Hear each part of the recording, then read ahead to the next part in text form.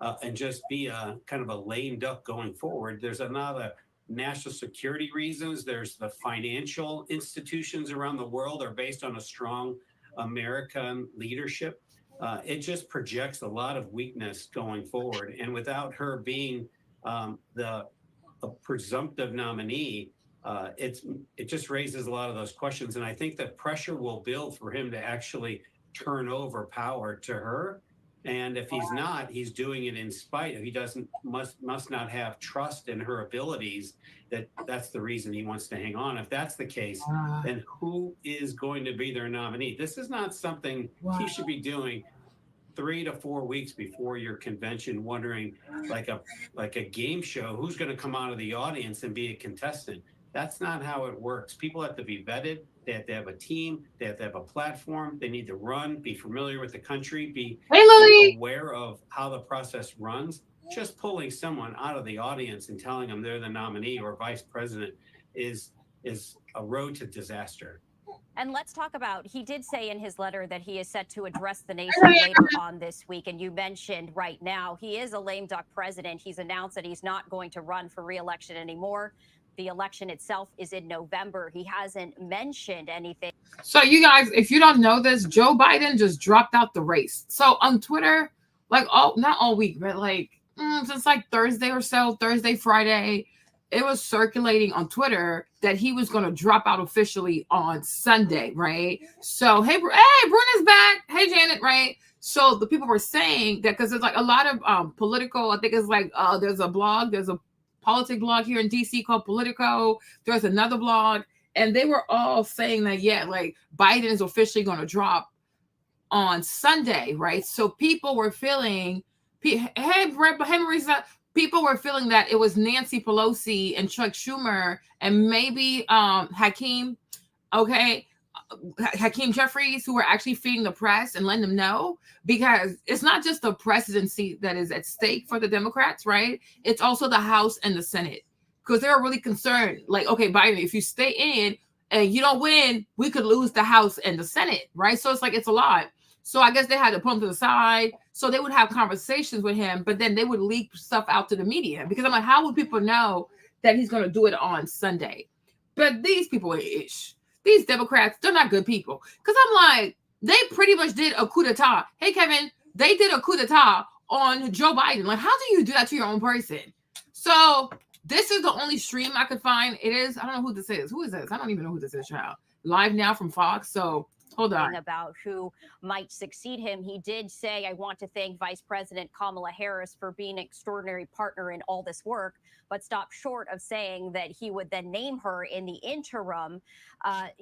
Is that something that we might expect in this nationwide address? That is the number one question I think that everyone has now that he's officially announced he's stepping down.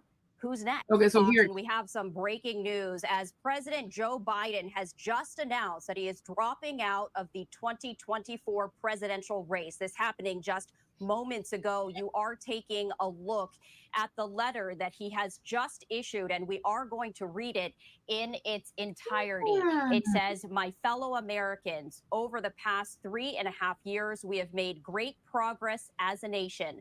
Today, America has the strongest economy in the world. We've made historic investments in rebuilding our nation, in lowering prescription drug costs for seniors, and in expanding affordable health care to a record number of Americans. We've provided critically needed care to 1 million veterans exposed to toxic substances, passed the first gun safety law in 30 years, appointed the first African-American woman to the Supreme Court, and passed the most significant climate legislation in the history of the world. America has never been better positioned to lead than we are today. It goes on to say, quote, I know none of this could have been done without you, the American people. Together, we overcame a once-in-a-century pandemic and the worst economic crisis since the Great Depression. We've protected and preserved our democracy, and we've revitalized and strengthened our alliances around the world. It has been the greatest honor of my life to serve as your president. And while it had been my intention to seek re-election, I believe it is in the best interest of my party and the country for me to stand down and to focus solely on fulfilling my duties as president for the remainder of my term. I will speak to the nation later this week in more detail about my decision. Wow. For now, let me express my deepest gratitude to all those who have worked so hard to see me reelected. I want to thank Vice President Kamala Harris for being an extraordinary partner in all this work. And let me express my heartfelt appreciation to the American people for the faith and trust you have placed in me. I believe today what I have always, that there is nothing America can't do when we do it together. Wow. We just have to remember we are the United States of America. The letter signed Joe Biden. And we continue to follow this breaking news as we have just learned that President Biden has dropped out of the 2024 presidential race. And we were going to be getting to an expert, Keith Nahagian, who is joining us now. And I do want to, as this is raw and unedited, I'm going to make sure that he can hear me. And so we're going to bring that up right now, just to make sure that he can hear me. Keith, can you hear me? Okay, so we're gonna bring Keith in. We're gonna bring Keith in right now, and again, bear with us because this is breaking news right here. Keith, you're here live on Live Now from Fox. I just want to make sure. Can you hold on? Let me pause this real quick. Hold on, let me get back in here. Sorry, guys, I have the baby with me. I don't think people say Michelle Obama. I have to say two things first, though, right? Number one, Michelle Obama does not like politics. Okay, she does not like politics. She's always told y'all she don't like politics. Okay, she don't like politics. She does not like politics. She don't like politics. Okay, so I'm like, she's not doing it. Number two, right? I think it's a bit like we gotta think. I don't know. I guess it's kind of because I guess it is Trump. So yeah, I guess Trump is not also like sure. Okay, sure. But I'm like, I won't even say that. But I'm saying like Michelle Obama don't like politics because it's evil. She don't want that for herself. Gavin Newsom, I don't think it's ever going to be him. Definitely not now, because I mean, with his California record, if you saw his debate also with Ron DeSantis, like it was just crazy. Like Ron DeSantis mop is behind. Okay, California is a hot mess, Kevin. It is a hot mess. If I'm not mistaken, Geico left California. State Farm is threatening to leave California. A lot of insurance do not want to give insurance to people in California. The fires in California, mandatory $20 minimum wage. All these restaurants are closing in California. The cost of living in California. Child, it is a mess. So I don't think he would do it for that reason. Also, my thing is, if you agree to do this, you're not going to win. Like, we got to be sober-minded here, right? Who can convince people in 4 months? Like, yeah, vote for me, right? Of course, you'll have those people who'll say, oh, anyone but Trump, anyone but Trump, anyone but Trump. Yeah, sure, whatever. But how many people are truly going to say anyone but Trump? So therefore, I'm going to vote for someone you don't even know? Like, for me, a lot of people have Trump derangement syndrome. So I don't put it past them to do that. But I would at least say, Trump, you saw Trump in office for about like a good 4 years, right? When it comes to anybody that you don't even know, but you'll just vote for them because it's not Trump, we have a saying, better the devil I know than the angel I don't know. So we're going to stick to what we know, okay? That's just suicide. Like, I'm not voting, no. Even if I didn't like Trump, I'm not voting for a random person just because it's not Trump. Like, that is insane. I don't know anything about you. You could be worse than Trump. Like, what do I know? Okay, so that's that. But I'm like, anybody who's serious about running in 2028, why would they jeopardize themselves now? Because if you have a bad campaign, right? If you lose and you have a bad campaign, how do you recover? Does that make sense? Like, if you agree to be the Democratic nominee, you got to be sure you're going to win. Because if you don't win, right, and you get embarrassed out here, you get mollywopped, and you lose like horribly, popular votes is horrible, electoral college is horrible, right? Who's going to vote for you in 2028? How will you recover in 2028? So I do feel like those who are really serious on the Democratic side about running, seriously running for office, they should wait until like 2026, 2027, throw their hats in the game, right? Right now, this thing right here, it's cursed. This is cursed. I wouldn't touch it. This is cursed. Maverick, he's eating food. Okay. I wouldn't touch it. I'm not touching this. Who can put a serious campaign in 4 months, right? And I know some of you guys are mad at me because I do support Trump, right? But if you could please testify, have I not been warning y'all since last year, since the year before last year, that something is off with Joe Biden? You can at least say, Marlene, I've told y'all, I was like, if the Democrat people were serious people, last year, they should have started planning for this. Okay, I am voting for that lady. Okay, KT, right? I told y'all, I'm a fair player. I support Trump, but I'm a fair player, right? I told y'all, if the DNC people, oh, thank you, Lily. If the DNC people were serious, right? They knew something was wrong with Joe Biden, you guys. For the past 2 years or so, if you watch Biden closely, he was calling out to dead people. He was calling out to dead people. I think like his secretary or somebody in his cabinet passed away. And I think it was like about 2 years ago. He started calling out her name. And I'm like, what? They're like, yeah, the lady's been dead. But I'm like, how come he doesn't remember that she's dead, right?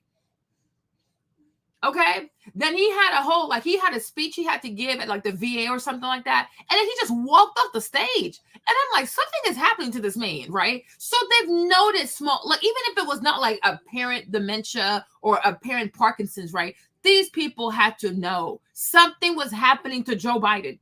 And I told y'all, it's elder abuse. I've said it. I don't like the man, but I said, this is not right. This is elder abuse. Y'all, please testify. Okay, please testify. I told y'all something is off with this. It is not normal, especially when people are getting older and they start calling out dead people. It's letting you know they don't have much time left. Okay, something was off. He would just start walking off the stage, doing all kinds of weird things. I'm like, what is happening to this man? Right? They knew.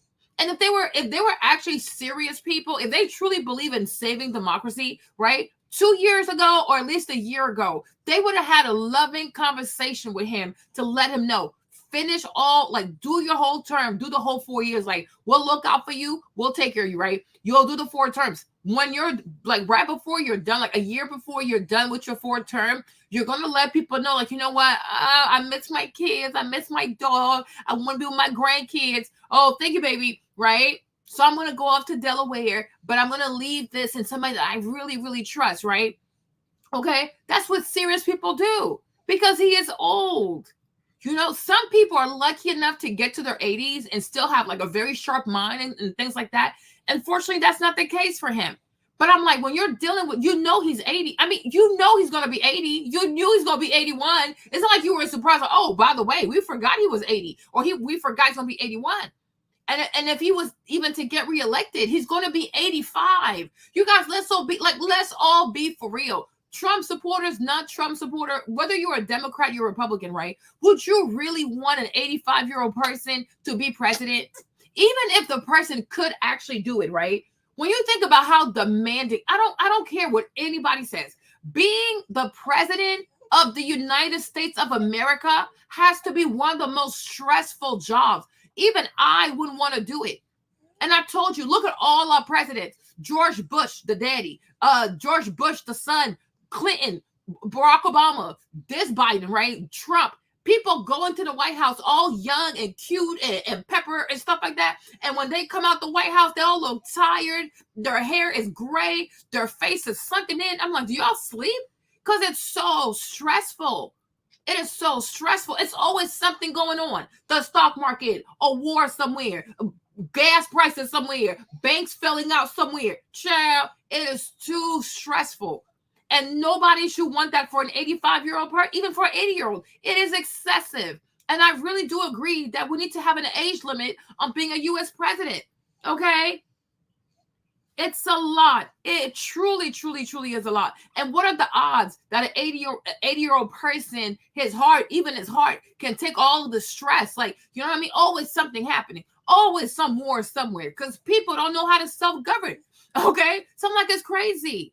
So I'm like, serious people, they would have planned the way Biden was going to exit in a more gracious way and in a more trustworthy way so that whoever comes after him, you know, it's a more seamless Passover. It's a more seamless transition of like of power and trust because the people were prepared for this, right? But when you do it like this, 4 months, 3 months before the election, come on now, this is so unserious. This is so unprofessional. They are really, really unprofessional. That's why they can't be trusted. You know what I mean? Because I'm like, who's gonna do this? Like, who gonna take this? Because anybody who seriously thinks that they could be a winning contender for 2028, they're not gonna touch this. Because 4 months, y'all, what can you even do in 4 months? We're talking about wanting to become the president of the United States of America. You can't do this in 4 months. It's some real stuff. You need a person needs at least 2 years or 3 years to put campaign together, a model together, a vision together, a working plan together. You need time to think about your cabinet, who you going to appoint to. Like you can't just do this in 4 months. This is too serious. And it's like they're treating this like it's just about somebody applying to flip burgers at McDonald's. So I'm like, even these Democrats themselves, that it shows that they have no respect for the White House. They have no respect for the office of president, because this is not working at McDonald's. This is not a job at Uber Eats. Like, it's not a gig. It's not a gig job. Oh my gosh, I can't even talk. I'm stuttering. Trump is going to be 81, right? 81. So Biden's 81 right now, right? So let's say Trump gets elected. He's like, what, 70? Biden is 81. He said like 3 years older. So he's like, what, 77, right? 4 years, you'll be like, what? 81? No, yeah. Yeah, so he'll be 81 too, just like Biden now. Exactly. Be gone after that. Right? And this whole notion of like, oh, what if Trump refuses to leave? Trump never refused to leave anyways, okay, Lily? He never refused to leave. Do not listen to these people. They're saying a whole bunch of BS. Trump contested the results of the election, and he has the right to do so. He has the right to do so. When Al Gore lost to George Bush by 4, he lost by like 4 electoral college votes or something similar. It was such a small discrepancy, right? Al Gore contested it. Hillary Clinton contested it. People have the right to contest an election, Lily. You have the right to say, I don't agree. Right? Instead of like, and the thing I wish, right, when people just hear these news bites from these liberal mainstream media like MSNBC and CNN, right, instead of just adopting that as one of your, I don't know, like one of your points against Donald Trump, you should say to yourself, right, why does Trump say that? Why does he believe that the election was rigged? Right? Don't just say, oh, well, if Trump said it, it must be false just because it's Trump. No, a broken clock can be right twice a day. Right? But at least like listen to the man, because even before that, he had submitted documents to the courts as to why he felt as though he had been cheated. You have the right to feel like you've been cheated. And he sent the stuff to all the courts. They all turned him down. Right? But when you live in a country, hold on, wait a minute, because I got time, right? When you live in a country just like America, where is it, right? When you're in a country like America, where a lot of people can go and vote without ID, Trump has the right to say, yeah, I think this was rigged. California, you don't have to bring an ID to vote. Nevada, no ID. Oregon, no ID. Washington, no ID. New Mexico, you don't have to bring an ID. Okay, Minnesota, no ID. Illinois, no ID. Virginia, New York, Vermont, where's this one? Massachusetts, New Jersey, Pennsylvania, and Maine. Like, look at all the states that do not require a form of ID. So if you feel like all these states don't require ID, most of these states are liberal, they're Democrats. It's people who don't like you, right? Yeah, you have the right to question if they would not cheat. And the thing about it is, like I said, when we looked at the numbers, right, when you compare the turnout for California in 2016 to the turnout of California in 2020, in the middle of Corona, in the middle of quarantine, the fact that more people voted during quarantine than people voted when they were actually free to be outside, it is actually suspicious. He has the right to be suspicious. But the problem is because people don't like Trump, so when he says stuff, oh, he must be lying because it's Trump, right? Because they keep saying, oh, he's Hitler, he's a fraud, he's a con man. And I think he needs to start suing people for defamation. I was in the chat yesterday, said, oh, yeah, Trump is a con man. And I was like, yeah, right. He needs to sue you. And so that take you to court so you can prove exactly how he's a con man. Because people need to face consequences for saying things on people's names like that. Okay? But I'm like, he has the right to feel that way. Because even me, I thought across America, if you had to vote, you had to bring a valid photo ID to vote. Because how we know it's you? You could be anybody. No. And California by itself has 55 electoral college votes. That is a lot. It's a lot of electoral college votes for a state that does not require voter ID. You think about 8 million or 17 million or 20 million illegal immigrants who are currently in the country. What if these people start voting in our elections? What happens to democracy then? How can you ensure democracy when you don't require people to come and vote with a picture, with a state ID, with a picture? You have states like Virginia, you can go vote by just bringing your electric bill. Like, what in the world? Like what is this? So I'm like, no. So my thing is, I'm like, it makes sense to me. I'm like, why would he say that? Because I was really confused. Like, why does he keep believing that he was wrong? Hey, Nessa, right? But I'm like, it makes sense. But they don't tell you that. How often do Democrats come here and tell you, oh, we have all these states where people don't have to bring ID? And I'm like, whether you like Trump or not, as an American, right, we should not play around with the power to vote. If we say we're so much about democracy and we believe in democracy, we have to safeguard our electoral process. Because we can't have states. I'm like, this is just madness. And they're not doing anything to fix it because they want to cheat. So I'm like, you don't have to like him, right? But if somebody makes some valid points that can affect us all as American people, we should pay attention to it. Because what happens on the day when it turns on your side and it works against you? You're not going to like it. When you don't like someone, you don't care what they say because right now it's not you. But what about tomorrow when it is you? How you going to feel? So like me, I didn't even know this. I was listening to Patrick Bet-David, and then he talked about like, no, people don't have to bring a state issue ID with a picture when they go vote. They could just show up and vote. I'm like, what? What are you talking about? And that's why when you look at the numbers, when you look at the turnouts from 2016 and 2020, it is crazy how millions, it's like 6 million more people who voted in California. In 4 years, where did all these voters come from? And come to find out, in 2020, they were doing a lot of mail-in ballots. So how can you confirm the stuff? And on top of that, you can show up and vote without a picture, a state ID with a picture? No, Trump makes a point. The man has a valid point. And if it was anybody else but him saying it, people would be up in arms. Like, this is crazy and this needs to be fixed.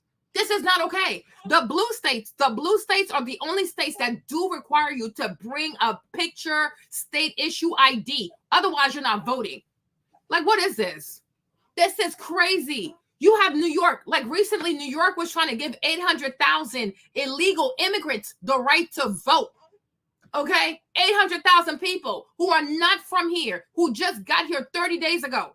New York was going to give 800,000 illegal immigrants the right to vote in the elections. And I'm like, seriously? Seriously? Hold on. Let me see if I can find an article for you because you need to see it for yourself, right? Hold on. Let me show you receipts. Here are the receipts, right? Look at this. All right.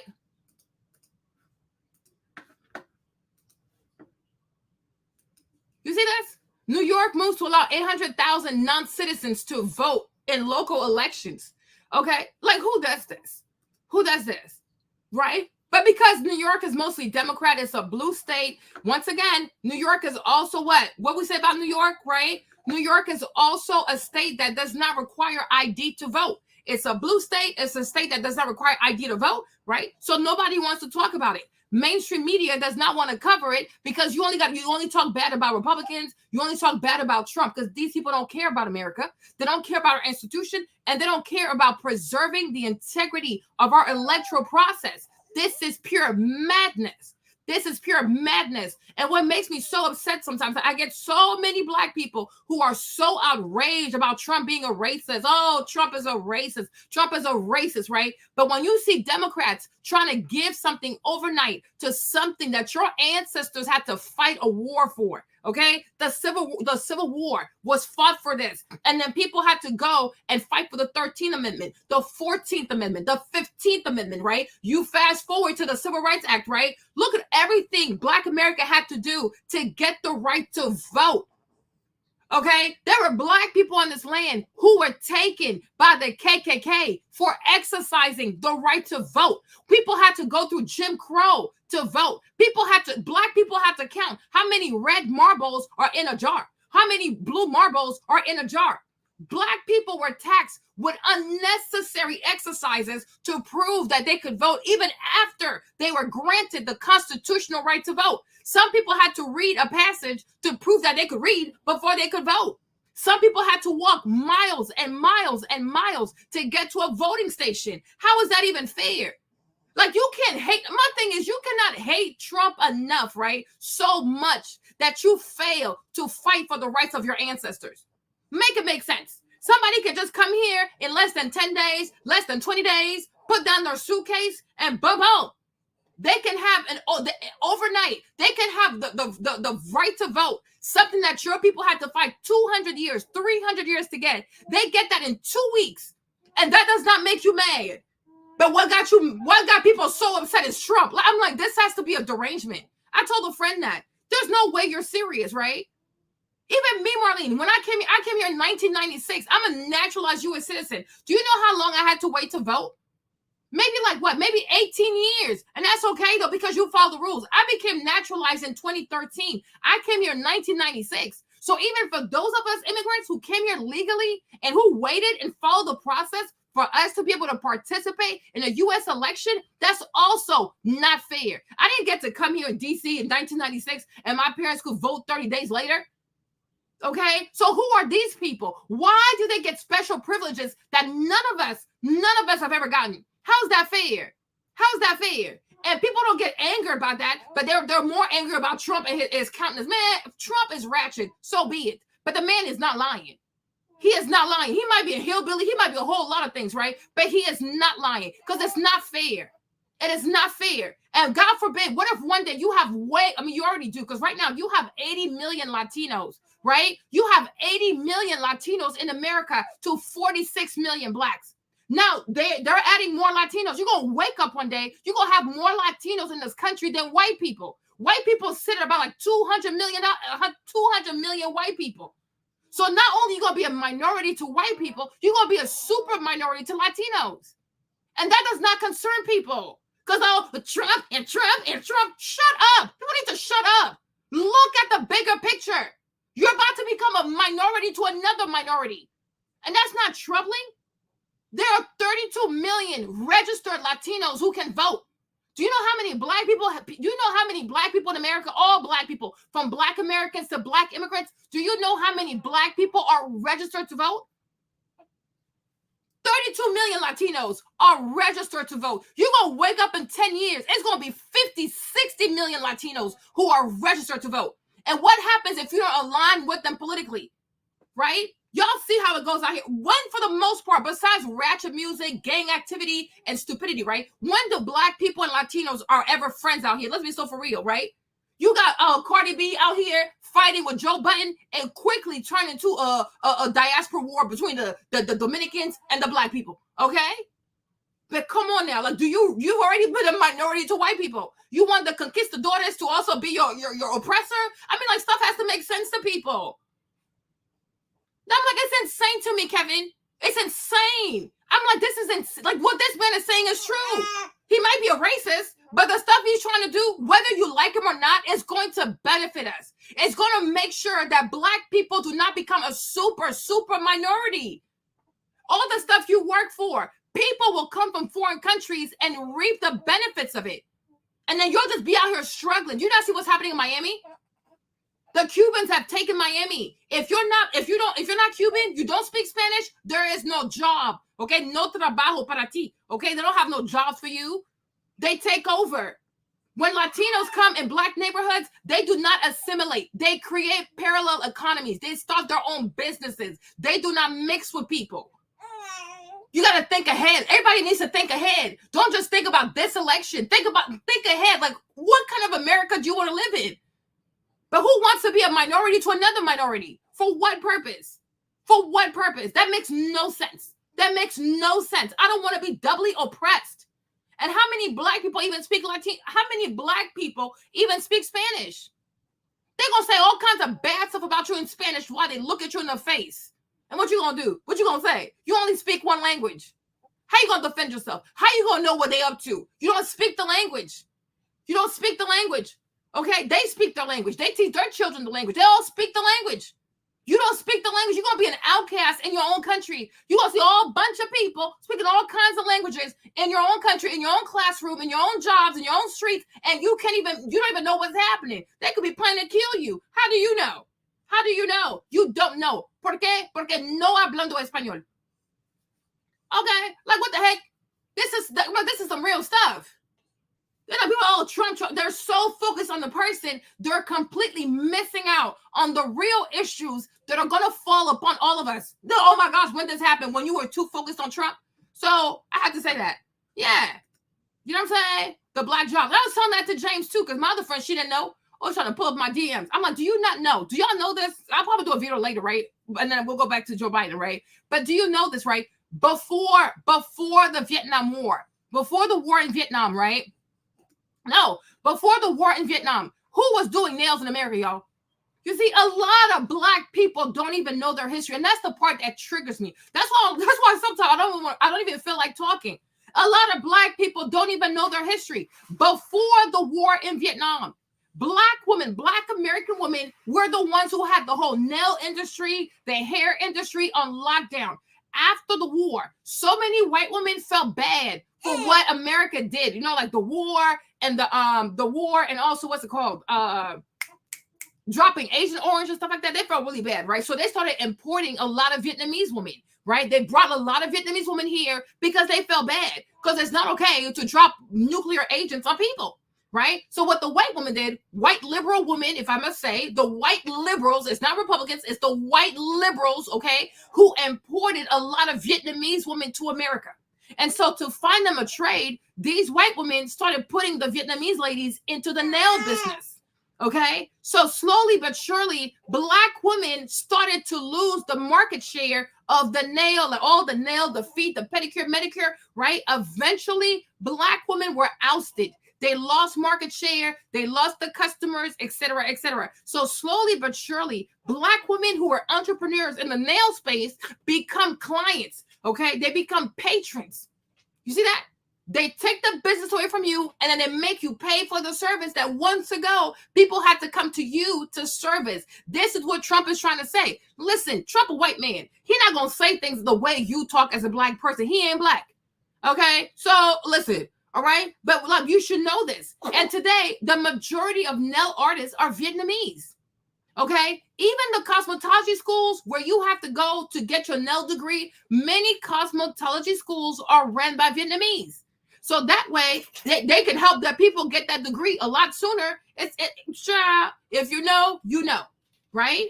And many places, like many Vietnamese people who sell like nail supply, the acrylics, the chair, right? Many of them do not want to sell to black nail artists. And when they do sell to nail artists, there's a price for black people and there's a price for Vietnamese people. Okay? This is what it means. Do you really think we're not going to wake up one day and then you'll see Chinese people do knotless braids in America? Okay? You think it's that far off? We think we're that far off from the day where you wake up and get to Instagram, you get to TikTok, and you see a bunch of Chinese people do knotless braids on black people's hair for $50, okay, extra long, extra small, right? And then what happens? Because what they do is when they come, they lower prices. They make prices so low, okay, that you can't compete. So eventually you have to close your business and you go from being a business owner to being a patron. That's why I told you about the whole MLK experiment. I said it turned black people from entrepreneurs, right? From service providers to people who receive services. It turned black people from being people who had businesses into people who are now consumers. Y'all think I'm playing, but I'm coming. What do you ask? Yeah, I think we're good. Okay. So it's like, you gotta think about that. It is real. There are certain service areas that, every ethnicity has in a chokehold. And if you're not vigilant, if you don't fight for yours, you're going to wake up one day and you're no longer a business owner in that particular field. Instead, you are a patron, you are a client, you are a God knows what. No. Black people need to keep their businesses. Like, it's crazy to me. Hold on, but let's get back to this though. Hold on. You know, so I'm like, no. And everybody here, here's the link.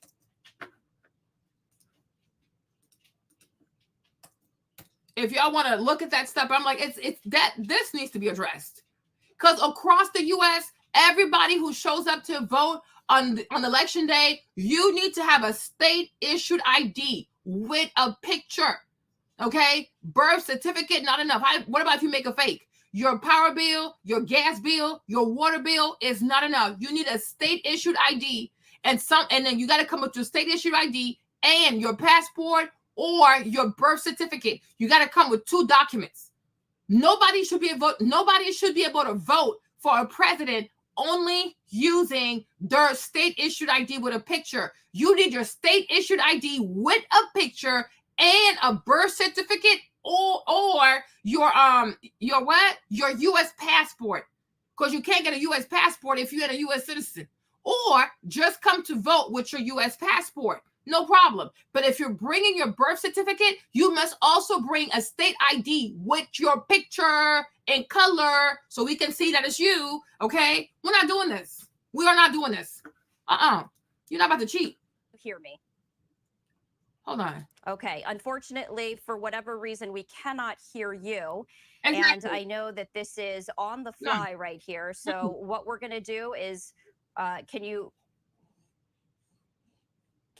we cannot hear you right now. So why don't we're going to step away. But at this people, or at least a vice president, that people don't know who they are. And that's going to be an entire lost month of August of driving the message of what makes them different from the team of Trump and Vance going forward. So these are dramatic developments, and these are just huge things. It also sends a signal around the world of consistency that will make the Wall Street on Monday really go up and down quite a bit. Inconsistency is not good for the system. And Keith, I want to ask you this, because there was a new Associated Press poll that said that only 3 out of 10 Democrats were extremely or very confident in President Biden's mental capacity. But I have to imagine, and he's repeatedly said that he's staying in this race, now only to drop out just days after former President Trump was officially nominated by the Republican Party. Does this not throw the Democratic Party into chaos? Yes.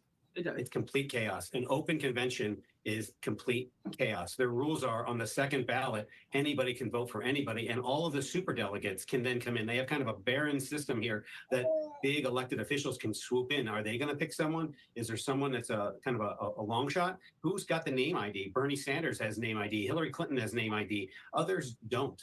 Even someone like Gavin Newsom, he might be known in the political circle, but he's not known to rank and file in these targeted states is where it really matters. And it's a big problem going forward. How do they raise the money? How do they set up the legal structure? What do the Biden people, where do they go? Where's their allegiance? These are all huge questions, and it's going to really eat into that earned media time, as I mentioned, from now until the first votes are cast. Just 2 months from now, early voting starts in 6 states, and they are not going to be able to get a ballot or get a field set and then drive the message of what they want to drive forward. It's a big, big problem on their side.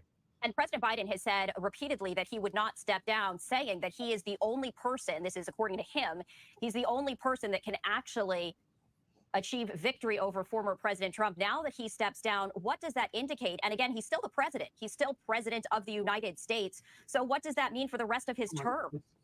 Well, the question is, if he's not competent to run, is he competent to be president now? And that's going to be the question on Monday morning here. Who is running the government? You know, we've been told the border is secure. We've been told everything's great in Ukraine, everything's great in Israel. None of those are true. And now you're going to have Secret Service hearings starting on Monday, which falls under Homeland Security and Mayorkas.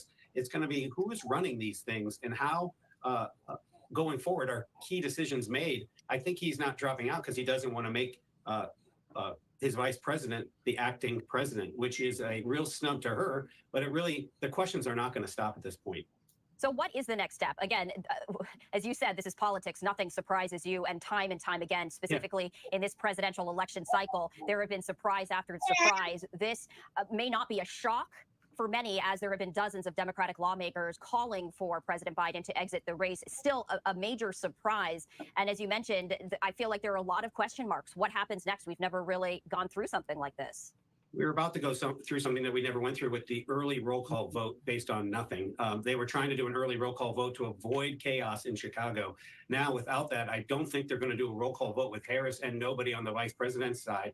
So they aren't going to be able to do a roll call vote. So they're going to have to be a roll call vote at the convention a month from now, in which Kamala Harris has to pick a vice president and then try to win on the first ballot. At the second ballot, it's wide open to anybody's name, anybody doing anything. Complete and utter chaos moving forward on their side. And going back to the messaging again, since the debate, they have not been able to message why they were running for office and contrasting the Trump-Vance team. The entire month of July was wasted on whether or not Biden was going to drop out. And now the entire month of August is going to be who's going to be the nominee. And then that just leaves a couple of weeks in September before early voting. That's not enough time to raise money, get your messaging straight, and roll forward. It's unlike anything anybody's ever seen. It's a big win for, I think, the Trump-Vance team that just went through a. And you know what, you guys, let me get back on here, big screen, right?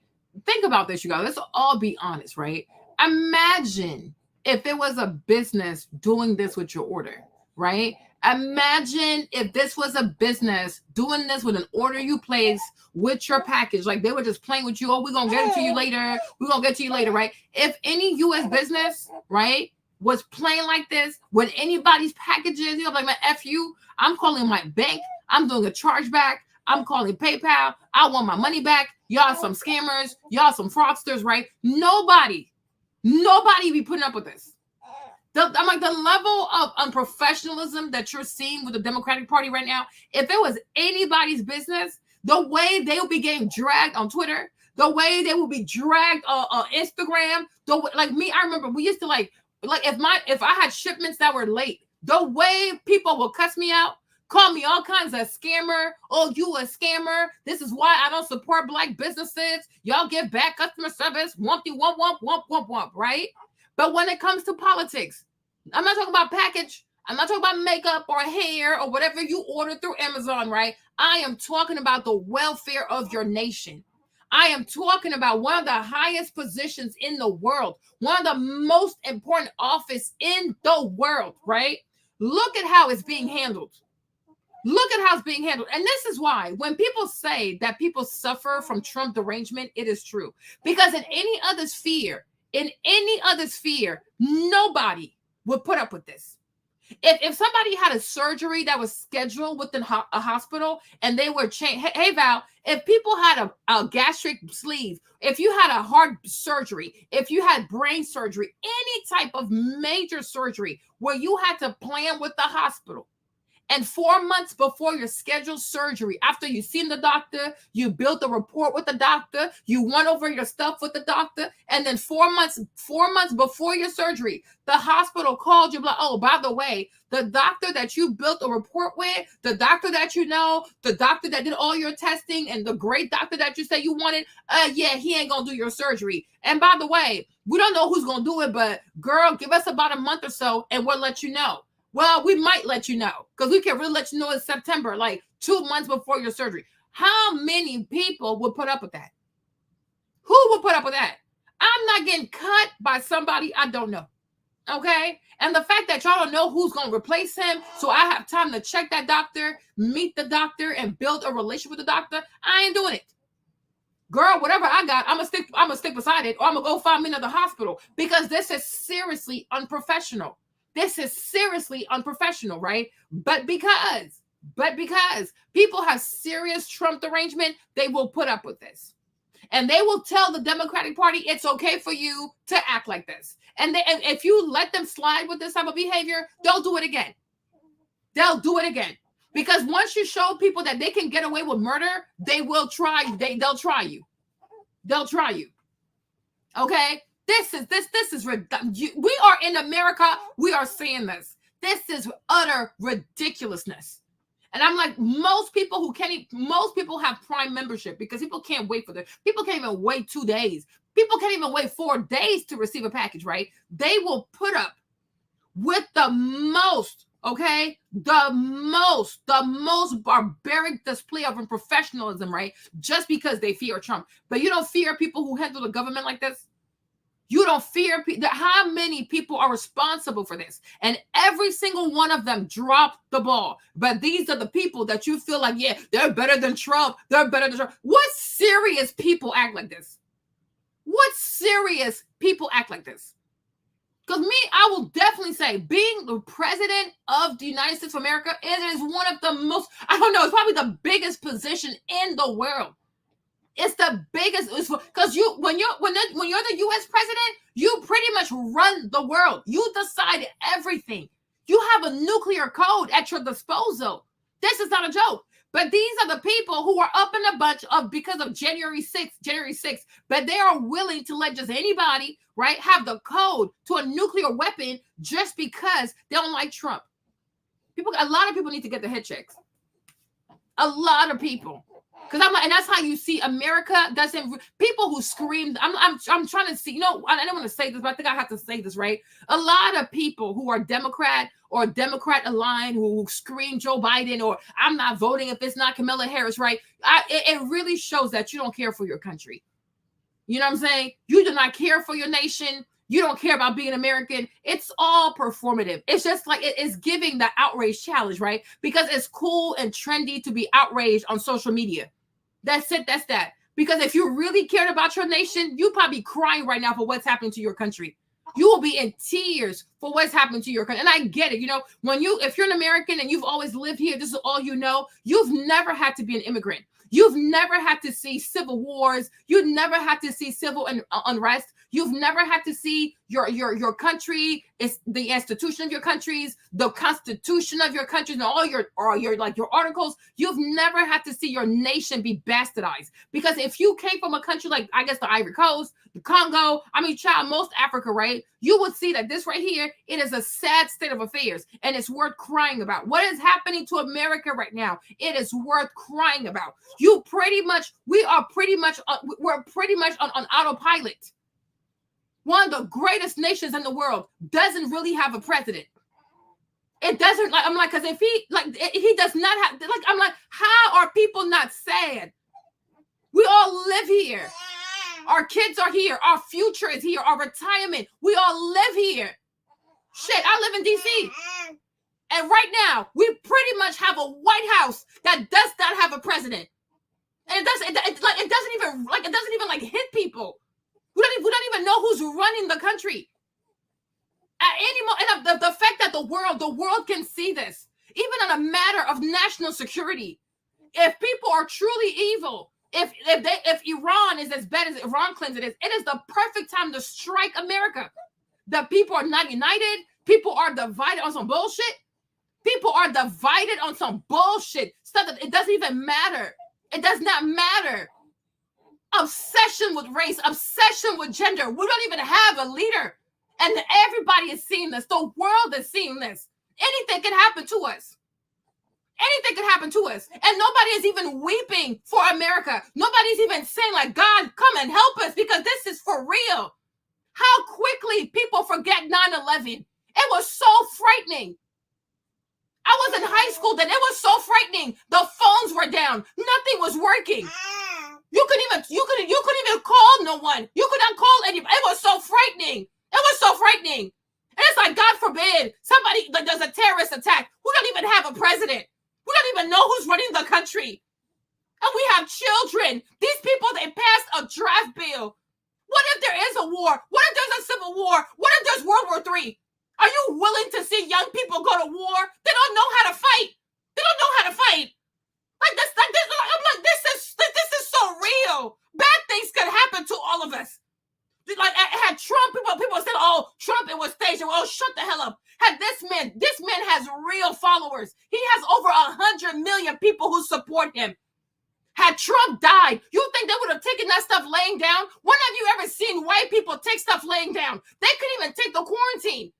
You think if Trump had his brains blown off on national TV, you think these white people would have put up with that shit? Do you have a weapon? Do you know how to fight?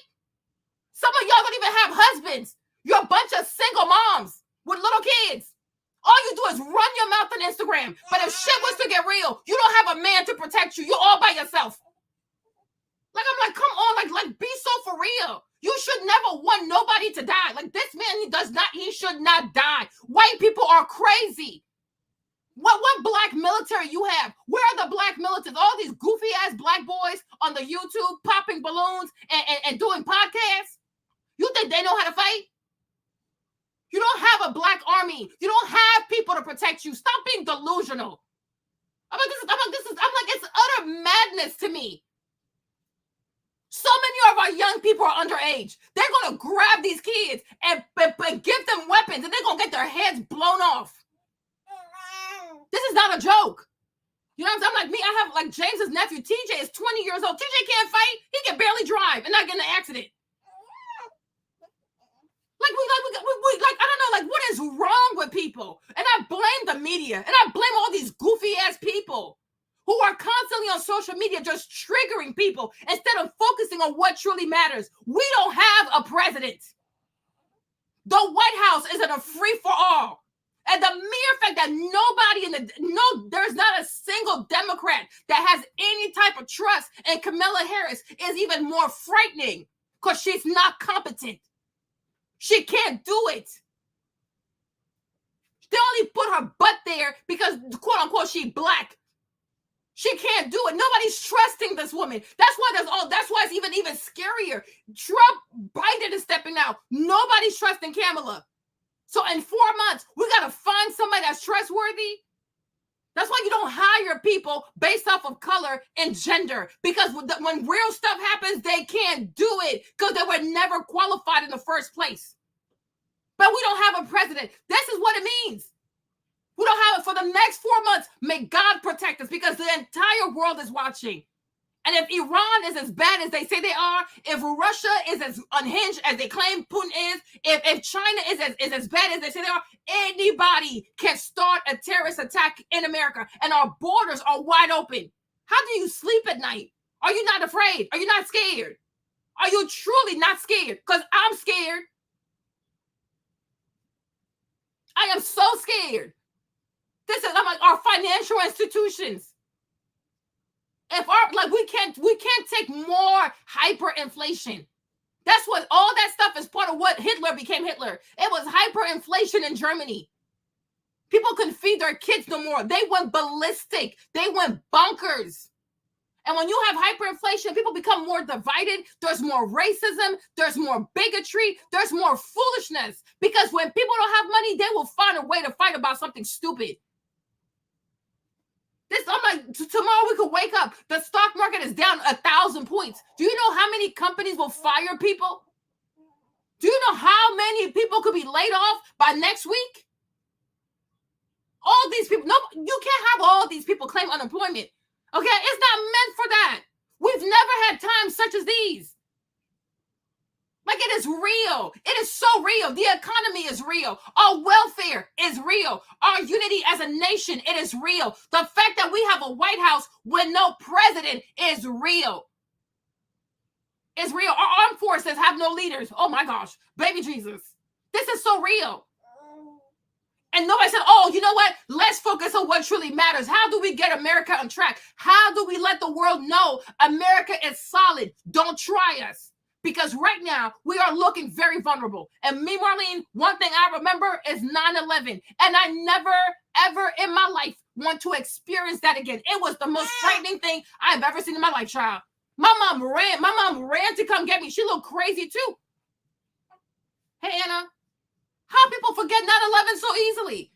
Nothing was working, y'all. Nothing. The phones was not. Yo, it was like, I don't even know how to explain 9/11.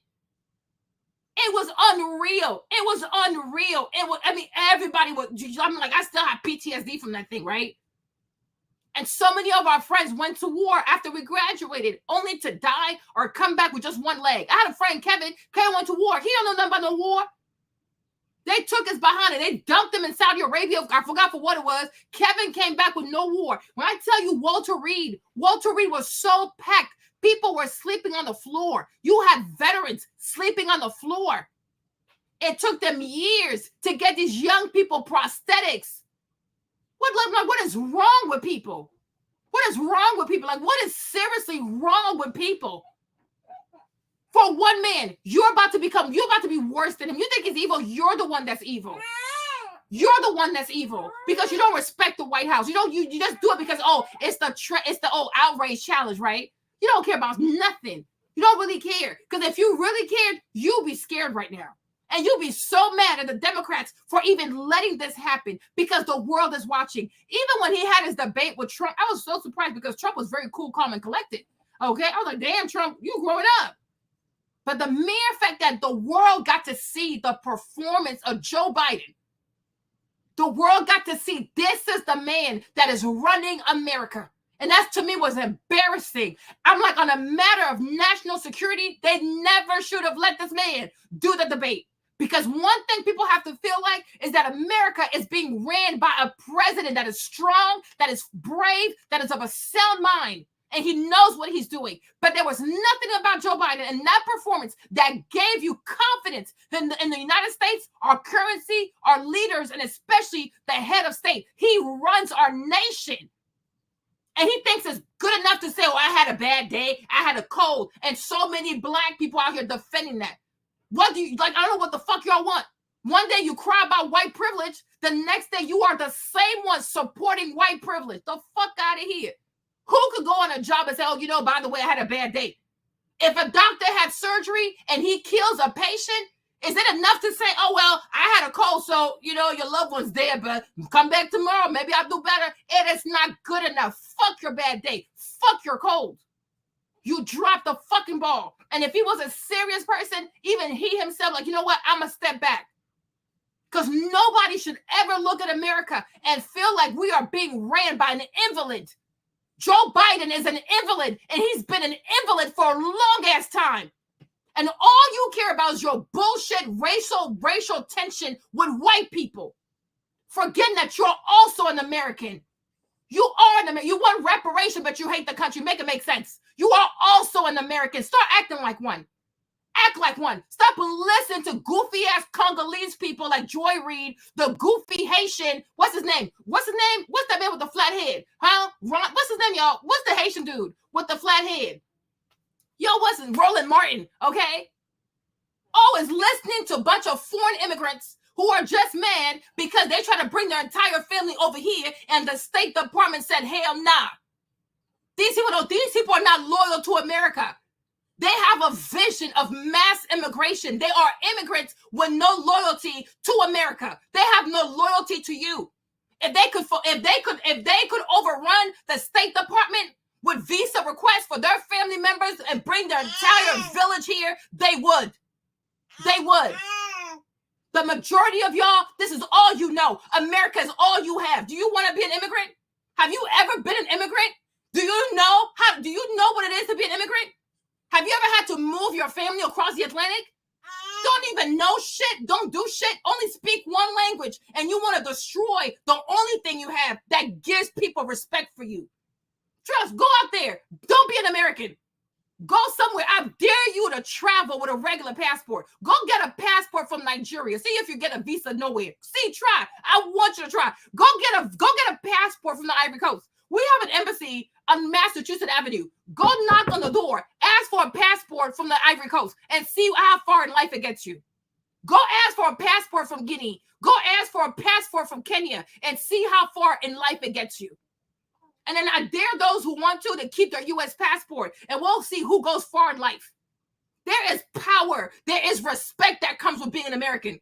You don't know, like I think a lot of y'all, you never travel. When you go places and you get to immigration and you pull out the U.S. passport, the blue with that nice eagle on that shit, people respect you. Anywhere you are in the world, if the embassy knows you're there, they'll come get you because you are an American. It's like luxury. It's like concierge service. It's a bougie ass service. You have no idea. You have no idea. You have no idea how blessed you are. There are people who walk thousands of miles to come here so that one day their children can have the passport, a U.S. passport with the eagle on. Be like, yeah, I'm an American. Okay. There are people who walk around. They go on these perilous waters to come to America so that one day their children can say, I'm a U.S. citizen. Because it's a brand. It's one of the most powerful brands in the world. It opens doors to any country you wish to go to. You are an American. Wherever you are stranded somewhere, people will come get you. Okay? It's a huge passport. It's a huge deal. Have you ever seen people who are naturalized U.S. citizens? They throw parties. They take pictures. Okay? They put it on Facebook. The entire village celebrates. One of us is an American.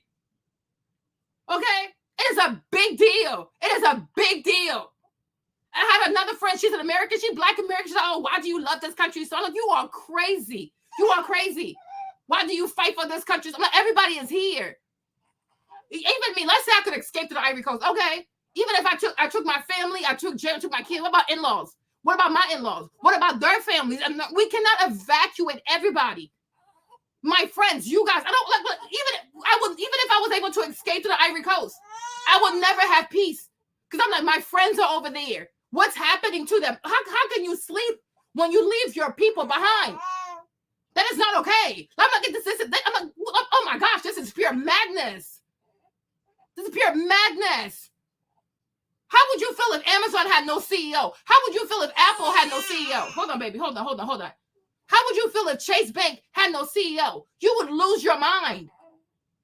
And now they're telling you the White House does not really have a leader because we have an invalid. Hey, baby, we have an invalid. And anybody who hates us, anybody who, they left $2 billion worth of weapons in Afghanistan. $2 billion. Joe Biden left $2, $3, $4, $5 billion of weapon in Afghanistan.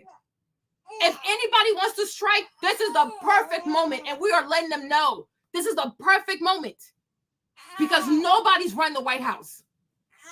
You have Secret Service agents who can't even do their job.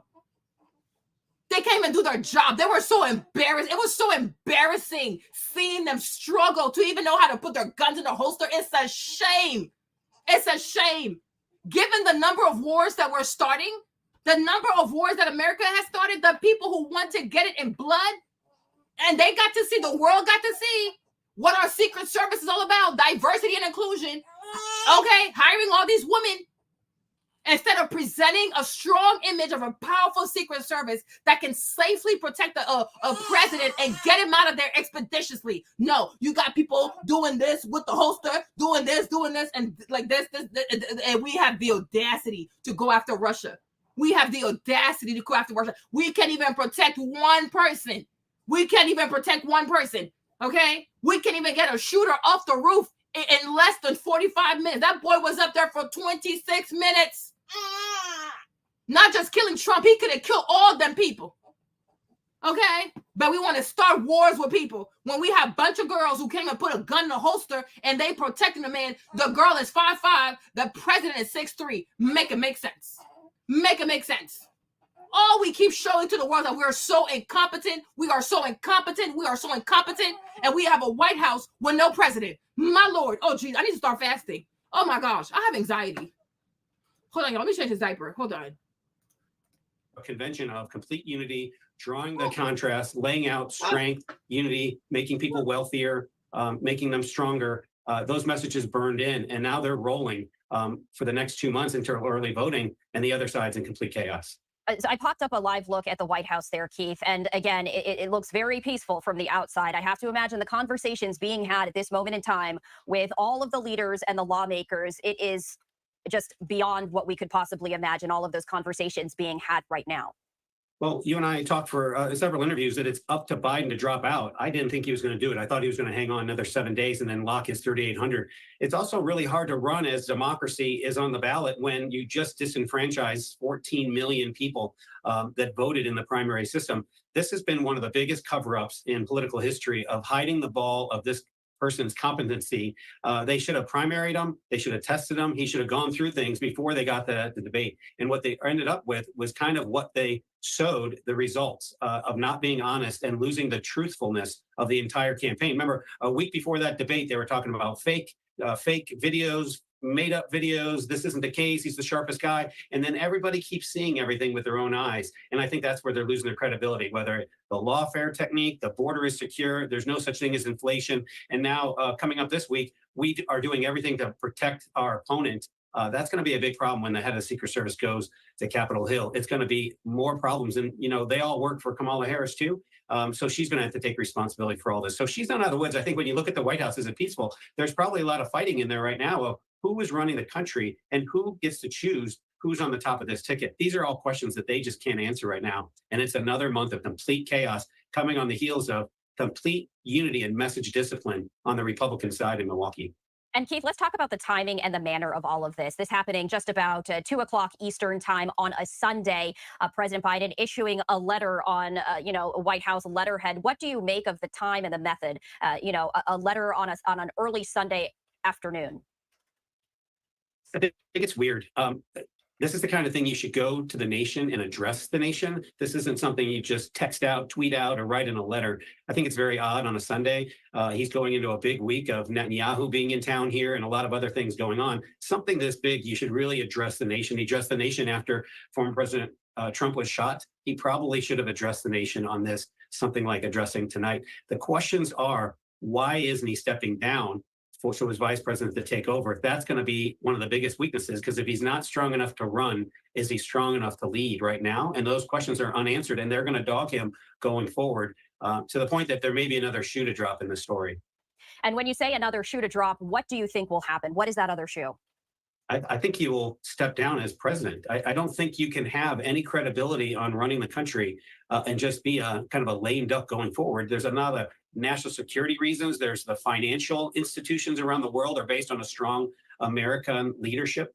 It just projects a lot of weakness going forward. And without her being a presumptive nominee, it just raises a lot of those questions. And I think the pressure will build for him to actually turn over power to her. And if he's not, he's doing it in spite of, he must not have trust in her abilities.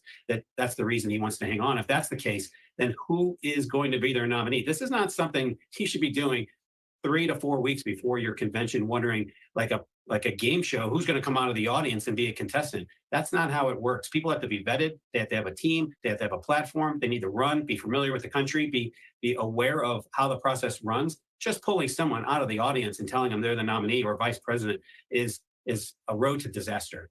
And let's talk about, he did say in his letter that he is set to address the nation later on this week. And you mentioned right now, he is a lame duck president. He's announced that he's not going to run for re-election anymore. The election itself is in November. He hasn't mentioned anything about who might succeed him. He did say, I want to thank Vice President Kamala Harris for being an extraordinary partner in all this work, but stopped short of saying that he would then name her in the interim. Is that something that we might expect in this nationwide address? That is the number one question I think that everyone has now that he's officially announced he's stepping down. Who's next? Well, she is a co-conspirator on this biggest cover-up going on, saying that he was competent, and now he's dropping out, admitting that he's not competent to hold office. So what is it, and what did she know, and why did she go along with all these things? So she has to run on his entire platform going forward. If she's going forward, there's no time to change that. She has to defend all those areas of untruthfulness that they have laid out, whether it's leaving Afghanistan, there's no inflation, all these things across the board. She's going to have to take responsibility for that. So going forward, these are just dramatic differences. And it's really an uncomfortable moment, because that's why you pick competent vice presidents. Does he not have trust in her? And if that's the case, she shouldn't be vice president either. So you have on one side, is he staying in office? And why isn't he passing it to her? It's because he doesn't have confidence in her being president of the United States, which is a dramatic failure on his leadership going forward. And it's going to have their convention be wide open. There is no consensus on Biden. There wasn't consensus on Kamala. And there's not going to be consensus on whoever it is they pick in their convention 4 weeks from now going forward. That's a messaging disaster. And Keith, I have to ask, because the United States, of course, the most powerful country in the world, there is a lot of instability internationally. We do know that Israeli Prime Minister Benjamin Netanyahu is going to be traveling to Washington, D.C. this coming week to address Congress. Ukraine is continuing its fight against Russia. How does the world perceive this news? Terribly. I don't think the news, as I mentioned, the shoes are all dropped on the floor going forward. It was a unconventional leaving of office, or leaving of the campaign, which leaves open so many different questions of who is going next. The world markets are dependent on consistency and knowing what's coming. It's okay to have a general election, that's one thing, but not knowing who the candidates are, and not knowing, most importantly, who is running the country. Is it the president of the United States? Is it the vice president of the United States? Is it the first lady? who is making these decisions across the board? Who made decisions not to protect their opponents, RFK and Trump, from possible assassins? Who's making decisions on the border? Who's making the decisions on the economy? And who's making decisions internationally on things like Israeli protecting of our troops from attack in Yemen? These are all big, big things. And having that inconsistency of who is in charge and who is not in charge is just not good for the markets. It's not good for politics. It's not good for the election and for the whole process going forward. Keith, again, this is breaking news. We are processing this as it happens in real time. A lot of conversations happening that we don't know about, but everyone likely scrambling with the big questions as to what happens next. In terms of next steps, or in terms of what you particularly are going to be on the lookout for. And I also have to wonder, you were at the Republican National Convention. You were mentioning that there was a lot of unity. There was, a singular message.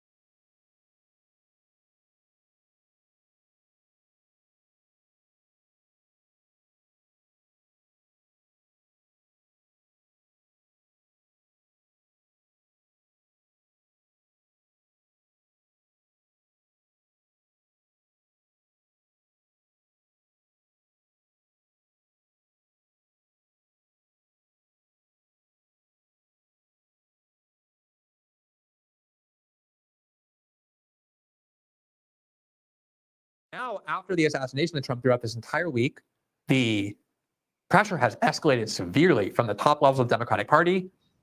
It's getting more and more out in the open, although it's still being done. Because it told me I lost my thing to share. Is it back? Can y'all see the screen? Oh, Lord Jesus. Okay, we're good now? Okay. The baby's here, that's why. In this cowardly way through weeks. And there are very few Democrats left. Maybe Bernie and AOC and a couple others who are still loyal to Joe Biden at the top level of the Democratic Party. Once the leaders start signaling it's time to do it, they're herd animals. They all then start doing it. They switch on a dime from what they've been saying for the last 3 years, because there's nothing wrong with Joe Biden. He's more mentally adept and healthy than we've ever seen him be. He's engaged, all of that the media was saying as well. And then they all switched on a dime because they're never off script from one another. They just say what the other people they hear and that they know they're supposed to follow say, and then they all say the same things. And so now you have this desperation on the part of the Democratic Party, and they're almost being cruel to Joe Biden in the way that they're now leaking over and over, not just that they want him out, but claiming that he's going to make a big announcement on the weekend, that he is more open to leaving the race, that he's talking about whether Kamala can win. They're just constantly leaking anonymously, and the media just reports it, gives them anonymity to do it, which is a total abuse of anonymity. Anonymity is actually only supposed to be given in very rare cases by journalists. You're not supposed to quote people and hide who they are unless there's a real compelling reason to do it, like a whistleblower inside a government agency or a corporation who would lose their job or who would suffer severe consequences if you disclose their name. It's supposed to be rare. But all these crappy tabloids, glorified tabloids like Axios and Politico, these kind of DC gossip rags, give anonymity to anyone who asks because they want to keep their sources. And so they allow these Democratic operatives and Democratic officials to just manipulate the media, manipulate the public while hiding who they are. And this is the kind of thing that the top leadership of the Democratic Party has been doing over the last couple of weeks now. They leak that Nancy Pelosi wants Joe Biden out, that Chuck Schumer wants Joe Biden out, that Barack Obama wants Joe Biden out, but then you go to Nancy Pelosi, Chuck Schumer, and Obama, and they all lie. And they say, no, this is Joe Biden's decision to make. I haven't been pressuring him in any way. So here from Axios today, behind the curtains, top Democrats now believe Joe Biden will leave the race. Quote, several top Democrats privately tell us the rising pressure of party congressional leaders and close friends will persuade President Biden to decide to drop out of the presidential race as soon as this weekend. The 81-year-old president, now self-isolating with COVID, remains publicly dug in, but privately he's resigned to mounting pressures, bad polls, and unattainable scrutiny, making it impossible to continue his campaign, the Democrats tell us. Noting that's not coming from Biden or his camp, that's coming from the Democrats who want to force him out. And they're just saying, yeah, he's close to leaving the race. He's probably going to do it this weekend. Quote, his choice is to be one of history's heroes or to be sure of the fact that there'll never be a Biden presidential library, one of the president's close friends told us. I pray that he does the right thing. He's headed that way. For a long time, it was just major billionaire donors inside the Democratic Party threatening to deny him the funding he needs to run a presidential race if he doesn't leave. Now it's his close scumbag friends threatening him that he will never have a presidential library, that he will be a disgraced figure in history if he doesn't do what he's told and get out of the race. And then they're sort of using the carrot as well and saying, if you do get out of the race, we will turn you into a hero of epic proportions. But you'll notice none of these people are willing to go on the record. So we have no idea if it's true. They could be completely lying, making up that Joe Biden's about to leave the race just to turn up the heat. And you see that these media outlets are all giving them anonymity. They're all like little rats crawling around in a sewer in the dark, doing their little dirty work. And the media is helping to protect who they are. And they're helping to protect this deceit that you go to these people like Obama, Pelosi, Chuck Schumer, and the outlets that know they're the ones who are leaking this, allow them to lie and say Nancy Pelosi denied any of this is happening. And these media outlets know it's false because they're the ones giving anonymity to Pelosi and her close aides to publish this all in the first place. It's not anything remotely resembling journalism. It's pure activism because they want Biden out of the race as well, because they want more than anything else to ensure Donald Trump doesn't win, and they believe getting Biden out of the race is their only chance. Here from AP News, and this is from today, Biden is located at home as Obama, Pelosi, and other Democrats push for him to reconsider the 2024 race.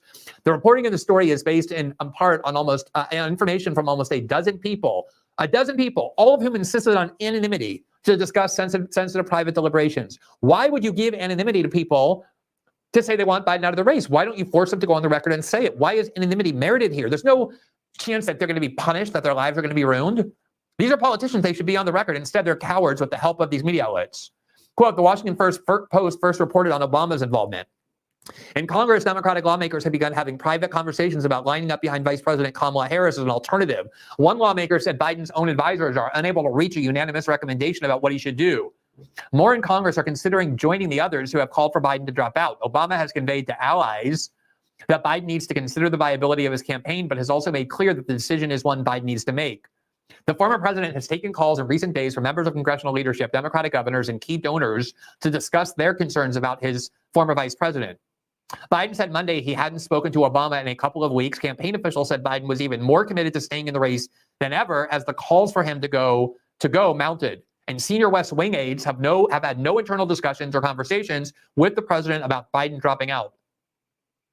So you see what's going on. Nancy Pelosi, Obama, and Chuck Schumer, the rest, are going to the media and lying and saying Biden's going to make a decision as recently as this week. We believe that he is accepting the fact that he has to leave. It's just a question of time. But then Biden's closest aides in the White House, to whom he listens, are telling these media outlets this is a total lie. Biden has no intention of leaving. In fact, he's getting angrier and angrier about what Barack Obama and Nancy Pelosi are doing to him. And it's making it less likely that he will leave, not more likely. Here's CNN from Wednesday, quote, Pelosi privately told Biden that polls show he cannot win and will take down the House. Biden responded with defensiveness. Now, obviously, how would they know this unless Nancy Pelosi went and told the media or dispatched somebody to do so? What Nancy Pelosi said to Joe Biden and how Biden responded. It obviously is not Biden leaking this. Quote, the president responded to Pelosi by pushing back, telling Pelosi he had seen polls that indicate he can win, one source said. Another one of the sources described Biden as getting defensive about the polls. At one point, Pelosi asked Mike Donilon, Biden's longtime advisor, to get on the line to talk over the data. While the exact date of the conversation was not clear, one source described it as being within the last week. Pelosi made waves when she said in an interview last week, quote, it's up to the president to decide if he's going to run. We're encouraging him to make that decision because time is running out. Now, time is running short. Now, obviously, Joe Biden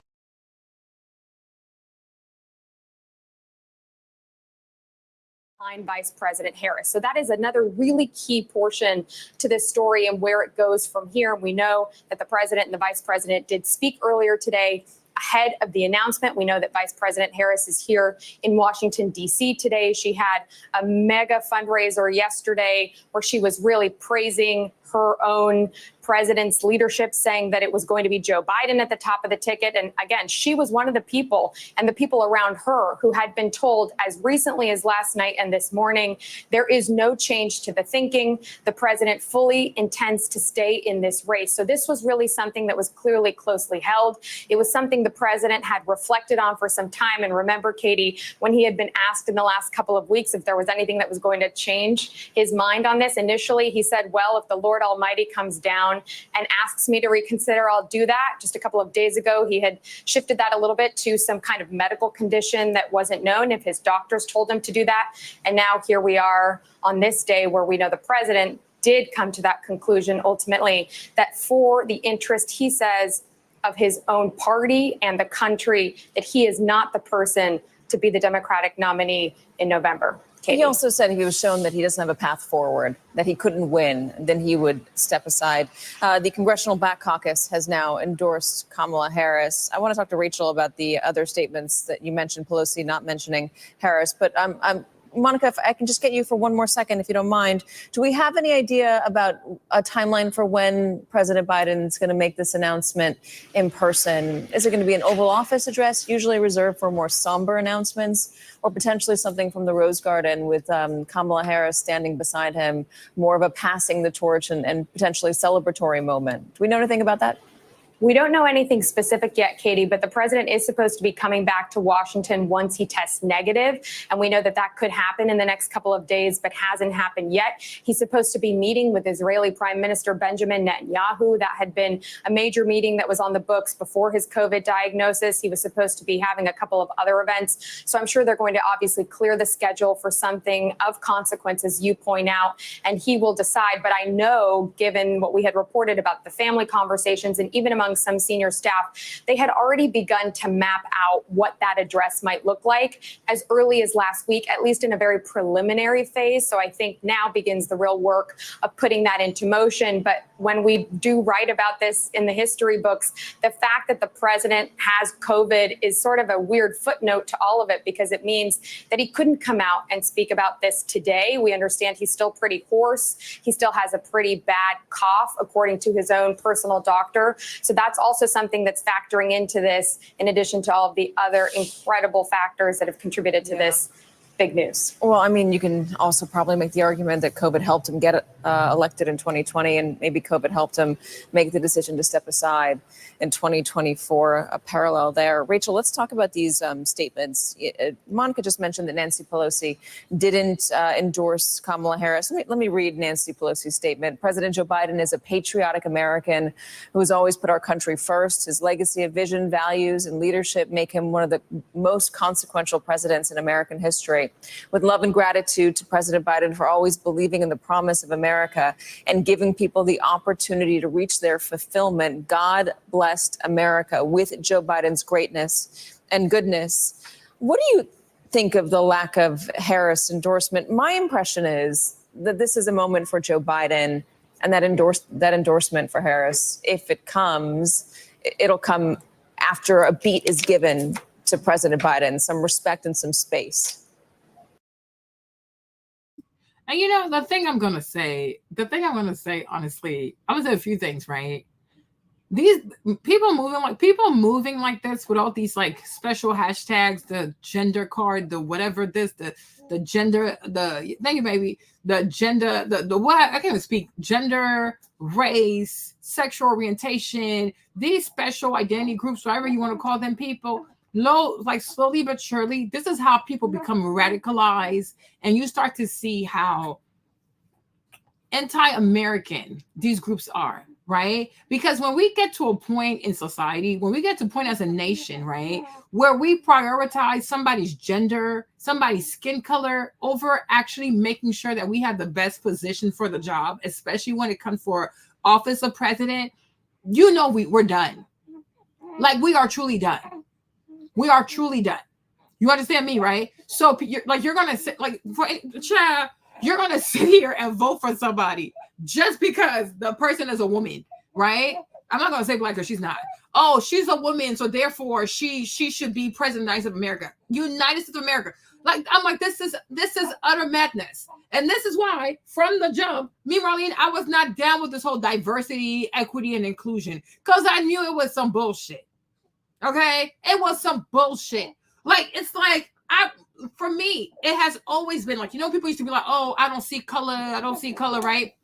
I was never down with that stuff, because I'm like, I want you to see my color. I am black. If you're white, you're white. If you're brown, you're brown. If you're yellow, right? Color itself is not a problem, right? And what we have done is we have turned color into the main focal point. We've turned color, we've turned sexual, like who you sleep with, which is honestly nobody's business. Why do we need to know, right? Sexual orientation, color, and gender. These are now our focal points of everything. Are you competent? Do you have years of experience? Do you know how to do this? No. Everything comes down to the physiology of a person, or what somebody does, or what someone does in their bedroom. I don't care. I do not care. Okay? I don't care. I truly do not. I'm like, on the world stage, who gonna take this woman seriously? Who is gonna take, I'm like, on the world stage, who is gonna take this woman seriously? You understand? A country as powerful as America, right? Oh, you should rally behind her because she's a woman. I do not care. I don't care. What we've always should have fought for was don't disqualify, right? Do not disqualify people who are qualified based on color, gender, or honestly their sexual orientation. But why are you even talking about who you sleep with in the workplace? Boundaries, okay? Have some boundaries. The workplace is not where you go to talk about who you hooking up and who's in your bed, okay? Because I'm like, unless you open your mouth, who knows who you sleep with? Unless you open your mouth, who knows your sexual orientation? You can never look at a person and know, oh, is they straight? Is they queer? Is they whatever, right? No, it's a private matter. And when you go to a workplace, you should not be talking about your sex life in the workplace. Now, your skin color, you can't hide that, right? You can't hide your skin. You can't hide your hair texture. And you can't hide that you're a woman or a man. These are things that I can just look and see. So it is what it is. We have to address it, right? But I'm like, the fight should always, I think that's how it started, but somehow it got perverted, right? Oh, just give somebody a job because they're black. Just give somebody a job because they're a woman. Just give somebody a job because they're queer or because they're trans. So I'm like, what the heck, right? An honest fight should be, right? If people are qualified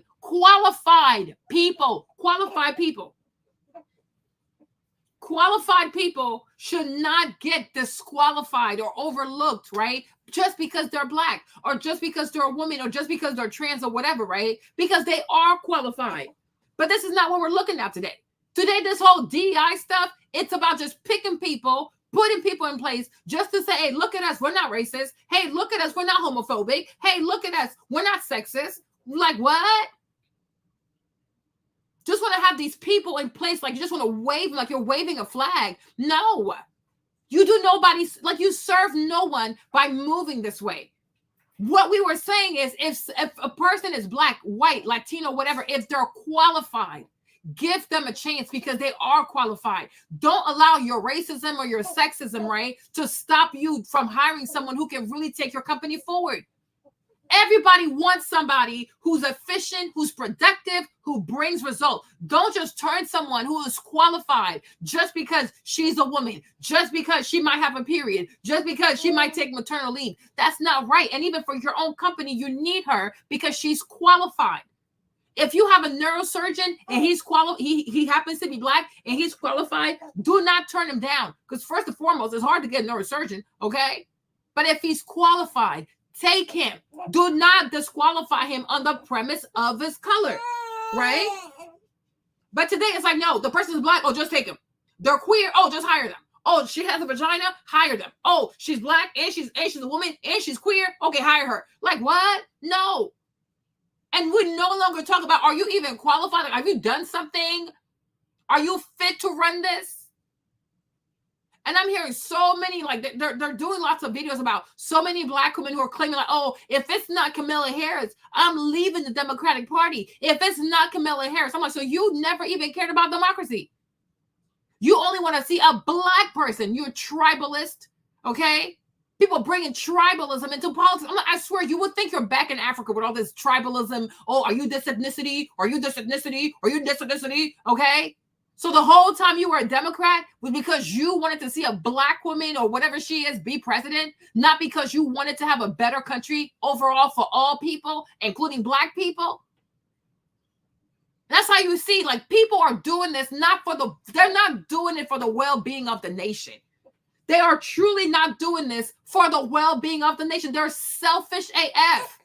They're so selfish. And not just that, they're demonic. There are so many people who do share my skin color, and even white people too. But, you know, white liberals always been crazy. But there are people who have my complexion. There are people who have white complexion who are truly diabolical. They are seriously diabolical. Anybody who's like, oh yeah, Trump should have died. Oh, they missed. They should have killed. You are a witch. You are diabolical. You are anti-American. Because there is no way that you fail to understand that if this man had died, it would have dove us into a civil war. When I first came to America, one of my first class trip was at Gettysburg, 1996, Greenbrier West. They took our butts to Gettysburg in Pennsylvania. My Lord. And we had to stand where they buried all the people, where where Abraham Lincoln gave the speech. They're like, yeah, where y'all standing, 3,000 people died here. I said 3,000 dead people. Oh my gosh. Do you have any idea when Abraham Lincoln gave the Gettysburg Address? He gave it on the bodies of 3,000 dead people, dead bodies. The man was standing on top of dead bodies, yo. Whoever wishes a civil war on people, you're anti-American, and people need to start calling that stuff out. People who are against the state, against the nation, they have such an issue with the January 6th insurrectionists, whatever you call them people. But how are you any different? You are anti-American as well. Anybody who wishes a civil war on a country, you hate that country. You hate it. You absolutely are bored. So why are you here? Leave. Go somewhere else. But do not wish us a civil war. You are free to go live wherever you think you'll be welcome. I wish you all the best. But there are people out here who are truly diabolical. You are practicing witchcraft in broad daylight, wishing all this evil. Oh, well, if it don't look like me, I'm burning this whole thing down. You are insane. You are insane. And I'm like, hey, you know what? Hold on, y'all. I have this baby, right? And this is why Pastor Voti talked about female leadership. And he said, when a country, when a community, when a society is led by women, that society is under a curse. And I'm like, I can see why. Because the moment a woman does not get her way, she'll set everything on fire. Have you ever seen two females fall out of a friendship? They run to social media to expose everything about each other. Have you ever seen what happens when a woman is not happy with her husband? She runs and she files for divorce. That's what they do. A woman scorned. As soon as she's upset, she has to destroy everything in her path because she's in her feelings. It's giving Medusa, okay? Like, you're unhinged. You are seriously unhinged. I'm not a Democrat, but I would think, right? If you invested decades into a party, you're gonna set the whole party up in flames because you didn't get what you wanted. You didn't get a woman. You didn't get a black woman. You didn't get a sister. You're gonna set the whole thing ablaze because you didn't get your way. You're sick. You are truly sick. But this is why the Democrats also get, though, right? For always pandering to these women. Pandering to these women and telling them, oh, you're the backbone of our party. You're the backbone of our party. You see, when people think they have all the power, the day they get into their feelings, they will try to exercise that power for evil. And that's why people say absolute power, it corrupts the soul. You should never tell anybody they're that important because eventually it gets to their heads and they completely lose the plot. You completely forget what truly matters. I'm not a Democrat. And I don't ever see myself ever being a Democrat ever again. Because it's a party of lies, deceit, concealment, and all kinds of foolishness. And honestly, the way my life is, the way my mind is set up, my faith is set up, I could never align myself with people who lack so much integrity. Like what that white man said, he's absolutely correct. If you feel as though Biden is not up to par, stand on business. Say it with your chest. I'm so sick and tired of people who want to say, like, oh, I don't really like it, but I'm not really. No, shut up. Say what you mean and face the consequences. There are so many people who want to endorse Trump, but they want to play that game of, oh, I want to eat over here, I still want to be invited here. No, there is a choice to make. Make the choice. Face the consequences. If you get canceled, then you be canceled. Have some integrity about yourself. I can't stand a snake. It's like, it reminds me of what Jesus said, right? You're either hot or you're cold. If you're tepid, we shall throw you out. Make a choice. You pick a side. There are times in life you got to pick a side. Which one is it? But I can't stand a swindler. I can't stand that. Because you know how you feel. You know how you feel. But you want to say what you need to say for people to still like you and for you to still have access to people. You're a fraud. You're a swindler. You don't have integrity. That's why I can't stand Stephen A. Smith, because he knows he wants to vote for Trump, and most likely he will vote for Trump. But because he makes his money, right, being a goofy voice for Black people, he wants to say what they want to hear. But when he's going to be out there by himself voting in a voting booth, he's going to vote for exactly how his heart tells him. A whole coward out here. It's a bunch of cowards. Any Democrats who feel like Joe can't do it, stand on business and face the consequences. We're surrounded by a bunch of cowards out here. Bunch of cowards. And that's why society is so corroded. People are afraid to say out loud, what is a woman? They're a bunch of punks because they're so afraid that people are going to come against their Twitter, their little TikTok account. Oh, I'm not going to have brand partnership. You freaking coward. You coward. They had Ketanji Brown out there, a Black woman. She's a Black woman. The reason why she even got the nomination, because she's a Black woman. Based on her being a woman, her gender. Then she stands up there and they ask her, what is a woman? She starts, blah, blah, blah, blah, blah, blah, but it depends. I would need to shut up. You've had a vagina your whole life. You need your depends on what? Depends on what? You probably started having your period when you were 12 years old. It depends on what? You have boobs. You have a vagina. You know exactly what a woman is. But she couldn't even bring herself to give a straight answer. Because we're surrounded by a bunch of cowards. Imagine a person with a vagina. Imagine a woman with some memories. A woman who gave birth to her. She has children. She had like 2 kids. She knows she's a woman. Then the people ask her, what is a woman? She can't talk. It depends on what I see. It depends on the argument. Girl, shut the hell up. The argument is you are a woman because that's why you're sitting here. You are a Black woman. That's exactly why you got the nomination. But she could even have the strength or courage to say, a woman is a woman. Okay? It's the XY it's the XX, what is it called? XX chromosome. Okay? It's a woman. She couldn't even say it.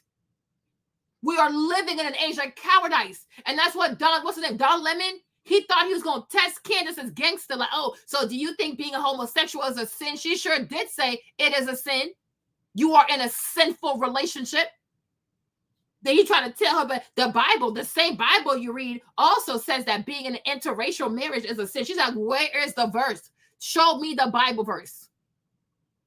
Because we could definitely show you a Bible verse where it says that homosexuality is a sin, okay? And it goes for fornication. But he thought she was going to be scared to say it. No, she said what she said. Nobody is going to change their moral compass. Nobody is going to change their faith. Nobody's going to rewrite the Bible to suit your comfort. You can be gay if you want to, be a homosexual, be whatever you want. Whatever type of abhorrent sexual deviancy you decide to pursue, give it all you got. Give it all you got. Commit 100-fold to whatever you want to do. Put your private parts wherever you want to. Put your lips on whatever type of body parts you want to. Commit to it with all your heart. I wish you all the best. But one thing we ain't going to do is rewrite the Bible to suit your comfort, to suit your lifestyle, to make sure that you can go to bed thinking, oh, it's okay what I'm doing. It's not. It is not. But you can do it, though.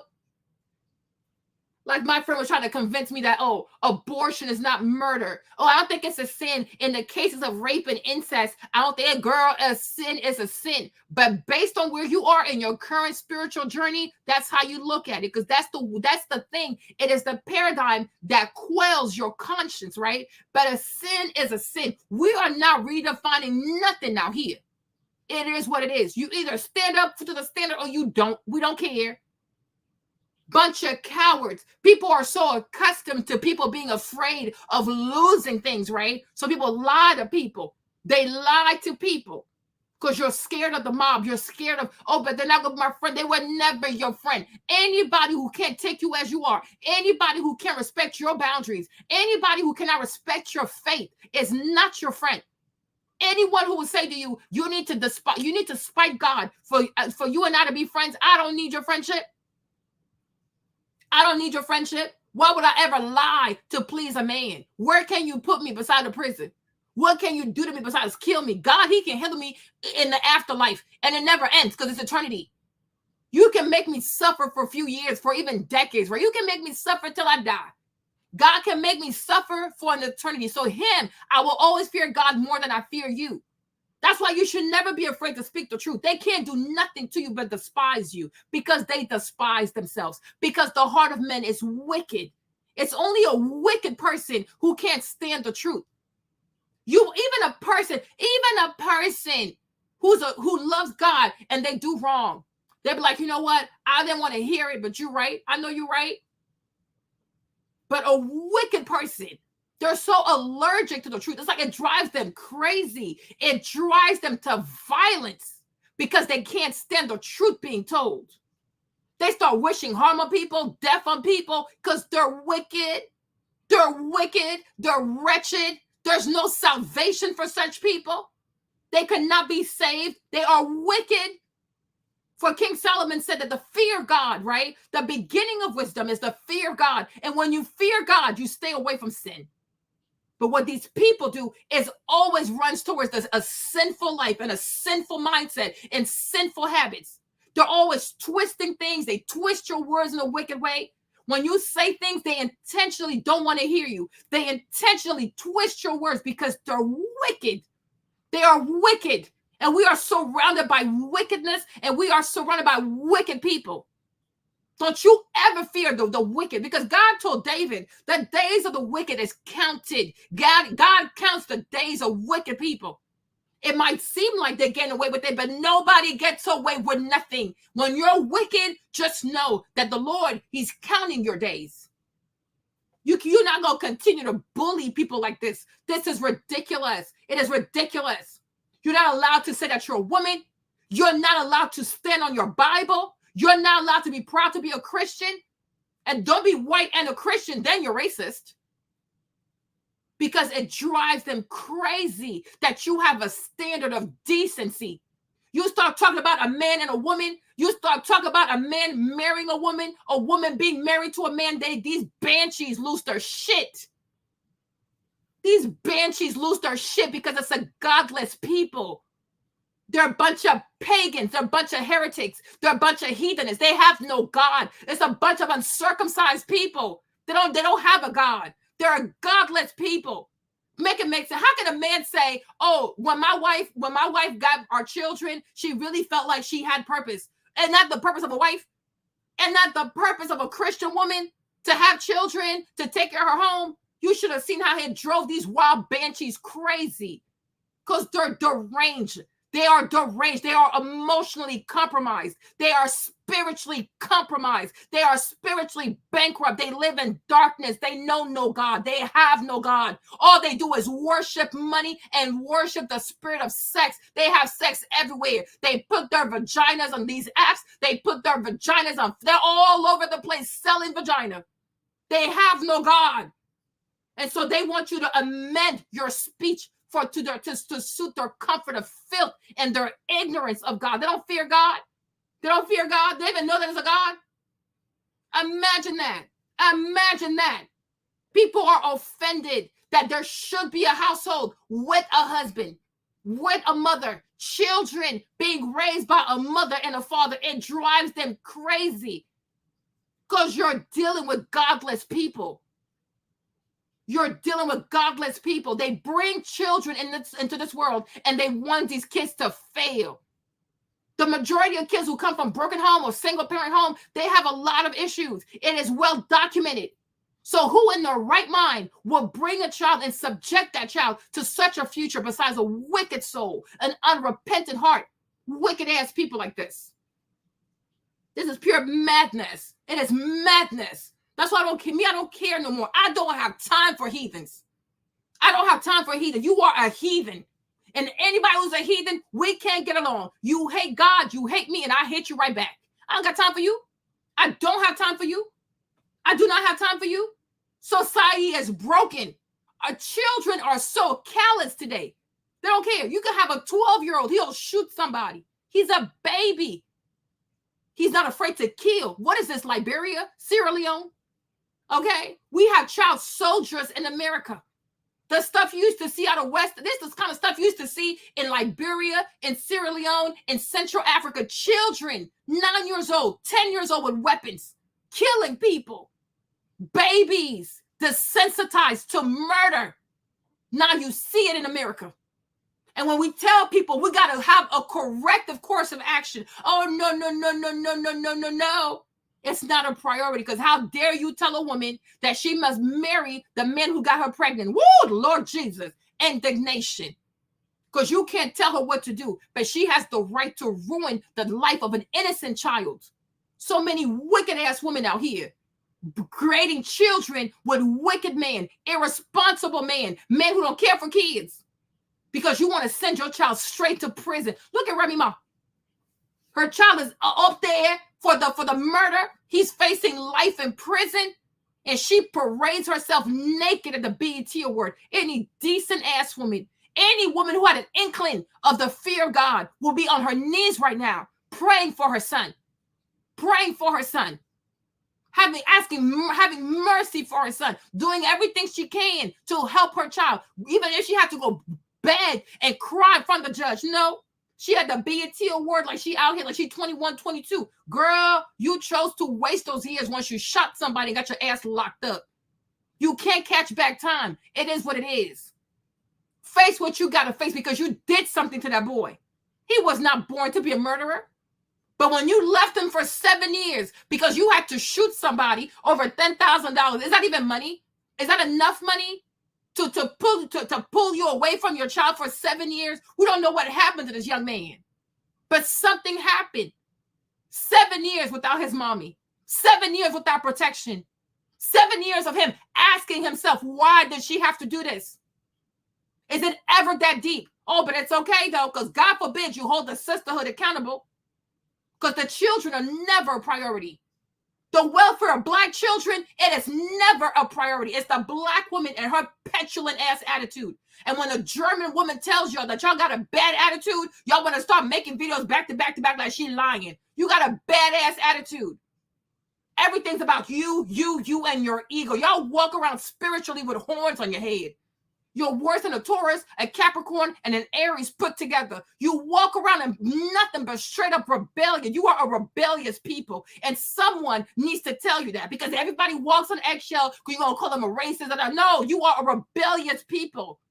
You are rebellious. And then you come together to be even more rebellious. And not one of them, y'all, that you will never see a bunch of Black women get together and have one girl have enough integrity to say, sis, we got to pipe it down. We got to dial it back. No. Everybody wants to be rebellious. Me. What about the child? What about Black children? They're so angry. The majority of Black killers are Black teenagers. These are children. Why are they so mad? Why are they so angry? And nobody cares. We are facing the biggest crisis of childhood depression. Our young people are depressed. They have so much rage inside of them because nobody thought enough of them to give them a stable home, a better future. Even if you don't want to be with the mom or the daddy, y'all can at least be civilized human being and give this child some type of peace, some type of harmony. No, you don't care. You don't care. You don't care. Nobody gives a fuck. Nobody cares. And in droves, these young people are going to prison. 20-year-old, they're facing 40 years in prison. 25, he's facing 30 years in prison. And it does nothing to no one. What happened? What went wrong that this young man or this young woman could be so angry? Why are these people so, they're so enraged? Because nobody cares about them. Nobody loves them. Nobody says, are you okay? No. But you don't, I ain't gonna talk to her. I ain't gonna talk to him. It's destroying your child. But you don't care. You don't care because you're rebellious. There is a spirit of rebellion out here in the streets. I'm telling y'all need to read 2 Kings. The stuff that happened in 2 Kings is going to start happening out here. It's going to happen, and there shall be quivering in the land. There shall be weeping. When you are rebellious and you are unrepentant, you will get your portion 100-fold. Keep letting Sarah Jakes lie to you. She's also rebellious. Keep letting these rebellious ass women with their nice clothes and their makeup and their weaves and their lashes mislead you and steer your heart away from God. A lot of people, the clock is ticking because it's time. You better repent while there's still time. You better repent while there's still time. You should look at the numbers out in Houston, Texas. The HIV, the chlamydia, they're going to be diseases that you never heard of before. They're going to start seeing strands of HIV they have never seen before. God is going to unload. God is going to unload a punishment of the likes you've never seen. There shall be no medication. Everything you put your trust in is going to fail you. You're going to ache in your bones. You're going to quiver. It's like you're going to sit here, right? And you're going to feel your bones moving in your body. That's exactly what God, I tell you, God got time. You really think all the stuff then people tried, all these things people have tried against Trump. You think God is sparing Trump because he likes Trump? You think God has spared, if he had not moved his head, that thing onto his brain, everything you see about this man, it's the hand of God. It's not because Trump is worth it. But the way some people, especially the Democratic Party, the way that party is trying to steer America, God is like, no. God is saying no. Too much abomination. People are sitting here fighting with their chest out. You'll see people who call themselves Christians. They're fighting with their chest out for children to be aborted at 9 months. 9 months. That's a human being. That is a full-blown human being. And you say these things, you fight for these things, forgetting that God is looking right at you. But they want to quote God against white people. Quote God against yourself. Because on Judgment Day, you're not going to compare no white person. It's going to be you versus God. You will have to explain all your foolishness. Don't worry about the next one. You was born alone. You shall die alone. And you shall face Judgment Day all by yourself. The sisterhood ain't going to count for much. Your black card, your blackness, it's not going to count for much. Fear God. Because this blackness religion, this pagan, it's a pagan religion. Blackness has turned into paganism. People use that as a reason, as a shield to go around bullying people, to get out of bad behavior. Oh, because I'm black. Oh, child. Fear God. Fear God. It might work for some people, but it ain't gonna work with God. Fear the Lord. Fear God, because this is straight up paganism. It is paganism. Fear God. Fear God. And all these children, y'all want to abort left and right. These kids, they have souls. And some of y'all, when you abort them, I want you to know, these babies, they will hunt you for the rest of your life. You gonna go try IVF, ain't gonna work. Why do you think so many women have a hard time conceiving? They need to come up and say, you know what? I had an abortion. God forgive me. A lot of y'all, instead of wasting all these thousands of dollars and doing all kinds of weird things to your body, you might want to get on your knees and ask God to forgive you for all the children you aborted. Because it's a crime. It is murder. It's not a joke. You know what I'm saying? Ask God to forgive you. Once you ask God for forgiveness, you'll see your entire thingy is going to start working again. Because those babies, or one of those babies you aborted, he's holding back all your children. This place right here, this earth, this place right here is a mystical place. And when you read Isaac Newton's law of motion, what is created can never be destroyed. It becomes something else.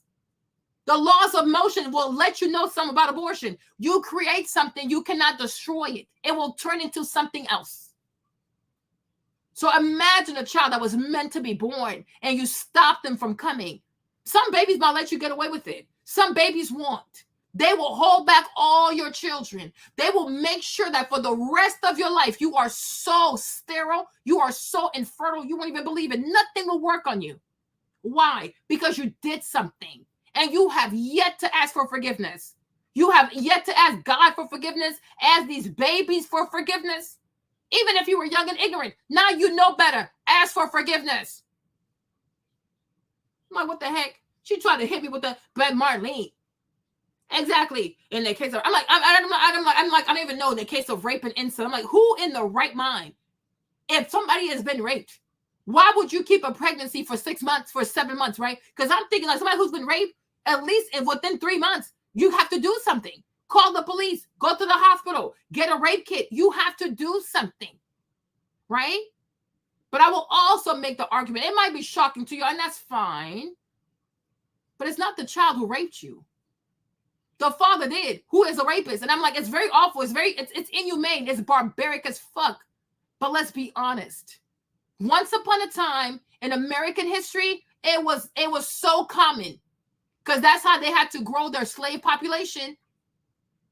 So I told her, miss me with that. Y'all want to use this rape argument to scare someone. Like, and you act as if like rape is so common. It does happen. But is it as common as during slavery days? Is it as frequent as plantation days? Where those black women were forced to keep those babies? Whether it was from the white man who was the master or even the black man who was the breeder. In either way, there was no consent, right? And I told her, how exactly did we get Booker T. Washington? Okay? Booker T. Washington is light-skinned with green eyes. We don't make them like that in Africa, okay? When people have these colorful eyes, it's a lack of melanin, okay? It's giving white people, all right? So most likely, it's a Dutch person, a German person that did something nasty to the mother, but she kept the pregnancy. But imagine if Booker T. Washington's mama had an abortion or she did something evil to that baby and he was dead. Think about first of all, think about all the stuff you wouldn't have had, like the Tuskegee Institute. Think about all the thousands and hundreds of thousands of black people who went to Tuskegee Institute. Think about all the black teachers who were given jobs because of that institute, right? So you see, one abortion, you have no idea how many people are connected to one life. Because you listen to them goofy ass feminists, you listen to them goofy ass liberals. It's when you get rid of a life, it's not just one life you're getting rid of. You're getting rid of all the people who are connected to that person. And that's what we say. Through a child, God answers prayers. But what would have happened? Frederick Douglass, a product of rape. What would have happened if the mama of Frederick Douglass had an abortion? Right? It's countless people. I could go on and on. I'm like, and I told them, I don't know how you work for these black organizations, and you don't even like. I feel like you sometimes you just miss the plot, right? Nobody wishes rape on anybody. It is awful. I'm a woman. I have sisters. I have y'all. I'm surrounded by women. You will even men. You don't wish that on nobody. But it's part of Black history in America, and many people here are products of rape, and they are descendants of people who were raped. And if that person deleted it, a lot of people wouldn't be here. Even people on this live, many of y'all, you wouldn't be here right now too. Because there's somebody in your bloodline who was great. And if that person a lot of y'all on this live, you wouldn't be here. You would not be here. Because that is the dark side of American history, plantation life, and everything that went on those plantations. It is real. Because I'm like, all this breeding business, where one black man has to sleep with 20 black women and make them have babies, all of that is rape. Just because he's black and I'm black, don't mean I want to sleep with him nor carry his baby. All of that is rape.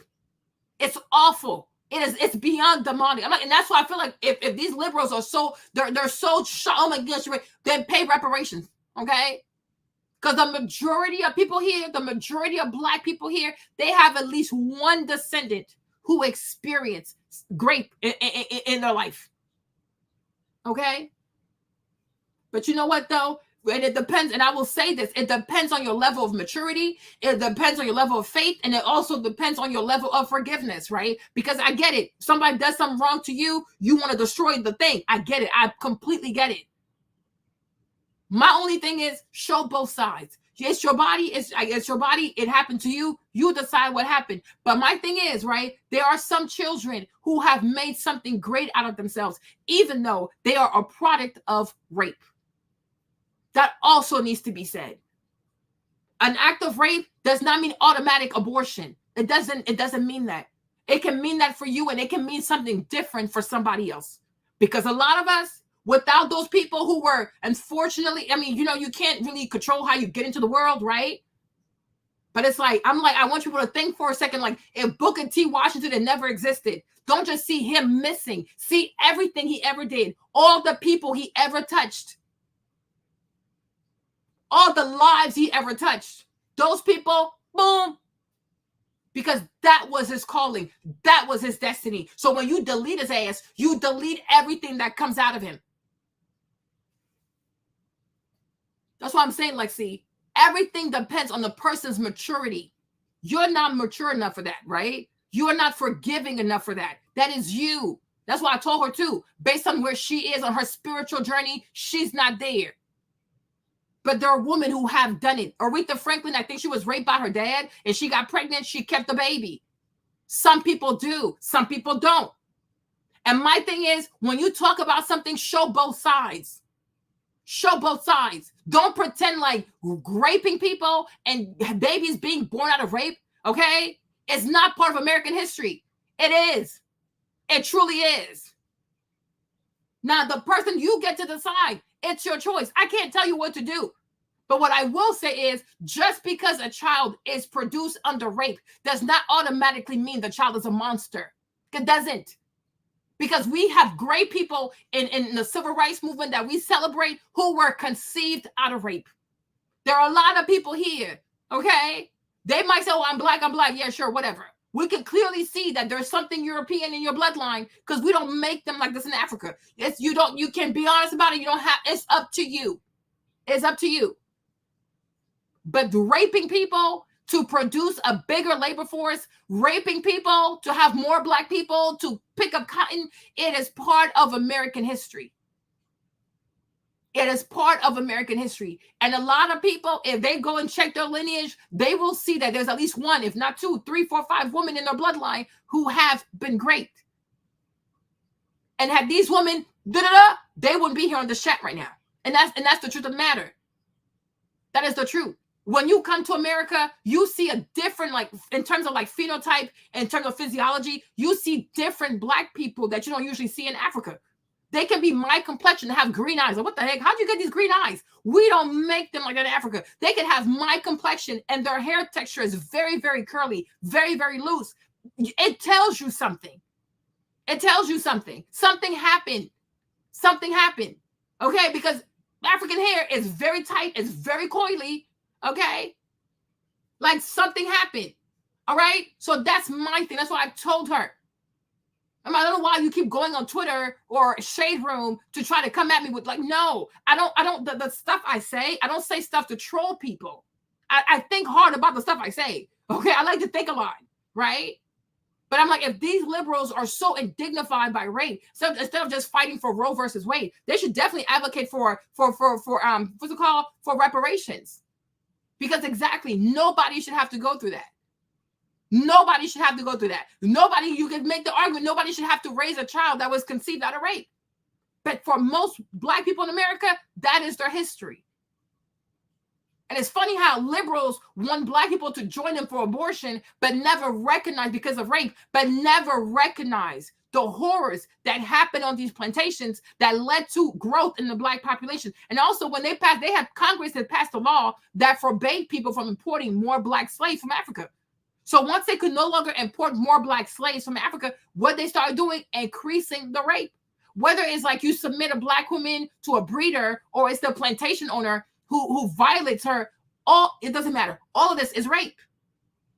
And she was forced to keep the baby. She was forced to raise the baby. Like when I went to the plantation, you see it. It's on the mausoleum. That like the one we went, the Whitley plantation we went to in Louisiana, right? The slave owner, the plantation owner, I think he was like Dutch or German, whatever, right? But like there's one child who gave an account for his mother. And I think the mother, she had like 8 kids or 14 kids by the man.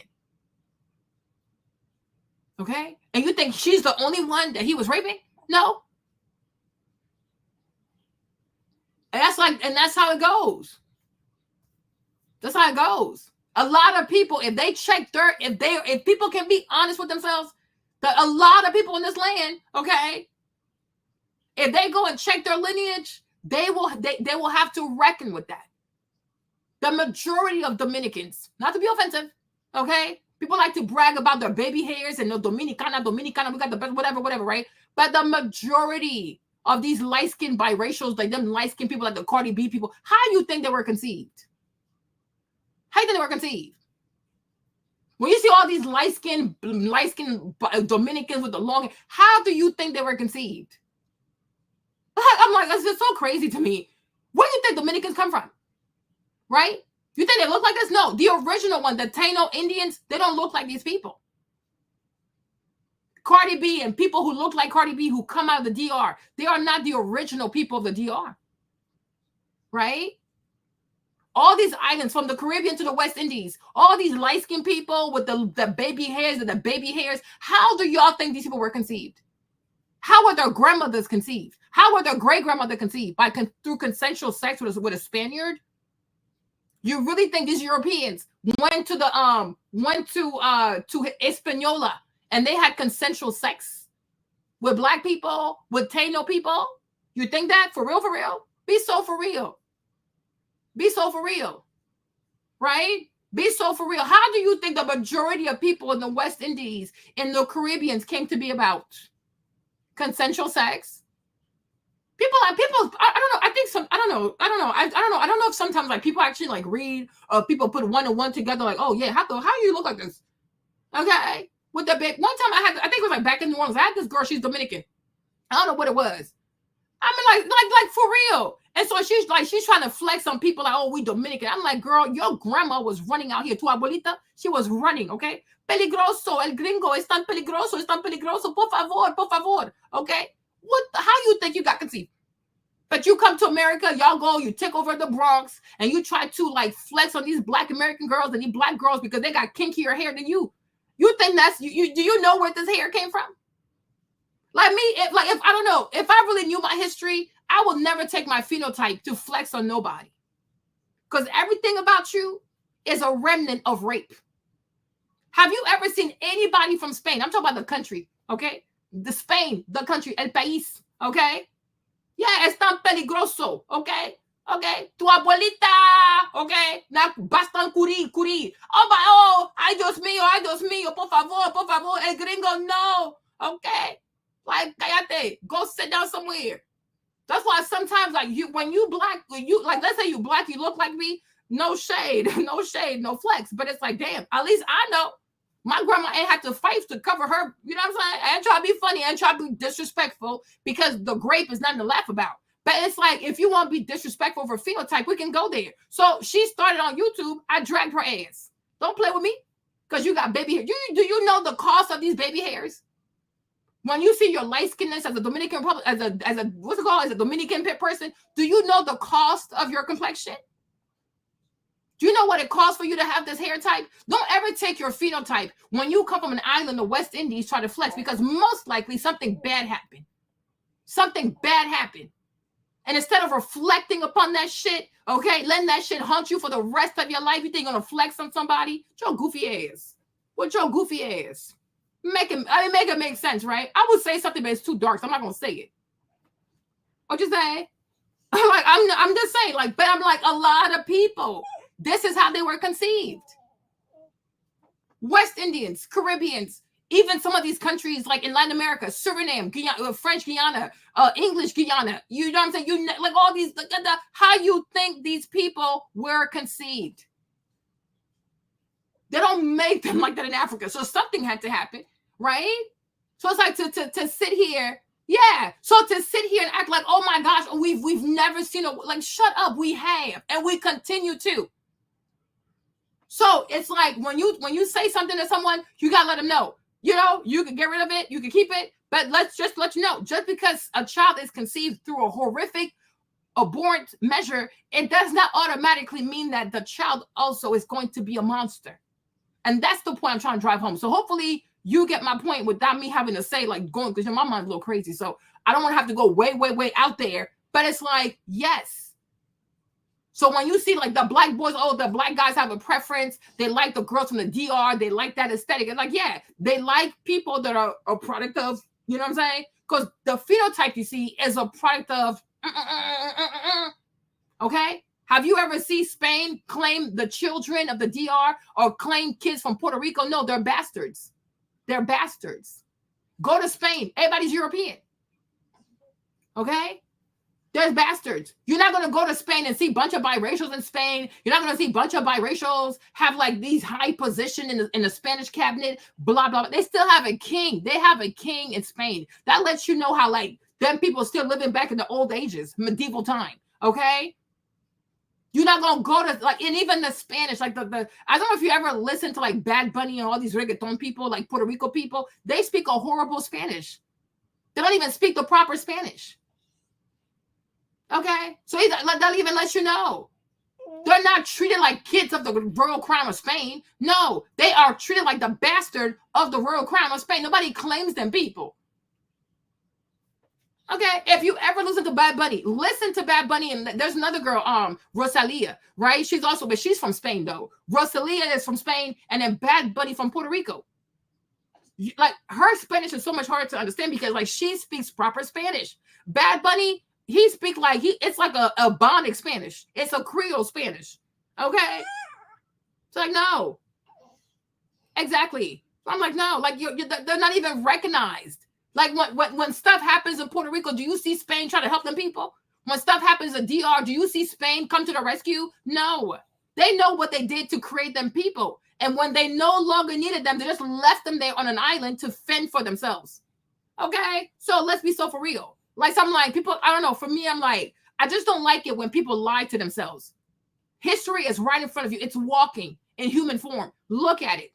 But there is a dark part of American history. There is a dark part to Latin American history. There is a dark part to West Indian, Caribbean history. And I'm like, a lot of people today are a product of this stuff or somebody who went through this stuff. Okay? So it's time to start asking questions to your family, your grandmother, your great-grandmother. If they're still alive, ask them some questions. And I'm sure you'll see like, oh, crap. Then you start thinking, one person does an abortion. It's like 2, 3, 4, 5, 6 generations that are gone, non-existent. So it's very comfortable when you're alive to say, when you're alive and you're breathing, to say, oh yeah, you shouldn't be born when you've been born. And you have no idea under what circumstances you were created. Your mama was created, her mother was created, her grandmother was created, and her great-great-grandmother was conceived. Let's talk about that part. But they never do though, because that means pay reparations. Okay? Anyways, let me get back to my video. Yeah, I think that's right, Katie. I think that this is a moment to recognize the grace of what Joe Biden just did. And, you know, I'm as eager as anybody to think about what this campaign is going to be like in the next 3.5 months. And, you know, I'm interested to see who Kamala Harris is going to pick to be her running mate and, you know, how the politics shape out around all the issues and what the Democratic convention is going to be like. Yes, but actually right now, I'm sort of with Nancy Pelosi on this in terms of my own feelings, which is what Joe Biden has just done has made American history forever. But it's also one of the most selfless things a president could do. And you know, even when you think about other presidents who chose not to run again, like when LBJ chose not to run again, it wasn't for a reason like this, right? It wasn't that he thought he had the best shot at it, but it wasn't anything like that. Joe Biden absolutely, we've heard him over the last several weeks, is absolutely committed to the idea that he needs to finish the job, that he would be the best candidate against Trump, that he knows how to run against him, that he's got much more that he wants to get done. Like, we know how he feels about that. And yet, he listened to counsel. He put his ego aside, listened to counsel about what was best for the country. Listen to. And you see, and this is what's so sick. This is what is so sick and perverse about Rachel Maddow, right? Because y'all know she's a lesbian, right? Y'all know she's a lesbian. And one thing about Rachel, that's why I feel like sometimes when you have these comrades, okay, in your fight for democracy, you need to ask yourself, what is everybody here for? Right. So when you're Black and you walk around with a white liberal lesbian and you need to really ask yourself, what's her interest? Like, what does she want? Because everybody wants something, right? Rachel wants something. Maybe it's like she's afraid that they might repeal same-sex marriage. That might be her thing, right? Joy Reid over there, she's Congolese. Maybe she wants to bring her entire village, okay, from wherever she's from, right, to America. Everybody wants something, okay? Everybody wants something, all right? So it's like, so for Rachel, for somebody as intelligent as, I mean, I guess you can be book smart and life stupid, right? But it's like, she is so dishonest. Oh, he's so brave. Oh, he's such a good man. He listened to counsel. He did what was right for the country. 4 months before the election, right? 4 months before the election. And this is the problem when you walk with people, right, who claim to care about America, right? But they only care about what they stand to lose. Right? What does she stand to lose? Because she probably fears that, oh, if Trump comes, is he going to repeal same-sex marriage? Is he going to have one more slot in the Supreme Court and put another person? Like, that's how her mind is. The welfare of America, it does not concern Rachel. Rachel wants to make sure if she wants to divorce her white wife, marry another white woman, she can. That's all she cares about. Because I don't see how somebody, I guess she went to Yale or something crazy like that, right? I don't see how a person can call it brave to wait 4 months before the election. It is 4 months before the election.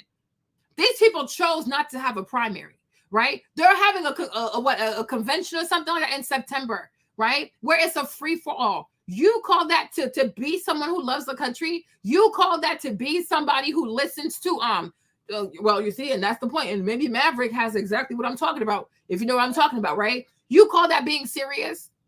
You call that loving your country? If Joe Biden loved this country, he would have known that, hey, I'm about to be 85. I ain't got time for this, right? They would have fixed this 2 years ago. When you love your country, you prepare.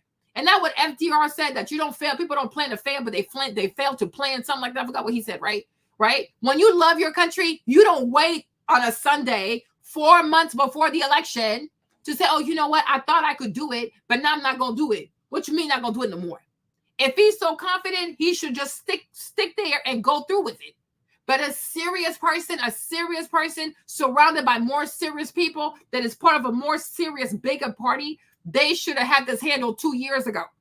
They should have had a backup plan 2 years ago. But instead, they thought they were going to throw all these court cases at Trump. They're going to use the little media like they did with COVID. It's going to be successful. The problem with COVID is COVID opened a lot of people's eyes. COVID opened so many people's eyes. A lot of people used to believe in the media, believe everything. COVID did something to people, and it's like now they're not trusting. On top of Pluto is an Aquarius, okay? People are no longer gullible. People are no longer trusting. People are questioning everything. Because what we saw with COVID and the vaccine mandate, it was crazy. It was crazy. People are different. The people who went into quarantine are not the same people who came out. People changed. There's something that happened to people over the past 4 years with this whole quarantine business, right? So my thing is, if you're a really serious person, if you really love your country, if you really do listen, right? He should have said this a long time ago. At least a year or so in advance, we should have known. Joe Biden's going to step down. It's either going to be Kamala Harris who replaces him. It's going to be Michelle Obama to take his place, right? This is how serious people do. You successfully plan your replacement. You plan who's going to replace you as a leader. You don't wait 4 months before a general election. Like, oh, by the way, I thought I could, but now I can't. I got COVID. I'm sick. Can't come outside. This is not a TikTok. Okay? We're talking about the faith and the welfare of a country. But the problem is when you have that's the problem with these leftists, right? Everything with them is about their personal identity. my sexual orientation, my gender, my skin color, my immigration status, right? These special interest group, it is never about what is good for the American people as well as my own interest. No, it's always me. Everything before them. They don't even care about the republic, don't care about the Constitution, don't care about our institution. All they care about is who can be in power so that my little itty bitty self-interest can be preserved. Right? Rachel Maddow is a multimillionaire. You think if the price of egg is $20 or $50, you think it affects her? Right? She's a multimillionaire. She probably lives like a $4, $5, $6 million, $8 million penthouse in New York City. You think she buys her own food? You think she does her own grocery shopping? So no matter what happens to Joe Biden, she's always going to be okay. And then you have people who have to worry about their food, got to budget their food. They want to take advice from a very lofty, okay, highly privileged white woman who thinks she's a minority because she eats vagina, okay, right? You want to take your political cues from that woman. You are crazy. She's a white woman and she's a multimillionaire. Whether Trump is in power, Biden, she's always going to be okay. The thing about her is she's greedy. On top of being okay, she wants to make sure she has that one thing that is guaranteed for her, right? Because let's be honest. Let's really be honest. The way marriage is today in America, is it even a flex to be married? You know what I'm saying? I don't know. You might tell me that. I don't know, right? But it's that's what she cares about.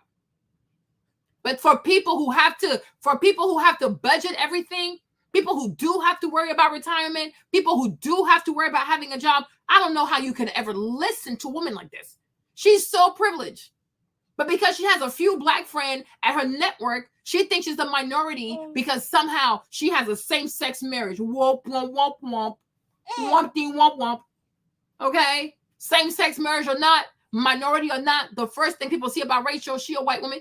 Okay? Second thing is she's an Ivy League educated person. So had she never came out about her sexuality or not, she still would have had this job. She still would have been paid more than black people. Point blank, freaking period.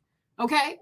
But there are so many black people in their hatred for white people who allow these white liberals to rebrand themselves as oppressed, as minorities, as what's it called? They really think they're systemically oppressed.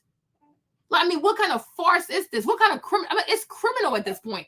It is criminal at this point. A white person is not oppressed. You are not oppressed as a white person because you have a same-sex attraction. You are not oppressed. People saying they don't like your choices or don't agree with your lifestyle is not oppression. They're just stating how they feel. That's not oppression. You are not oppressed. You are not oppressed. And you're definitely not systemically oppressed. You are white in a predominantly white society. What kind of sick joke is this? You are not oppressed. You will never know what real oppression is. You just have you have challenges. Okay, you have people who don't agree with your lifestyle. It is not the same fight that black people have been fighting here. Okay, you have no idea what real oppression is. And even now, she sits there with Joy Reid, all these black people. I promise you, look at her salary. She probably makes 3 times, 4 times more than all these people. But she'll use proximity to those black people and these indigenous people to talk about she oppressed. No, you're not oppressed, sis. You are very successful. You are seriously successful.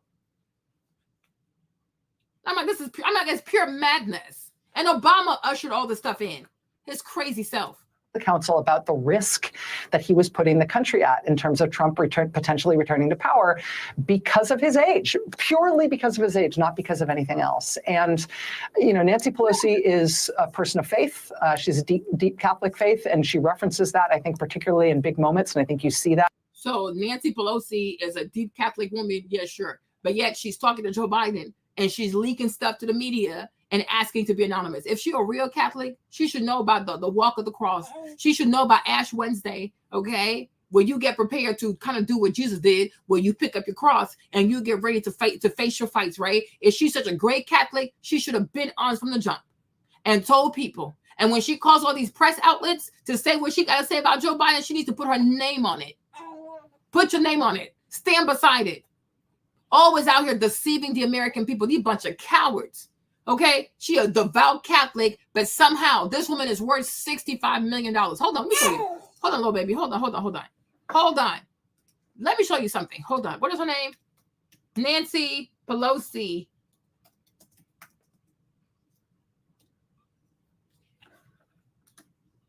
Okay. Right? This is the devout Catholic. This is the woman who cares about poor people and the poor people. Hold on, y'all. Can y'all see my screen or no? Hold on. Let me stop. Present. So my screen. It keeps doing that. Hold on. Right? Okay. Do you see her wealth? Right? Real estate, $46.5 million. Electronics, whatever, 15, almost 16 million. Okay. Hold on. Where am I? Okay. Apple. Somehow she has 15 million. What the heck? How does she have all this money? Anyways, here's the Democratic Party, the party of the poor, the party who says they're going to tax the rich. So when they tax the rich, are they also going to tax Nancy Pelosi? Right? And you know the thing about these charlatans, these political charlatans, right? You can see, right? Is that they've convinced people that they're so poor. They fight for the poor. We're going to tax the rich and we're going to make the rich pay their fair share. They're going to pay their fair share. Nancy Pelosi. Okay. Y'all can see. Okay. You see how much she's worth? And when I tell you Democrats, you guys, I've done my research. When I tell you that Democrats are some of the wealthiest people in Congress, it will blow your mind. It's like a couple of Republicans that got money. The majority of people with money are Democrats. One day we shall do a video. So my point is, when they talk about taxing the rich, we're gonna tax the rich and we're gonna make the rich pay their fair share. Hold on, boo-boo. Right? Does that also include Nancy Pelosi? Right? Let me even see Chuck Schumer, how much he's worth. Hold on, give me a second. Let me see how much he's worth. Hold on.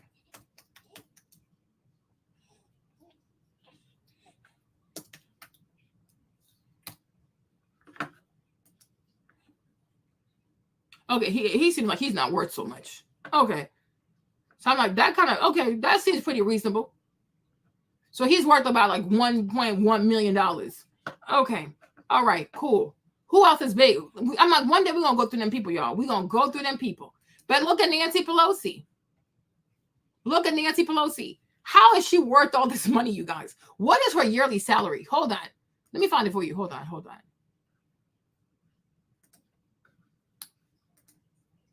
Let me find it for you. Hold on. Nancy Pelosi.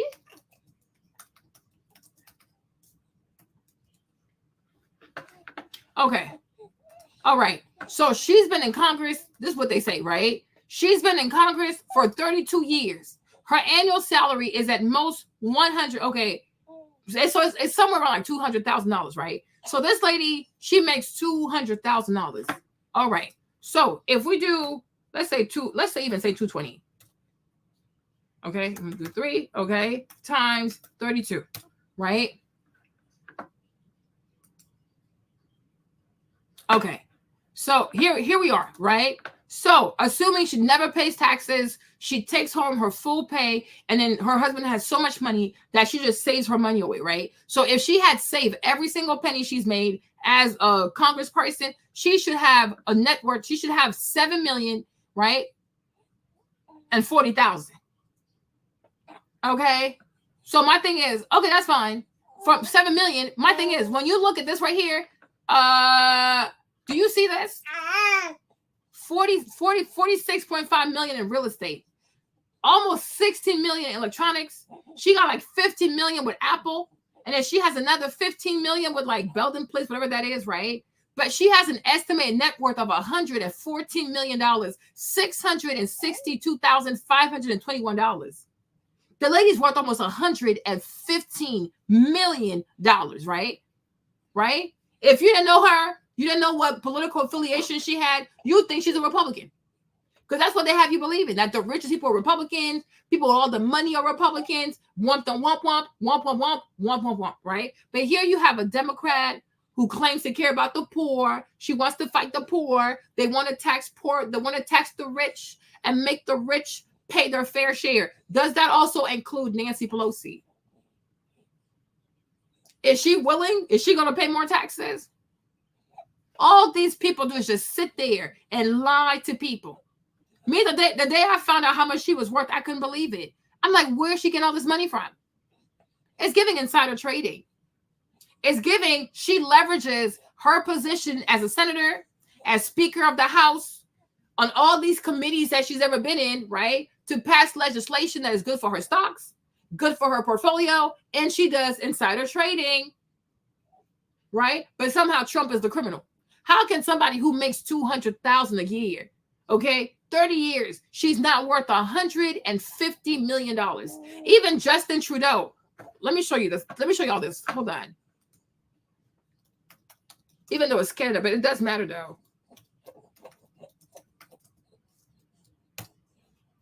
Okay. So here you have Justin Trudeau. Let's go to Canada, right? Because he's very liberal too, right? So his net worth is $98 million.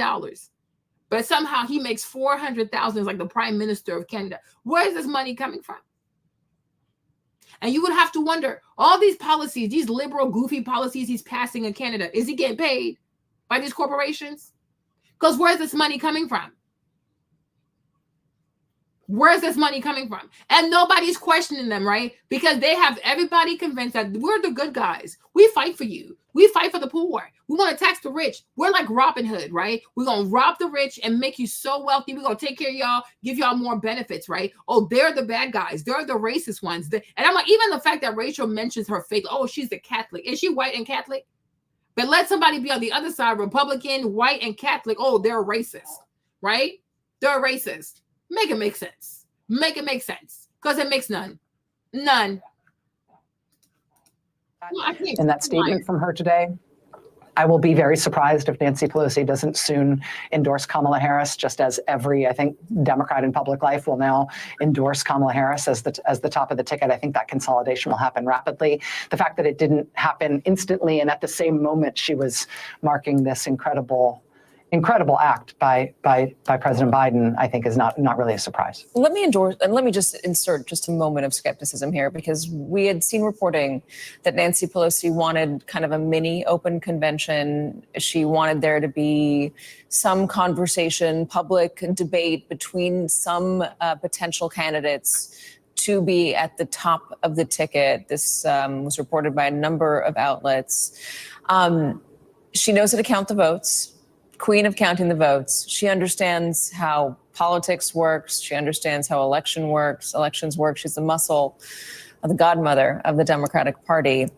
She had been arguing that Kamala Harris needs to be strengthened by a fight. Anointing her would weaken her, that she needs to prove herself. Could we potentially see Nancy Pelosi make that argument publicly? Or would it be just too weird for her to go against? So, you see, and this is when they eat their own. So you got Nancy Pelosi, who's a woman, right? She's an Italian woman. You have Kamala Harris, who's Indian, West Indian, right? Another woman, right? But you see, even Nancy Pelosi knows it's not enough to be a woman, right? Because she understands if people don't feel like you can hold your own, and she has a point. She might be a scammer, but she got a point. Okay, Nancy Pelosi has a point. Hold on, boo-boo. If you're going to be the leader of the quote-unquote free world, right, people need to know that you got some gusto in you, right? People need to know that you have a fight in you, that something was not just given to you, right? Why is it that sometimes when parents just give leadership to their kids in a business, right, nobody has respect for the kids? Because we know you didn't earn it. Your dad's the CEO. That's why you're here. Nobody's going to respect you. So a lot of people who intend, like, especially like they have these rich families in Korea called the Chaebol family, right? So a lot of these families too, to get people to respect their children, they have their kids start at the bottom. They know their child's going to take over, but they want people to respect the child. Yeah, it's my child, but my child knows how to do the job, right? You understand? So I'm like, what Nancy Pelosi is saying here, it makes a lot of sense. People need to feel like Kamala earned this so that they can really rally behind her. Instead of like, well, since she's the vice president and she's the woman, just give it to her. Because that does not elicit trust from anybody, right? Nobody's going to trust you. No one is going to trust your leadership if people are just giving you stuff, right? And then when we sit here and we talk about, oh, democracy matters, democracy also matters within the DNC. Right? She needs to go and earn the votes from the people. But no, just like they did with Joe Biden, right? They want to completely ignore the will of their own party, the constituents of their party, and want to impose something on people. If you go back to 2020, Joe Biden was imposed on people. Conveniently, we're all locked in. Hold on. They couldn't do any of the debates. They were calling, what's her name, Warren behind the scenes, Biden, Bernie behind the scenes. They were telling everybody to drop out and just endorse Joe Biden. Joe Biden never earned the nomination. It was given to him. That's why I find it so funny. I find it very rich that these people today want to talk about democracy when within their own party, they're always cheating. They believe so much in democracy, but yet in 2016, they took it from Bernie. In 2020, they also took it from Bernie. Okay? They were calling everybody behind the scene. You have to pull out. You have to pull out. Let Joe Biden run. He's going to be president. They call Kamala Harris. Okay, fine. You're going to pull out and he's going to give you a position. Buttigieg was also running, right? They gave him like transportation, the Ministry of Transportation. They were all given gifts for dropping out the race. And it was just given to Joe Biden. And once again, they haven't learned. Do the same thing with Kamala. Just give it to her. No. President Biden publicly again after he's already thrown his support behind Kamala Harris. I mean, that's the thing, right? Is that now that President Biden has done this, I think it's, while I think that made sense as an abstraction, now that we are in the lived experience of it and President Biden has unequivocally endorsed Vice President Harris, like, I think that kind of ends the conversation. I mean, you know, maybe we'll see Dean Phillips come back. Was that the guy's name? Dean Phillips. We'll see him come back and like try to mount a primary campaign here. Or maybe we'll see, I don't know, somebody else say, no, it ought to be me. But I just find it hard to believe that that any Democrat who wants to prioritize beating Donald Trump in November, which I think every Democrat does, would now want to start a new process of questioning President Biden's endorsement of Kamala Harris and questioning her readiness for the job. I mean, it just. And we see, and this is what you call reverse psychology. Rachel thinks she's so cute. She thinks she's so smart. The thing about Rachel Maddow, she's so conceited. This girl thinks she's the smartest girl in the room. Okay. But my thing is, right, she said, oh, right now it's all about caring about beating Trump. We have to make sure we can beat Trump. So anybody who cares about beating Trump is not going to go against Kamala Harris. If you actually care about beating Trump, you should definitely go against Kamala Harris. She inspires trust in no one. Okay. And if we're also being very honest, it has nothing to do with beating Trump. Okay. These Democrats, these crazy banshees, these crazy feminists, they don't care about beating Trump. What they want is to see a woman in power. Okay. That's really what they want. They want to see a woman as the president of the United States of America. Whether she's competent, whether she's not competent, it does not matter. Okay. That's what they truly care about. So they're going to hit you with the, if you really care about beating Trump, if you really care about beating Trump, you have to find the strongest person. And the best way to find the strongest candidate to beat Trump is by having some type of competition within the DNC to find the perfect person. And if it's Kamala, it's Kamala. Why is she scared to compete? And that's the same thing I said about this heifer, right? She's always scared of competition. And I'm like, you look at her from law school to how she got to be district attorney, whatever. Allegedly, it was always laying on her back. That's why you can't trust no heifer that just gets to be successful by having sex with powerful men. She's a punk. Okay? Because if you're really about that life, you must compete. People who sleep with professors, people who sleep with their bosses, whether it's consensual or not, or y'all have an agreement, or you're gonna use it later to blackmail him with a sexual harassment lawsuit, right? Like the lady did with BET over there, right? You are still a punk. People shouldn't have respect for you.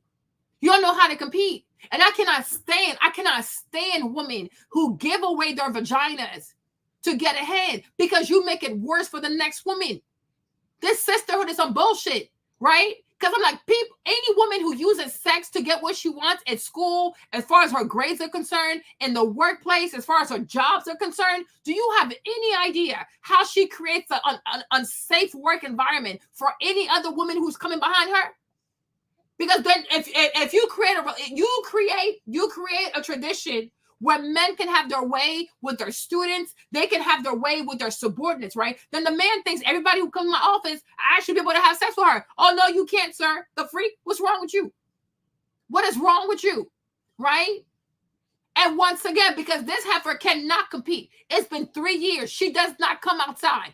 Everything that happens has to happen at her house where she feels safe. Oh, come to the vice president's house. She's so afraid to go outside. She's afraid to have debates. She's afraid to receive people. She's afraid to go out there and meet the people. But yet Trump is the racist. This girl does absolutely nothing. She's a vice president. She hasn't done anything to even help Joe Biden stay on the ticket. She doesn't hold her own weight. Because she's never had to. She just lays on her back. That's all she does. From Montel, from what's his name? What's that man's name? Montel. What's the guy that had the show, y'all? Montel. What's the guy? Montel that had the show, right? To Mr. Willis in the DA's office in San Francisco. That's all she does. That's all she does. And once again, for her to even become vice president, she had to lean on another man, an elderly man. He's 80-something plus years old. He has to fight for her to stay vice president. Then he has to endorse her to be VP because she can't even get that from the people. Like, and then crazy how everybody was thinking like, yeah, Biden has to drop out, right? But nobody said, yeah, we feel good because we can trust Kamala. Nobody trusts this heifer. No one trusts her. Even her female counterparts don't even trust this lady. She inspires trust from no one. I'm getting sick and tired of this stuff. Getting sick and tired of it. Even with the whole Cassie lawsuit. Yeah, it's horrible what Diddy did to her. But once again, too, though, Cassie was trying to use sex to get in bed with the CEO of a company, or producer of a company, to have a #1 album. Because she didn't want to compete. Because she doesn't want to compete. But then you want to say, oh, he abused me, he molested me. Well, girl, you try to use sex to create a place anyways, right? And it went left. It went left. It went left. And you might not want to hear it, but it's true though. She didn't want to compete. You don't want to learn how to sing. You don't want to work on your vocals. You don't want to work on your choreography. You don't want to have to work. Oh, that's Diddy. He just makes a superstar to everybody. It's the same thing with J-Lo.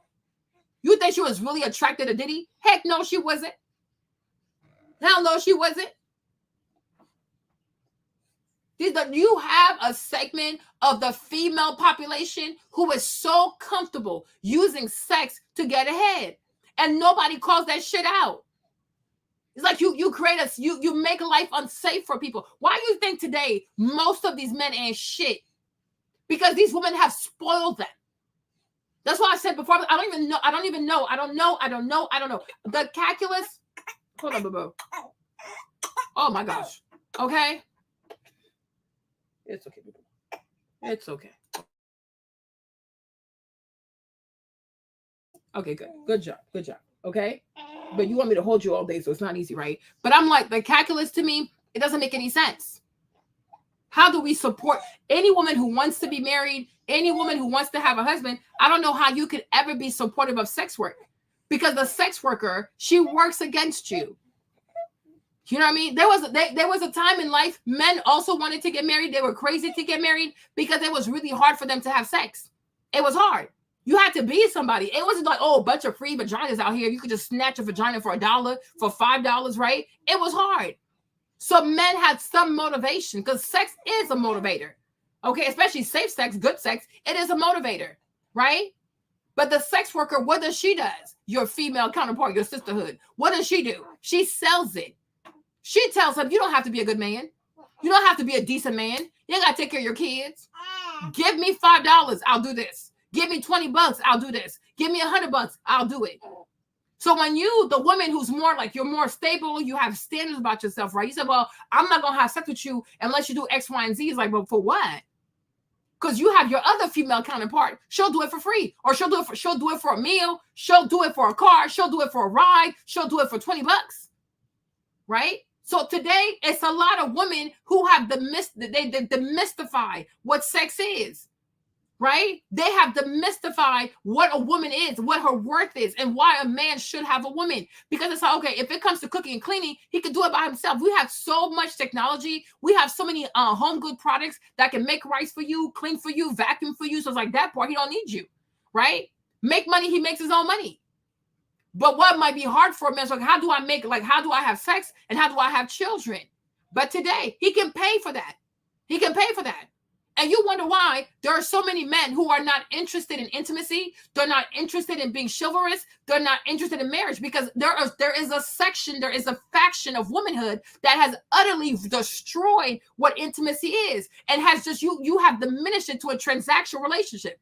So now everything out here is transactional because these men don't know how to separate a sex worker from an everyday woman, because after all, a woman is a woman, right? Vagina is vagina, right? What can you do that she's not doing? What can you give him that she really can't give him? You have a lot of women too who will have children by a man without marriage. So if you say to a man, well, I can carry your kids, well, I can have that with her too, without having to marry her. And it really kills me how so many women fail to see that when other women are not on code, or when they're like bastardizing the price or the cost of intimacy, right? You make it harder for every other woman. And you spoil these men, and you spoil them in the wrong way. And then ultimately, it does lead to more sexual violence. A man who's really into sex work and pornography will be sexually abusive in some form or fashion because it's unhealthy. It's unhealthy. It's perverted. It's an abomination. But this is what happens when, oh, I don't care what you do. I support you, girl. I support you, girl. Even Cardi B. It baffles my mind every time Cardi is fighting girls who sleep with Offset. I'm like, girl, that's exactly what your music is about. You tell people, get your rich ninja, right? Don't matter if you're married or not. Get your rich ninja, right? Get him to buy you some things. Do this to him. Do this to him. You give these girls the cheat code to get someone like Offset. And when these girls show to you that they pay close attention to what you have to say, when these girls show to you that they are great students, that they come into school and get a PhD, by showing you that with your notes, with your guide, with your cheat code, they can have the same, they can have your husband, not you and your feelings, right? Maybe if you made more music and told girls to find their own man, stay with your own man, have sex with your own man, no matter what he can buy you or not, they probably would not be coming after Offset. But you can't teach you can't sing prostitution music and then be surprised when girls who are younger than you, prettier than you, more natural than you are coming after your husband. Okay? You gotta look at yourself. You have to look at yourself, and you have to look at the kind of content that you make, right? And ask yourself, the kind of music I make, am I inspiring people to come after my husband, or am I inspiring people to stay away from my husband? But you can't have it both ways. You can't make sex work music, prostitution music, hoish music, and then say, well, when it comes to my marriage, my husband is off limit. No, he not. Because he a rich ninja. Okay? He a rich ninja. So he's definitely up for grabs. None of them girls say they want to marry Offset, because the music you make is not about marriage. The music you made, you find yourself a rich ninja, and you get him for everything you can. Then you send him back to the streets. And that's exactly it. All these young girls who sleep with Offset, they don't want to marry Offset because they know he's up to no good. He will never be up to no good. He can never be faithful. They don't want to be you. Like, they don't want to be you as the wife. They don't want that. They want to see him for a little bit, get everything they can out of him for that one night, and be gone with his ass, right? Exactly. You know what I'm saying? But I'm like, I just don't understand. Like me, Marlene, I will never support sex work. Okay? Never, ever, ever. Because ultimately, you always have to look at things. What is the bigger picture? The stuff I'm endorsing today, what is the bigger picture? It's the same thing with equality. Oh, we want to be equal to men. We want to be equal to men, right? Because people only think about the areas that benefit them. And they fail to see the flip side of the coin, right? And so today you have women who are losing custody of their kids. You have women who have to pay child support. You have women who have to pay for alimony, right? Because we want to be equal to men, right? Because you thought the equality was just going to be, oh, I'm going to have equal pay to men. And you thought it's going to stop there. No. It's going to have to apply to every single area, every single facet of society, right? So now today you have men who have full custody. Ask Britney Spears, right? Even the black girl from The Bachelorette, she was just ordered to pay the boy like $14,000 a month, right? Drew Isidora, she filed divorce on her husband, but he stays in the basement. she was court ordered to keep him in the basement because we want equality. It sounds good. Everything sounds good in your head. That's why I got to put it on paper. And think about the flip side of everything. This stuff I'm advocating for, what's the flip side of it? Because everything is not always, yeah, of course they are. You know what I'm saying? Today, a lot of women are taking care of men. A lot of women are head of household. They're the ones working outside the house for almost like 12 hours a day. The men are outside doing TikTok videos, taking the kids to the park, taking the kids to school, right? And she's the one that has to work full time. She's head of household. And God forbid he files for divorce, she's going to have to keep up his lifestyle. Because people don't think long term about the stuff they're advocating for. Because you just say, oh, I want this right now. I want this right now. Okay, sure. But it's not going to stay the way it is right now. It's going to grow. It's going to expand. It's going to change. It's going to morph. And when it does, are you ready for what is to come? No, you're not. Because you're not thinking. Because you're just in your hysterical state. You're in your state of paranoia, right? You're hysterical. You're paranoid. That's all it is. It's just fear and fear and fear. And when people are just moving out of fear, people fail to be strategic and they fail to be logical. And they fail also to look ahead. Like you got to have a forward vision. Like, yo, if we fight for this, what does this turn into? And that's why I said, I don't support DEI because I know it's not about helping Black people.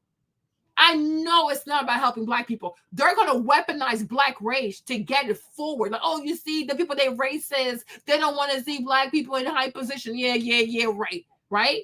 Because I've studied the stuff. This is how it changes. They always use Black people and their rage as a Trojan horse. But 5 years from now, 10 years from now, it's going to be for white people who redefine themselves as minorities through their sexual identity or their sexual orientation or their gender. No. I'm not falling for this. I'm not falling for. If you study the civil rights movement and you see where we are today, you quickly see how the Black civil rights movement has turned into the LGBTQ civil rights movement. You see it for yourself. You see it for yourself. So why would I ever do this again? Right? It's always a false promise. The false promise of, oh, Black people, we're doing this for you. We're trying to rectify what happened with slavery. We're trying to course correct. No. You're trying to use me so you can usher in something even way darker. And we saw the same thing with Claudine Gay, right? They hired Claudine. Oh, she's Black. She's a woman. But when the Jewish man called, we start to realize that as being Jewish, he's a more important minority. So she had to go. And the Jewish man had his way, right? Because that's how it goes. They always put white Black people first, so they know the other side is going to reject it, not because it's Black people, but they can see what's coming behind this, right? They can see what's coming behind this. And I'm like, here we are, right? But another thing is nobody, not to be offensive, right? But nobody wants Kamala Harris also to be president of the United States based on her identity, her cultural background, her ethnicity. People don't want that. Okay, and even for me, Marlene, I do feel like if we're going to have a real Black woman president, it needs to be an African-American woman, not some first-generation Indian Jamaican. I will say it out loud, okay? She doesn't deserve it. She does not deserve it. And her people, her mom, her dad, their people, they have not been here. They have not suffered here. They have not invested here. Sweat equity, slavery equity, they don't have it. She does not have the pedigree. She does not have the slavery equity. She don't have the freedom. She don't have no equity to deserve something. First of all, even for VP, she didn't deserve it. She didn't deserve it, right? And then when it comes to being able to run for president or even being the president of America, she does not deserve it. She doesn't deserve it. So even me, if I was a Democrat, I'm definitely not voting for her ass. You don't deserve it. And the audacity for her to think that it's her right and people need to no, we don't. No, we don't. I am sick and tired of people who've been here for like less than 100 years, thinking that everybody owes them a thing. Like, no. Stop taking people's movements that don't belong to you for you to advance yourself personally. No, sit your ass down. Now, if Michelle Obama wants to do it, sure. She's African-American, I ain't got a problem. Okay. But you, it's a no. It's a big no. It's a huge no. It's a no. Again, anything is possible. I have learned not to be surprised anymore, ever, by anything. But I would expect that the endorsements for Vice President Harris will run in a pretty consistent stream over the course of the day, and the campaign effectively starts tonight. I think 2016 really taught us that message. Never be sure of anything, because the world is much more complicated than you think it is. Rachel, I want to let you go, but I have one more question for you. Forgive me for hogging all of your time today, all of your afternoon. Okay. So we're seeing a lot of. Okay. So it seems like Obama also is not endorsing her, and he should not endorse her because he knows she's incompetent. You see? All that diversity, identity politics stuff is cute, right? It's cute until it works against you. They're like, oh, crap, we really need someone who's competent. You cannot put this lady on the world stage. You cannot put this lady on the world stage to represent. No, she cannot. Absolutely not. Nope. Okay. Let's see what they say here. So, yeah. He can't endorse her. She's mediocre. Electrify this election and the Democratic Party. All right, Selena Wang there from Rehoboth. Thank you so much for being with us today, Selena. Always, we appreciate you. I now want to check with our ABC News White House correspondent, Mary Alice Parks, and she has some reaction that is pouring in from the White House at this point. We know that staffers there have really been on edge here since that disastrous debate. So what are you hearing right now from the White House? Yeah, it's interesting. On a more personal level, Kay and I'm getting reaction from some White House staff who are telling me that they are feeling really proud in this moment. But yes, shocked, stunned. One said that he was feeling a little bit numb. To Selena's point, we do know that even staff were given just absolutely no heads up, no notice. They were told to be full steam ahead as recently as this morning. One White House staff member told me that he was actually riding a bike. He joked he almost fell off. But he said as the news sunk in, him and his colleagues have had a lot of emotions. One told me that some of his fellow staff members cried, but that they are feeling an immense sense of pride. I mean, this is a team that feels like Biden did what he came into office to do. Proud of the work that they've done expanding NATO, proud of the work they've done defending democracy, proud of the work they've done on gun safety and the environment and student loans. But another message I've heard from White House staff is that sense of relief. It's not just members of the campaign, not just staff on other campaigns, but even staff inside the White House. I think coming to terms in the last few days that this is where the party was headed, that this is where the party was pushing him, Kana, and a sense of relief now that potentially the party can come together and have a better shot to win. And better shot to win here. I mean, there's a lot of talk about the president, that is top of mind, but so is the Senate. When you look at Capitol Hill and you look at the White House, how are the Democrats that you're speaking with right now looking at this in terms of their chances of winning the Senate? Yeah, I talked to one member whose sole job is to get Democrats elected to the Senate and reelected to the Senate. And he texted me after the news and said that this announcement actually puts them in the best position to try to keep that Senate majority. Remember, Democratic senators went into this election as the underdogs. I mean, it was going to be incredibly hard regardless for the Senate for Democrats to keep control of the Senate. I mean, that's because more of them are up for re-election, let alone the fact that it is always hard for the party in power to keep the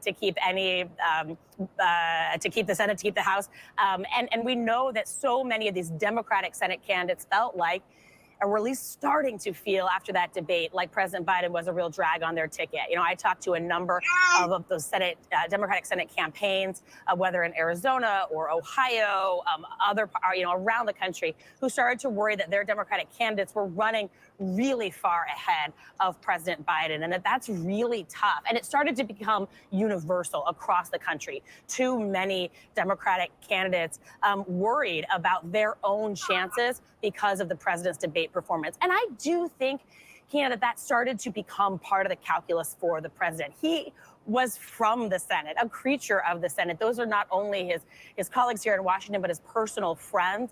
And he did not want to feel like he was putting their races in jeopardy as well, and especially didn't want to feel, I can only imagine, did not want to feel like he was risking the potential of a Trump presidency by staying in, or risking the potential of a Republican-held Senate or a Republican-held House. I mean, this is a man who desperately wants to see to keep Trump from coming back to the White House. And I think that the realities of his polling and the realities of the impact on the party were starting to sink in. Oh, that is really interesting. And as you're talking there, Mary Alice Parks, we're showing some pictures of President Joe Biden, as you mentioned here, a creature of the Senate. Before he was 30 years old, he really had his eyes there on the Senate. And you also heard from Nancy Pelosi, who told some of these senators that might be in a tough race in November, keep quiet. Let's not be vocal about our concerns until after that NATO press conference. And then really, it almost appeared as if the sky was falling there. Mary Alice Parks, thank you as always. I want to check in now with our ABC News contributor, Barbara Comstock, former Republican Congresswoman, who's joining us now. Barbara, I'm so happy to have you here with us. So first of all, I'm sure that you are having a lot of reaction pouring in from your colleagues on the Republican side. I'm wondering if there's any of that you can just share with us initially. Well, sure. Coming out of the Republican convention, this has totally flipped the script. Be careful what you wish for. On the Republican side, they've been saying that Joe Biden wouldn't make it to November, but now Republicans are upset, saying, wait, you can't take him out. This is who they planned on running against. This is who they spent the whole convention running against. So this is now very much, I think the Democrats are back in play. This has gone already very well for the Vice President Harris, getting very big endorsements, obviously, from Vice President Biden as well as from the Clintons, but a lot of senior. Where's my video again? Where's my video? Hurricane have already endorsed her, who of course ran for Vice President himself. And,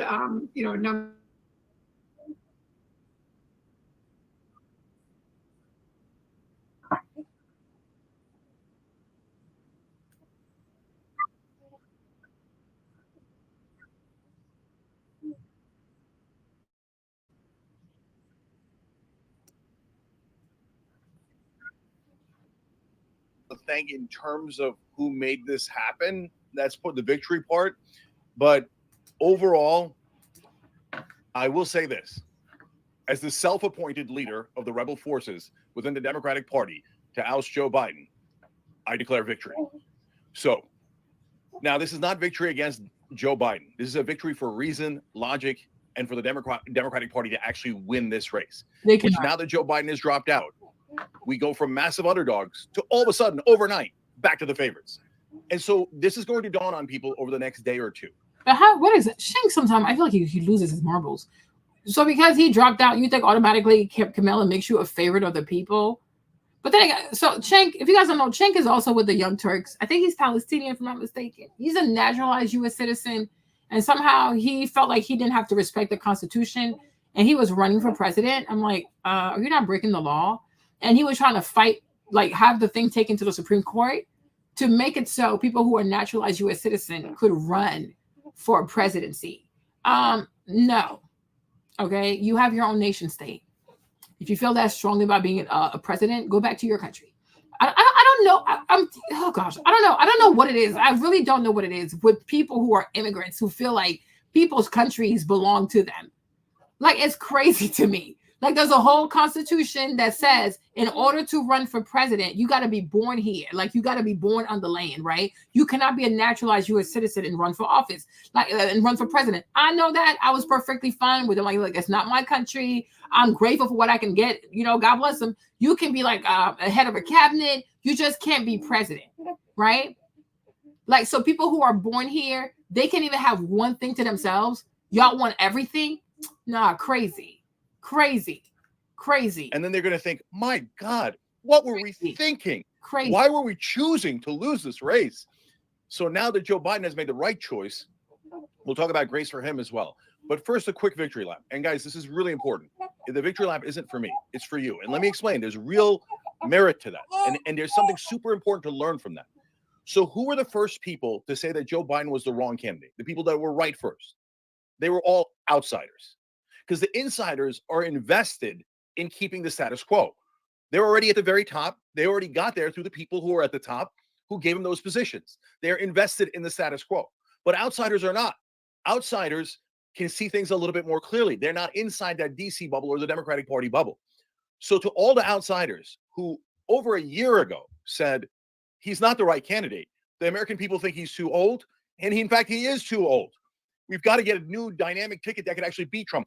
The outsiders within the Democratic Party were the ones who actually believed that we could defeat Donald Trump all along, and the ones who wanted to defeat Donald Trump the most all along, the ones who believed that democracy actually is on the line most of all. So the insiders were like, democracy is on the line, but you know what? Let's just go with the 81-year-old that even at that time, 7 out of 10 Americans thought wasn't mentally well enough to be president. Come on. The debate, guys, didn't all of a sudden create a Joe Biden that was in this bad of shape. It just revealed a Joe Biden that was this bad of shape. But the outsiders and the second group, the rebels, and oftentimes these days, of course, those are the same. But those two folks, set of people, made all the difference because they didn't have to listen to authority. And this is what we've been telling you all along, guys, which is that the people inside the Democratic leadership, the same is true of Republican leadership, the same is true of a lot of politicians and a lot of leadership. They don't know any better than you do.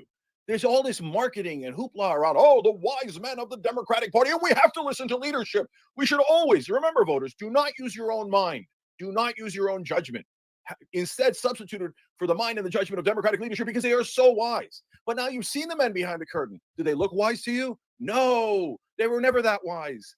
And you outsiders, you rebels, you were wiser. So look, on the Young Turks, we started saying this over a year ago.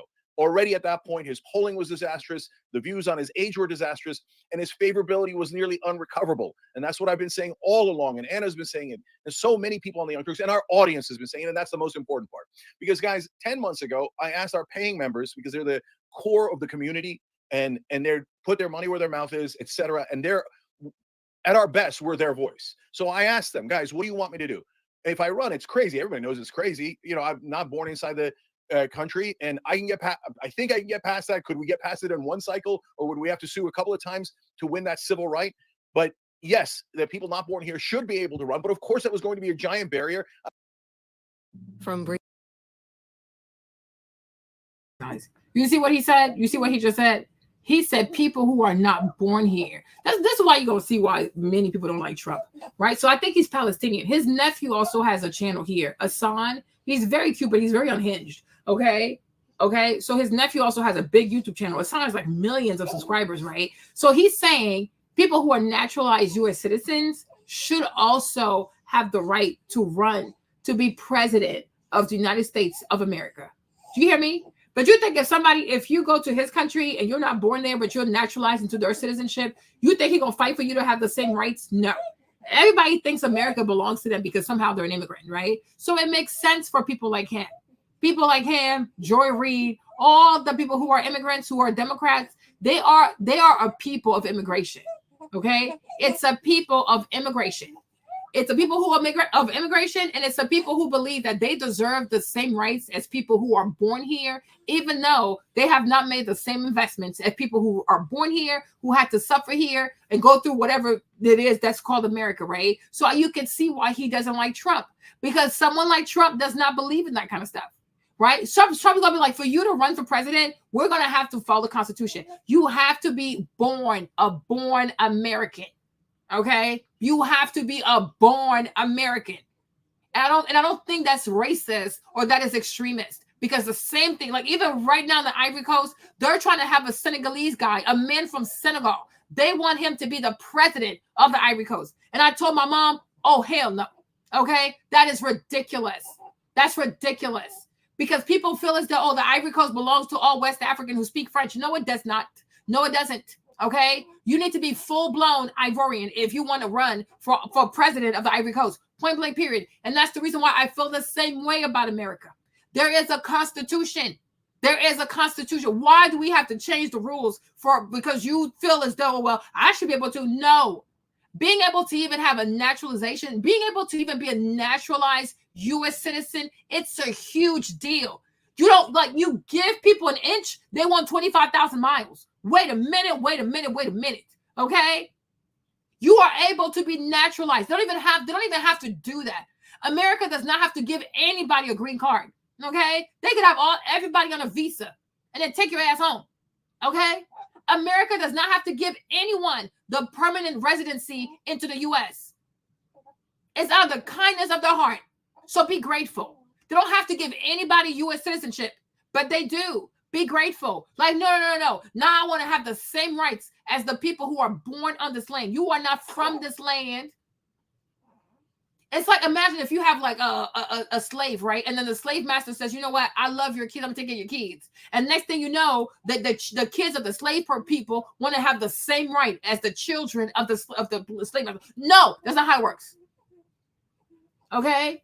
And even me, Marlene, I have no, like, for example, Maverick can run for office if he wants to. Stefan can, Trey can. And my thing is, why would I want to lead a country that's not the country of my ancestors? I mean, like, I know they sold my ancestors here, but you know, eventually they became another people. Okay, you understand? And I always say that, even me, Marlene, I will never step in the way of somebody who's African American from getting something. That's why I say I don't feel like Kamala Harris should be the first Black woman, quote unquote, if she is Black, president or even VP. That should go to an African American. At least the first person to have that should be an African American woman for everything they've been through, right?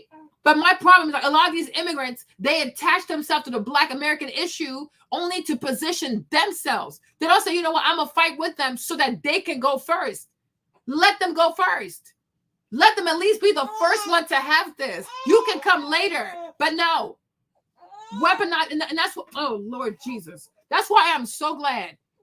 This baby will let me be great, y'all. That's why I'm so glad that so many Black American men are leaving the Democratic Party and they're becoming Republican.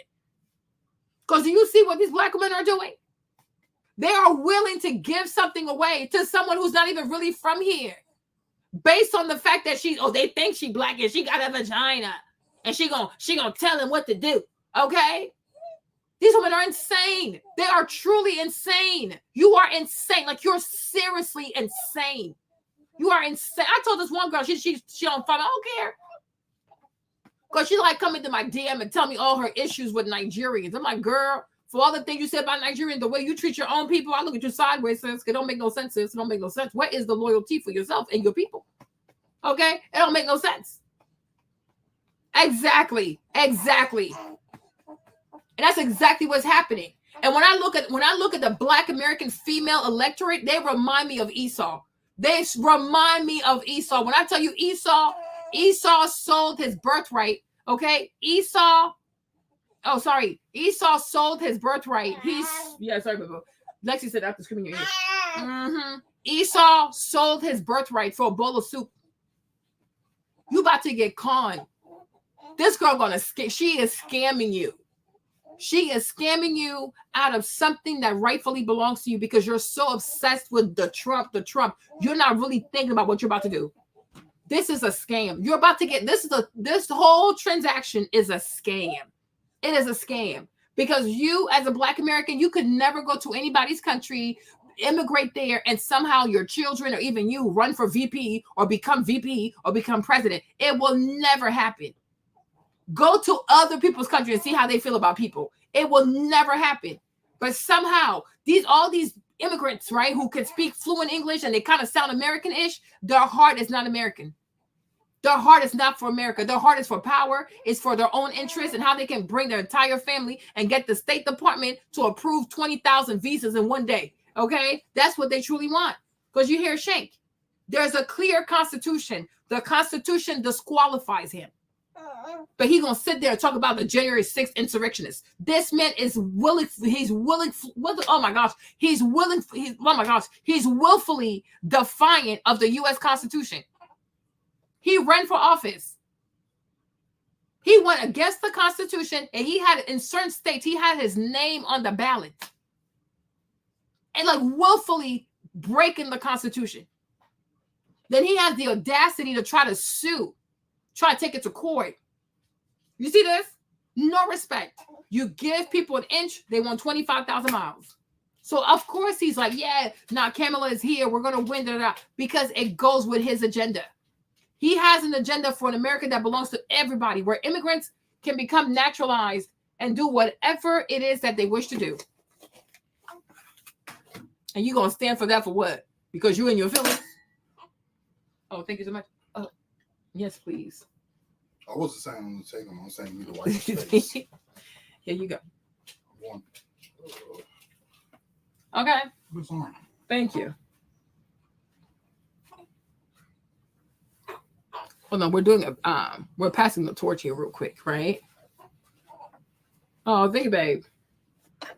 Okay. No, and no. Brief to Very build. commercial. Hold on. Discover dozens of AI tools on Wix Studio. I was honest about it. And then we're outsiders, not elected Democrats, talk shows, etc. I mean, it was an overwhelming hurdle. And I said, that's not, but you guys know that's not the point. The point of running against Joe Biden was to show his weakness so that other Democratic governors and candidates would come in and we would be able to rescue the Democratic Party and beat Donald Trump. And when I asked our members, they voted overwhelmingly, 76-24, saying, yes, go in the race and we'll back you. And they did back me. And did we make a difference? Well, look, guys, obviously we didn't win the race. But what did I tell you? Get caught trying. And when we got into the race, and I say we because it was all of us, I said, you never know what happens when you try. So did we try and we won the presidency? Of course not. But did we try and make some difference? Did we move the ball to some degree? I know I tried my damnedest because you sent me in. And you're my boss. If you're a member of the Young Turks, you're my boss. Hit the join button below. Become my boss. Because again, at my best, it's an honor to be your voice. And you guys told me, I asked you, and you told me, go, do this desperate attempt, break glass in case of emergency, because 10 months ago, you knew we were in an emergency. And you were right. You were right. Don't let them ever gaslight you. Look at this example. Don't trust the man behind the curtain. Trust your own judgment. Pick the best candidate for you. And these politicians mainly serve their own interests, not our interests. Always remember that. And this is going to turn out to be accidentally a great moment for at least Democratic voters to begin to realize that. Okay, now let's give grace to Joe Biden. Now, look, do I think he's the world's greatest politician? And do I think he's FDR 2.0? I'm never going to lie to you. So I'm not going to tell you that I believe those things when you know I don't believe those things. Do I think that his record was phenomenal and the greatest in our lifetimes as all this hype around Biden was earlier? No, I don't. I think he left a lot of things undone. Okay. And am I impressed by his 50 some odd year career in Washington? I'm not really. I'm not a fan of career politicians. And I've been clear about his ego, etc. So you're wondering what kind of race is this? But guys, credit where credit is. Okay. And the thing he's saying, what's his name? Chink is saying, he talking about himself. Don't trust people, think about their interests. How can you say somebody's been in a career, somebody's been in politics for 50 years? You're not impressed, right? 50 years, you're not impressed, right? You say you don't like career politicians, but somehow don't vote for Trump. So what exactly are you after? Chink, what exactly are you after? You want to see in America where an immigrant of first generation, like the act, like he's like, I don't know, right? You can come from Turkey, be a naturalized U.S. citizen, and then you can run for office on the same rank as children who are born on this land, right? You want us to change our constitution. But somehow Trump is the insurrectionist. Like, this stuff is just wild to me. No, I'm serious. So then it's like, okay, then Biden is a career politician. You don't like career politicians. Biden has had 50 years, but you were one of the people to say when he reached 46 years, you were one of the people to say, oh, let's give him 4 more years. Because since you're Muslim, since you're an Arab, like, what are you, Turkey, the Arab people? I don't know. I guess they're Arabs, right? I don't know. Since you're Turkish, since you're not from here, and Trump did, quote unquote, the Muslim ban, you mad. You big mad, right? It hurt your feelings that he closed the airport on people who look like you and people who come from your countries, right? Y'all were upset. You still mad. You big mad. How dare he say something about the Arabs? Say close the airport. He has the right to say close the airport, right? Had he never done that, most likely you would not be feeling the way that you do, right? All these people, I'm telling y'all gonna start seeing the majority of these people. Oh, what are they? What are Turkish people? What are they? Because they couldn't join the EU because the EU felt they were not European enough. So I don't know. Okay. What are they? What would you classify Turks? People from Turkey. But they tend to be Muslim, right? Okay. Okay, they're Turkish. Okay, no problem. Right? But you yourself, like, I'm like, okay, so he's Muslim. Okay, sure. right? So of course you don't like someone like Trump, because I'm sure Trump does not like Muslims. Because it was called the Muslim ban, right? When he blocked the airport and all that kind of stuff he did. Istanbul, yeah, Constantinople, yeah. Right? What's it called? The Moors, is that what they are? The Moors, I don't know, chat, right? So that's why you don't like Trump. You see, every single one you have is, I'm going to identify what your real issue is with Donald Trump. Because in your gut of gut, you don't like Biden, right? You don't even like Kamala Harris. So why are you there? Why are you aligning with these people? Then on top of that, we have a clearly written U.S. Constitution. And you would know this because just like me, when you become a naturalized U.S. citizen, you take an oath, right? And the oath is to what? Protect the Constitution. Even if you got to pick up some arms, you're going to have to pick up the arms. I'm not picking up the weapons though, but when you take an oath, when you become a naturalized U.S. citizen, part of it is you promise to protect the U.S. Constitution. You're lucky it's not me running for president, because if I became president, I would revoke your citizenship. I would absolutely revoke your U.S. citizenship because you are going against the U.S. Constitution. If you don't respect the U.S. Constitution, you want to change the U.S. Constitution, we don't have America anymore. Okay? So you're against the state. You're against the Constitution. And you're lucky. People think Trump is racist. Like me, if I ran for office, it'll be wild. Me, Marlene, I would revoke your naturalization papers. People need to understand this very clearly, right? When you're an immigrant in somebody's country, it is a privilege. It's a privilege. It's not your country. You can look at your adoptive country, no problem, but it's not your country. They have rules, respect it. They are allowing you to become a citizen. They're not allowing you to go attack their institution, flip their institution, rewrite their documents. Like, what are you doing? Because if you had such an issue, because I'm sure before you became a U.S. citizen, you knew what the Constitution was, right? And you agreed to become a U.S. citizen. So now it's like, why do you take issue with the Constitution after the fact? Give up your citizenship or let someone like me run. I'm taking yours away. You need to be sued for that kind of stuff. Huh? I mean, it's pure madness. The Declaration of Independence, the articles of whatever, the concept, it's all there. You read them and you say, okay, based on what's written, I agree to abide by these rules. You sign when you become a naturalized U.S. citizen, right? It's a contract. You enter into the contract with the Constitution. You enter into the contract with the Declaration of Independence. You enter into a contract. Nobody force you. Nobody forced me to become a U.S. citizen. Right? And the lady, like me, I had a lady, but whoever your immigration officer is, they ask you, can you do this? Like, if something happens, do you take an oath to bear arms to protect the U.S. Constitution? And then you say, yes, I do. She said, okay, I approve you. We'll send you your date for your appointment. Right? But it's a contract. And you entered willingly. You were not under duress. You entered willingly, without duress, into a contract with the U.S. with the United States. And now that you're a citizen, you say, "Oh no, it's not good enough. You need to change this document because I Cenk the Turk, I'm not okay with it." You can go back to Istanbul. Why don't you go be president in your country? You've learned so much in America. You know so much about the way things should be, gotta be, dictatorship, democracy. Go do that in Turkey. Go regulate the BBL industry also in Turkey because they stay killing black people. Okay? Go do that. I'm like, you have your own nation state. No, you want to come over here. You haven't even been here for 2-3 generations. You've barely been oppressed. Yeah.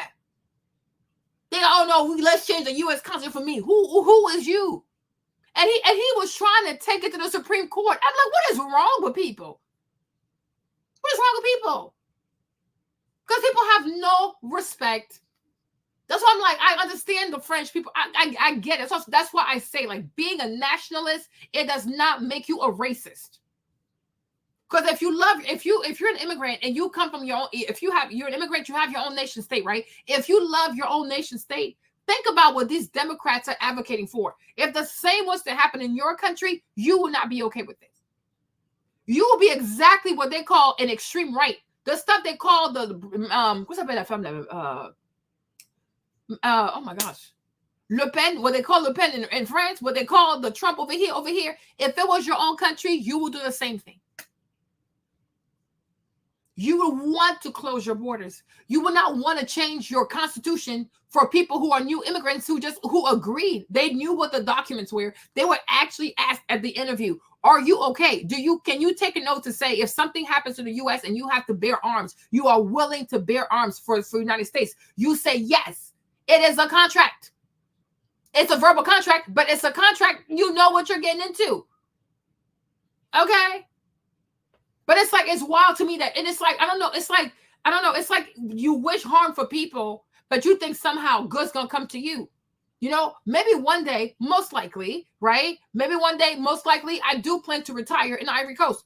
I'm from a place that's tropical. You know, the beach, it sounds really good to me. Okay. I definitely know that I want to be buried in the Ivory Coast. I don't want to be buried here, right? I don't. Because it's not my lane. It's not the land of my ancestors. So if I have to go back to ashes, I need to go back to ashes in the Ivory Coast. That's where I'm from.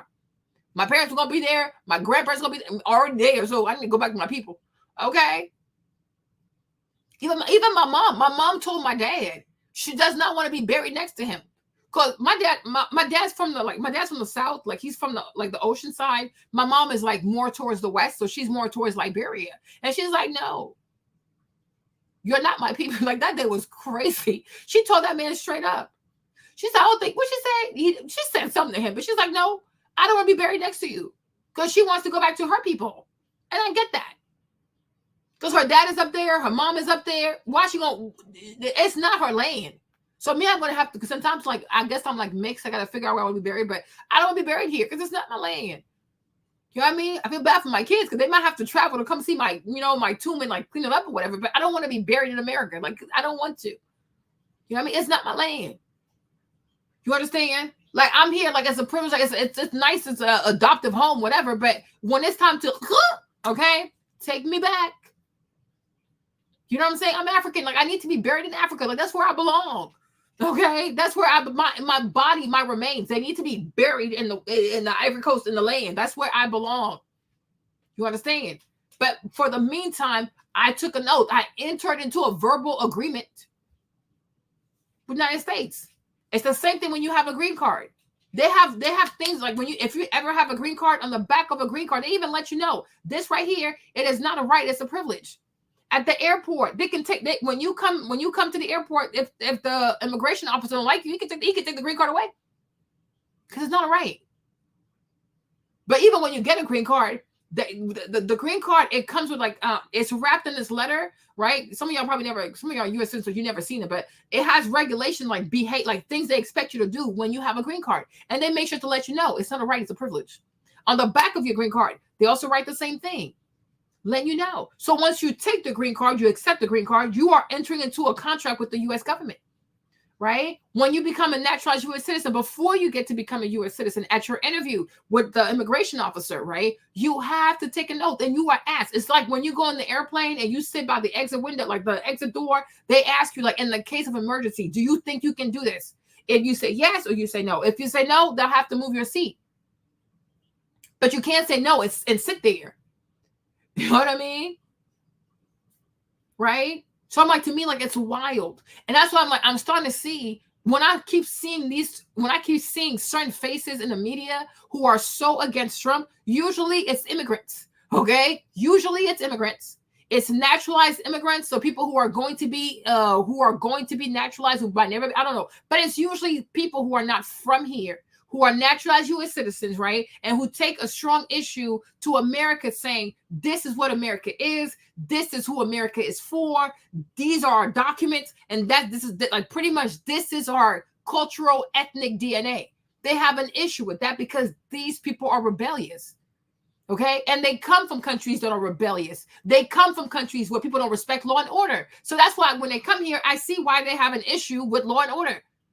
Right? When you come from a country that is known for coup d'etats and known for, people hijacking the Congress, I could see why, with that mindset, you will come to America and feel like, well, it's just a piece of paper. Let's just change it. Because in your country, that's what people do.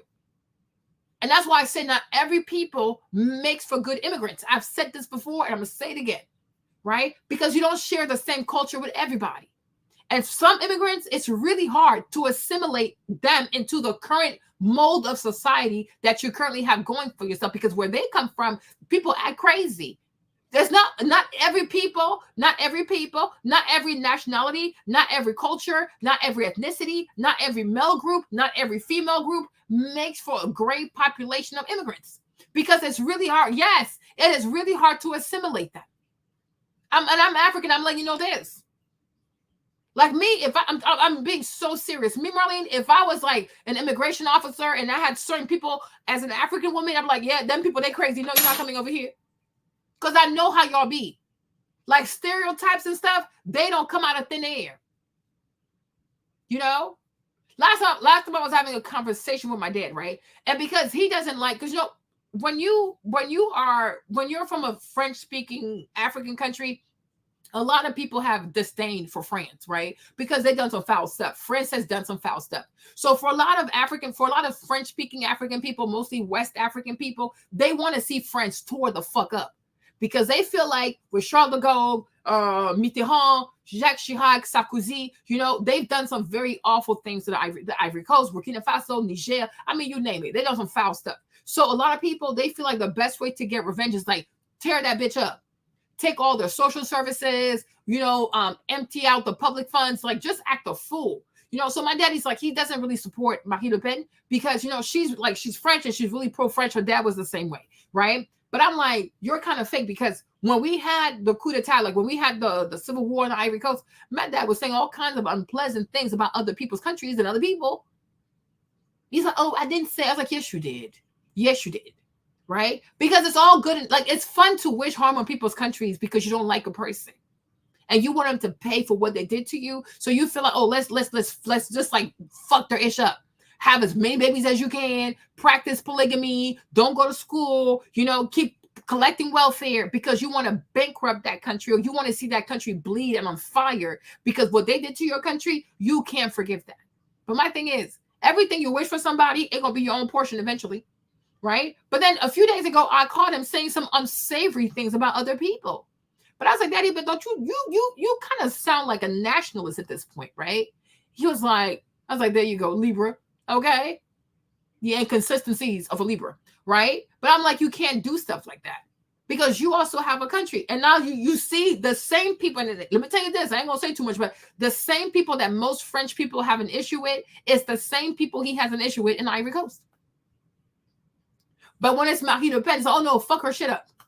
But when it says Ivory Coast because this country is dear to him, my dad, oh yeah, you know my dad's a Libra, right? When it's his own country and those same people that Marine Le Pen has an issue with, now my dad talks different. Like, you sound just like her. But the only difference is the Ivory Coast means a lot to you because that's your land and it's land of your ancestors. France don't mean nothing to you. You don't even have to go to France, right? So who cares what happens there, right? And that's why I say when it comes to America, and I understand that a lot of Black Americans have issues and you're upset and you're mad about us. I get that. But you can never be so possessed with the things that happened in the past that you don't secure what you currently have in the present and what you could have in the future. Because I'm like, this is all you have. And not just that, you have to look at yourself as a shareholder in what America is. Because technically, you know, when you start a business, especially if you have a corporation, right? You got to write the articles to have a corporation. It's the same way when you look at the American, there you have the articles of independence, right? Right. So when you really think about it, America is like low-key, high-key. America is a corporation. Given the blood equity, the sweat equity, the slavery equity, and the Jim Crow, I mean, all that stuff that went on, right? Black America has so much equity. You're a shareholder in the welfare of America. The more immigrants you let in, whether they be legal immigrants, illegal immigrants, it is no different than when a company issues more stock. When you issue more stock, you dilute the stock, right? Because now we have way more shareholders. So where you used to have 13% or 20%, now that we create way more stocks, quote unquote, we let in more immigrants, right? Your stock go from 17, 20%. Now you're down to 2%. For what? Because you're so mad at Trump? You got to think. You got to think. And you're not using your mind, right? And I'm like, you're diluting your stock. And before you know it, you will lose a majority vote in this country. playing around with these immigrants who have some have the same complexion as you and some don't, but you think they're your friend because it's, oh, this man racist. Cha, even a racist can do things that benefit you also. Okay? Gotta think about that. America is a corporation. These people have articles of declaration. When you open an S Corp or a C Corp, you need to have articles. Okay? Every U.S. corporation, whether it's an S Corp or a C Corp, has articles of incorporation. It is the same premise as having articles of independence. It's no difference. America is a corporation to some extent. Okay? So when you like, oh yeah, immigration, like your silly self, you are not realizing that you are saying, yeah, it's okay, issue more stock. Have you ever seen anybody out here say, do you see the people tell Apple, oh, Apple, release more stocks? Do you see people tell Tesla, oh yeah, Elon, create more stocks? No. What we saw happening recently, Amazon was buying their stock back. Apple be trying to buy their stock back because they actually want their stocks to mean something. And that's why I said socialism is some goofy stuff. It is some seriously goofy stuff. To some extent, I think it's some goofy stuff, right? Because you're not aware of what you're doing. And what you're doing is you are diluting your shares. You're diluting your stock. And you're going to go from having 20% stake in this business, but before you know it, you only have 2% stake in this business. And guess who's doing that to you? The Democratic Party, because that's the party of immigration. So I don't understand. I need somebody who identifies as FBA or ADOS to really break this down for me. If you are someone who's FBA, you're ADOS, and you stand on business for slavery, you stand on business for reparation, right? Why are you with a party that stands with not just immigration, but illegal immigration? Because this right here is diminishing your stock. Before you know it, you will become irrelevant. You will also have two bosses. You will have white people who are more than you, Latinos who are more than you. Now you're gonna have to answer the two masters. Why would I ever subjugate myself to this? Why would I ever support people who want me to dilute? They want to bring more people and dilute my stocks? I don't think so. See, in the business world, if people were actually thinking like business stuff, right? Anybody who wants to dilute your stock and take you from a 20% ownership to a 10% ownership to a 5% ownership, you join with other board members and you do a hostile takeover. You will join with the Republicans, do a hostile takeover to force the Democrats to change some of their policies that are causing you to dilute your stock. Because I'm not doing it. I'm not doing this. This is pure madness. You're bringing people here legally or illegally. You're giving them the right to vote. You're giving them IDs. You're giving them driver's licenses. What exactly are you doing? Meanwhile, it's been 60 years. You have not fulfilled a single promise to me. I'm like, anybody who was on Wall Street right now, they will be planning, strategizing how we're going to do a hostile takeover and take this bitch down, because nope, this ain't it. But no, would Trump be, oh, we're people of color. Just because we're people of color does not mean we have the same interest. Just because we're women does not mean we want the same thing. I don't give a fuck about your color. I don't give a fuck about your immigration status. Not a problem. I told you. I had somebody come into my DMs and trying to shame me like, but Marlene, I don't know why immigrants are so mean to other immigrants. I didn't come here illegally. And me saying that I want the borders closed or I'm against illegal immigration does not make me a mean person, because I have no idea who's coming in. Okay? And when you see that people can just travel from, you can sexually assault a 9-year-old, and then within 2 days you're in Maryland and you're killing somebody, girl, what happens? They show up at my Wegmans. Okay, I go outside. Y'all see me? I work outside. I run outside. I be walking outside. You know, sometimes I walk in the morning. I walk at night. I'm used to a safe environment. Okay? I want to be able to walk outside at 9 o'clock at night and know that nothing happens to me. One time we even forgot to lock the door. And we didn't have to fear because we live in a safe environment. And I am not willing to compromise that because you expect me to feel bad for people I don't know. Okay? Like you think, I'm like, what? There are people in my village who don't have running water. Okay? So before I worry about everybody else's immigration, if I'm going to feel bad for somebody, I'm going to feel bad for my aunties and uncles, okay, who are in the village right now, don't have water. Everybody got their own problem. It is not my job. It is not my place to burden myself with the immigration of other people. I have my own people. I'm from Africa. I'm from a poor place my damn self, okay? My peoples live in the village, okay? So I'm like, if I'm going to concern myself with the welfare of somebody, it's going to be my own people first. And my people is in the Ivory Coast. And you can feel how you want to feel. How often do you see other people here cry about, oh, what about black people? They never cry for people. They never advocate for black people. But black people feel like it's their job to be a freedom rider for everybody. Sit your ass down somewhere and worry about your lot. I'll worry about myself, okay? I have my privileges, I have my comfort, and I have my safety. I'm not trying to run the United Nations out of my house. No, I'm not, okay? It's not my fault.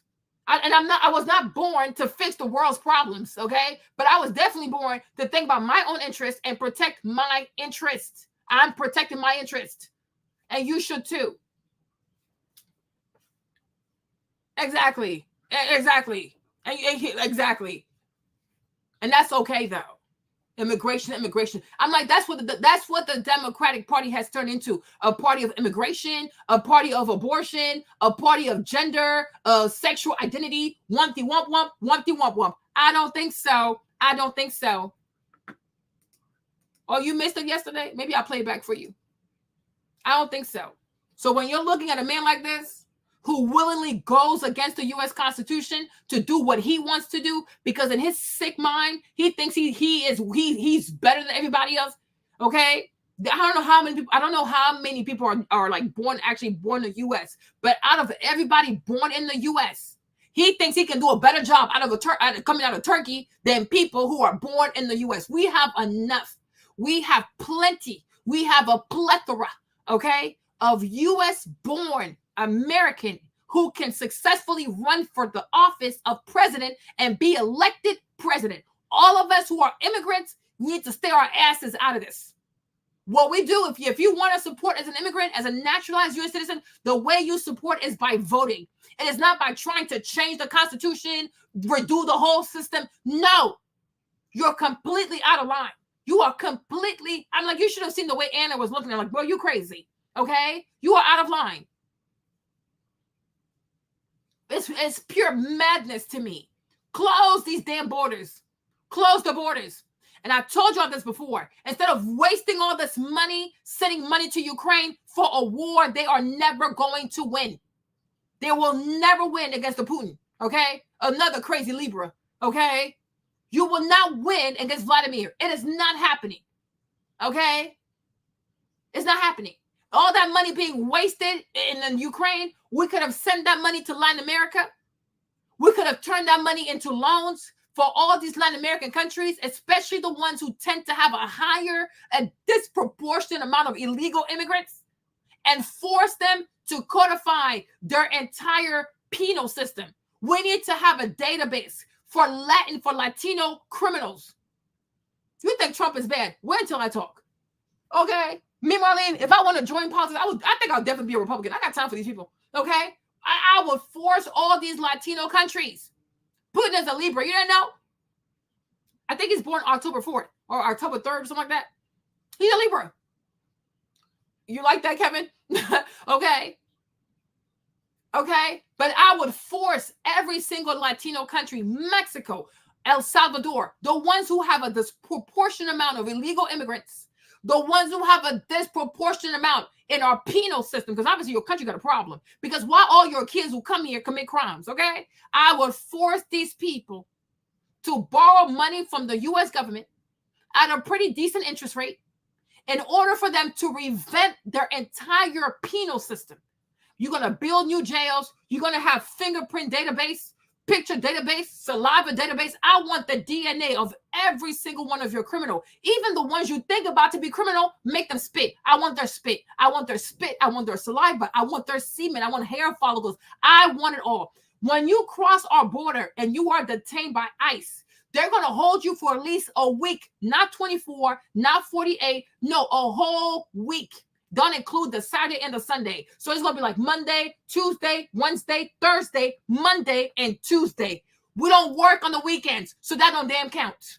Okay? We're going to wait for our databases to connect.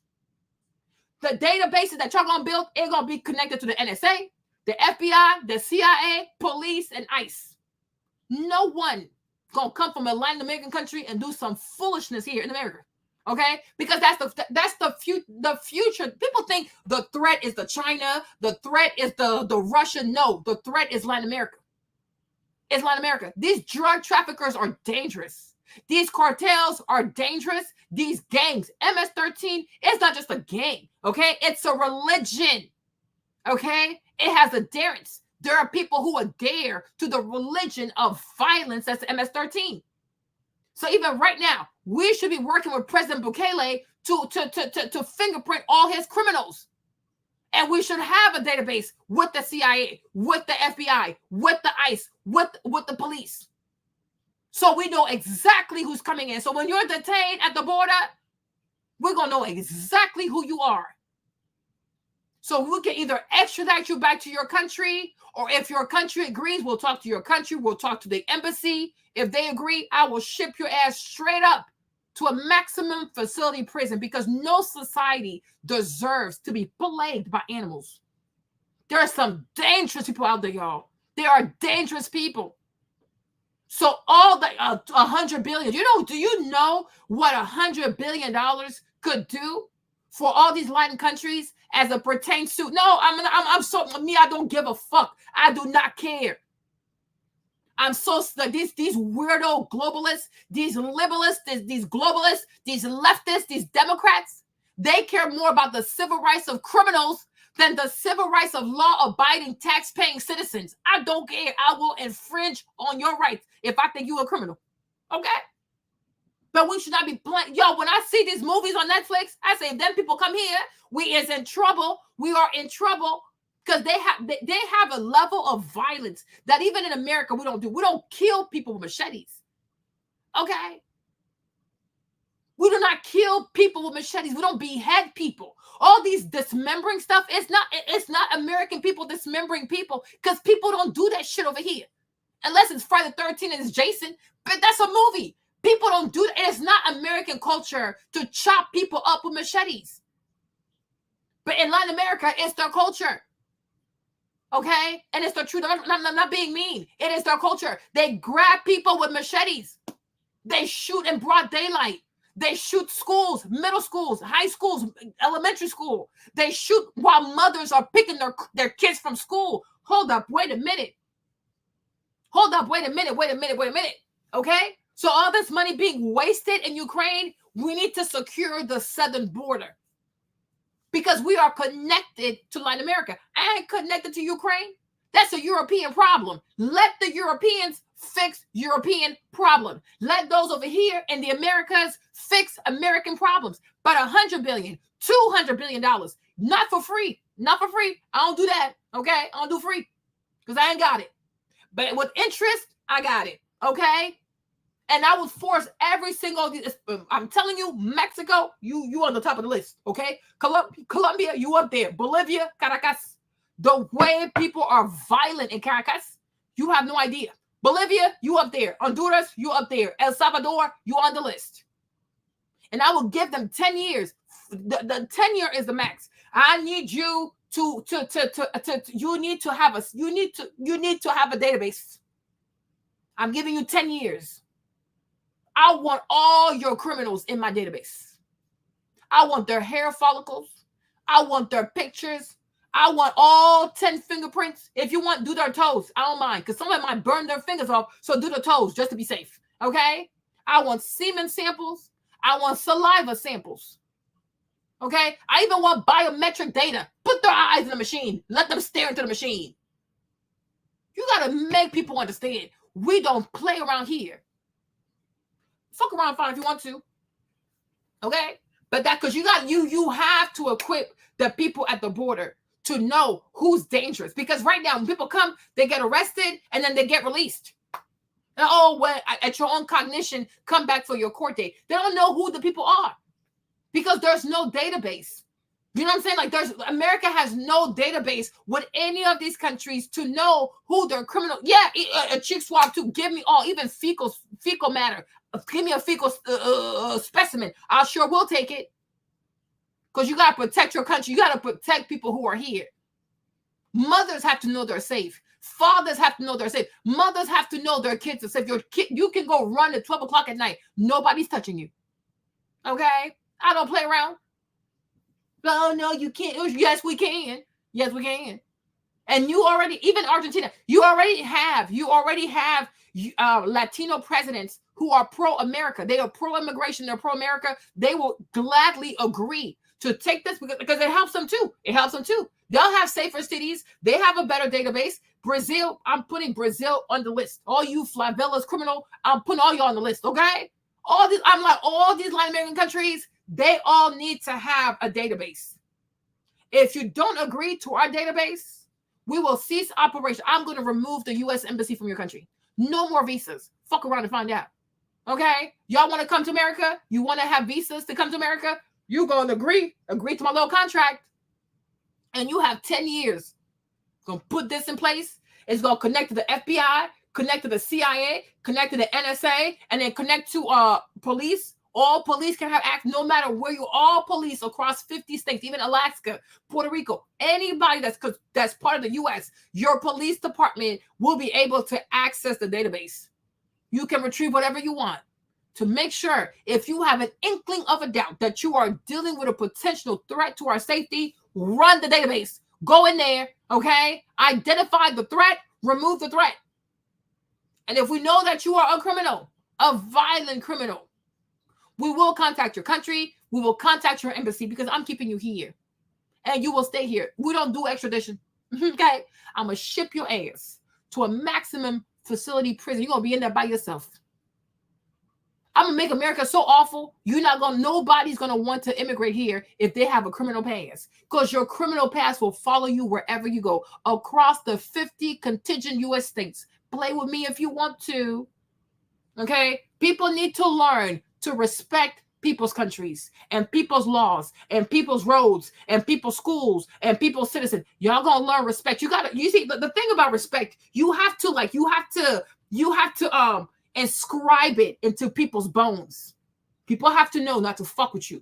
Because if you do, I'm gonna lock your ass up in a maximum facility prison.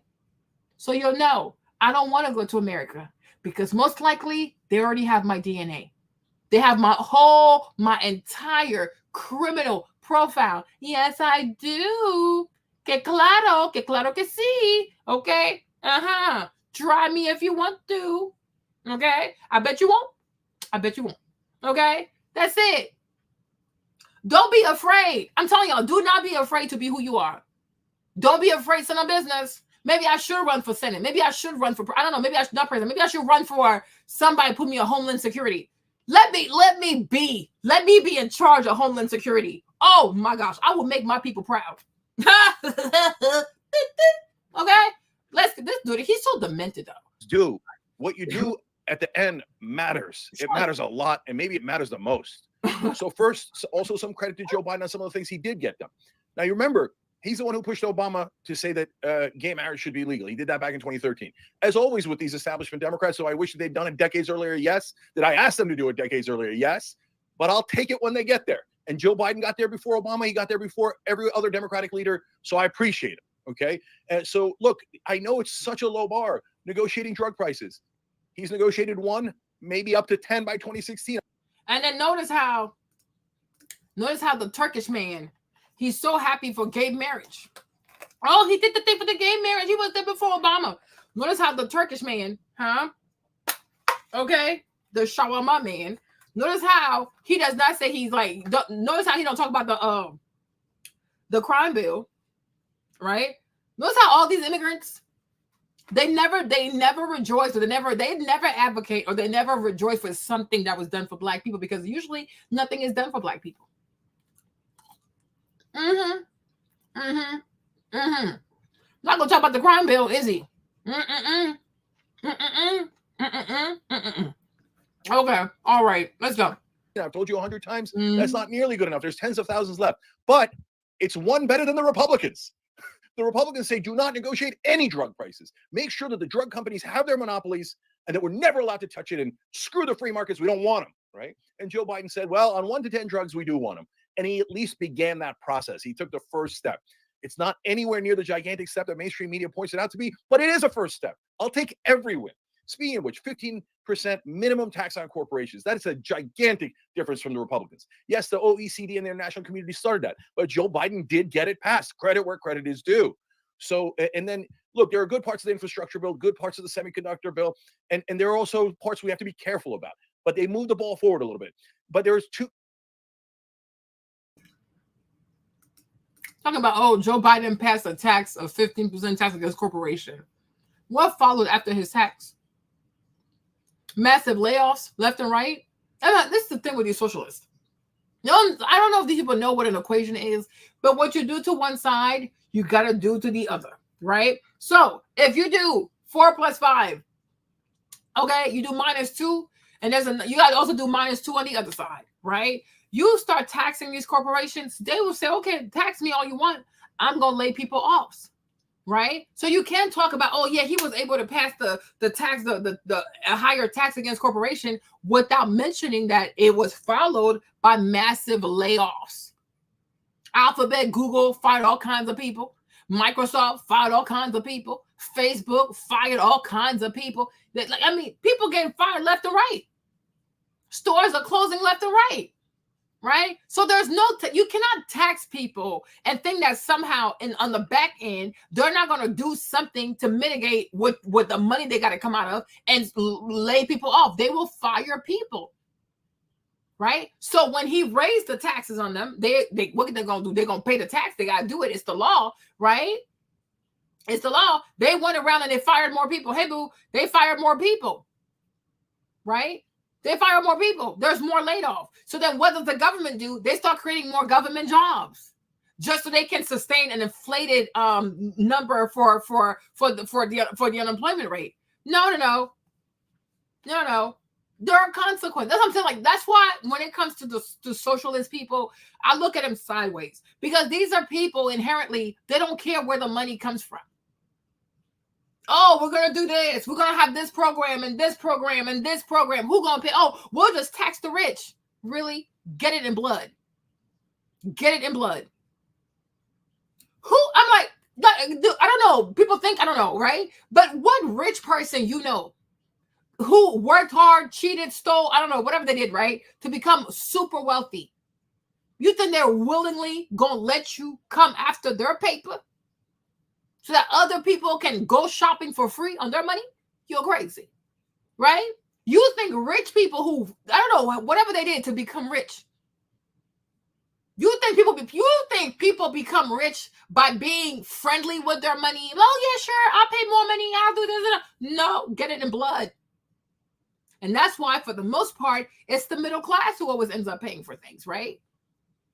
But what rich person is going to let the government tax their money that they work hard to make to go pay for affordable housing where this woman or this man stays in the house and only got to pay $50 a month?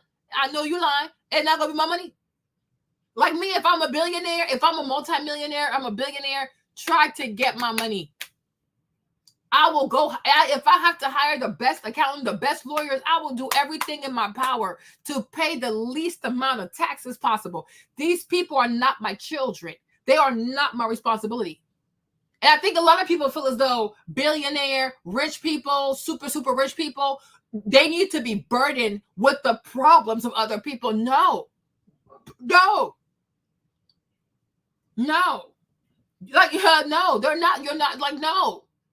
The people who need help are not dependent. They're not the dependents of rich people. They don't owe you anything. And socialists, they go around telling people that, oh, rich people owe you something, such as what? They owe you what? Like, what does a rich person owe you? Their money? Yeah, right. Go get it in blood. Right? As if it's not everyday people who run every single day to make rich people richer. Then they act like, oh my gosh, why they so rich? Right? People willingly went and gave Beyonce more money, right? How much Beyonce made off her tour? Did she force people? No. They willingly chose to go into debt. They willingly chose to use Klarna. They willingly chose to use their their stimulus check, right? People wake up every day to, I've seen this, poor people, middle class people, they always want to keep up with rich people. You make people rich, right? Everybody knows that Rihanna is quote unquote allegedly a billionaire. I ain't seen it, but maybe she is, maybe she ain't, I don't know, right? But allegedly, according to mainstream, she is a billionaire. No problem, right? Rihanna comes out with shampoo and conditioner. When was the last time you been to the store? They got mad shampoo. They got mad conditioner. Do we need any more shampoos? No. Do we need any more conditioners? No. Do black women need any more, what's it called? Edge control? No. There's enough. Sometimes when I go to the store, I'm like, when they going to sell all of this? It's just so much stuff. Like, there's so many products, right? Rihanna's already a billionaire. We already have enough products. People are like, no, I want to support Rihanna. I want to support her. I want to support her. I'm going to support her. No problem. Instead of saving your money, you think shampoo is so much like you got to say, you like sometimes the way these girls be screaming, like, I want to support Rihanna. You would think Rihanna out here struggling to buy diapers for Baby Riot and his brother. Okay, I'm like, girl, she's a billionaire. Support her how? She's already rich. It's time for her to support you. No, they don't see it like that. People take pleasure in making rich people richer. But then when their houses are full of trinkets, okay, bunch of bullshit, right? Their houses are full of bullshit, bunch of Stanley cups, bunch of Rihanna shampoo, Beyonce shampoo, whatever they saw on Amazon Prime that they didn't know they needed, stuff you need from Amazon, didn't know you needed. Well, duh, because you don't really need it, right? Then they have all this bullshit stuff. Then the bills come. Like, oh, I feel poor. I feel poor. I wonder why. The type of bullshit people buy because it's made by a celebrity. Celebrities that are these people already have way too much money. People go and they give these people even more money. Then they get mad because the people are even richer, but you made them richer by not being what they call like judicious, like not having like any kind of fiduciary mind, I guess, right? To think like, okay, she's already rich. Like, do I really have to buy more shampoo? No, she's fine. She does not need your support. But because she's gonna be like, okay, I'm gonna come out with an album. Oh my gosh, I love her so much, right? You're gonna give her $100, and it's like it's millions of y'all doing this. But then you get mad when the person has a lot of money. So, oh, well, now we got to go tax them. Let's tax them and take the money from them because they have way too much money. You gave them the money. They bamboozled you. They smiled at you a little bit. They had a little party for you, or they flew on like Google, like your favorite influencer, right? Because you're constantly trying to keep up with the Joneses. Instead of being a Smith, you want to be a Jones. So there you go. But these people, they're rich for a reason because everyday people like you and I give these people money for basic ass products, for basic ass services that honestly you don't need. So it's like, are you supposed to be mad at the rich person for having money? Or should you be mad at yourself for poorly managing your money, right? If a lot of people learn to manage their own money, right? If a lot of people control their impulses, if a lot of people made it their business to go learn financial literacy, you would not need the government to go out here and take money from the rich because most likely you'll be rich too. Right? Everybody wants more taxes for the rich because they're not rich yet. But what happens when you're rich? And you start to see how some people are happy being at home all day. They don't work, don't do nothing, sitting there collecting benefits. You're not going to want to pay the taxes. Like, why would I pay for this? Right? Why don't you get your ass up and go work? Because you can work. You're a multimillionaire or whatever you are. You work hard to get to that point. And they're telling you, you need to pay for daycare for some woman who has 2-3 kids by 3 different people. That ain't my problem. What the daddy's at? Why should I have to pay for that shit? I didn't get this girl pregnant. Okay, why do I have to pay? And I'm like, I love the babies, no problem, right? But why do I have to pay for babies that ain't mine to eat? They're my kids. They're not my kids. If people took better care of themselves, a lot of people would not need social services. Okay, and it's not rich people's job to take care of people's children, their daycare, their wump. The same way he fought to be rich or she fought to be rich, you do the same thing, or at least fight to be middle class. But it's not fair. It's not fair. Me, I'm not a billionaire. I'm not even a millionaire, right? But I'm like, why would I pay for this? Because I see how a lot of people who receive benefits, they're not grateful. They're not grateful. They're like, they don't even know where this money's coming from. And they're constantly insulting other people because they feel entitled. When have you ever seen, this is about to get real, right? I feel like I'm becoming a Republican every day I wake up, but I'm definitely conservative, right? When have you ever seen somebody who receives benefits to say, you know what? I want to thank God for whoever was taxed for me being able to receive this money. When have you ever seen anybody who receives some type of like social services, right? That is funded by other people's money. Stop and say, you know what? God, I want to thank you for all the people whose money was taken. They could have used that money on their own children. They could use that money on themselves. They could have used that money to go on vacation. They could have used that money to fix their kitchen, to improve your home. Everybody needs their money. We all need our money. When you get paid and you see all your deduction, like, damn, right? When you get towards the end of the year and you add up all the money you lost paying taxes, you thinking to yourself, like, man, I could have used this money my damn self, right? But how often do you see somebody who receives social money, social services say, you know what? I want to say a prayer for all the people who were taxed for me to be able to have this benefit. No. Instead, they insult people. They insult rich people. They bully rich people. Like, the people feel entitled to somebody else's money. At least. And I'm like, I think a lot of rich people, if they could see that people who are on benefits did something good with the money, I don't think they would have an issue with the money. I don't think they would.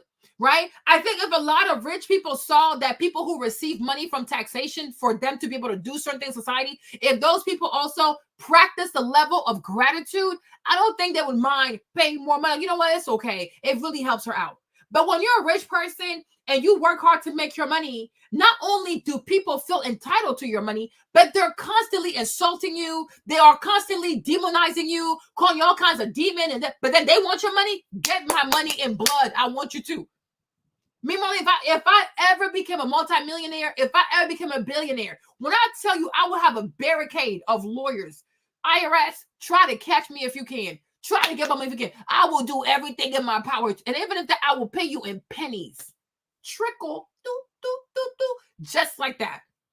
To me, it's some sick shit. It is some sick shit to teach people to hate or to say evil things about people who have money, who are being taxed so that you can stay home or that you can have extra benefits that you didn't even work for. You should be thanking those people. Thank their mind. Thank the fact that they're entrepreneurial. Thank the fact that some of these entrepreneurs, they work every day, 7 days a week. They don't take no breaks. It's not easy being an entrepreneur. Trust, I tried it multiple times, right? It's not easy.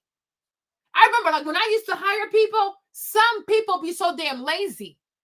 But every 2 weeks, when it's time for direct deposit, oh, Marlene, I haven't seen my direct deposit yet, right? They never wonder, like, oh, is Marlene stressed? Did we sell enough lashes? Like, do we have enough lipstick? Nobody ever came like, Marlene, are we good? No. They come to work. Some will come late, drag their feet, do the very minimum, right? But then when it's time for payday, oh, they want to go open their account. You see what I'm saying? Because people take rich people for granted. People take business owners for granted.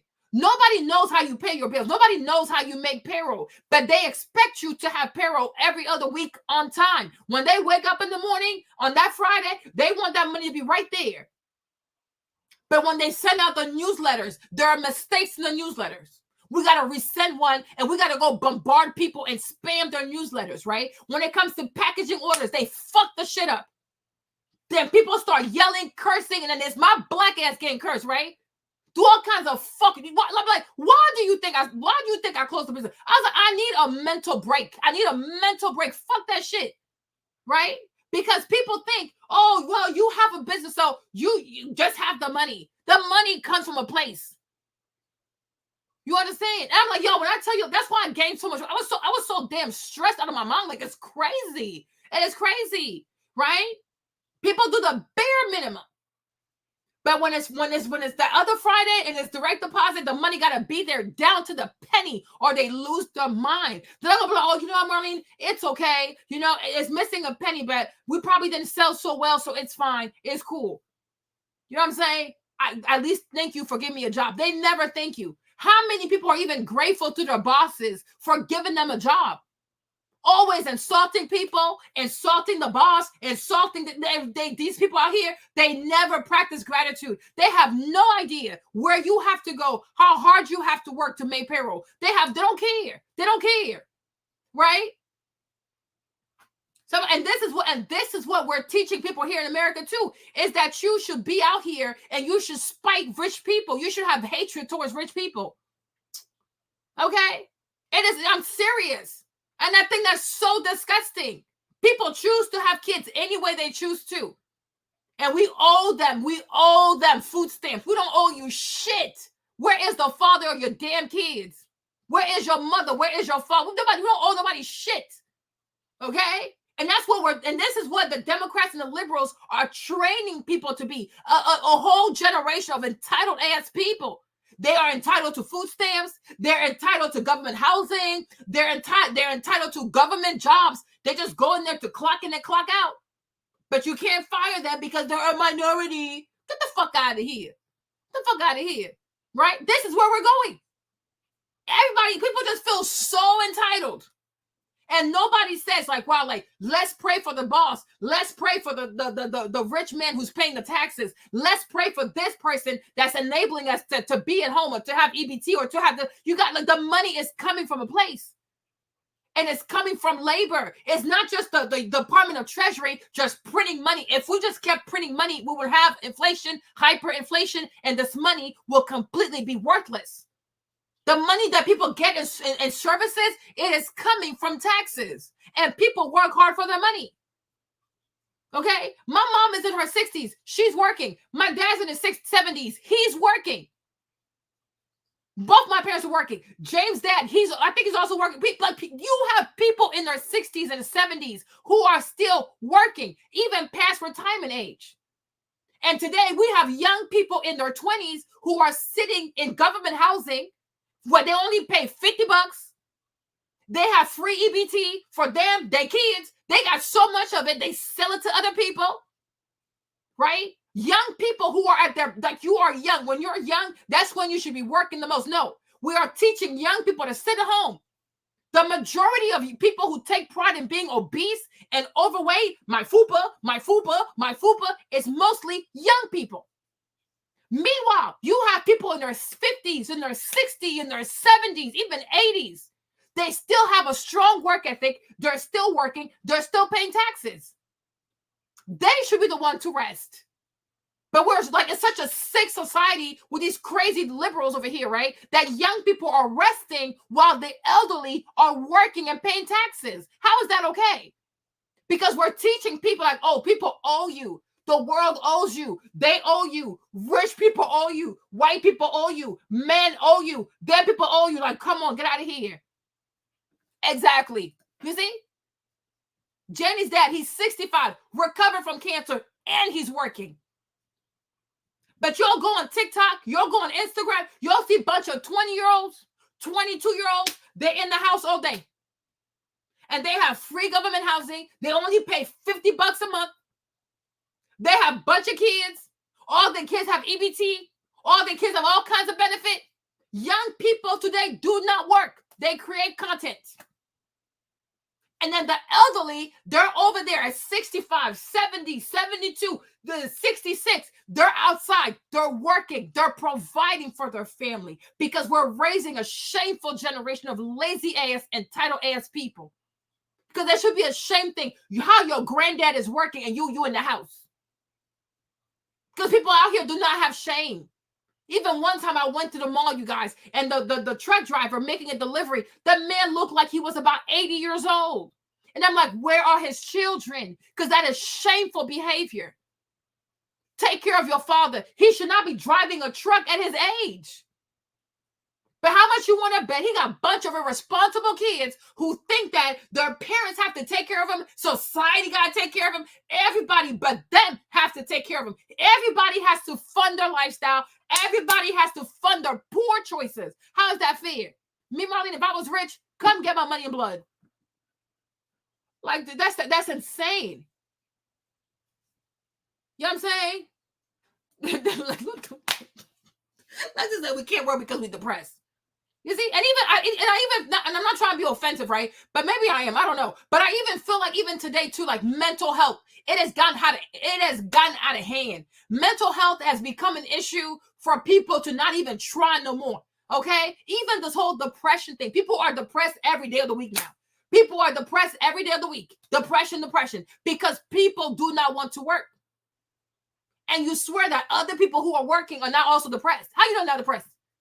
But they have to forge ahead because at least they have a work ethic generation. And I'm like, the way we're going, it's bad.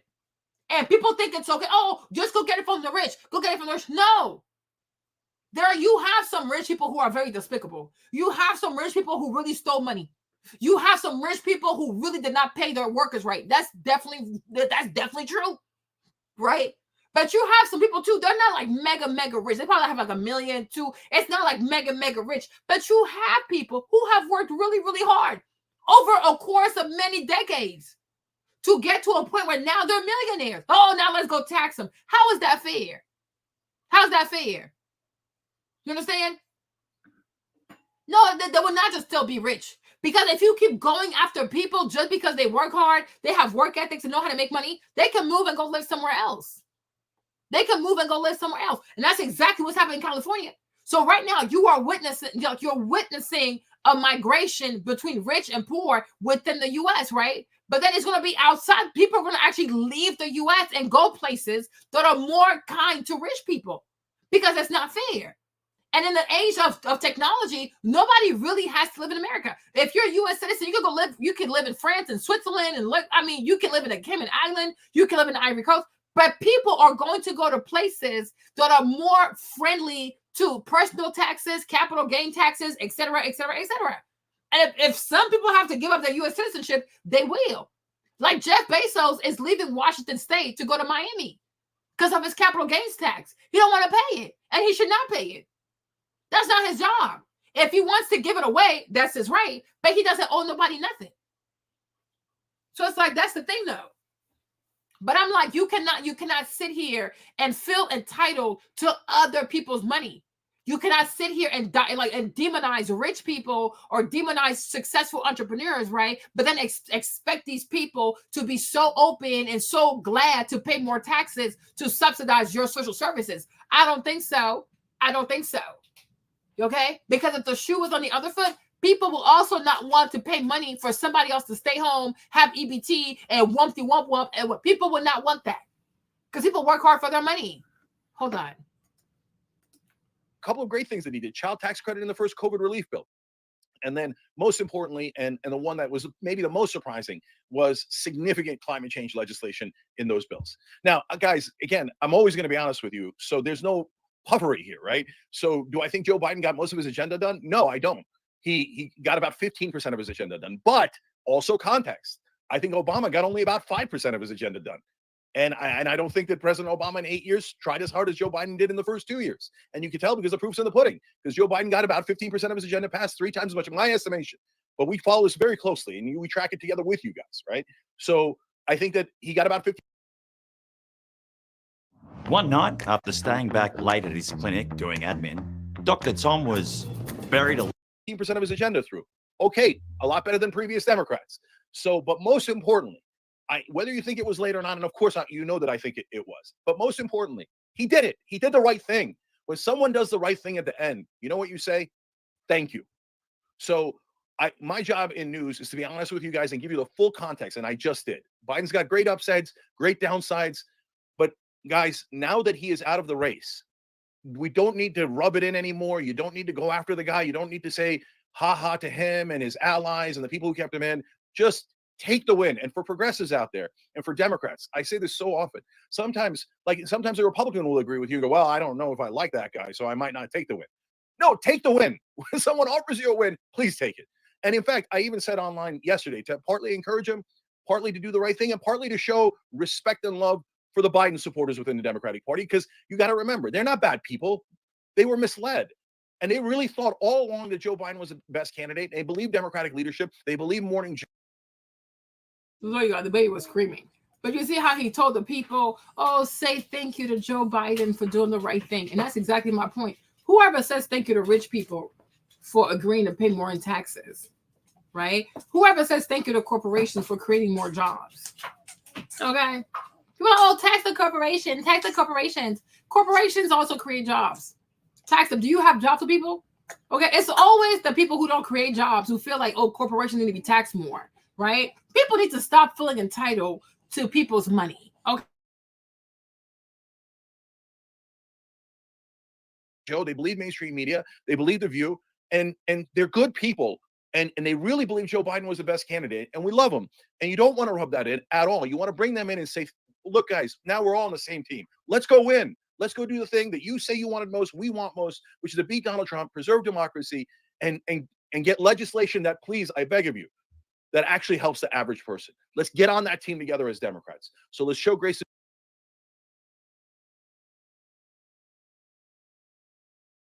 These people are intellectually dishonest. Biden. And finally, like I said, I even said yesterday, let's give him a standing ovation when he gets out. Now, I can't move the camera, so this is going to be incredibly silly and corny. I got you. And you should do it right, and you should do it better. You should go outside wherever you are right now, record yourself, giving him a standing ovation, and put it on social media. If you don't want to do it, no problem. But if you want to thank Joe Biden for doing the right thing when it mattered most, then do that. We're going to get to the future in 1 second, but I'm going to follow through on my promise. Here's to Joe Biden.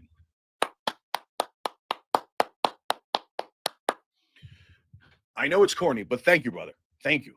If he'd gone in all the way, we definitely would have lost to Trump. And at least he's with plenty of time left, with enough time left, Joe Biden has exited. Now, let me read you two things from a statement that are so important because it affects whether we're who we're going to have as our new candidate, and that's super important. Guys, you know, normally when I do the lives, I try to call out all the super chats and all the new member signups. I'm going to do my best later after I get through most of the news, but I want to thank all of you that are doing that. It's so important to us. It's you guys who allowed us to be a strong voice for sanity. So please hit the join button below, become one of the Young Turks, be the people that make these decisions along with us, okay? So Biden wrote in a letter on Instagram, while it has been my intention to seek re-election, I believe it is in the best interest of my party and my country for me to stand down and focus solely on fulfilling my duties as president for the remainder of my term.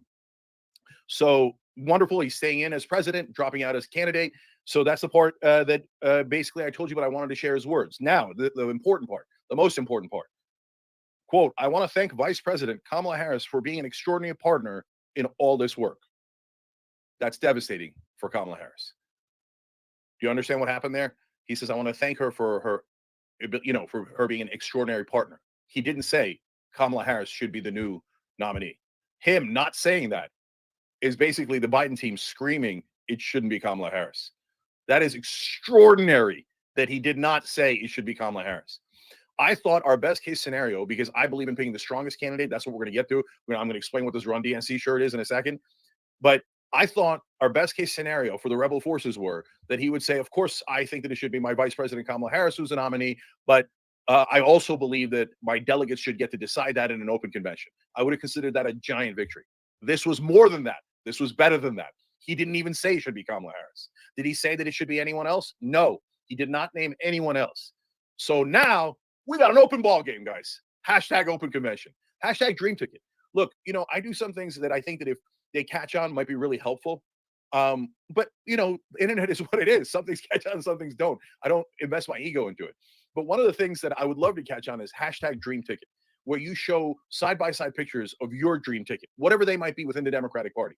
Well, the reason why I would love for that to go viral on social media is because I want people imagining different Democrats together and getting excited about it. I don't want more anointing. Look at what anointing has brought us. It has brought us calamity and disaster. Trusting Democratic leadership has cost this party and this country untold harm. It's caused untold harm. It causes unbelievable damage. So what are we doing? They said, oh, Hillary Clinton, we're positive. Well, we shouldn't. We should have very few debates. We should put them on the most unwatched nights. We should funnel money secretly to Hillary Clinton's campaign because we're positive, they said, that Hillary Clinton would beat Donald Trump. Well, they were wrong then. They said this time around that Joe Biden would be the best candidate against Donald Trump. They were comically wrong. Democratic leadership is always wrong. Do not let them annoy. You see how wicked this man is. So he's saying like the Democratic Party is always wrong. They were wrong about this. They were wrong about that. But then he's saying you should still believe them. You should still trust them. Like, sir, you make no sense. You really make no sense. Okay? You make absolutely no sense. Just like, I'm going to say it. You make no sense. That people are not trustworthy. They're always wrong. But yeah, trust them. This time they're going to get it right. Yeah, sure. Anyone. And there'll be tons of elitists that you will see all across mainstream media now.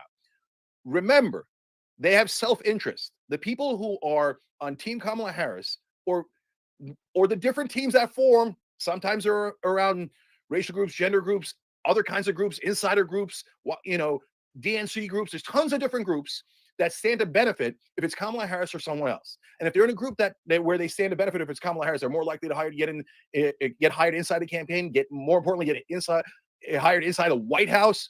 Those people will be all over TV, all over mainstream media go, it's got to be Kamala Harris. It would be very.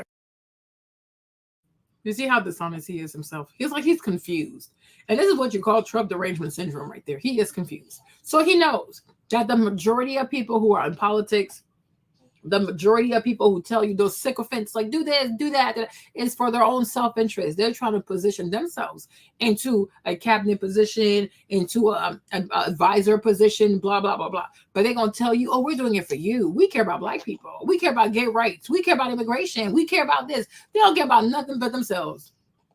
Okay? They don't care about nothing but themselves, and himself included, right? Because this don't make no sense. How can you openly tell people, oh, yeah, the Democrats were wrong when they thought that Hillary could beat Trump? Oh, the Democrats were wrong when they thought that Joe Biden could beat Trump. So now we should trust the Democrats that Kamala Harris could beat Trump? Sir, what? You make no sense. But like I said, because he's Turkish Muslim, right? He feels like what Trump did with the Muslim ban at the airport, he hasn't forgiven that. Like he's still crying boo-boo tears, okay? But I'm like, sir, he did exactly what he had to do. A lot of people from Muslim countries, Arab countries, they don't like America. And if we're not sure who's really coming here, how we know we're not welcoming someone who wants to get revenge? Rightfully so. I get it. America does some foul stuff, right? But child, we can't afford that. Okay? So close the borders. Then you got to learn not to take stuff too personally sometimes, right? Let it go, Cenk, let it go. But you cannot intelligently sit here and tell people that every time the Democrats say something is wrong or they lied about it, but people should still continue to trust that. What? You make no sense. You absolutely make no sense. He's deranged, this guy. Seriously. Offensive if it wasn't Kamala Harris. You're insulting Black voters, South Asian voters. Come on, really? Female voters. They'll pretend all those things. They'll pretend to speak for minorities. They'll pretend to speak for women. But they'll never show you a poll because they don't actually speak for those groups. They're speaking for themselves. Don't let them trick you. It's not to say that Kamala Harris is a disaster and that she shouldn't be our candidate. I think that lately she's done way better. You know us, we're the most honest show in America. So if I thought Kamala Harris was not the right person, I'd say, no, don't go anywhere near that, okay? And before, I was very concerned about her word salads, and that was real. But these days, she's been giving good speeches, that she looks solid. I understand the record for her, etc. But she's got to earn it. If you say, well, she was already vice president, she earned it. No, that doesn't make any sense. Vice president is a title. It's a status. It doesn't really mean anything. Earning it is winning some sort of contest. Remember, Kamala Harris didn't win anything. Joe Biden won barely, when all of the establishment candidates coalesced around him to barely beat out Bernie Sanders. And then he just picked Kamala Harris. And he's a criminal. This man is an intellectual criminal. So he recognizes that the person in 2016, in 2019, who deserved the DNC nomination was Joe Biden. That's what I think now I'm like, it's starting to come back to me. It's all coming back to me. It's all coming back, right? Now I'm remembering what happened to me when I stopped being a Democrat. It was with Joe Biden. It was with Bernie Sanders. I remember it. Because the Bernie Sanders thing, I was so excited, you guys. Remember it was like, feel the burn. That was the whole slogan for the campaign. Y'all, I was so Bernie. I was Bernied out, okay? Feel the burn. I almost went and got the sticker to put my car. Okay, that's how like Bernied out I was, right? And so for those of us who saw that in 2016, the DNC completely robbed Bernie Sanders. So even the things they claim to be about, And that's what really Bernie is about. They're not really about that life. Okay. So behind the scenes, they stole it from him and they put pressure on him to let it be Hillary. And he had to come out there. And even though he was being robbed, and be a little whatever, PUS. Okay. I'm like, oh, it's fine. Y'all support her, whatever. We saw that one time. Then in 2020, it happened again. Right. It happened again. Even within their own party. They didn't do things the right way. And they don't talk about democracy. Behind the scenes, they were calling everybody to quit. And if you remember too, Bernie did not want to drop out. Pocahontas, I forgot her name, that lady, the white lady, she said she's Native American, but Pocahontas, she dropped out pretty quick. Buttigieg dropped out pretty quick. Kamala Harris, they all, because remember when Kamala first came out, she was saying that Joe Biden was a racist. Her herself was calling him a racist. And like Chink said, when people think, because most people think about themselves, once they told her she would be vice president, so I guess you ain't a racist no more. Okay, so there goes her integrity and there goes her values, right? But if you remember, she called Joe Biden a racist. And she even told him and his, because he didn't want to integrate the schools. He didn't want to do school busing. She called that man all kinds of racist. Like, child, people are so dishonest. Whoever is responsible for black media and talking to black voters, they are a bunch of pagans. They're a bunch of wretched souls. They're a bunch of demons, and they will have to answer to God for this, right? We all remember Kamala Harris calling Joe Biden a racist. But once he offered her a position she could not turn down. Sorry, boo-boo. Okay? Oh, my goodness. You're drinking a little too fast. Okay, good job. Okay. Once he offered her a position she could not turn down, he was no longer a racist. He was, hey, we did it, Joe. We did it, Joe. So did she even care that he was a racist? Or she just knew that it was something inflammatory that she could say to rally black voters on her side? She didn't really care. Because if she felt a real way about him being a racist, you and no position gonna make you stand next to a racist. Because if you stand next to a racist, you are legitimizing a racist. Right? And that's what she did. That's why I don't take them seriously when they say Trump is a racist. I'm like, well, so is Joe Biden. And you have no business. You have no problem doing business with him. So why do you shame black people who support Trump? It don't make sense, right? It don't make, even your girl Kamala, she called the man a racist, right? Or like people send me stuff, oh, but look at Vance, like JD Vance, the stuff he used to say about Trump, because he used to be like a never Trumper. I remember, so he's just like a Kamala, right? Because Kamala also called the man a racist, but as soon as he gave her a job, she was right next to him, right? JD Vance also, I'll never support Trump until Trump offers you a VP position. So you see, all these people, they have a price. Their integrity has a price. They're for sale. Most politicians are for sale. All these law people, even JD Vance, right? I promise you, he probably still owes money for a student loan. So he ain't free. Okay. So that's how it goes. Okay. That's really how it goes out here. But I'm like, you make no sense. Like, you are intellectually dishonest.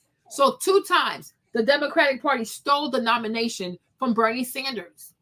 And that's why people are not really excited about Hillary Clinton. They were not excited about Joe Biden or Kamala, because we know it wasn't real. It was fake. It was fake. He was just given the nomination. And that's why he barely won against Trump. And that's why Trump feels like he cheated. Okay, hold on. I'm sorry, but it's true of Dan Quayle. It's true of Mike Pence, JD Vance. It's true of all the vice presidential picks. They were picked by the person at the head of the ticket. They were anointed. They didn't actually win anything. The number one problem we had with Joe Biden is that he was not tested. That's why I ran against him. That's why you guys sent me in to try to make a difference, because we knew he wasn't tested and we knew he couldn't pass the test. And so the minute he got tested in the debate, you saw with your own eyes what we've been saying all along. So let's not make the same mistake again and say, let's not test our candidate. No, but for God's sake, test the candidate. So we need an open convention. We need to pick the 2 best people, but it is entirely possible that Kamala Harris would win in that convention. Remember, she's the vice president, and to the Joe Biden delegates, that means a lot. And she'll make the argument that those are not Biden delegates, that they're Biden-Harris delegates. She can make any argument she wants, and she can win that argument. I don't mind that at all. But I need her to get the most delegates. If you're not tested at all, and if you go in as a heavy favorite, and then you can't win the most delegates, well, that's the test. And it's actually not that high a bar. It's a really low bar. You can claim those are Biden-Harris delegates, so then lock them up, get them to vote for you. But if you say they shouldn't even be able to vote, the last vestige we have of democracy within the Democratic Party at this late hour, I don't think that Rusty would be here today if it wasn't for the farmer's dog. He was always a shouldn't be used. Instead, we should go back to the old broken system of having the wise men of the Democratic Party, the Democratic leadership, and maybe the donor class in a dark room somewhere we can't see, anoint Kamala Harris and anoint a new vice president. Well, then you missed the whole point of this saga. So look, I don't put it past the Democrats to do exactly that. That is exactly what they might be working on next. And by the way, you know who's likely to be in the ticket based on who's on TV. They don't send people on TV by accident. There's a whole choreographed dance behind the scenes as to how you get onto those Sunday talk shows. And guess who's all over TV this weekend? Pete Buttigieg. So if it's up to the corporate Democrats that run the Democratic Party, likely they'll put in Harris and Buttigieg. I'm not anywhere near convinced that's our strongest ticket. And again, they'll risk losing to Trump rather than testing their own candidates and trusting their own delegates. Now, if you're saying, hey, Janko, this is not a Democratic, we should have had a primary. Of course, I was in that primary. I really wish it was real. I really wish they hadn't canceled a lot of the elections. I really wish that they had done a debate. You would have known about Joe Biden so long ago. We would have already had a. So this goofy dude right here, that's why his nephew don't respect him. You should see him and Hassan. When him and Hassan are on a panel, Hassan has no respect for his uncle whatsoever. He's a clown. So he just admitted to us that they had no primaries. Even when they do, it's not real because the wise men of the Democratic Party going to do what they want to do anyways. They don't respect the delegates. They don't respect even within their own party. The people who adhere to that party, their voices don't matter. Just give us your votes and shut the hell up. We'll think for you. Who wants to be part of a party that tells you don't use your brain? Let us just give us your vote. We'll think for you. Am I a child? No, I can think for myself, right? But the stuff he's saying, if he was not Trump deranged, even he will say to himself, like, yeah, I don't think that's a party that you should belong to because it's giving fraud. It's giving fraud, right? And so then what happens is, what is he going to do if they choose to not let the delegates vote on whether or not they want to anoint Kamala or not? He's still going to tell people to go vote for whoever it is. You see this? He's a punk. And this is why his nephew, I'm like, you should see the way his nephew talks to him. They were on Piers Morgan the other day. That boy had no respect for him. He had no respect for him. And I can see why. Because I'm like, everything you're describing is a breach of democracy, right? Because if it within the party, we don't have real primaries.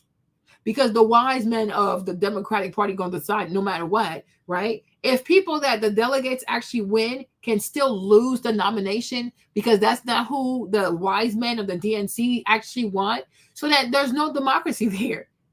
But yet Trump is a dictator. But I'm like, this sounds like dictatorship too also, right? Because whatever they decide, y'all have to do it. Now, if your votes match what they want, then I guess that's democracy. But then if you don't do what they want you to do, they're going to do what they want to do regardless.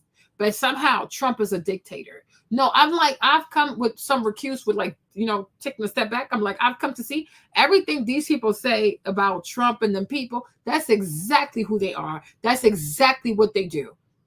They are insane. And they're dictators. How if Bernie Sanders has all the delegates that he needs to have the nomination, why would you take his nomination away from him and give it to Hillary? Right? Because at one point, if you guys remember, at one point, the Democratic Party was broke. They were bankrupt. They had no money. And so personally, Hillary wrote a check. She wrote a check to bail the DNC out of bankruptcy. So that's why they pretty much do whatever she tells them to do. Because I'm like, this is pure madness. Okay, it's crazy. Right? But with Bernie Sanders, we saw a breach of democracy because he should have been the nominee for the DNC. But even they themselves, they didn't really want that, right? So he got all the delegates to win, like, nah, we changed. That's not who we want. So we're going to impose who we want. Then you fast forward to 2020. If you guys remember, we barely had any debates. Oh, there's COVID. Oh, there's the distancing. They did everything they could in their power to justify why we shouldn't have debates and people shouldn't, I'm like, but y'all can do it over Zoom. What's the problem? Oh, no. But they were calling everybody behind the scenes to drop out. Buttigieg, they gave him the Department of Transportation, right? And they gave this man like $7-8 billion to create more charging stations for electric cars, right? $7-8 billion. He only built seven charging stations And I'm like, where is the money? What did y'all do with the money? Right? But him also, why did they also give him a position? Because he's gay, right? He's like the first homosexual mayor in wherever he's from, in North Carolina, South Carolina, somewhere. So once again, identity politics. So no wonder when he gets to the Department of Transportation, he's very inefficient, right? And people go sit here and make claims that, oh no, we need big governments to fix problems. What problems? All they're gonna do is create more problems and raise more taxes. No, make it nimble, make it small, make it nimble, make it efficient, right? But that's why Buttigieg got the Department of Transportation, because he's gay, right? Corinne Jean-Pierre, she got to be White House press secretary because she's Black, she's Haitian, and she's a lesbian, right? That's why this is how they get these jobs. That's how they get these jobs. Kamala Harris, is she qualified to be a VP? No. Quote unquote, she's a Black woman. And then I guess, so that was it. That was good enough. She gonna bring the Black vote, the Black woman, boom, boom. This is how they get these jobs. It's like, they're not getting jobs because they deserve. It's based on their identity. Oh, we need to have one gay over here. We need to have a Black woman over here. We need to have a Black lesbian over here. We need to have a trans over here. We need to, this is how the Democrats do this is how they work. It's all about representation, right? For the sake of representation, but people can't really work. They cannot work. And even this Buttigieg guy, I remember him also, he fired the police chief for his whole police department, and they were all Black, but they never talk about that because they pick and choose whose Black crime they're going to expose, right? Like, go sit down somewhere. But I'm like, he makes no sense. Fantastic new ticket, and that would have won through a primary, and it wouldn't have included me, but I would have been super proud to have been proud of that process. But they didn't run that process. They didn't run any process. So what we have left at this late hour is either a bunch of power players are going to pick behind the scenes and anoint someone who's probably, knowing their track record, the weakest possible ticket, or everyone is going to have the last bit of a fair process. Those delegates are very conservative. They're the most conservative Democrats in the country. Joe Biden's team handpicked them. There's barely any progressives on there at all. So don't worry, corporate donors. They're so afraid of letting go of the reins. They're like, what if they pick someone who doesn't want more tax cuts for the rich? Well, look, guys, don't worry. These are. And notice how he said, don't worry, corporate donors, that the delegates are picked by Biden and they are conservative. But if this is a democracy, why do we have to worry about corporations being hurt? Think about that, right? Why are you issuing a statement to corporations? Right? If this is really about democracy, it's really about the people and blah, blah, blah. Why is he issuing a statement to corporations? Like, oh, don't worry. The delegates are very conservative. They'll be on the side of corporations. So that's what I'm saying. This stuff is just a joke. It is a joke. It is a joke. They think people are dumb. I mean, I guess a lot of people are dumb, so it is what it is. But I'm like, for intelligent people, no, it's not going to fly. So you're telling us, right, that who truly matters is you got to make the corporations happy, because the corporations are the one who donate the most money to these super PACs, right? Corporations do. They give a lot of money to these super PACs, and that's what the money that you people use to go run these campaigns, right? From the people, you want the votes. From corporations, you want the money. But we know when you take money from people, when you borrow money from people, you are indebted to that person. So when you get elected, whose interest you going to fight for? The corporations or the people? Right? And he's telling on himself. I'm like, this guy's crazy. To the corporate delegates, don't worry, they're not going to go rando and pick Bernie Sanders. And by the way, I mean, I know you don't actually believe in democracy, but what if they did pick a progressive? I mean, that would be a miracle on top of a miracle. But what, would you be angry then? Would you be like, oh, no, I can't believe it. They picked someone that they think is the most likely to win instead of someone who will serve me. Wow, you make a compelling case. That does sound really scary. So to me, that's an awesome outcome. And whoever wins this process is likely to be the strongest candidate and is the most likely to beat Donald Trump. So no matter who it is, just give us one last piece of democracy. As imperfect as it is to do this open convention, if the Democratic leadership does not do that, they'll be spitting in our face again. And by us, I don't just mean the country. I mean specifically Democratic voters. How much abuse can we take? How right can we be? 2/3 of Democrats wanted Joe Biden out today.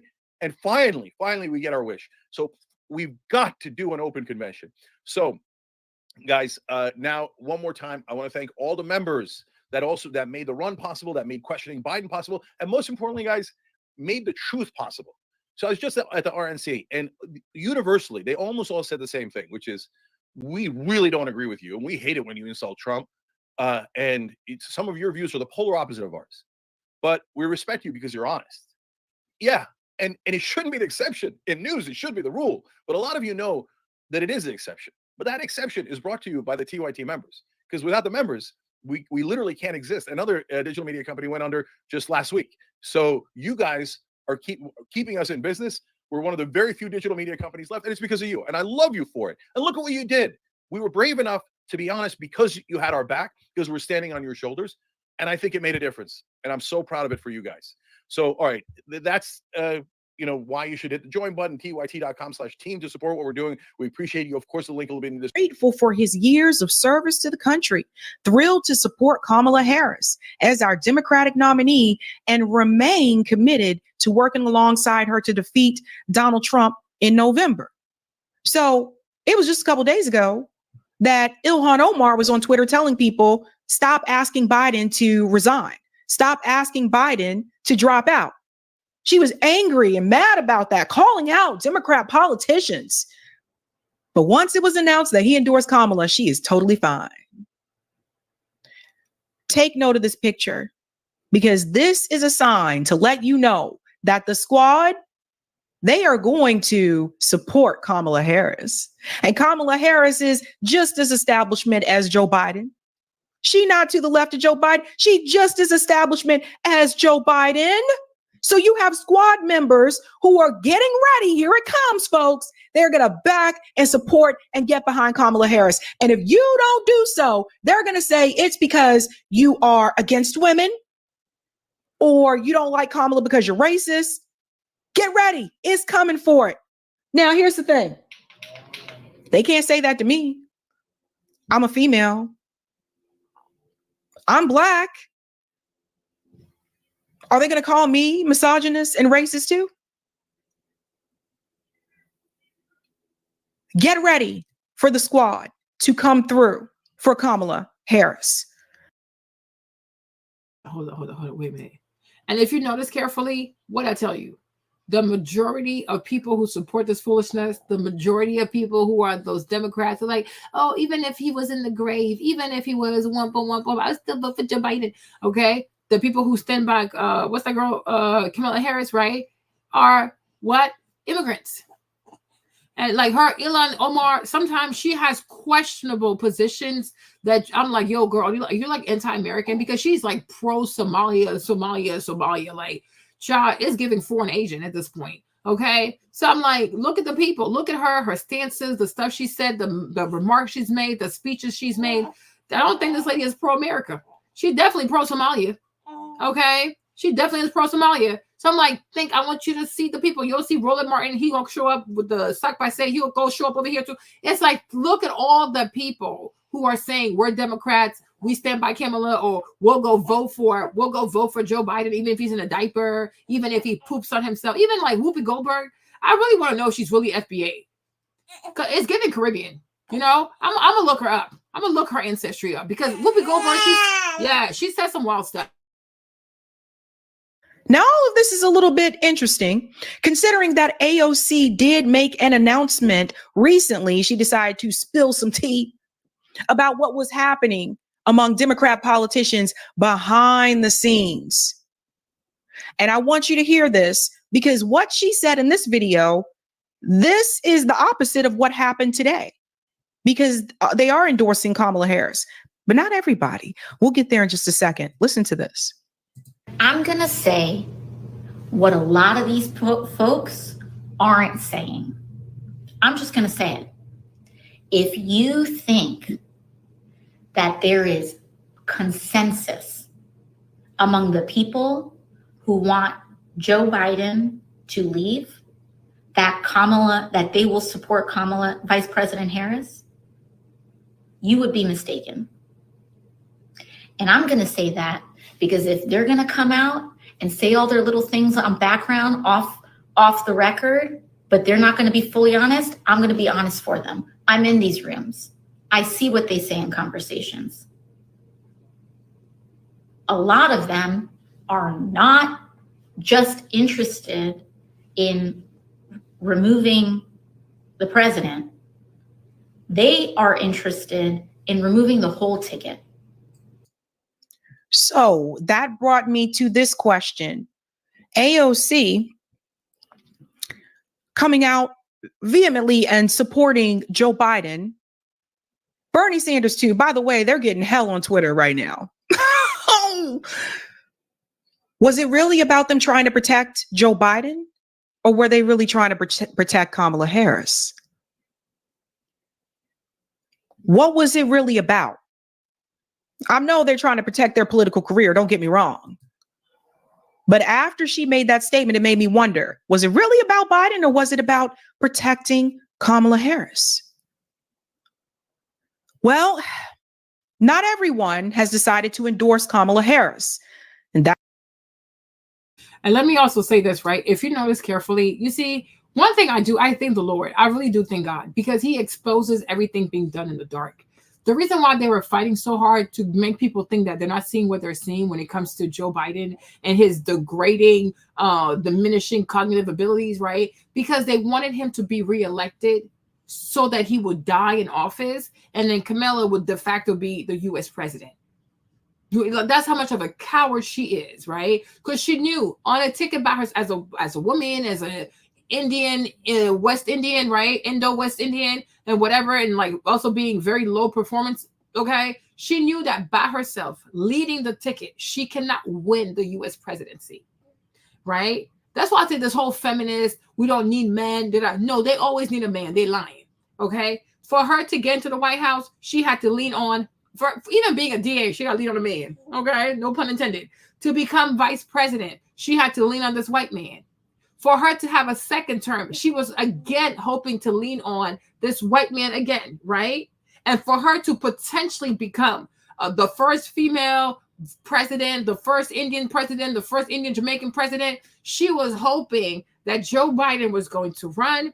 They're going to keep saying that Trump is a threat to democracy. He's a dictator, all a bunch of BS, right? Just so that out of fear, people would reelect them, right? And then most likely Joe is going to die. Or if he does not die, he becomes incapacitated that he can no longer fulfill his job as president. So at that point, she would have to take over because she's a Libra too, huh? So these people are very ambitious.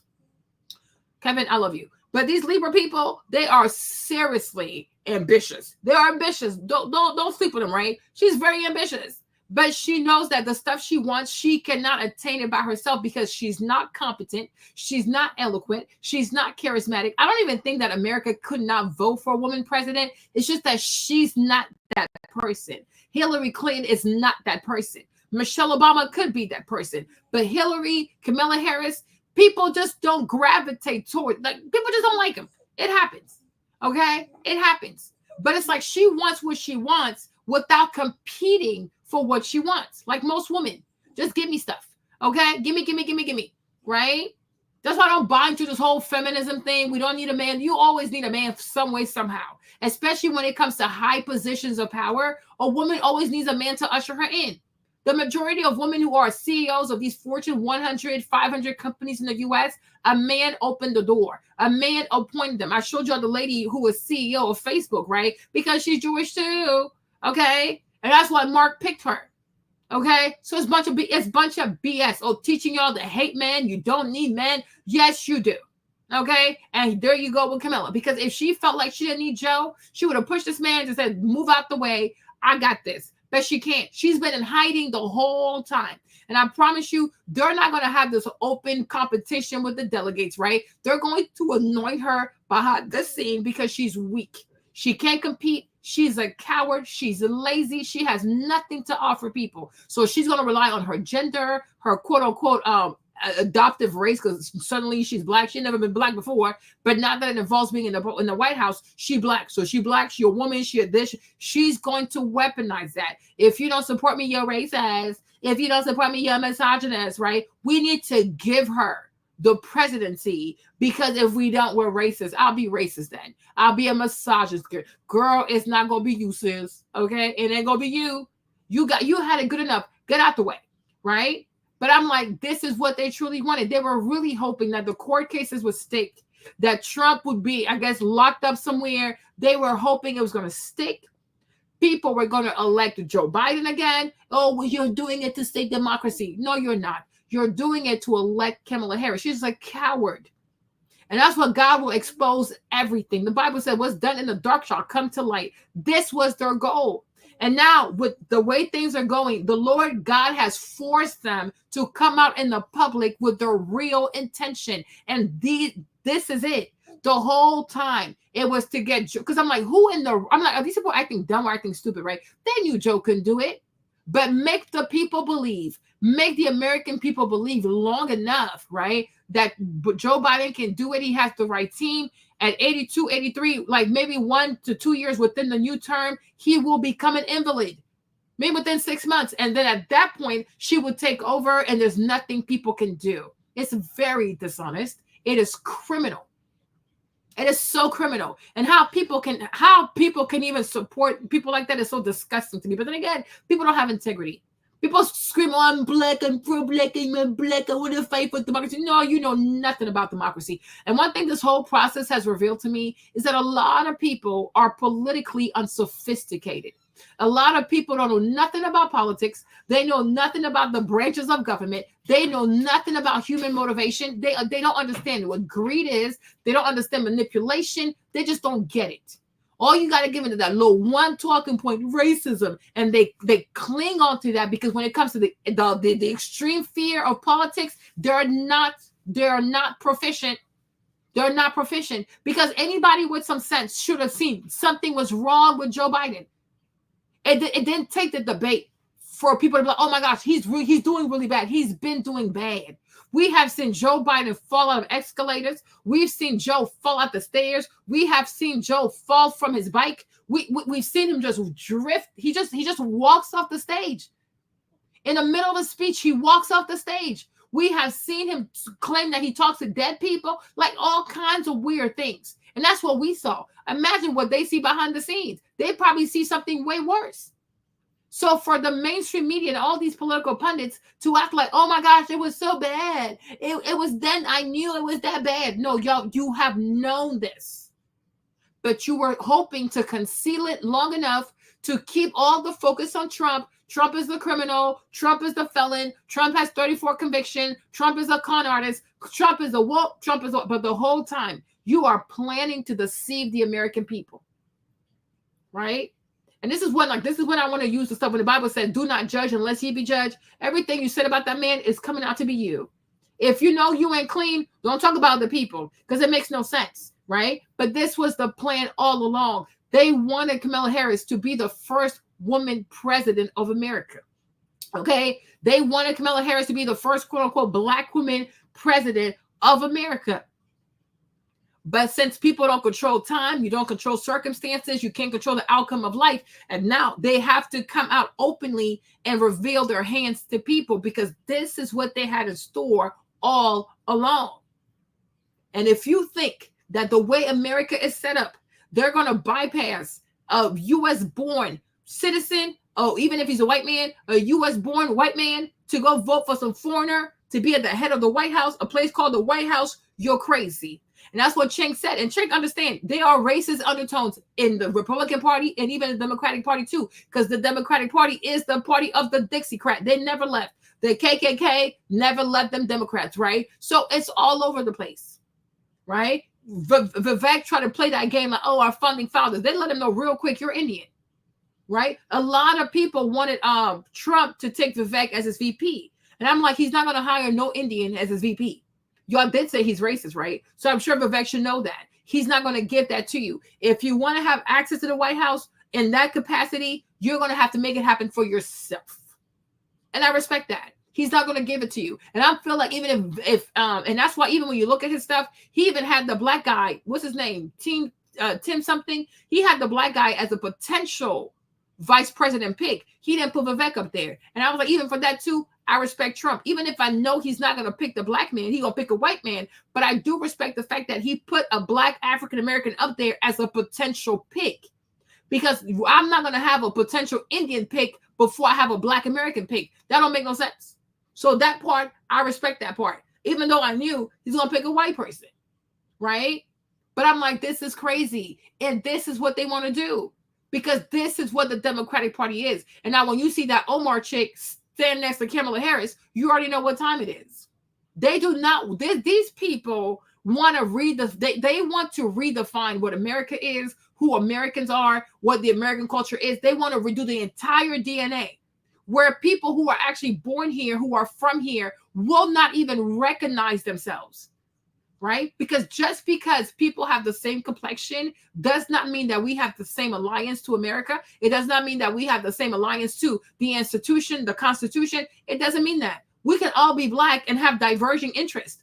Okay? My stuff does not align with Ilhan Omar, but she is very pro-Somalia. Like, that's her jam. Somalia, no problem.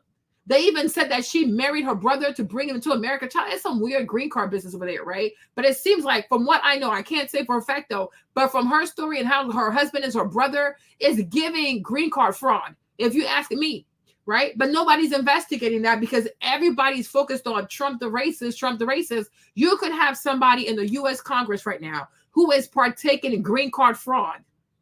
But why should we care, right? Why should we care? Because Trump the bad guy. Like, please, stop the madness.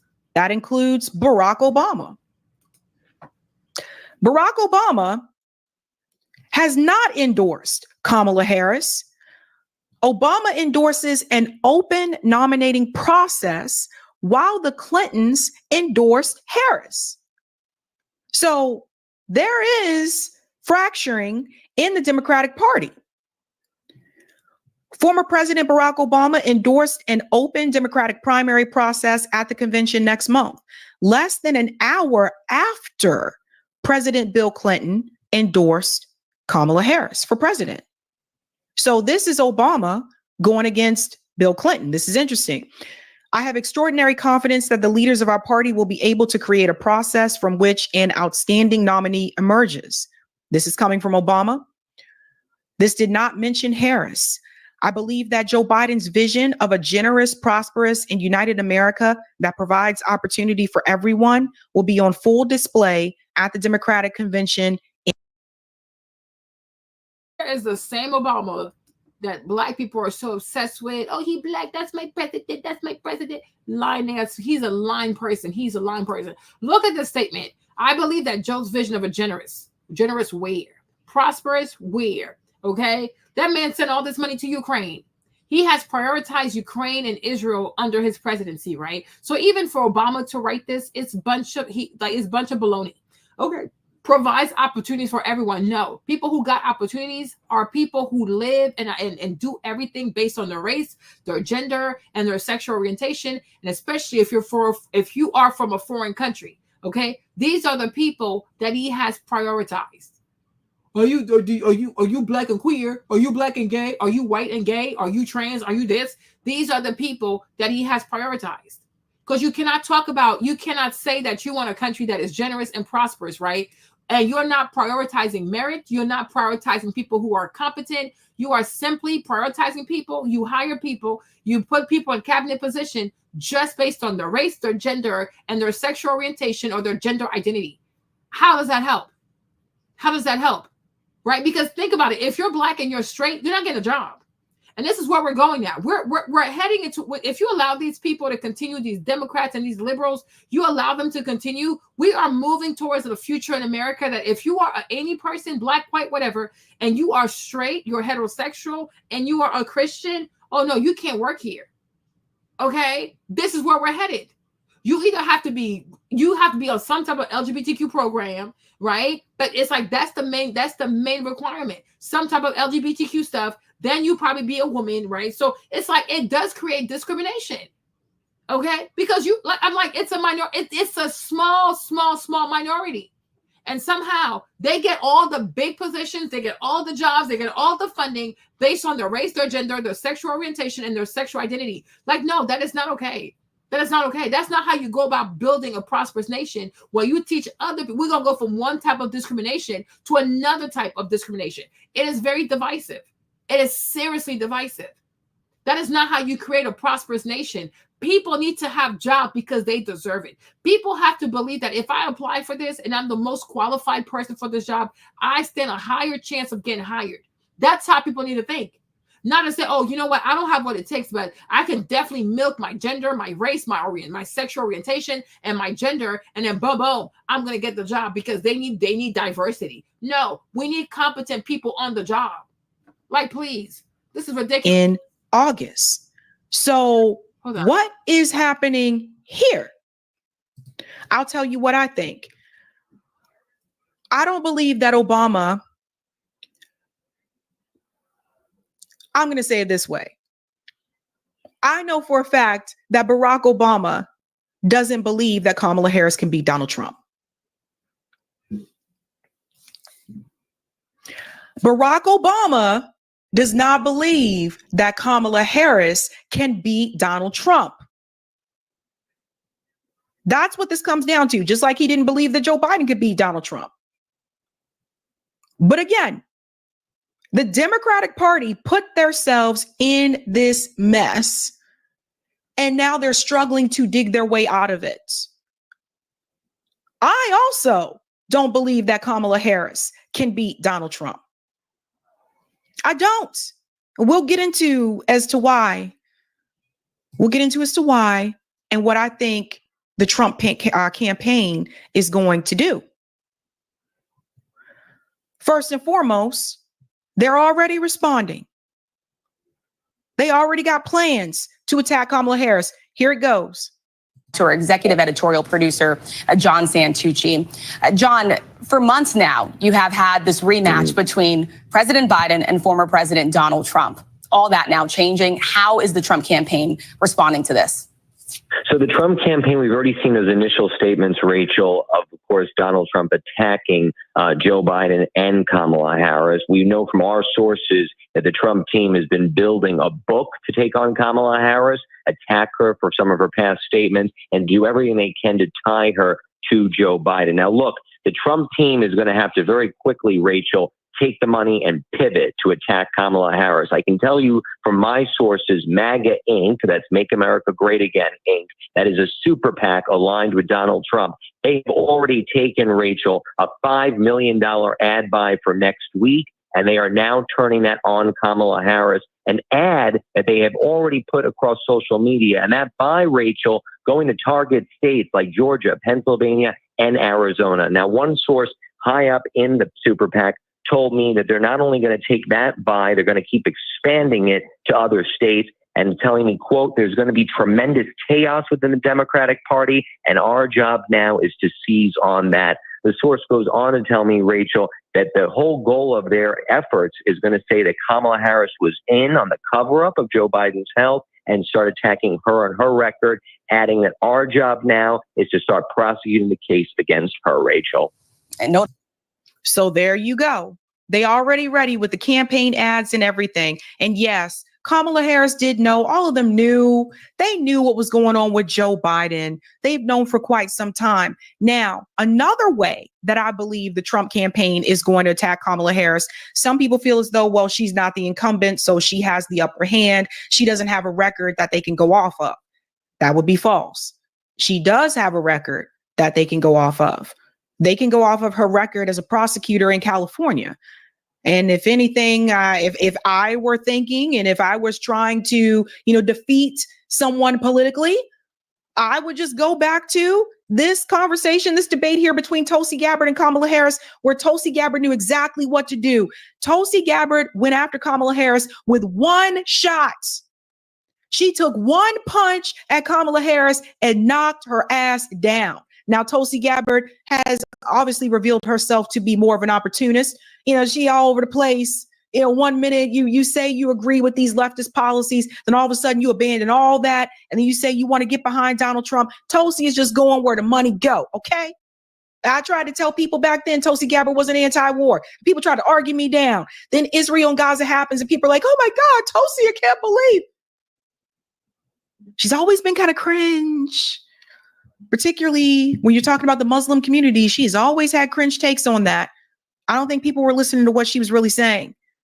But if I were to imagine, the Trump administration is probably going to go after Kamala Harris's record the same way that Tulsi Gabbard did here in the 2020 Dem primary debates. Congresswoman Gabbard, you took issue with Senator Harris confronting Vice President Biden at the last debate. You called it a, quote, false accusation that Joe Biden is a racist. What's your response? I want to bring the conversation back to the broken criminal justice system that is disproportionately negatively impacting Black and brown people all across this country today.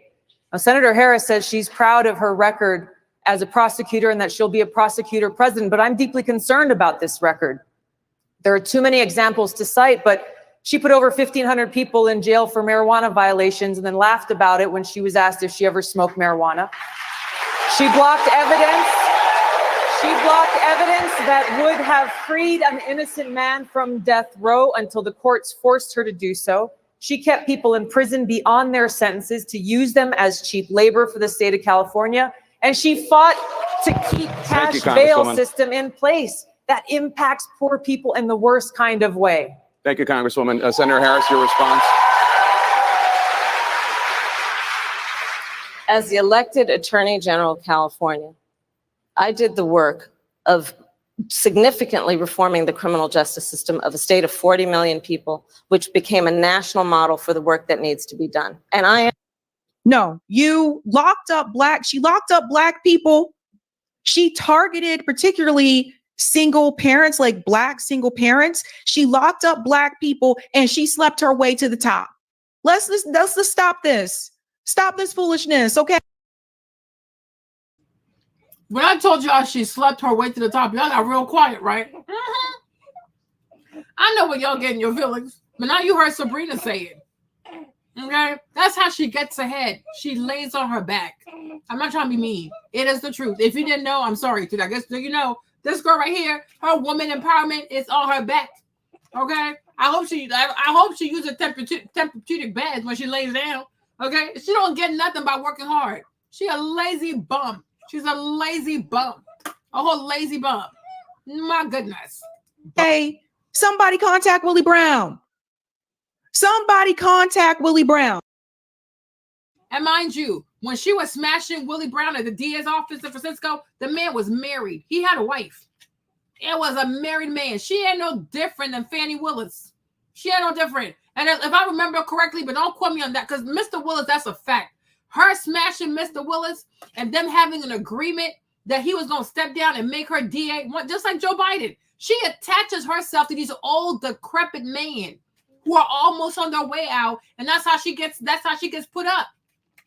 Because Mr. Willis, he was old.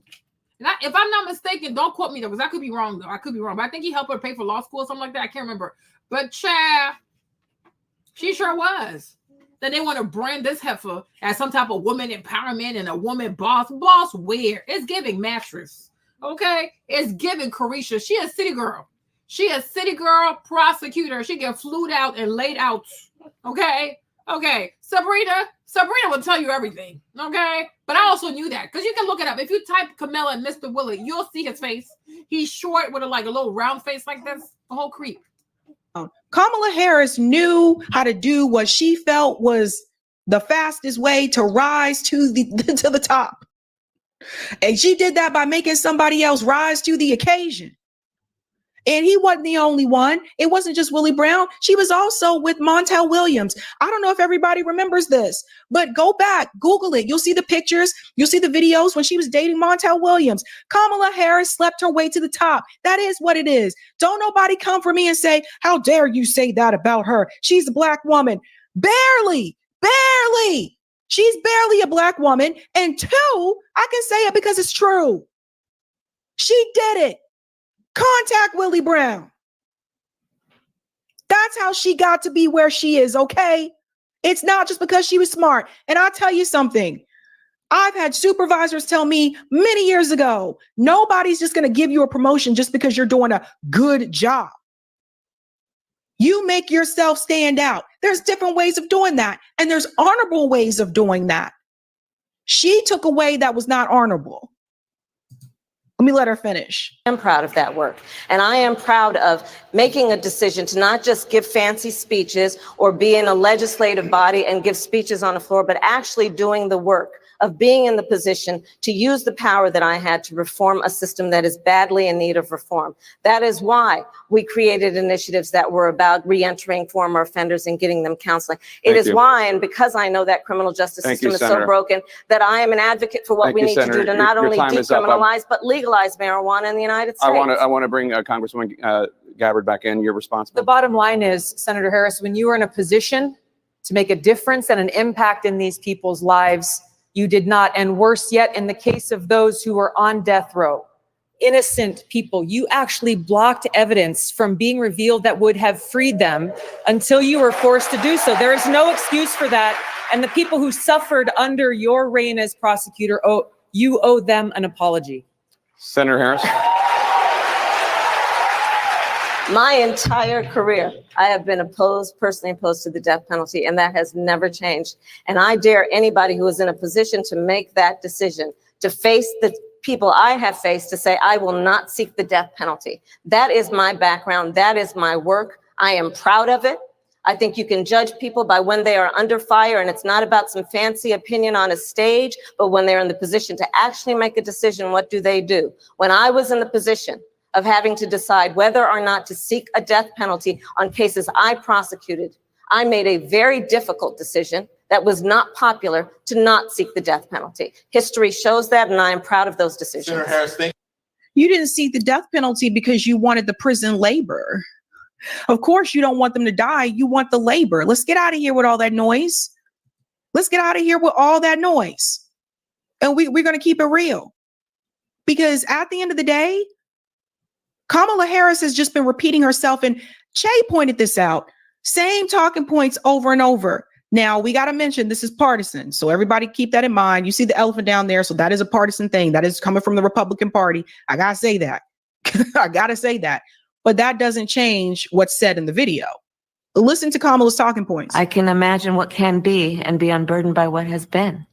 You know? What can be unburdened by what has been. What can be unburdened by what has been. What can be unburdened by what has been. What can be unburdened by what has been. What we can see, what we believe can be unburdened by what has been. What can be unburdened by what has been. What can be unburdened by what has been. What can be unburdened by what has been. Who we can be unburdened by who we have been. What can be unburdened by what has been. Where we can be unburdened by where we have been and unburdened by where we are right now. What can be unburdened by what has been. What can be unburdened by what has been. What can be unburdened by what has been. What could be unburdened by what had been. What can be unburdened by what has been. What can be unburdened by what has been. What can be unburdened by what has been. What can be unburdened by what has been. What? I think you guys get the point. It can be a song at this point. Yes, it can be a song at this point. Now, I want to remind you as we move forward, because as it gets closer and closer to November, even some of the people that said they're willing to vote against the two-party system, the fear-mongering is going to increase the closer that we get to the election. And I've seen people do this before where they'll start off saying they're not going to vote for either party, but once the fear-mongering comes in, they decide, okay, you know, I don't want to get this person, so I better go ahead and just vote against the Republican Party, right? Let me tell you what you're really voting for. Let's go ahead and put this up on the screen. I want to go back to the DNC fraud lawsuit. Now, some people don't like when I share this. They don't like it because they're like, Sabby, you're making the Democrats look bad. Nah, son, they made themselves look bad. And people need to see this. I like to continue showing this.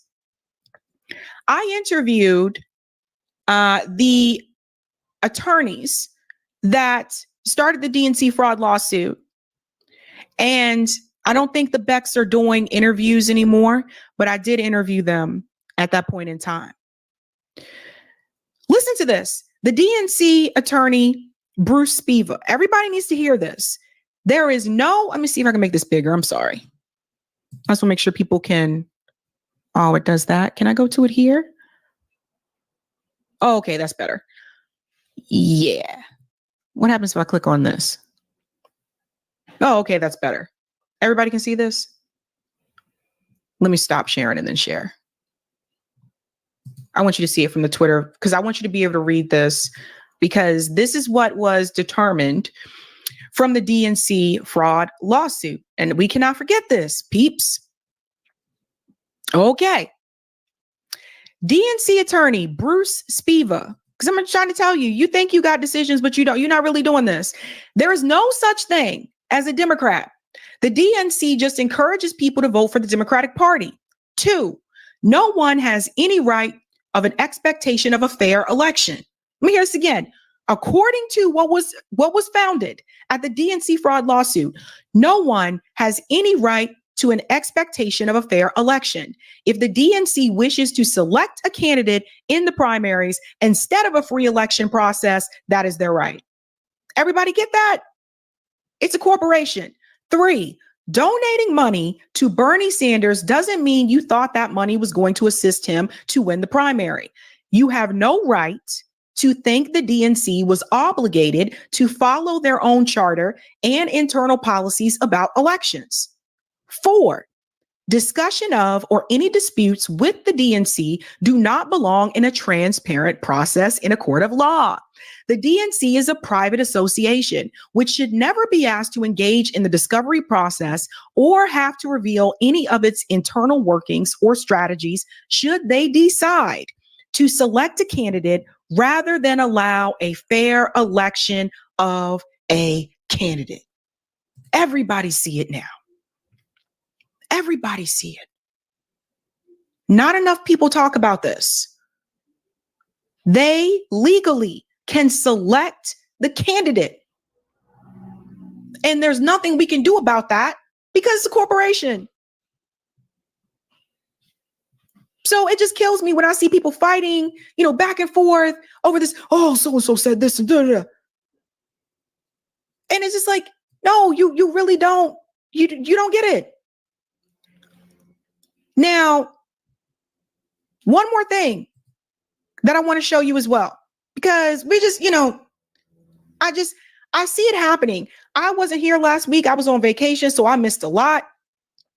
I didn't get to cover the JD Vance thing, which he's corporate as well. But one thing I did notice is that once again, people falling for it again. Hulk Hogan's out there ripping his shirt and saying someone took out my hero. People are out there calling politicians heroes. These people are not heroes. The real heroes are the ones out there doing the work on the streets. They're the ones that you usually don't hear about. They're usually not in the limelight. They're usually not in a political position.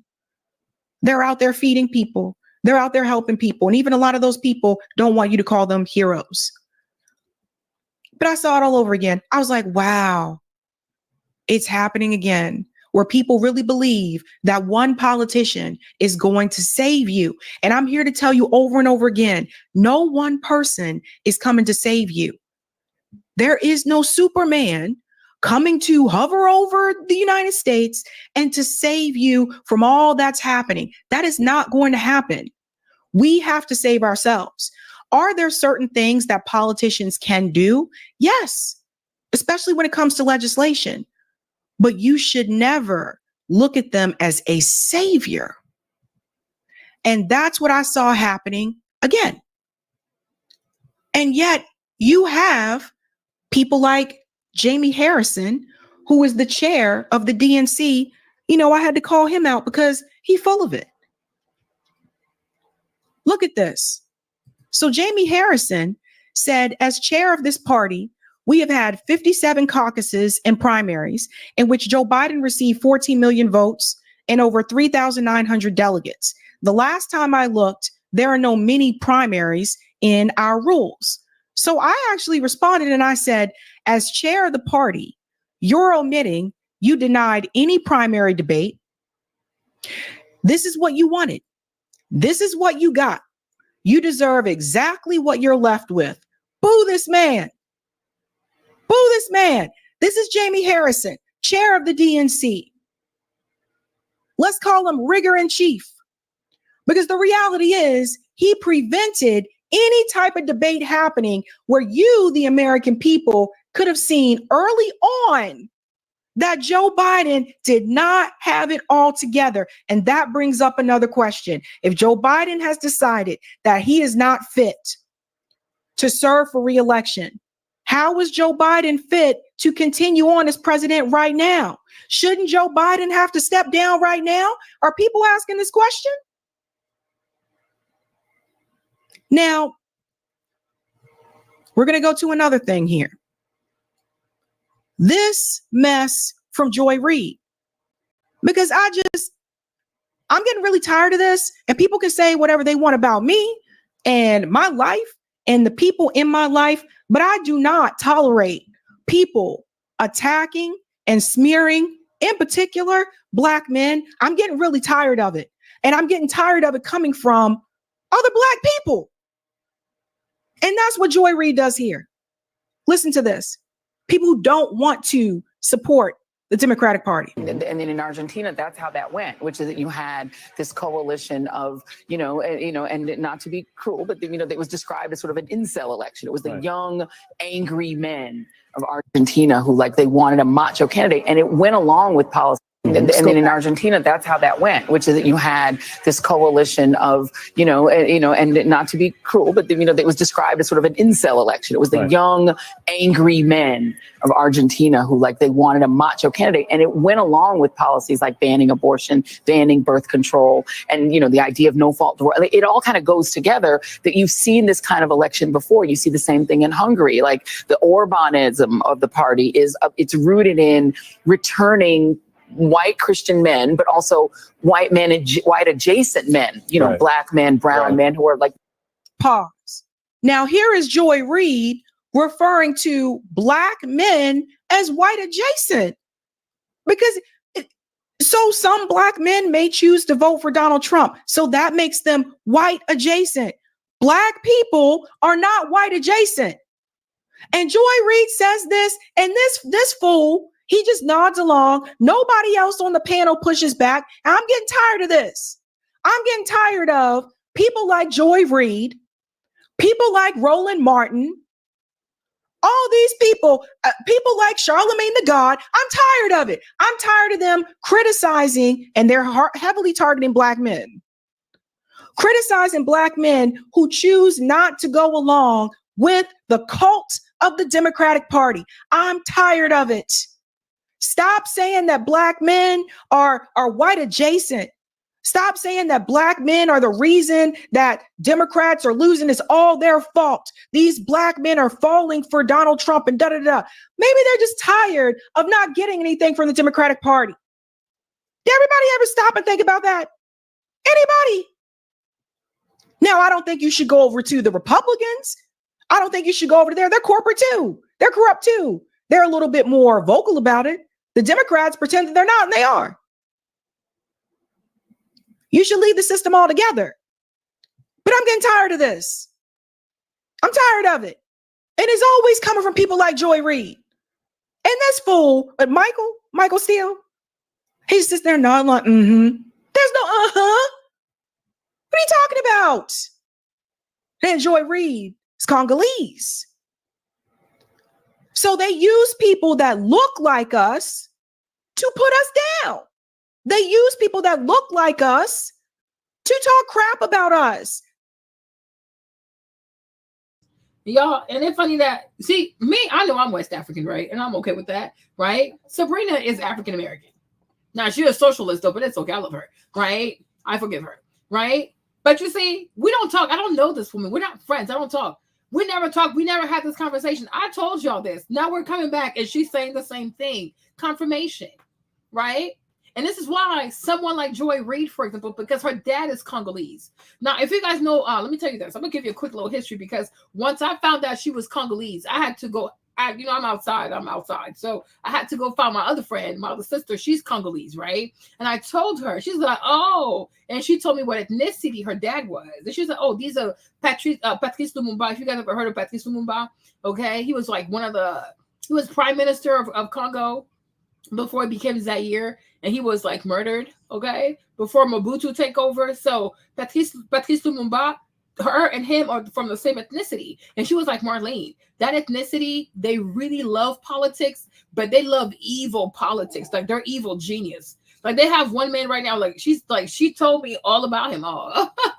And like, yeah, he's an Aquarius. He's an evil Aquarius, right? So that's what they do. So her dad is Congolese, right? She has the same, like her dad has the same ethnicity as Patrice Lumumba. And then her mom is from Guyana. Her mom is Guyanese.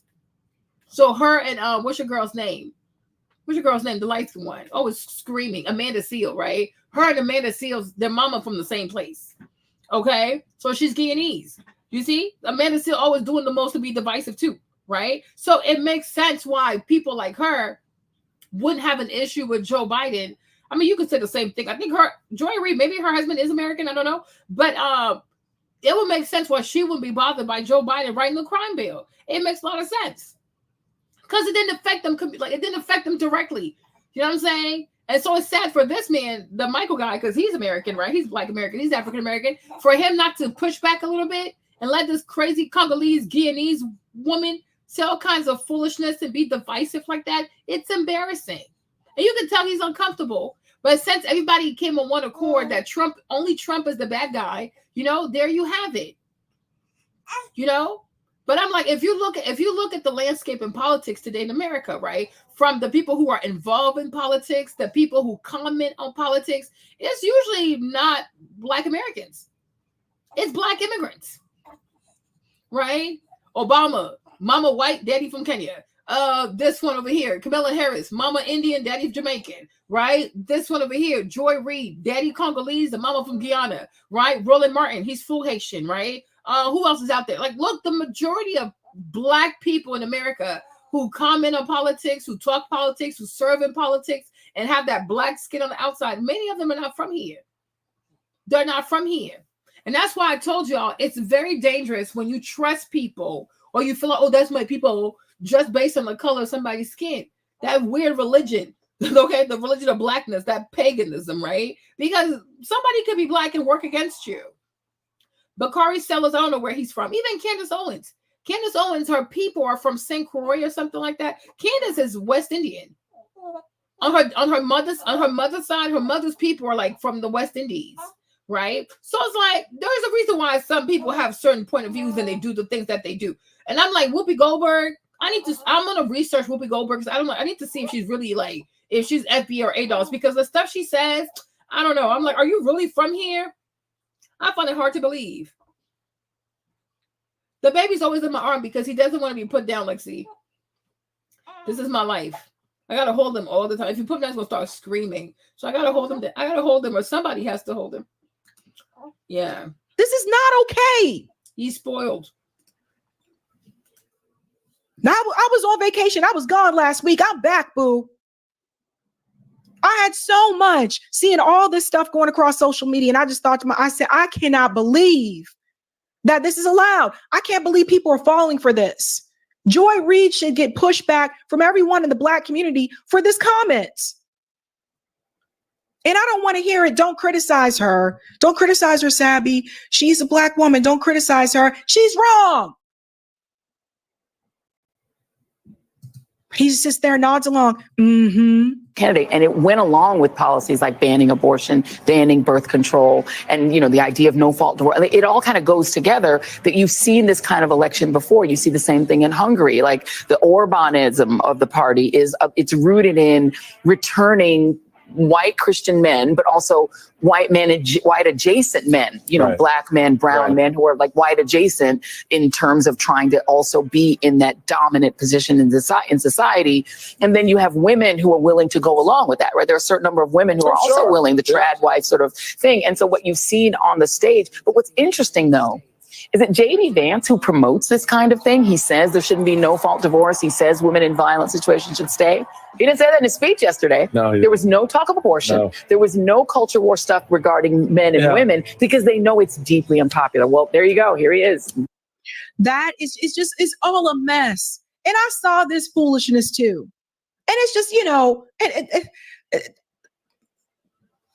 this country is a clown show. This country is heavily propagandized because too many people in this country believe there's a freaking hero. They believe someone is coming to save them. People went from Joe Biden being that savior. Now people going back to Donald Trump thinking he's going to be that savior. He's not going to save you either. Look at his cabinet. It's all deep state, fam.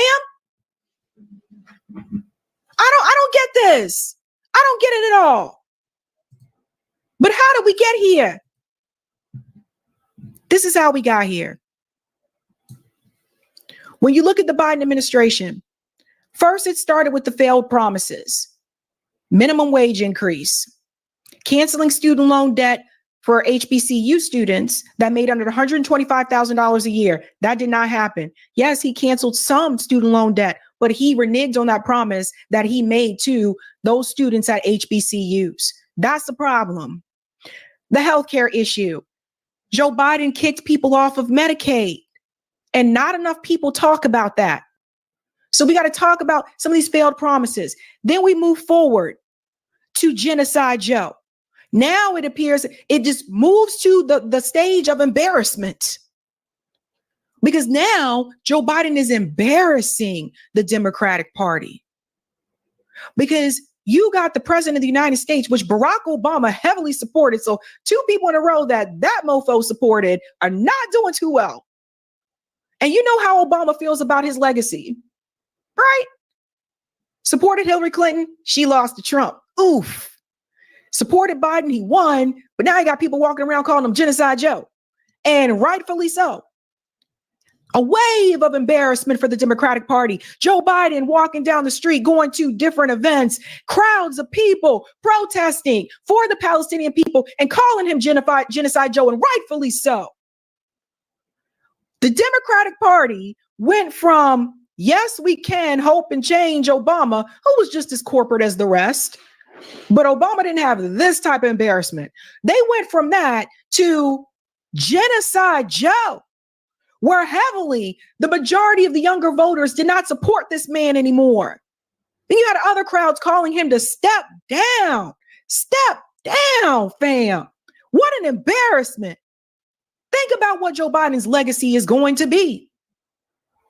The Democratic Party was not expecting the response that they received from the protesters in the streets. Pelosi, Hakeem Jeffries, Chuck Schumer, more House Democrats are coming out against Joe Biden, demanding him to step away, stand down, walk off. But one thing that stands out like a sore thumb, and it's something that I've pointed out before, is that by and large, overall, with all these calls for Biden to step down and step away, it's Black politicians and political pundits who seem to be the most behind Joe Biden, Hakeem Jeffries and Barack Obama excluded, right? But they appear to be the most behind Joe Biden. And the level of loyalty, the kind of loyalty that I'm seeing Black politicians and Black political pundits show towards Joe Biden is a level of loyalty that I haven't really seen before for any one particular presidential candidate and current sitting president. I haven't seen loyalty like this before. But the more I think about it and meditate on it, it appears this loyalty is as strong as it is because under the Biden administration, the fact of the matter is when it comes to really just these symbolic positions of Black progression in America, right, that are always sold off to us, just the common Black of folks, right? The symbolic representation of progression concerning seats, judges' seats, concerning the vice president's seat, even though Kamala Harris is Indian, you know, and all these other kind of prominent positions, they've been doled out quite a bit, right? They've been doled out quite a bit. And my point is this. The degree to which you're seeing this undying love and loyalty for Biden coming from Black politicians and Black political pundit, it comes from a completely selfish place of those who want to remain in the prominent position and continue to attain these kind of prominent positions under the Biden administration. It has nothing to do with bettering the Black community. It never does, but they sell this stuff off to you. these symbolic gestures that only benefit the individual as if it's something that's great for the collective. Ketanji Brown Jackson becoming a Supreme Court judge did not lower the price of gas. It didn't lower the price of food. It's not lowering inflation. It didn't close the borders. It literally does nothing. All these symbolic positions, these do-nothing symbolic positions, it does nothing for the general American public, let alone for the Black community. Yet this is what's sold to the Black community as progress to trick you into continuing to vote blue no matter who, just so that they can promote themselves up forward even more in an illegitimate system of government, and then sell it back to you as if you've progressed when you haven't progressed at all. And the Black community remains in the same state with racial wealth gap busted wide open and being at the bottom of every category when it comes to any type of positive statistic, right? That aside, the one thing that is also standing out like a second sore thumb that I'm beginning to notice and that I want to highlight to you all today is the degree to which the Black female Democrat elite will say. Because whenever I speak on Black women in the Democratic Party, I always want to make it a point to make sure that people understand that I'm not casting this wide blanket on all Black women. That's not what I'm doing. These are very specific people that are part of this elite class. You could say this Black political elite class, boule, talented 10th. There's a bunch of names you can put out for them. But the Black political elite, the women of that Black political elite, they appear to be rebelling in a way that is very interesting concerning they're willing to destroy the party if Kamala Harris isn't the presidential nominee. And I find that very interesting. If you notice with all of the talk concerning Dems wanting Biden to step down, when they say Biden needs to step down, they never say step down to elevate Kamala Harris. They just simply say step down so somebody else can get into office, can run as a nominee. But they never say Kamala Harris, ever. And there appears to be now, like I said, a lot of the Black women Democrats in that elite class are willing to destroy the Democratic Party if Kamala Harris is not the presidential nominee. Let's explore this a little bit. I want to go through a couple of videos. Let me pull this one up for you first. I don't remember the name of this woman, but she is a very prominent woman that has a very prominent position within the DNC. And Stephen A. Smith speaks to her about this. What you're going to see first is Stephen A. Smith ask Chris Cuomo, like, is it too late to replace Biden on the ticket? And he's essentially going to say, no, it's not too late. We can replace him with anybody. And from that moment forward, you're going to see the woman pop up on the screen and spaz out, threatening that Black women will destroy the Democrat Party if Kamala Harris is looked over. Let's get into this. Speaking to a couple of other political analysts off the record, here's what I had one tell me. You can't change the candidate when the election is 5 months away. It would be suicidal and tear the Democratic Party apart. Do you agree with that at all? No. You know, that's the problem with pundits, right? You're always in a 50-50 position. You're going to say something. If you're wrong, you just move to the next. And if you're right, you tell everybody about it. Right. There are no rules, Stephen A. There's so much money out there. And there's so much media saturation. You know, that answer is informed by an understanding that, like, it takes you a long time to get known in America. Right. We both know that's not true. That's not true. We have instant celebrities made every week on TikTok. There you go, Ariva Martin. To that, you say what? Keep smoking that cigar and whatever else he got in that cigar, because what he's talking is yakety yak.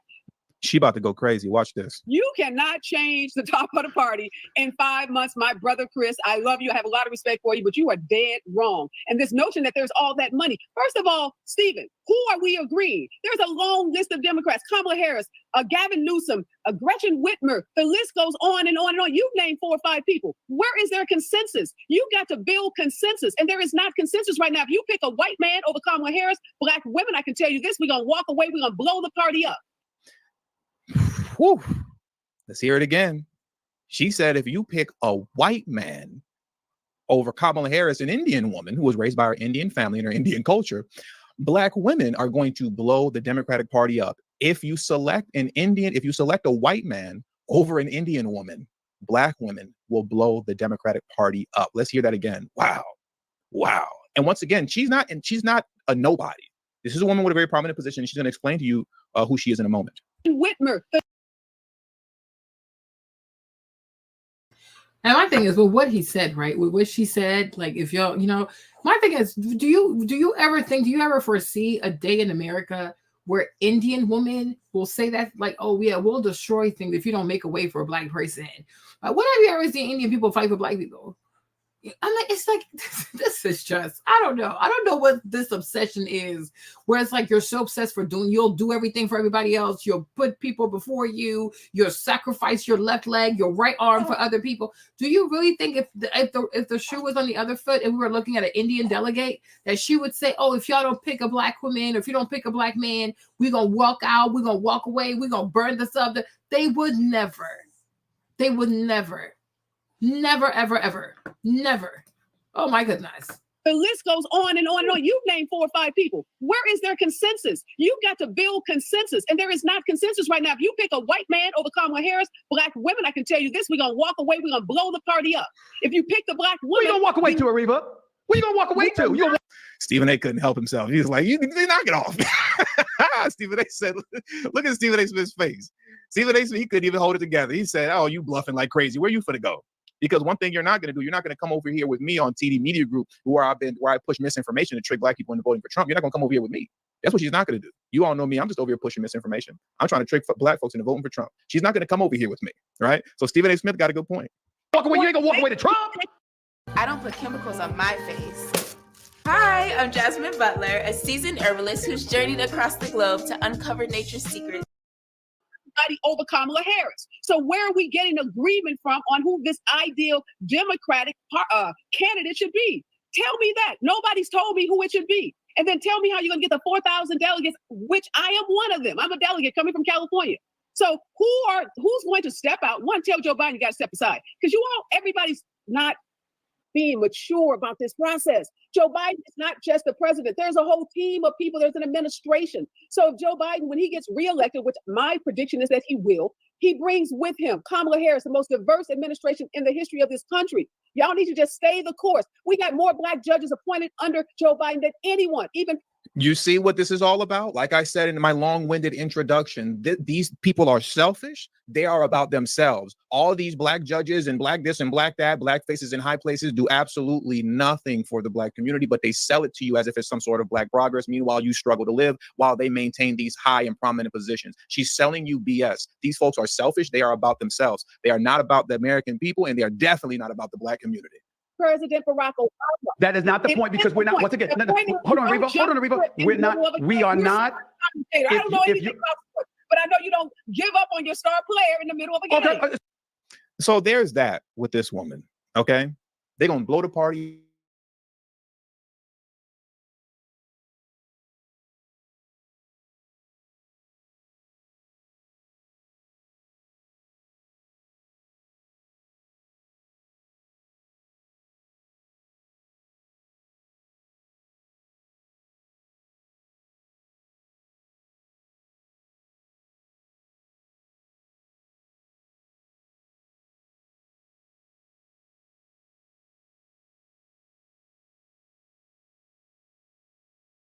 Across the country.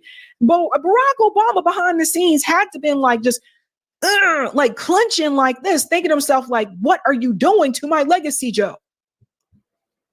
Genocide, Joe. You had an uncommitted campaign against the president of the United States. The people who backed him, not backing him anymore, booing him. Everybody said, boo this man.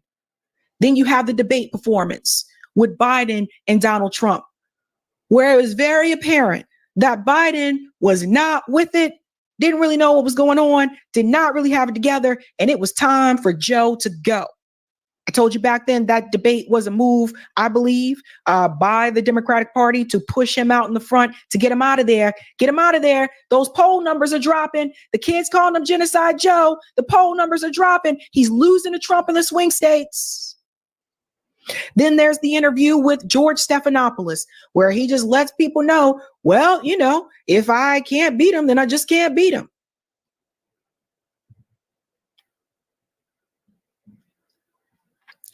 Joe Biden is out not just because he embarrassed the Democratic Party as a whole, but because he embarrassed the donor class that donated to the Democratic Party and donated to Biden's campaign. And people with money that have a lot of money, they don't mind, spending it here and there, but as long as it suits their interests. But once they feel as though their interest is not being met and you are an embarrassment to them, they have no problem pulling their money, boo.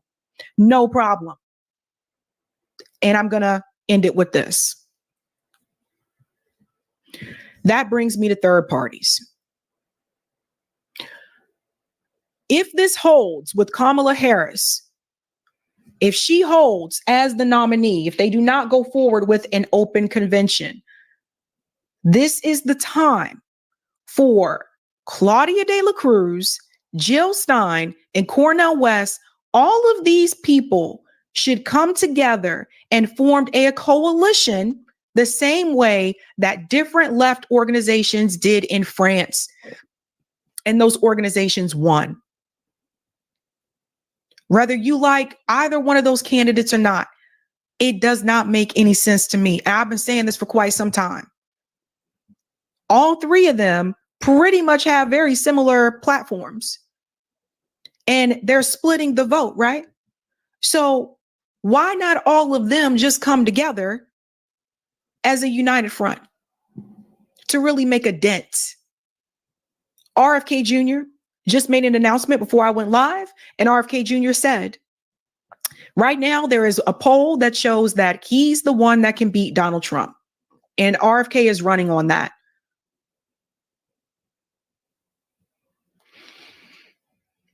I just don't understand why we're splitting up the vote on the left. So in order for us to get some type of real progress, number one, people are going to have to put the personal issues aside, and the left is going to have to build a strong coalition in this country. And that's not happening. Right now, it's divided.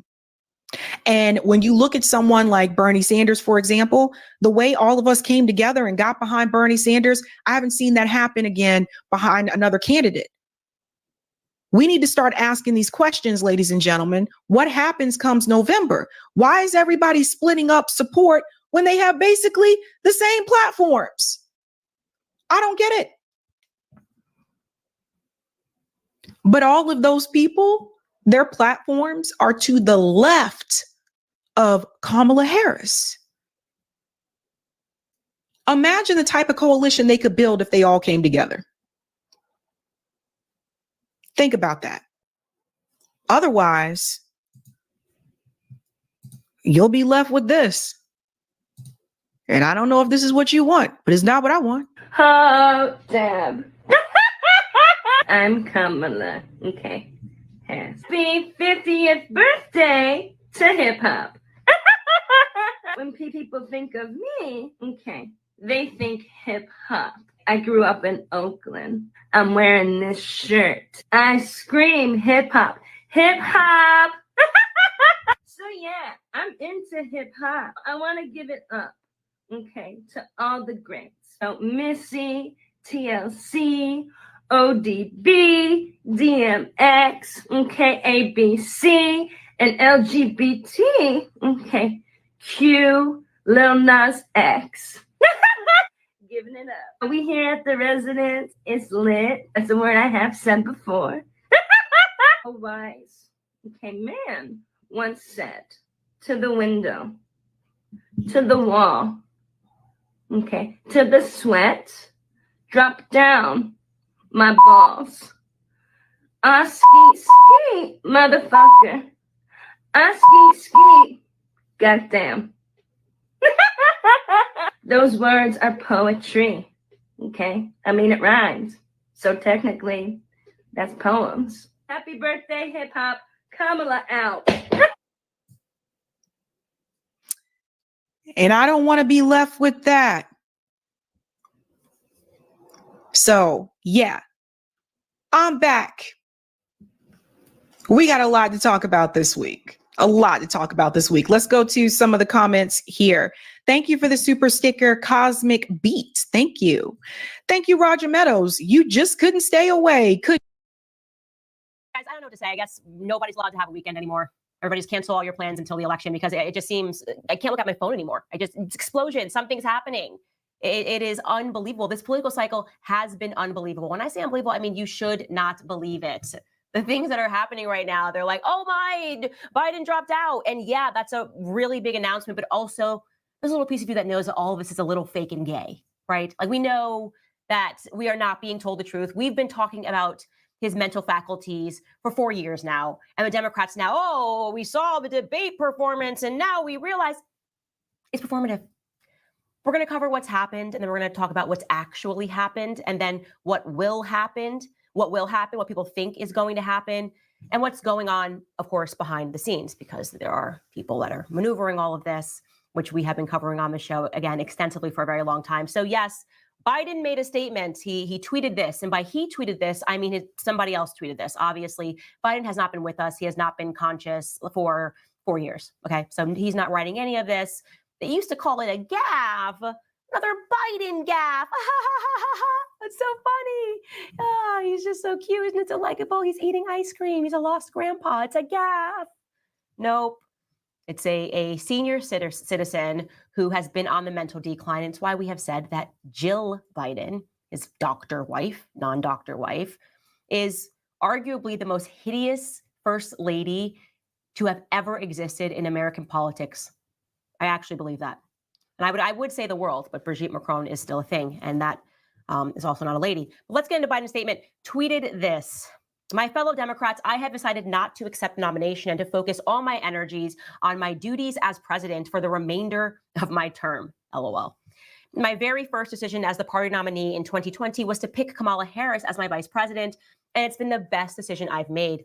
Today, I want to offer my full support and endorsement for Kamala to be the nominee of our party this year. Democrats, it's time to come together and beat Trump. Let's do this. Thanks, intern. Appreciate her pull that together. Then, of course, he attached this letter to it. Over the past 3.5 years, we have made great progress as a nation. He goes on to say that America has the strongest economy in the world. I don't know where he's living. We've made historic investments.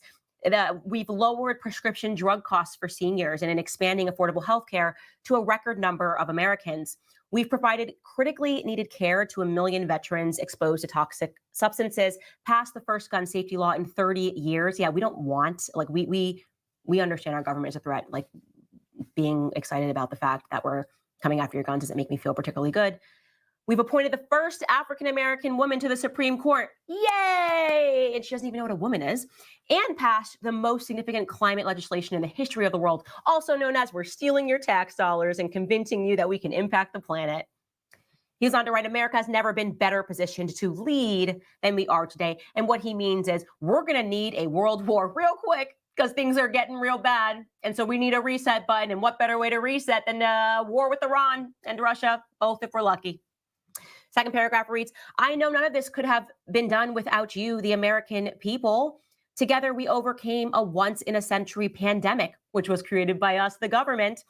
I might be adding a little bit of lib here. I'm not reading it verbatim per se. I'm reading it as we're all reading it together.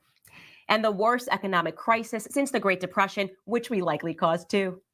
We've protected and preserved our democracy by continuing to make people believe that there is a democracy. Some people are deluded and are still buying into this illusion. And we've revitalized and strengthened our alliances around the world, meaning we are running a money laundering operation in Ukraine. And don't you dare ask a question about Israel or you're an anti-Semite. He writes, it has been the greatest honor of my life to serve as your president. That could be true because he won't remember it. And while it has been my intention to seek re-election, I believe it is in the best interest of my party and the country for me to stand down and to focus solely on fulfilling my duties as president for the remainder of my term, which is his nice way of saying the CIA says step aside. Cool. I will speak to the nation later this week. We're working on doses to see how much adrenaline they can get into my butt at once so I can get through a speech. And there will be more detail about my decision, the CIA's decision.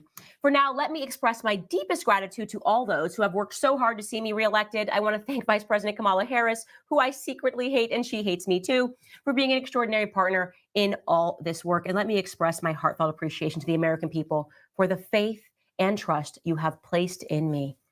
I believe today what I always have, that there is nothing America can't do when we do it together. which is when the deep state makes decisions and we force you to go along with it. We just have to remember we are the United States of America, currently being occupied by a hostile party in charge. Yeah, I added a little bit, but that I would say is pretty close to verbatim of the statement that he sent out. And here is what I already really hate about this speech, just right off the bat. And I know that so many of you guys can absolutely relate to this. It's just the fact that we are watching a play. We're watching actually House of Cards. I don't remember what season it was, but I'm pretty sure this happened during House of Cards, where a contested convention. And we all knew this was coming again, like I said, back in 2020. And I hate that there are actually people, and I say this with love in my heart, who are watching this as Democrats and going, wow, he did the right thing. Wow, what a brave man. He is just, as soon as he realized that he was not in the best shape mentally, he made a sacrifice and he stepped down and he did the right thing. And that is why I am a Democrat today. Like somewhere in America, that is going down right now. They're having that conversation. Democrat friends are texting. People are that deluded. So back in 2020, when we said, obviously, these aren't gaffes, Biden does not have mental faculties about him. We were called mean. We were bullying a senior citizen. We were those angry maggots, as they were calling us, which became a word like maggots that were referred to as for people that supported MAGA. And we were calling this out, and the media instead used COVID to hide him, to make it so that he never had to give any interviews. And people believed that what we were saying was a conspiracy, that clearly there's something wrong with Joe Biden. How could you guys not see this? How could you buy the idea that these are all gaps? I mean, early on in his campaign, he was getting lost on stage. Obama was walking him off stage, guiding him. They would not let him go anywhere. And still, they elected him. Like, what does that actually tell you? And of course, they're not voting for Biden. In 2020, we're not voting for Biden. They're voting against Trump because they just hate him so much that they would rather invest in puppetry. They would rather go, I actually don't care who's pulling the strings. I just want to make sure that I don't ever have to look at Trump at all. Like pretending that things were bad under Trump. And so what annoys me about this is that there are people that are going to pretend that this is natural, that they all just at once saw this happening. And right after the debate, they all made the decision to do the right thing. Where in reality, the decision was made before the debate to get rid of Biden. They signed up for the debate because they had made the decision to get rid of him. And as I have said to you guys, this is all now just a performance. It's a performance. Notoriously, by the way, George Clooney, the actor, remember he did the New York Times op-ed, calling for him to step down after the debate performance. And then in that op-ed, he lists this personal experience that he had at a fundraiser. He said, this is just not the Joe Biden that I know. And I realized that he's in decline. Oh, you realized he was in mental decline? Why did you wait until after the debate to write this op-ed? Because you're literally an actor. You're a state actor. Your job is to do the bidding for the shadow government that is executing things to get behind the candidates they tell you to get behind, when exactly they tell you to get behind them. They all knew. Every person in the White House, the vice president, his wife, his children, everybody knew that Joe Biden has been in steep mental decline since before he even announced that he was running. He was just installed in 2020, quite literally just installed. But let's get into some of these fake responses from his fellow Democrats, everyone that's in the club, the craziest Democrats who are a part of that system of power, who lie, they do the bidding of the state. Governor Whitmer, who quite literally cannot move her face. There is just so much inside of her. Like she looks terrifying. She's terrifying to look at. And we saw how terrifying she is as an individual during COVID, when she just took so much power and, of course, was involved in a plot, the FBI trying to get people to plan her kidnapping so that they could get Trump supporters. Well, she tweeted this: President Biden is a great public servant who knows better than anyone what it takes to defeat Donald Trump. His remarkable work to lower prescription drug costs, fix the damn roads, bring supply chains home, address climate change, and ensure America's global leadership. Like, what is she talking about? Show of hands right now in America if you're like, well, the one thing I remember about the Biden presidency is that he really fixed the damn roads. Who's writing this stuff? Pete Buttigieg, not one to be left behind, wrote this: Joe Biden has earned his place among the best and most consequential presidents in American history. Consequential, all right. Best presidents? I need to meet the person. I need to meet the Democrat voter who's looking at this going, yes, Joe Biden is the best president of my lifetime because he fixed the damn roads. I want to meet you. I want you to reach out to me. info@CandaceOwens.com. Tell me your story. I got to get you on because I need to just observe you. Genuinely just observe you. Pete Buttigieg concludes with, I am so proud to serve under his leadership and thankful for his unwavering focus on what is best for our country. Now, of course, the Biden family is going to have to make a statement, and I'll let you know if Jill Biden says something amazing about her toddler, because that's what this became in the end. You did so good. You went potty all by yourself. But that is how she was speaking to and about her husband publicly toward the end. Well, Naomi, his daughter, Naomi Biden, writes, I'm nothing but proud today of my pop, our president, Joe Biden, who has served our country with every bit of his soul and with unmatched distinction. Not only has he been and will continue to be the most effective president of our lifetime, but he has likely already cemented himself as the most effective and impactful public servant in our nation's history. He has been at the center of and had a material impact on literally every single major issue that our country and world has faced for 50 years. Our world is better today in so many ways, thanks to him, to the Americans who have always had his back. Keep the faith. He will always have ours. And yes, keep the faith, says the Catholic family, that if they could terminate children in the womb at 9 months, they would. Keep the faith. I'm just wondering, which faith exactly are they wanting us to keep? Theirs? And by the way, I got to know, where's Barack Obama right now? He's got to be reading this and just going, excuse me? At least the man, Barack Obama, could speak, right? You got to give it to him. He was a great orator, one of the greatest orators, I think, in presidential history. He could sell salt to a slug. You know, he was lying to your face, but boy, did Barack Obama make you feel good. You almost believed that he had a peaceful presidency. You didn't even know that he dropped more bombs in the Middle East than any president ever in the history of the United States, because he was able to just sound cool. So he's got to be reading this, the most effective president, the best. They really, really are. Biden, it was going to be impossible to move him because you would have to force him to move. I have some clips in particular I want to play. I always said it will be impossible to move him unless the money men pull out. And you'll notice I was consistent about that Biden isn't going to go anywhere. And then I saw Clooney sit up here, and when Clooney jumped up publicly, and I'm going to play for you all some clips that reinforce what I was saying, which is, boy, this dude, you got to go all in. If you're going to do something like this, you got to go all in.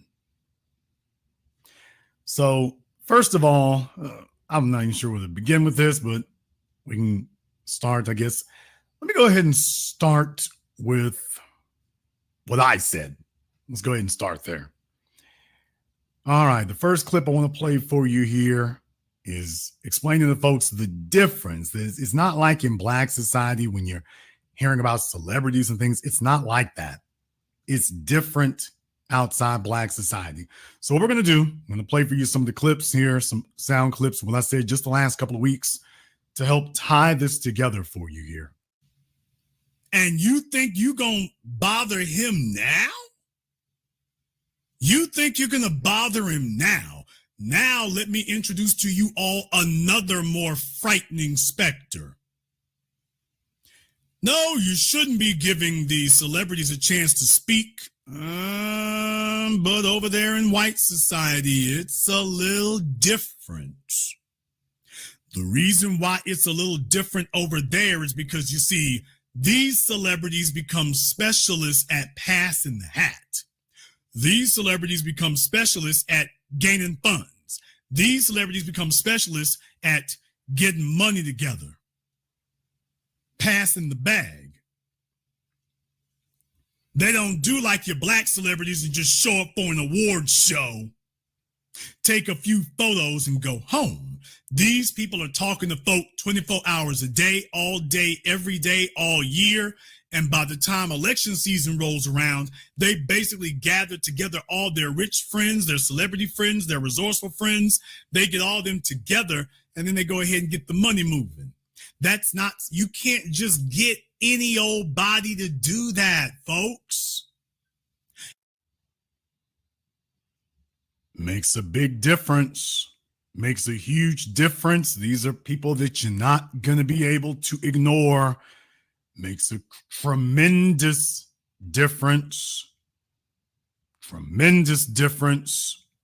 When that happens, that makes a huge difference. And that's what I was saying then. Up until that point, Biden was just about invincible there. Just about invincible. That is to say, not to say that he was popular, certainly not to say that he was going to win. What I'm saying is you could not force the issue until he did that. Let's go back a little bit further, because I've been saying for a while what I was looking at. If you'll remember, during that same program, I had a caller who called up. She was saying some things, and then I knew that if something was going to happen this summer before the convention, I'm like, you got to do this before the convention, although that's going to be challenging too, to walk that backwards. So I used it, and I know I went on for a little while when I talked to her, but I wanted to use that as an opportunity to try to thread together as many thoughts as I could and as many projections as I could, because I know I only have one program to do it, or just I want to do it all in one program, so the stuff's not just spread all over the place, which is impossible to do, but I attempted it anyway. What were my first clues that the party had turned on Biden? My clue was not this year. My clue was earlier this year, and actually the tail end of last year. You'll remember I said this to her during that program. To get information on, we may never know what happened here. All I can tell you is I've been saying for a while, I knew there was a problem with Jerome Powell. I knew there was a problem when the Fed chairman said at the beginning of the year, when all of us, everybody, financial analysts, remember, I used to be a car dealer, so I watched these things about interest rates. At the end of 2023, it was very clear what was supposed to happen. First quarter of 2024 stuns everybody, and Jerome Powell says, yeah, we're going to leave rates where they are. And then he implies very clearly that, and they will we're not going to take any action on interest rates probably through the end of the year. And I'm like, your candidate can't leave these interest rates where they are through the end of the year.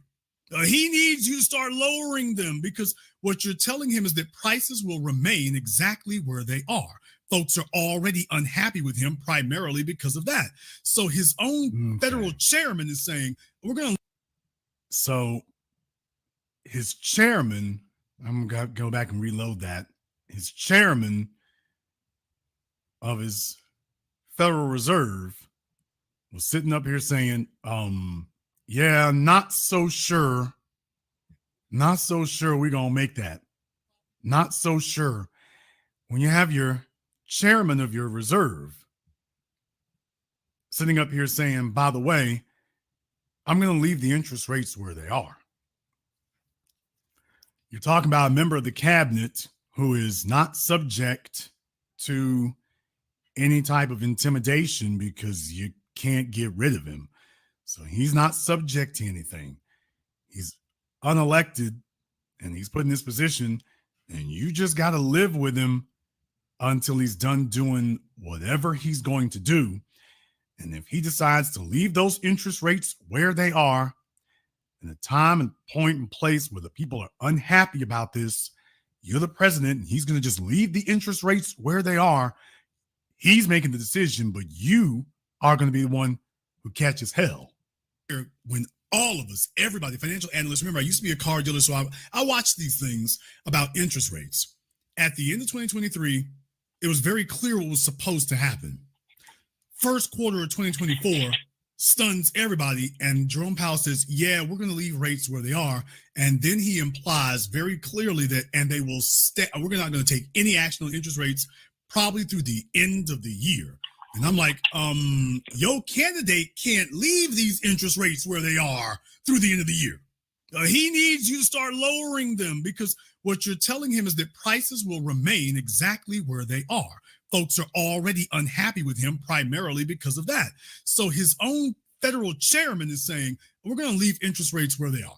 Inflation's too high. We're just going to leave it where it is. And I'm like, that's a death sentence. Every election is primarily about, it's the economy, stupid. High interest rates, highest interest rates since what, Jimmy Carter? This is a death sentence for your candidate.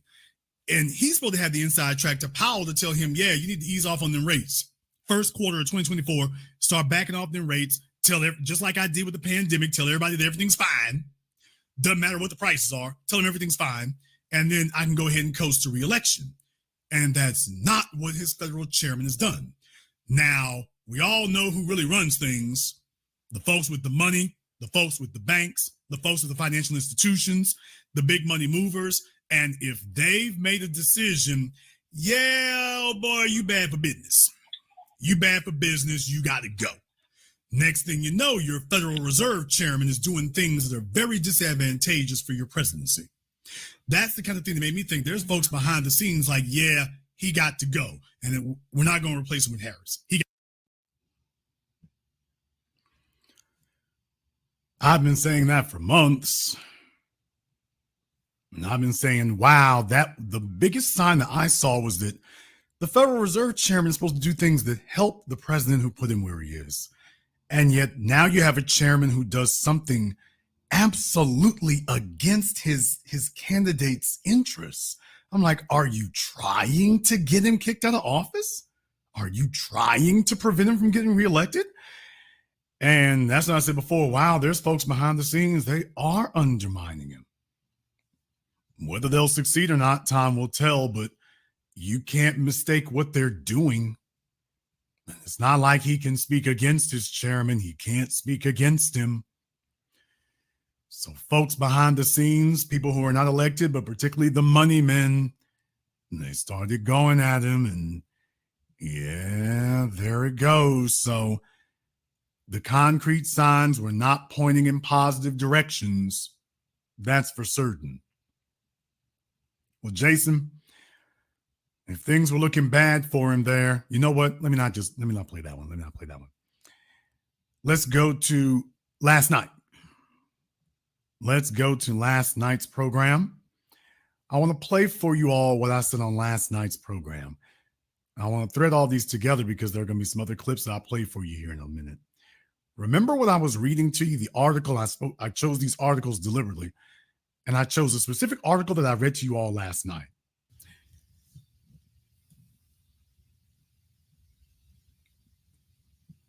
What is their motivation for doing it? I'll tell you what I think the motivation is.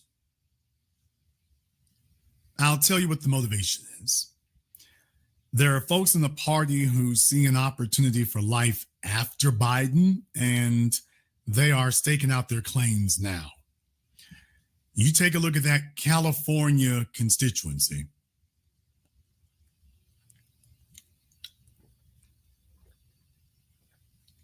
You take a look at that California contingency. I see entirely too many people out of California speaking out openly. And I think that California's delegation believes that if they knock off Biden in 2024, and the reason you got to knock him off is because they don't want Kamala to be able to run again in 2028. So what they want to do is clear the lane.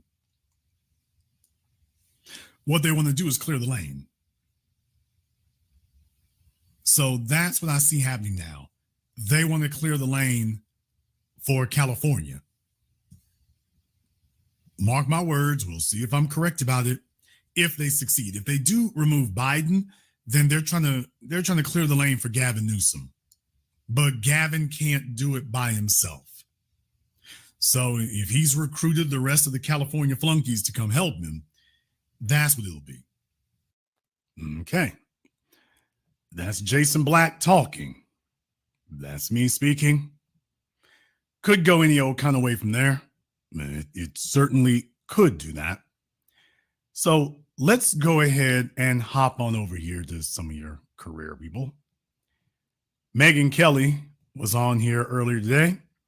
She was talking to Mark Halperin, and she was asking him what happened? Because we know what Biden and his company were saying just yesterday. So what happened? Well, listen to Washington, D.C. insider Mark Halperin. Listen to what he said. Condition, and then there was the announcement of COVID. But what did it, Mark? Well, I'm still reporting that out. I think the money was a big issue. I think Nancy Pelosi made it clear there'd be no money. Well, wonder who said that? Wonder who was saying that the whole time. I wonder where we heard that before. Okay, so he says, well, first thing he says, by the way, well, the first thing is money, and it was Nancy Pelosi who told Biden, we're turning off the money spigot. There won't be any more money. Got together with the folks out in California, their celebrity friends and big donors. I named a few of them last night. Yeah, the folks out in California got together and ganged up on the guy from Delaware. The California delegation got together, got the money men together, and they ganged up on him and told him, we can do this the easy way, or we can do this the real easy way. And if you will not step down, we will just strangle you of funding. And then it gets real ugly. Although I also suspect they did something else, and I mentioned this also. I'm going to come back to it. Well, I'm still reporting that out. I think the money was a big issue. I think Nancy Pelosi made it clear there'd be no money for this campaign. And you can't run a presidential campaign with no money. You can run with less on the other side, but not with no money. That was part of it. And part of it was the data, although his campaign liked to downplay how badly his position had deteriorated. It had deteriorated in their own polling quite a bit, I'm told.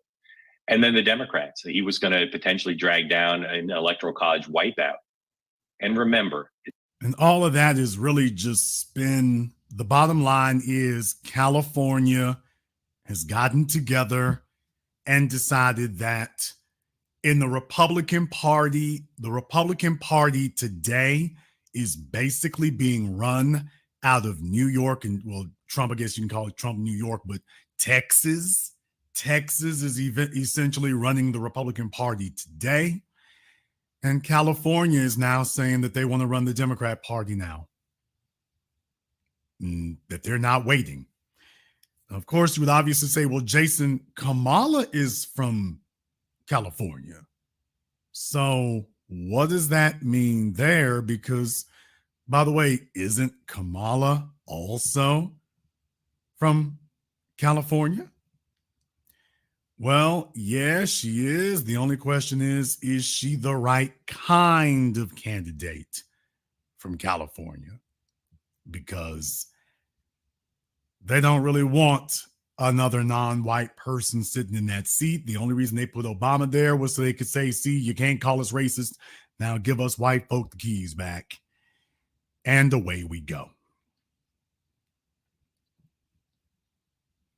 To all of the Biden butt kissers who want to sit up here and talk about they're going to have to give it to Kamala because you can't overlook a black woman. Just understand the suspected white supremacists of the Democrat Party, they consider you to be simple-minded enough that they know you just going to fall in line, especially if they give you no other choice. Especially if they don't give you any other choice. Not a great look for you. Not a good look. So I was talking about this last night. There's a reason why I focused in on it last night. I'm like, by the way, those numbers are going up. The numbers of people supporting you are going, number of people against you is going up, and the amount of money you're getting is going down. In the chat room, King Elijah X, I'm going to have you call up here in just a few moments, so stick around. Obviously, he missed apparently the entire first 20 minutes of the program today. So go ahead and let me go ahead and set his channel page to the side so we can make sure about that. Very glad that you've weighed in on that. Very glad you've chosen to weigh in on that. So I'm definitely want to make sure that we get you on so that you can grant everyone else with your keen insights.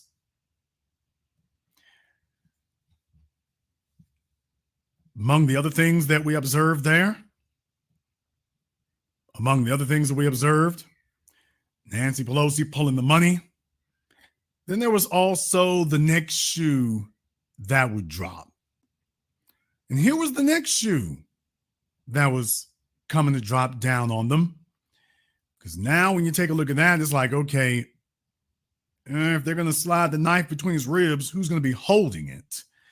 And that's when you start trying to find out here, who are the names? Now, who's putting things out there going forward? Well, here's some of what you're hearing. Just because she doesn't have the age thing, but this is not a great process. It's going to smell rotten to a lot of people, but they did it to themselves because they believed, as Emily was saying, they believe in the power of their own lives. And thank God, at least there's some limit to what they can get away with. Now we're getting reaction pouring in. Bill and Hillary Clinton, per the New York Times, endorsed Kamala Harris, writing in a statement that they would do, quote, whatever we can to support her.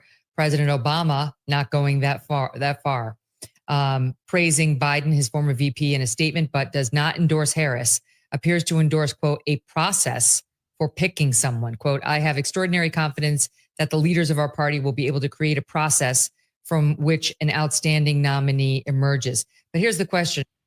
Well, so Bill and Hillary Clinton, and y'all remember, I also mentioned this as well during that program about George Clooney and the Celebrity Civil War, that Biden was attempting to put together his own political machine.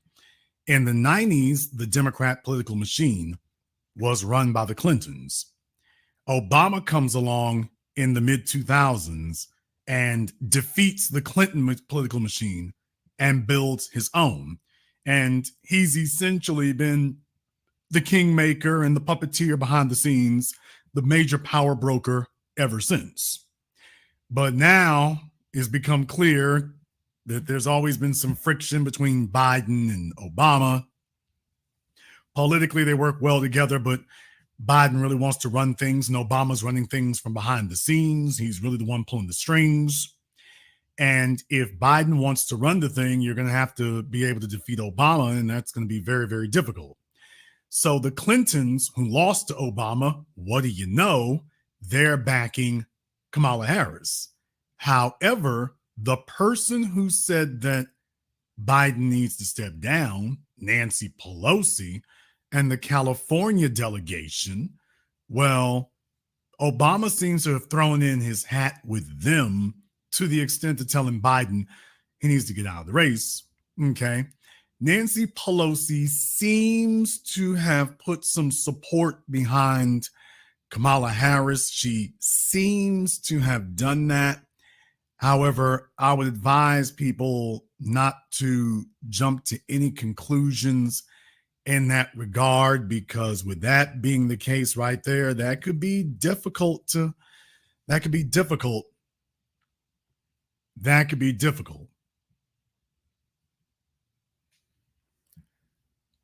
hard. I want to go ahead and show you all this right quick. They've made some statements that folks might attempt to interpret a certain way. But then again, that's what it's intended to do, is to lead you to make assumptions and interpret things a certain way. But if you actually go and take a look at what folks are actually saying, you see something different. This here from the Hill, as of a few hours ago. Well, Pelosi and Jeffries, Nancy Pelosi and Hakeem Jeffries, stopped short of backing Harris as the 2024 nominee. Well, so that California constituency that I was talking about last night, when I said that those are the ones ganging up, and I'm saying, boy, I sure do see a lot of it's a one or two representatives from one or two other states, but pretty much everybody in California is saying that Biden needs to step down. I'm like, oh, California. Nancy Pelosi has made the phone calls where she is at her strongest in California. She's gotten all of them on code. And so she's gotten the whole state of California to gang up on him. And Barack Obama has gone along with it. And what this means is that they intend to bring about an end to the Biden era. And Kamala Harris is a member of the Biden era. And they are here to close that out. So that math is adding up exactly the way it would have to if the equation is slanted in the direction I was saying. Jason, what took so long? Because they were doing a lot of big talking over there in the Biden camp just yesterday. Why news outlets were saying he was going to bow out this weekend.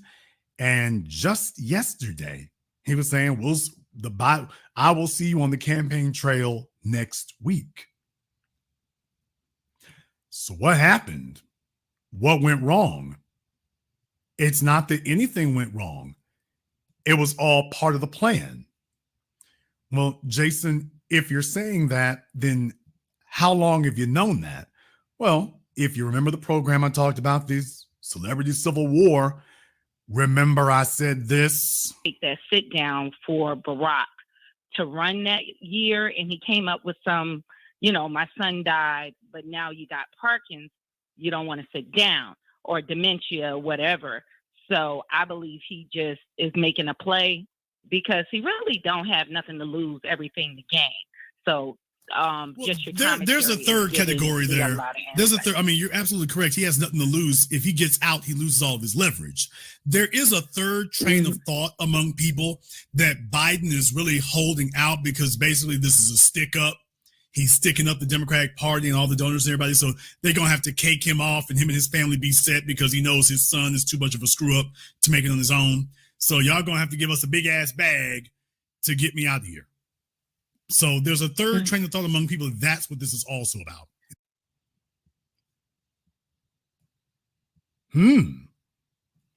So what do you know? He holds strong. He's telling everybody what's not going to occur. He's telling everyone that. And the next thing you know, all in one day, well, that's politically impossible unless he was holding out for a big enough bag. Why, if I got to step down and we got to do all this stuff here, I got to hold out for a big enough bag if we're going to make that happen. Going to have to be a whole lot more than that. Can't just be any old thing. It's going to have to be a whole lot more than that. So if you're hanging out for a big enough bag, that's what's got to occur. So he's going to hold strong. He's going to hold strong. If they're going to want me out, they're going to have to throw some major paper on that because I don't have the connections or the insights or the gravitas or the popularity that Obama has, and my son is a world-class goof off. So if I got to bow out, y'all going to have to break it off major. I'm going to need a bunch of things involved in that in order for that to work. Now, what I'm going to do here, I'm going to go ahead and pin the Zoom link here to the top of the chat. We've been having major issues here out of Blog Talk. We've been having major issues there. So for the foreseeable future, I'm not going to be using that since we've been having so many issues. So Mr. whatever his name is, Akaj King Elijah X, he's got a couple of minutes here, so he can go ahead and jump on Zoom for us here. Matter of fact, what we're going to do here is to make sure that he stays focused. We're going to make sure that he refrains from commenting in the chat room here. Everything else that he's going to say will be on Zoom. So he's got about 2 minutes to go ahead and join us for that. If he doesn't, we will just assume that he is trolling and he can go on a permanent vacation there. So that can happen as well. Some folks in the chat room there, they're talking about Van Jones. Yep. Oh, don't worry, I'm on top of it.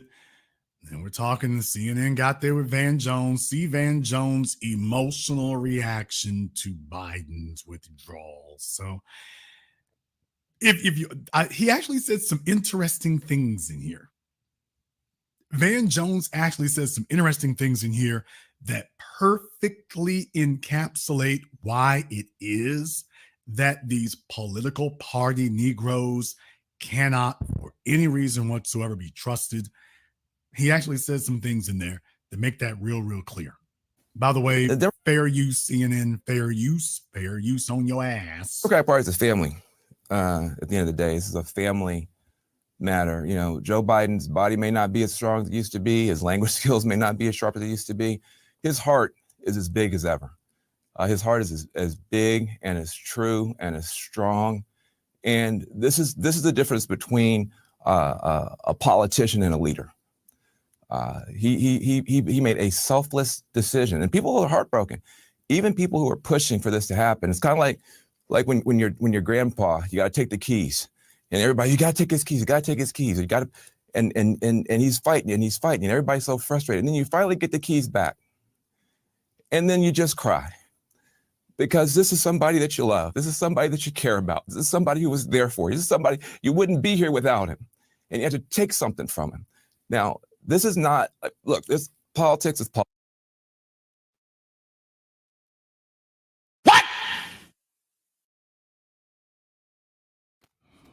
There goes Van, y'all. And just, they go grab these little soft, emotional, dramatic Negroes. Politics. But this is a human moment for one of the great humans in America. This is a huge moment for him, for his family, for all of us who love him, for all of us who wanted him to get across the finish line. But if you're a young person watching this is leadership. This is patriotism. This is what it means to put the country first and put the party first and put the cause first. When your arm gets tired, you let somebody else finish pitching the game.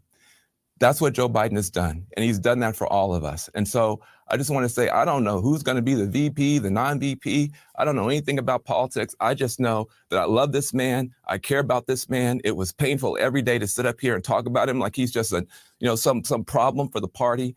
Wait till we get to the convention. You're going to see people crying, standing, screaming, cheering. He may not get a chance to talk for 10 minutes. We finally get a chance to put our arm around this guy.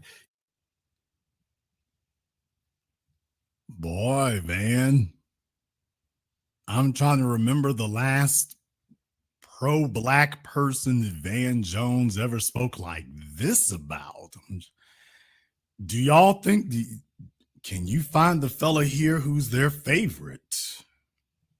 He did the right thing for this country. He did the right thing for this party. All of us are going to be in this situation someday. And I hope that we take a moment to honor this man and to love this man. I love Joe Biden. I appreciate what he's done. And a lot of people are heartbroken today. Even if it's the right thing, it's still just horrible. Well, and Van, I mean, Boy, I'm glad to see Van is, Van's found his feelings. Then again, he's always been in touch with his feelings. that point, which is a great point that I think resonates with a lot of people, of the personal nature of a decision like this. We often talk about things in a harsh political lens of who's going to fare better, what this looks like. I mean, I also have to imagine what it's been like the last 3 weeks, a little over 3 weeks since that debate, to see, what the reporting has been behind the scenes of Democrats who wanted him to get out. On Friday night, the reporting was that he was seething over what he has witnessed and this decision to be made. But have we all gone through this with our own family members? Like, yeah, he's hurt, he's pissed. A lot of us wouldn't have careers. I wouldn't have a career without Joe Biden. Joe Biden picked me out of the puppy pile. He's the person that everybody says you work for Barack Obama. No, I worked for Joe Biden when I was in the administration. I was on his middle class task force. All of us have. Well, now that right there was what I wanted you all to hear. Now, isn't that interesting? Do you understand that they have gained his eternal allegiance for that? Because I want you all to know that there, in Van Jones' mind, There is a direct pathway from wherever he started to going with Joe Biden, to being selected there, to being on CNN, to getting that $100 million bag from Jeff Bezos for reasons that we still have not been appraised of or made aware of. You damn right Van Jones is going to sit up here and tap dance for them till the day they bury him. He don't give a damn what you and me don't get. Those are our problems. He got his. And Joe Biden and the crew, that's the reason that he's got his. And he's first and foremost most concerned about having his.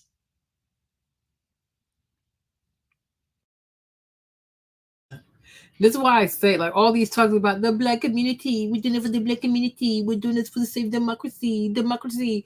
He's already told you. He's sad because his checks are going to be going. Okay? Yeah, no, nobody's out here is worried about democracy, you guys. I hope you kind of knew that, right? Nobody here is worried about democracy. This is America. Okay? This is a capitalist nation. People are worried about money, their position, their tomorrow, their mortgage, right? But they want you not to think about that and think about your blackness. No. Okay? When you go to the grocery store, your blackness don't pay for food. Money pay for food. Okay? When your bills come, you can't say, oh, bill person, I'm black, I'm not going to pay it. Okay? Being black is not a currency. Money is a currency. The US dollar is a currency, right? All these people you see from The View to even Republicans, everybody is worried about money. So it's very silly to tell people, oh, money don't matter, right? Let's do this for democracy. Child, what? No. And now you hear from this man, Joe Biden took care of me. He picked me out the litter, the puppy litter, and he gave me a job, y'all. He put me on CNN, y'all. So why would I ever go against this man? So now you know everything he says is about his own interest, right? And I think it's so funny too, because since people have agreed, like, it's the cool thing to do, it's the black thing to do to be a Democrat. So for him to come here and cry like this for Joe Biden, it's okay. Okay, nobody has an issue with that. It's like, oh my gosh, look, he's so touchy, he loves Joe, he's so loyal, right? But if another black person was on the Republican side and said, you know what, I'm gonna be loyal to Trump. Trump made me, Trump picked me out the litter, he put me on, he gave me money, and he started crying because of that, they will call him all kinds of house Negro, all kinds of coons, all kinds of sellout, bootlicker, bump it up. So it's okay to cry for a white man. It's okay to be black and cry about white man fed me, white man took care of me, white man freed me off the plantation. It depends which white man you cry for, okay? Because this is embarrassing. Even the black people who support Trump, they're not even doing all of this. But this behavior from this man is a grown man with a Yale law degree. Vince went to Yale, okay? Just like Vivek, just like JD, he went to Yale, right? You see Vivek out here, he made his own thing happen. He did his own business. He had the whole vaccine company, became like a billionaire doing vaccine. You have JD over here. He's about to be vice president. And here you have a black man who went to Yale. Instead of doing what his Yale people are doing, like doing their own thing, he waits for handouts. He waits for welfare, right? Joe Biden did this for me. Jeff Bezos did this for me. What has he done for himself? What has he done for himself? And I'm like, this is so embarrassing. Yeah, it's very embarrassing. You have a law degree just like all these people. Vivek went to Yale. His JD went to Yale, the same class. His wife also went to Yale. Vance also went to Yale Law School. And the way this man cries on TV all the time, the way he's always waiting for handouts from these people all the time, you're confused. Like, did you not go to the same Yale Law School as everybody else? What is your problem? What is your problem? You know what I mean? It's sad. You know, but when you do this, you're not a house Negro. But if you cry for a white Republican, oh my gosh, look, he's so pathetic. He's a house Negro. He's a coon. He's a sellout. Like, be quiet. Hold on. So don't you understand that whether it's him, Roland Martin, Tom Joyner, we can go down the list. There's a reason why we can't get these niggas to do anything for us. There's a reason for that. They have been bought and paid for over the course of not years, but decades. Not years, decades. And then when they cap that off with $100 million bag, that's it. Forget about it. He's bought and paid for the rest of his life. That's a wrap. He's bought and paid for the remainder of his days. So I just wanted to throw that in there. I want y'all to understand something. He sold his soul before Jeff Bezos ever showed up. Damn! Please understand, he didn't get the $100 million bag and sell his soul. He sold his soul and got the $100 million bag way before Jeff Bezos ever showed up. People, he been gone for decades now, way before them men ever showed up. He's been paid off way before now. And what I'm telling you is that's because niggas come cheap. Especially when it comes to politics, niggas come cheap. They come so cheap. And that's why Van is sitting there now. So I wanted to play that for you all. For those of you who are talking about Van Jones crying on TV, this is way ahead of you. Way ahead of you. By the way, I don't see Mr. King Elijah anywhere. So haven't seen him around here yet. So maybe he'll just take the rest of the life off. Who knows? In the meantime here, what we're going to do, because as always, you all might disagree. Therefore, the link for the Zoom is at the top of the chat room there. You are more than invited to go ahead and click on that for us here. Also, I want to thank everyone who has contributed to tonight's program on PayPal, Super Chat, Venmo. To my man, Mr. Rich Bird, thank you very much, sir, for your support as always. This day. Now, when we talk about, I got back on you though, Bob. I can't let you get off that easy. come on. Umar. So they're not organizing white folks. White folks aren't organizing and being told what they're gonna get in return. How come we? Oh, yes, they are. Oh, they are? Tell me, give me an example. Tell me how.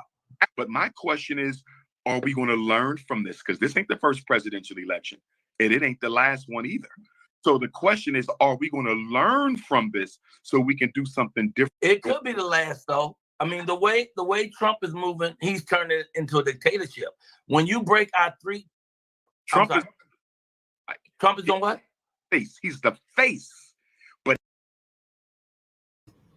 And you see the thing about this term dictatorship, when I hear black people, have you ever heard before this election cycle, right? Before CNN, before MSNBC started using the word dictatorship, have you ever heard any black person in America, unless like they're a black person from Africa seeking asylum, right? Have you ever heard anybody in Black America use the term dictatorship? Okay. Have you ever heard anybody use the term dictatorship? This is how when people talk to me, I know exactly where they get their talking points from. Right? Have you I'm not trying to be funny, but I've been in America since 1996, right? So it's like how long? Like, oh my gosh, I can't do the math, right? Like 28 years. I had never heard no black people use the term dictator, unless, like I said, unless you're an African person and you're an asylum seeker. And I can see why you would use the term dictatorship for like most African people, because we've had dictators in Africa. Okay. But my thing is, have you ever heard anybody else who's not coming from the continent use the word dictator? Who dictator? How? Where have you experienced dictatorship? Right. And so they use these terms that they borrow from their favorite. No, I'm serious. Like, what dictatorship? I guess now from Ivory Coast too, yeah, you can say that. If you're from some parts of Congo, especially Brazzaville, you can say that. If you're from Central Africa, you could say that. You know, there are many countries in Africa that have seriously bona fide dictatorships. Cameroon, man, it's like the president like 90 years old. Okay. So it's like, where did you get this word dictatorship from? And I know if it's not CNN, it's MSNBC. If it's not MSNBC, it's ABC, right? It's mainstream liberal media. Then these people have the word of the day. It's like the first time people discovered the word narcissist. They start using the word narcissist on everything, right? Then they found out the word misogynist. Then they use the word misogynist on everything, right? People find like they acquire, like they expand their lexicon, or they acquire these words through media or somebody saying it, and then everybody says it for everything. It's like butter. It applies to everything. It's like salt. They spray it on everything. But I'm like, do you even know what the definition of a dictator is? Have you ever experienced dictatorship? Like, it's just wild. Like, it is. I'm like, sometimes it would behoove people to actually take a moment and look up the definition of what a dictator is, right? And when you read what Sabrina said, like with the stuff Sabrina found with the DNC and them suing people, and it tells you that, oh, ultimately it's a corporation, right? And ultimately, I mean, yeah, they let people vote, but they're going to do what they want to do, okay? And just because you donate money to one candidate doesn't mean that they have to use it on that candidate. They can use somebody else, okay? I'm like, you truly don't know what a dictatorship is. Otherwise, it's staring right at you. The party that you're part of, it is staring right at you, right? You don't know what these words mean. Just using things for the sake of using them because you want to sound intelligent. Don't even know what it is. It's like when you go on social media, everybody is a pseudo psychologist, right? They've recognized the trait of narcissism. Like, oh, he's a narcissist. Everybody's a narcissist. I'm like, y'all know sociopathy. Like, you have schizophrenia. You have bipolarism. You have other mental ailments outside of just narcissism, right? But everybody's a narcissist. One girl came over here one time. She's like, oh, when they talk about the boy Jerome Legion, she was like, oh, he's a narcissist. He's a narcissist. And I said to her, what is a narcissist? She couldn't even say what it was. People repeat things. They don't even know what it means. Just like the word racism. Like sometimes I'll hear, like, I'll hear or I'll read white people say, oh, a black person is being a racist. I'm like, a black person in America cannot be a racist. Racism requires power. Black people in America do not have power to be racist. Now, they can be bigots. Yes. They can be xenophobic. Yes. They can be ethnophobic. Yes. They can be Islamophobic. Yes. Or they can just dislike people. Right? You can be a phobe without being an ist. Okay? It's like being an ist. It's like, it's a system. Like it requires a system to oppress people. Right? Black people don't have the power to disenfranchise any white person. They don't even have money like that. Like, what are we talking about? Right? Now, if you go, like, let's say a white person goes to Nigeria, they can then say there is racism against white people in Nigeria. Yes, because the whole system is for black people in Nigeria. Absolutely. Right? But here in America, no.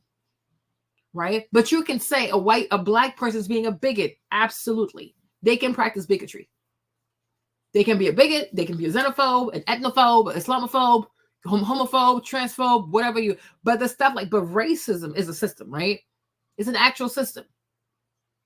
It's not a matter that just affects the person. No, it's a whole system that oppresses a whole class. They don't have that type of power. So you cannot use the word racism, right? You have race and you have ism, right? A whole race, ism, like communism, organism, right? It's a collection. It's a collective working as a whole in order to boom, boom, right? Makes sense. Black people here in America can't even work together to even write an agenda for the welfare and the advancement of black people. So how they going to be oppressing you? Child, make it make sense. It don't make no sense, right? But people have a tendency of using words that honestly, they have no understanding. They have no mastery. They don't even have any exposition to the definition of the word, just using it for the sake of using it. And this is how you drive yourself insane. You have paranoia, you have hysteria, because you're using things that you don't know what they truly mean. So like your blood pressure, your cortisol is constantly high because you're afraid of things that you don't even truly understand. Right? I'm like, you're crazy. Like, you know what I mean? Like it's pure madness. The dictatorship, what's a dictatorship? But he's not the system. So we got to make sure we don't reduce this to Trump. He's the face. Joe Biden is the face on the machine. They are not the machine. I like that. Hold on. Africans. And for a whole lot of Caucasians, Donald Trump is a breath of fresh air. When you compare him to President. Yeah, I think that's good. You said, you mentioned something about Trump, and you said, when you were talking about Trump, you said he's a racist, but a breath of fresh air. Do you remember saying that? Absolutely. Can you tell me what you mean by that when you say that Trump is a breath of fresh air? And when I said Trump was a breath of fresh air, I wasn't speaking of my own personal sentiment of President Trump, because I don't support him. Neither President Biden. Neither option is feasible for me. So I won't for either of them. I may be voting for one of my ancestors, if you understand what I'm saying. Right.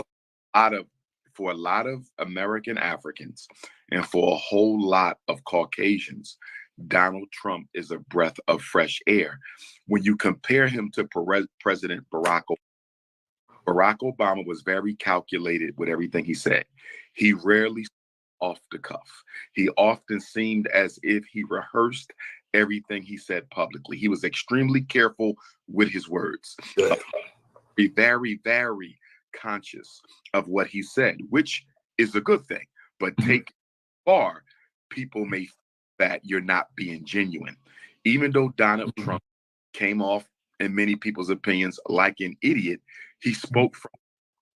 And a lot of people felt that they would rather have, someone who's inexperienced but completely genuine in front of the camera, as opposed to someone who's very experienced and not so genuine in front of. I always say that. Wait. Your words are breaking up. All your words break up. You said I always say. Barack Obama made Donald Trump necessary. Wow. Go ahead. Donald Trump never becomes president.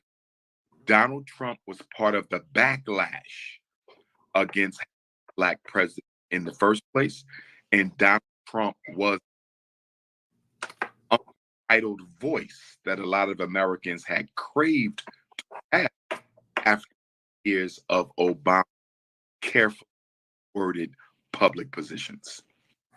Okay, let me say this. I don't think he made them necessary. I don't agree with that. I think he made it possible.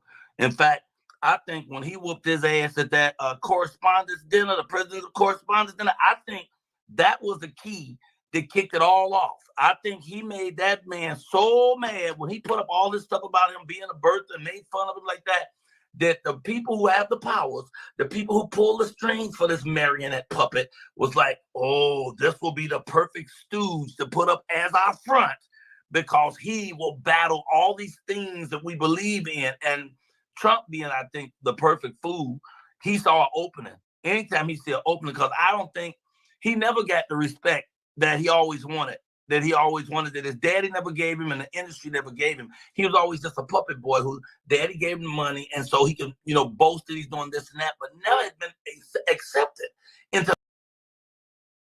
Hold on. People have a tendency of doing that. It's not just for Trump. People have a tendency sometimes of be resentful of rich kids. Most rich kids, their parents give them something. Like it's a fact of life. Oh, his daddy gave him money. Don't be mad that your daddy couldn't afford to give you money. Okay. But most people who are rich, their parents give them something. That's why people work hard to be rich, is that to put their kids on a pedestal. His dad gave him $1 million to start a business. They're able to do that for their kids because they have businesses. They find a way to be financially literate. They find ways to find accountants who hide money. They find ways to have CPAs and tax lawyers who can do all kinds of things for them, right? But I'm like, people need to stop being resentful of the realities of life. This is what life is. Some people, your parents can't give you nothing. Some people, their parents will give them a whole lot. Okay, that's the fact that that's just the reality. It's like, stop being bitter. Like, some people sound so bitter. He's a rich kid. What do you think the dad was going to do? Let him struggle? No. Just like when you go, even now too, you see it. Like, there was a young Black girl, like her dad threw her sweet 16, right? It was like, no, it was a prom. I don't even know, child. Sweet 16 prom, whatever. It was all over the shade room. TikTok. She had it was like a whole Cinderella thing, right? I think her dad spent like over $160,000 or whatever. Then he gave her a certified check for $70,000 so she could buy herself a brand new car. I mean, how do you think Lori Harvey lives? How do you think the daughters of Diddy lives? How do you think Blue Ivy is going to live? Right? It's like somebody can also say Blue Ivy can't write, but she has all these Grammys, right? Because her mama put it on everything, right? A lot of celebrities now are putting their kids on the records. Like, these kids are having Grammys at 4, at 5 years old, 9 years old. Like, people, even Black people are doing this too. So it's like, get over yourself. right? Work hard and make sure you can leave your kids with something. That's what the Bible says. Leave your children with some type of inheritance. That's what his daddy did for him. You can't redo the world. That's just how it goes. If you were a multimillionaire, if you were a millionaire, you probably gave your child millions too to go do whatever they want to do, right? Pursue art or whatever, right? That's just how it goes. You know what I'm saying? Like, this is how it goes. But I'm like, okay, his dad gave him money. What we gonna do? It is what it is. To the high society. This gets him in that door, and what Barack did to him that night was just beautifully brutal. And I almost could have guessed that this fool would run after that. But I don't know about necessary as much as I would say it made it possible. It made other white folks say, oh, we may have our leader here. We may, because I'm telling you, he was just inches. When he threw his fist up and get shot in the air, he was just inches from going see Kyle, and I okay. But we can agree.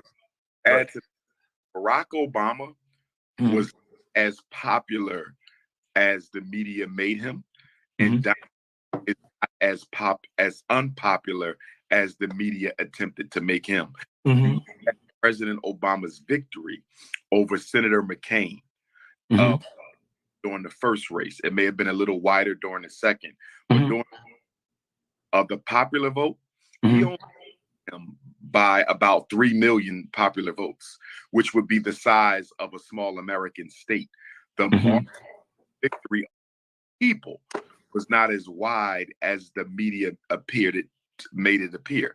And the same thing for President Trump. In the popularity polls amongst the American public, they made it appear that he was popular than he actually was. And a lot of that has to do with, as you mentioned earlier, the power structure, the hidden government, and who they actually needed to ascend to that office. Barack Obama was necessary because of the mistakes that President George Bush made. George Bush destroyed America's relationship with Africa.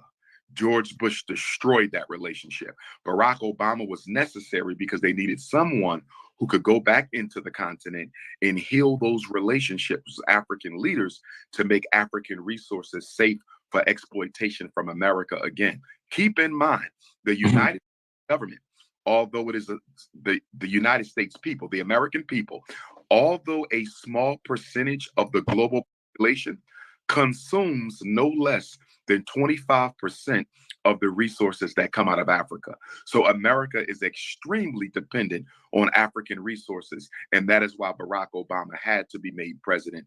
There was another Black U.S. congressman, I think his last name is Ford, if memory serves me correctly. He was also a fair-skinned brother with green eyes. They were considering him as well, but they felt Barack Obama would have been the safer of the two picks because he was not a direct descendant of the enslaved African. And so the power structure felt that he would not have the loyalty to Black America that someone else would have had they been a descendant of an enslaved African. And the other Obama was made president is because he had the psychosexual agenda against Black public school students in the interest of population control. So they needed Barack Obama to get Black America to accept childhood transgenderism, to accept childhood LGBTQism. And so Barack Obama is the first president in American history to not only approve same-sex relationship, but approve the teaching of same-sex relationships to our children in public schools. So he became very, very necessary. And Donald Trump is necessary because, as you mentioned already, Baba, he is a warmonger.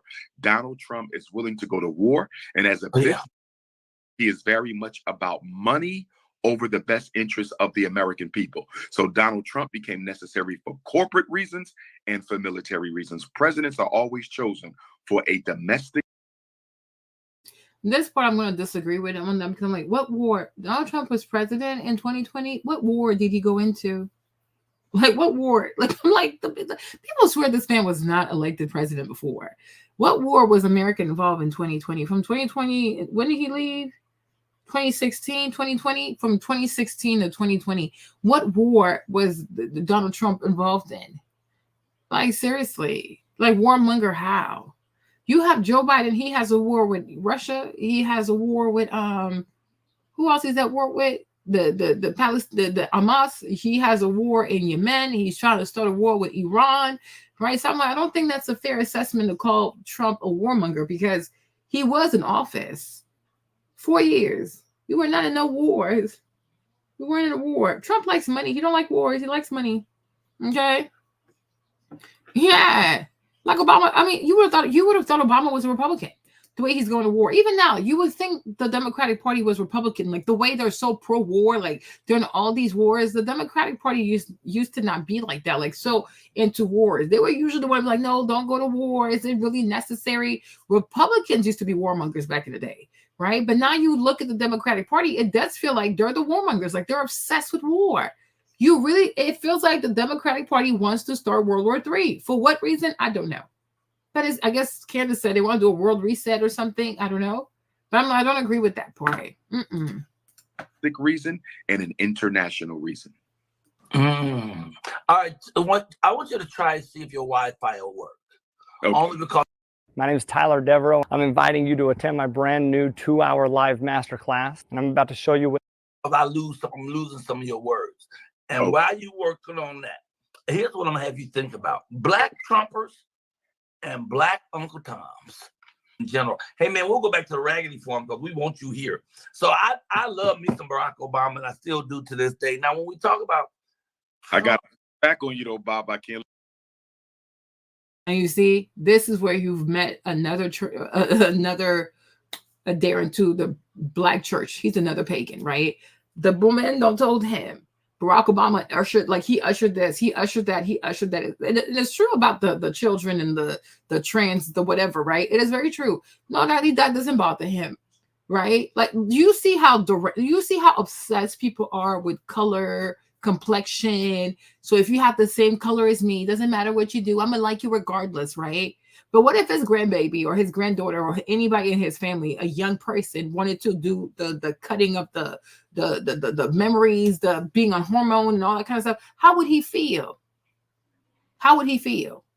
I'm like, you cannot be so obsessed with your color, your skin color, your gender, right? Your whatever, that you don't see how this man truly put young people at risk, right? But Trump, shut up.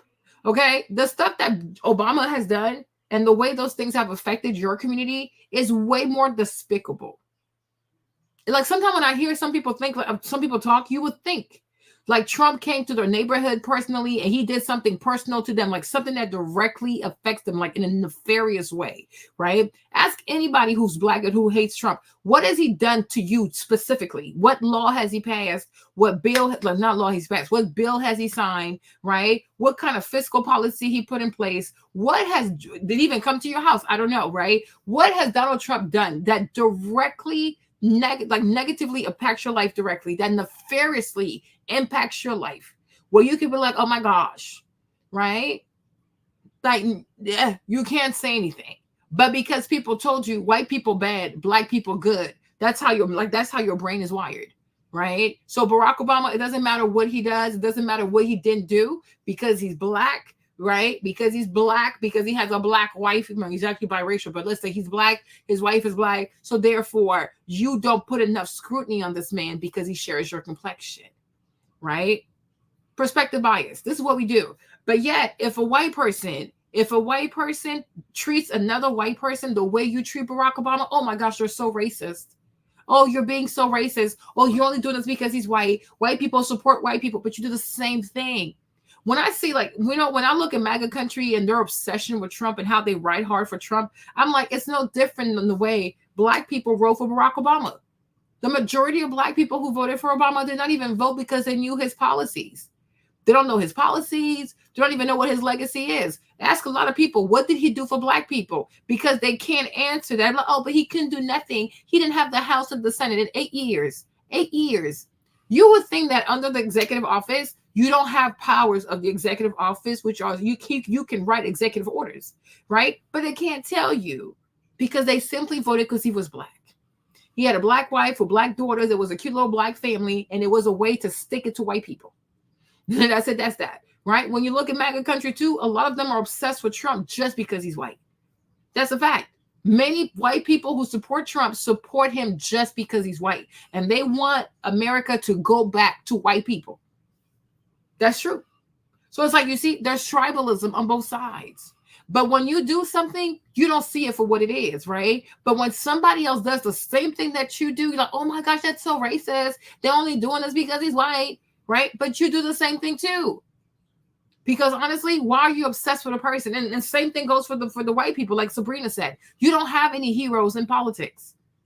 He's like, people don't be like, I'm like, there are no heroes. You're gonna find somebody who at least does a few things, not a lot, a few things that are beneficial to your self-interest, right? But you don't have heroes in politics. But on both sides, whether it's with Barack Obama, whether it's with Trump, people are tribal AF. I'm black, so he's my black president. Whatever he does, it don't matter. Over there, I'm with Trump. He's white. I don't care. He's white. He's white. America for white people. I'm like, people are no different. Even people today, like you'll see people who talk bad about rich people. The day they become rich, everything they used to say about rich people, they're going to start saying about poor people. This man right here, right? He was never accepted. His daddy gave him money, right? But if he could be a multimillionaire, how much you want to bet he would give money to his kids? Right? How much you want to bet? If his daddy was a multimillionaire and his dad had offered him $1 million, he would have taken it too.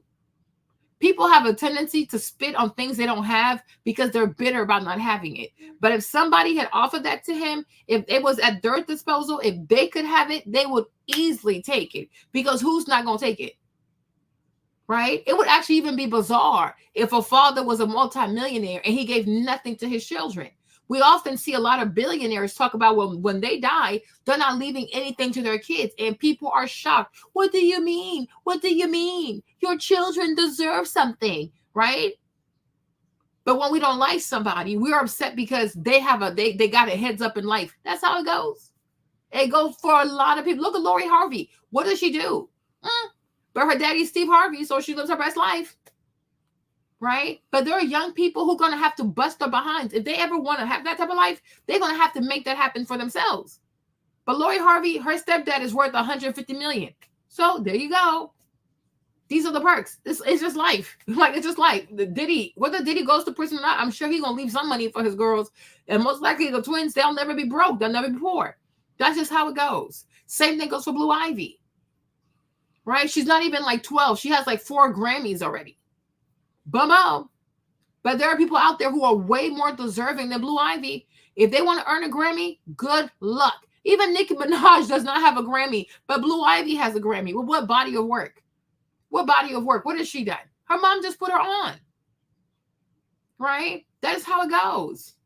Bronny is in the NBA now. He's not a great player, but he's in there because his dad wanted him in there. And he's on the same team as his dad. Right? Nepotism. So it's like, miss me with that. Black people who have money do the exact same thing, because at the root of it, it has nothing to do with your complexion. It has to do with this is how human beings are. Because ultimately, black, white, Asian, whatever, we're all human beings. And it takes a lot to have self-control and self-restraint to say, well, you know what? Even though it's my child and I would love to see my child be successful, I'm going to let my child figure it out. No, most parents intervene. Most parents will interfere with the process. And they'll rob another person because they want their child to have a heads up. But if we're all being serious, does Blue Ivy deserve a Grammy? You want me to believe that she really sat there and wrote this and put it all together? No, this is what her mom wanted to do for her, because they're trying to like rig the system. Oh, my child is 12 and she has 5 Grammys. Yeah, sure, whatever. Right? Isolate Blue Ivy by herself and see if she can really write a song and produce a song that's really Grammy deserving. No, she cannot. Right? If Bronny was not LeBron James' son, nobody would have drafted this boy. And they didn't even want to draft him. He was 50. He was like number 50. And no one's going to respect that boy in the league. So to talk like that about Trump, when you have black people, black elites who do the same thing and you clap, it just, to me, it just gives you're bitter. You are jealous. And I think a lot of people, I wish a lot of black people would admit to themselves, right, that deep down, you are very resentful of white people. You resent them. When you see how well they live, how much ease they have, and all the privilege and all the money and all the things like that, people should be honest with themselves so you can start your healing journey, right? Because you're really resentful of these people. And then like they live rent-free in your head. And every time they do something, like you go on hysterical, you become hysterical. And you want to, like even that little girl, what's her name? Caitlin Clark.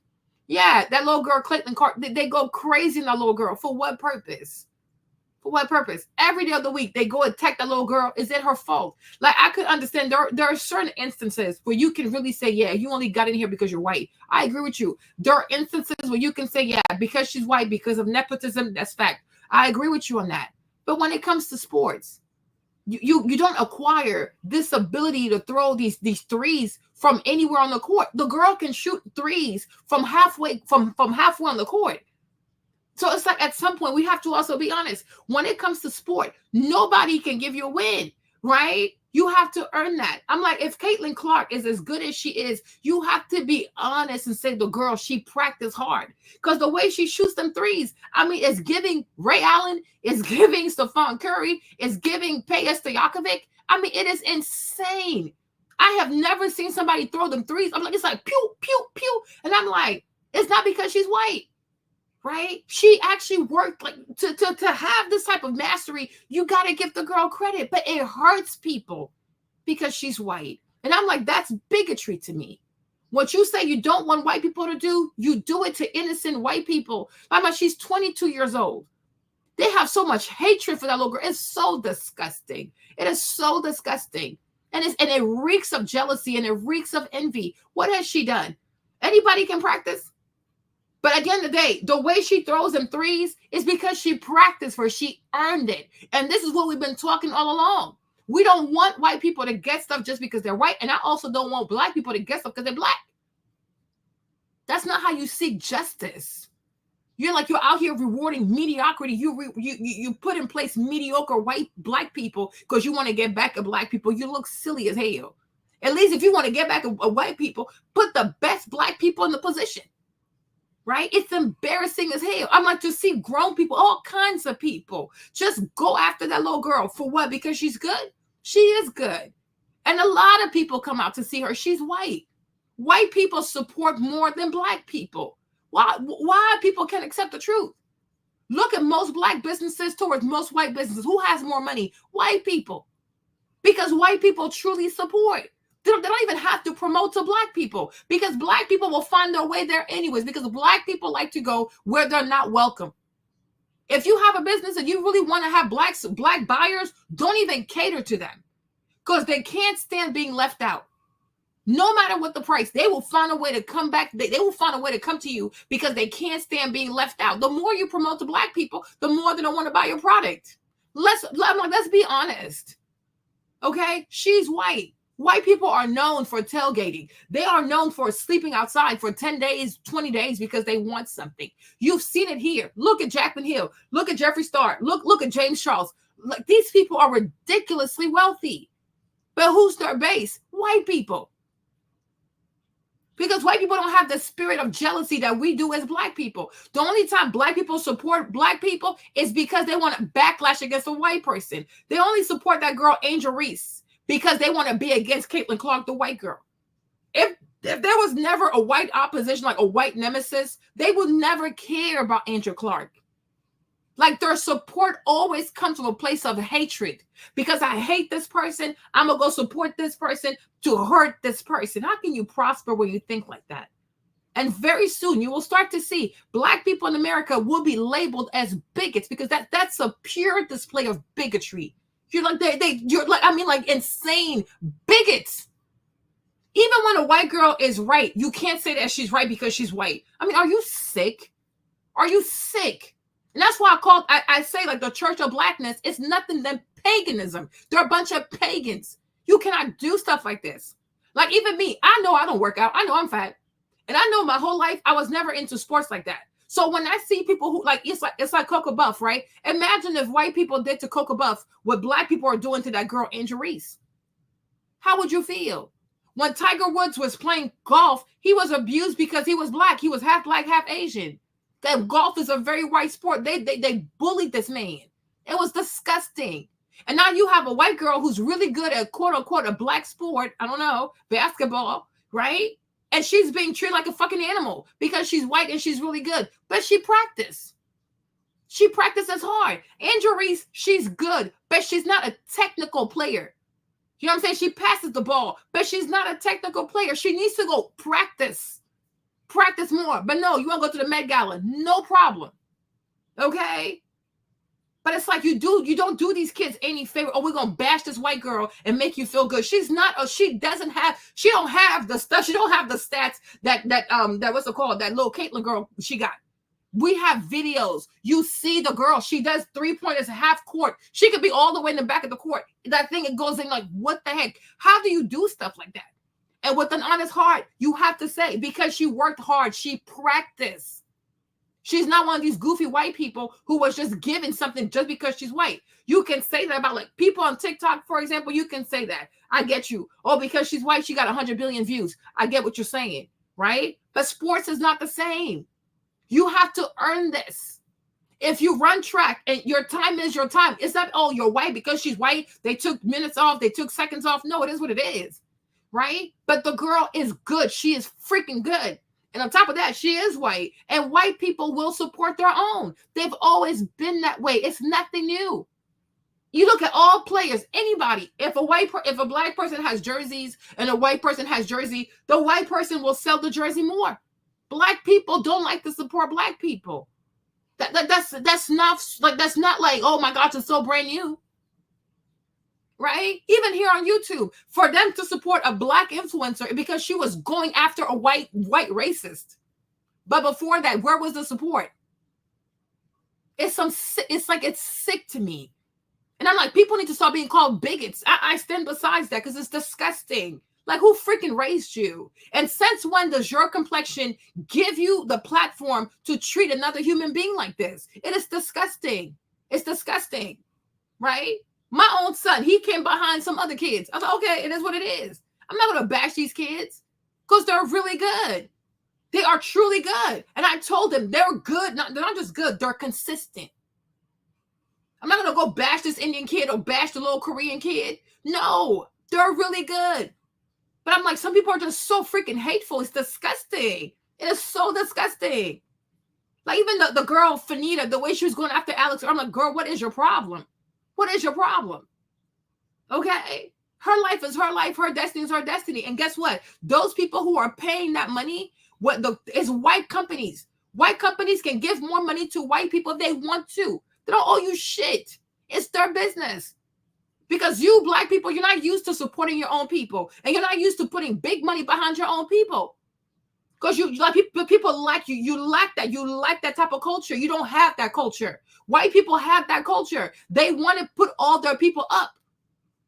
How can you feel entitled to a white person's money? It's their money. She's their people. It's their community. If they want to pay that girl even $100,000 to post, it's their money. They don't owe you anything. You insult white people, you cuss out white people, you call them all kinds of racist, all kinds of nasty stuff you do to them, and then you think they should turn around and write you a big check? Where do you see that at? If white people if the role was reversed and white people talked about you the way you talk about them, would you be inclined to invite them to write them checks? You wouldn't do that. And that's the same thing I said about socialism. They'll sit here, they're on welfare, and they have the audacity to insult rich people. What tax you pay? It's their money. And you see, and with Fanita, what she meant for Alex Earl, it came right back at her. You know, I understand that some people might feel, oh, she's not deserving, she's mediocre. You have the right to your appreciation. But at the end of the day, the majority of her endorsements are coming from white-owned businesses. And if those white people want to pay her more money because she's white and she's one of their own, it is what it is. It's their money.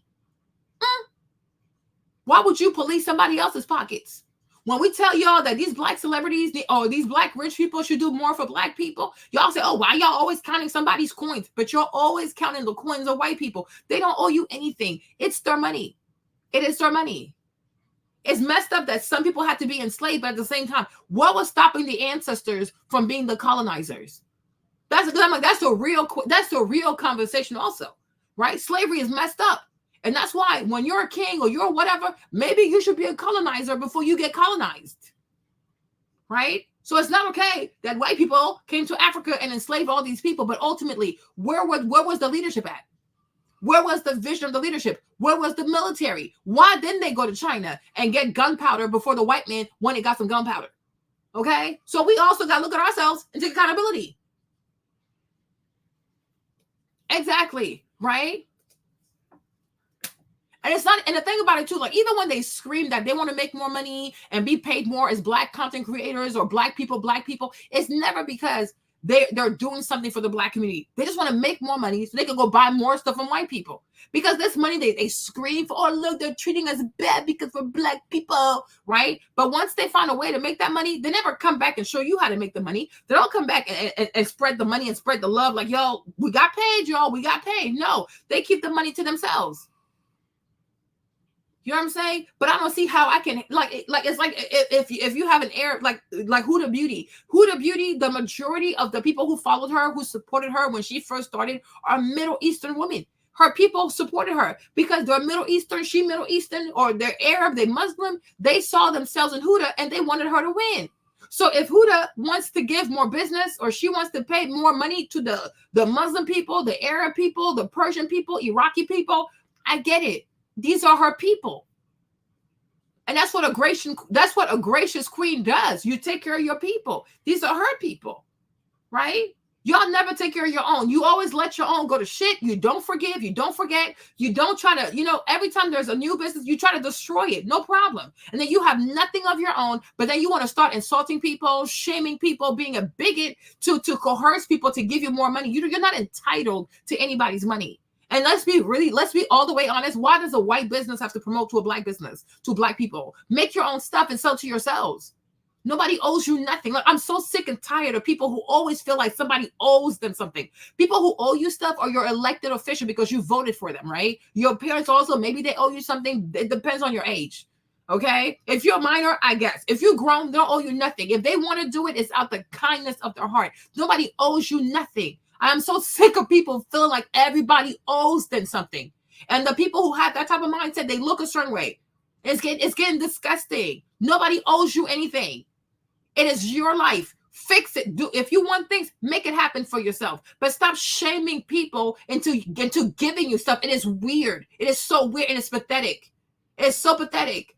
But I'm like, to me, I was so shocked how they were handling that girl. And on top of that, she's an Aquarius. I'm like, oh, Aquarius, okay. But I'm like, Caitlyn, it's excessive.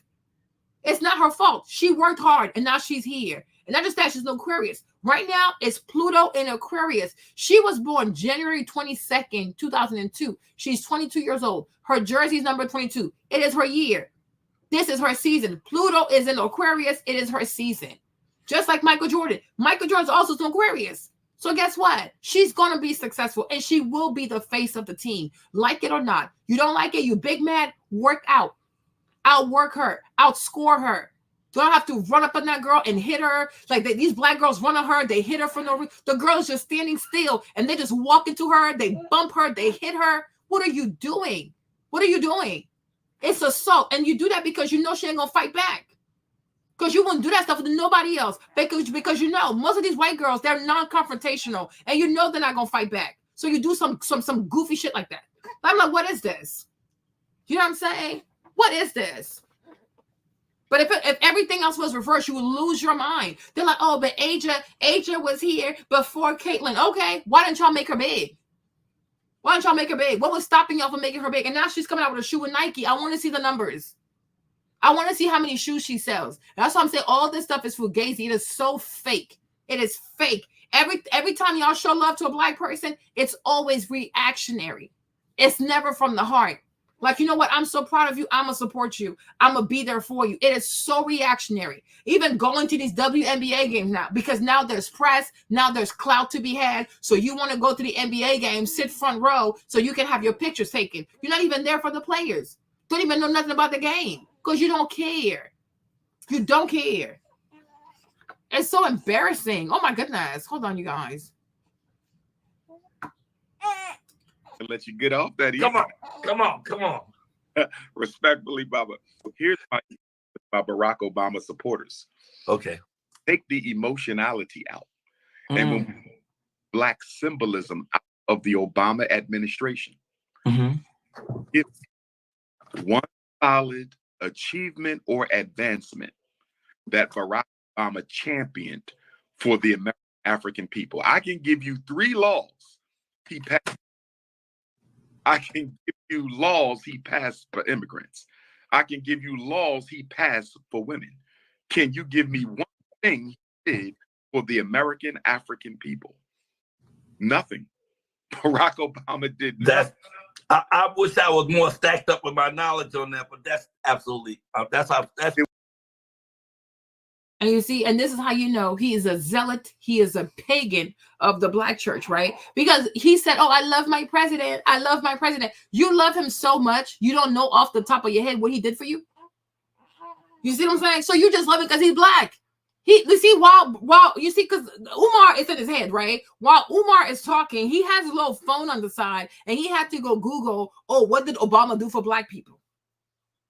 And this is why I keep telling y'all, you are looking at a very unsophisticated political class. Because if you say, I love my president, I would expect you to know why you love him off the top of your head. If this man has a wife, and I say, oh, why do you love your wife? He said, oh, I love my wife. I said, okay, sir, why do you love your wife? Would he have to go to Google and be like, oh, why do I love my wife? Right? If he said, oh, he loves his job, okay, why do you love your job? Would he have to go to Google and say, oh, Google, tell me why I love my job? Like, make it make sense, right? You profess to love this president so much, but you have to resort to Google on the low for you to come back and say, oh, well, I kind of wish I knew. I wish I was more. Then you love him how? And that's what he told you. Remove your emotions, remove the symbolism, right? And let's really talk about this from a place of logic. What has he done for you? And the thing is, you cannot answer. If you have to resort to Google to answer what Obama did for Black people, then you don't know. You don't know what he did because you were too busy looking at him, looking at his wife, his children, the usher, the Beyonce, all the people having the parties at the White House. That's all you cared about, the performances. And this is why I do feel like the Democratic Party understood when it comes to Black people in America, you don't really have to do much. You don't have to, because whether you do or don't, they're still going to vote for you. All you got to do is host a few parties because they're more concerned about representation, symbolism, than they do care about actually achieving benchmarks that are beneficial to advancing the cause forward. They don't care about benchmarks. They don't care about results. They do not care. They just want to be included in a fancy party at the White House. That's it. It's good enough for them. That's it. That's it. I'm like, you are so many people out here are politically unsophisticated. This is wild. It is wild. Oh, I love my president. I love him. I love me some Barack Obama. What did he do? Oh, well, I wish I was more. I wish I knew more. Then you over here, you're typing. Shameful. It is so shameful. And these are the same elders who are going to tell other young people, oh, you have to vote that Democrat. You got to go vote for Joe Biden. You trust someone like that? Ridiculous. This is ridiculous. Hold on. Patently false. I don't agree with that at all. Okay. Go ahead. Keep going. It was empty symbolism. And here's the biggest problem. And this is not Obama's fault. I want to be clear. This is on us. Okay. To his credit, President Obama never said he would do a single thing for Black people. To his credit. Therefore, I have to fault us as a community for acting like Barack Obama was some kind of a solution, because in doing that, we bought the American power structure 8 years of time to reorganize, remobilize, and re-energize. So as I always say, Barack Obama rocked us to sleep, and Donald Trump was the alarm bell that woke us up. Okay, here's a couple of things he's done. First of all, President Barack Obama made 62 lifetime appointments of African Americans to serve on a federal bench. First of all, this includes 9 African American circuit court judges. That's token. That's not changing for the people. That's tokenism. But he did that though, right? And you see how mediocre he is? You see how it takes a little bit to make him happy? 62 bench appointments. You guys, there are 46 million Black people in America. He did something for 62 people. This is why, just because some people are your elders, just because some people are your family, right? You should not take political advice from them, financial. You shouldn't even take none advice from them, because, child, just love them on the sake of you're my family. I'm gonna just love you. Okay, because there are 46 million black people, right? 46 million black people live in America. He did something for 62 people. Oh, wow. Oh my gosh, you guys, we should be so grateful. 62 people. I don't even know if you can divide 62 by 46 million. Let me see. I'm gonna try though.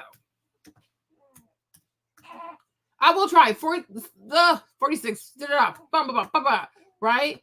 See? So okay, all right. So this is what I'm like. What in the mighty name of Jesus? Right? Let me put this in parentheses. I don't even know what this is. Okay.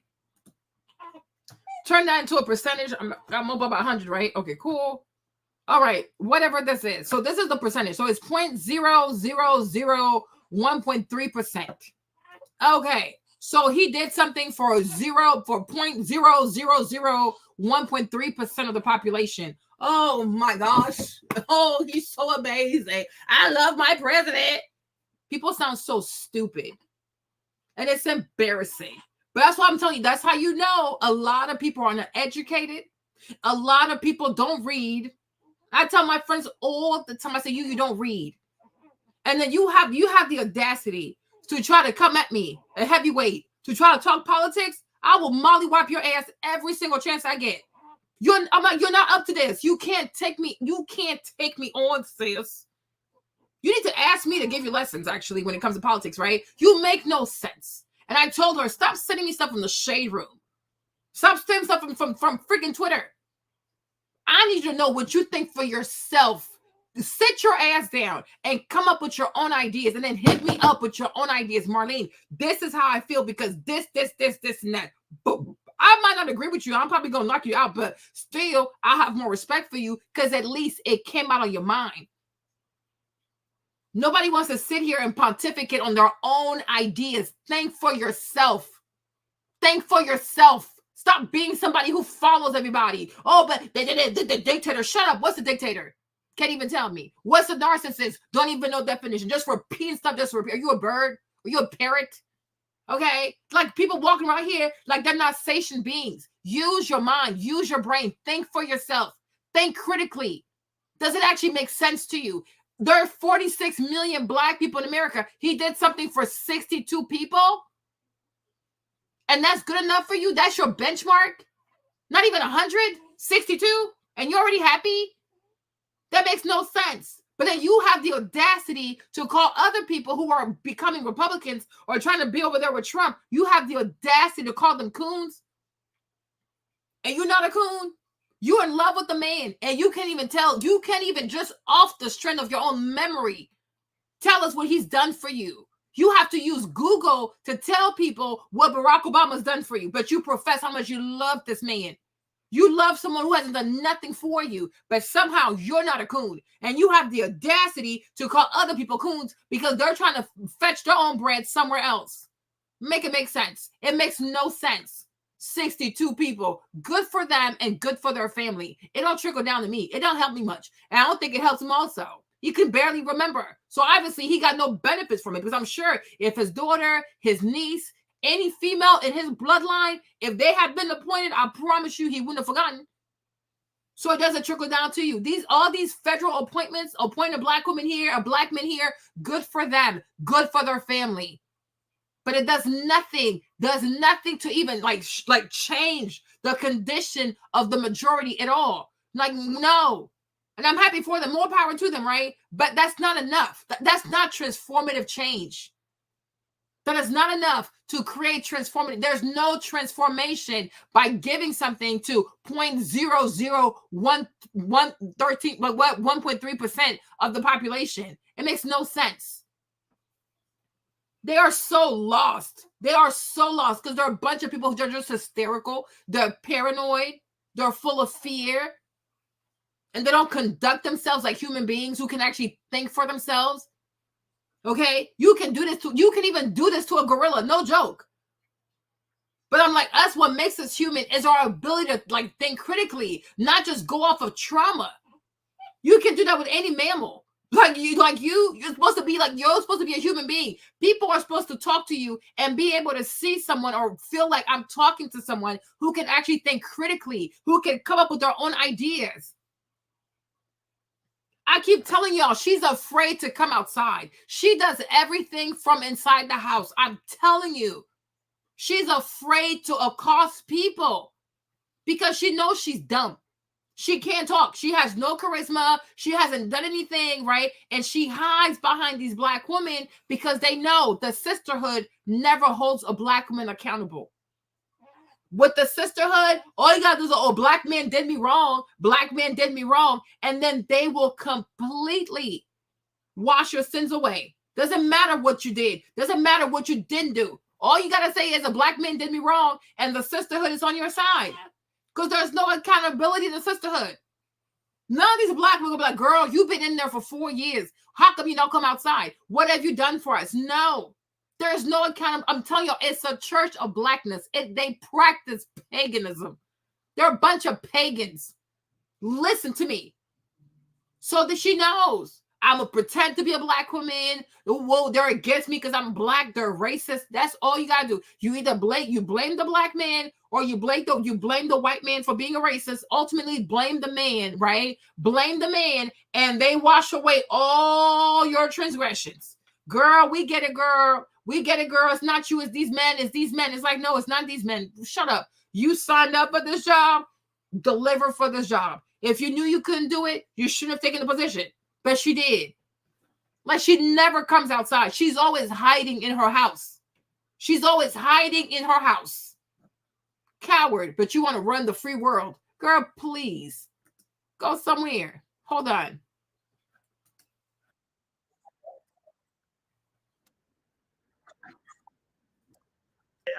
In foreign policy, increased U.S. troops levels in Afghanistan, reduced nuclear weapons in the United States. That is not affecting Black America, Baba.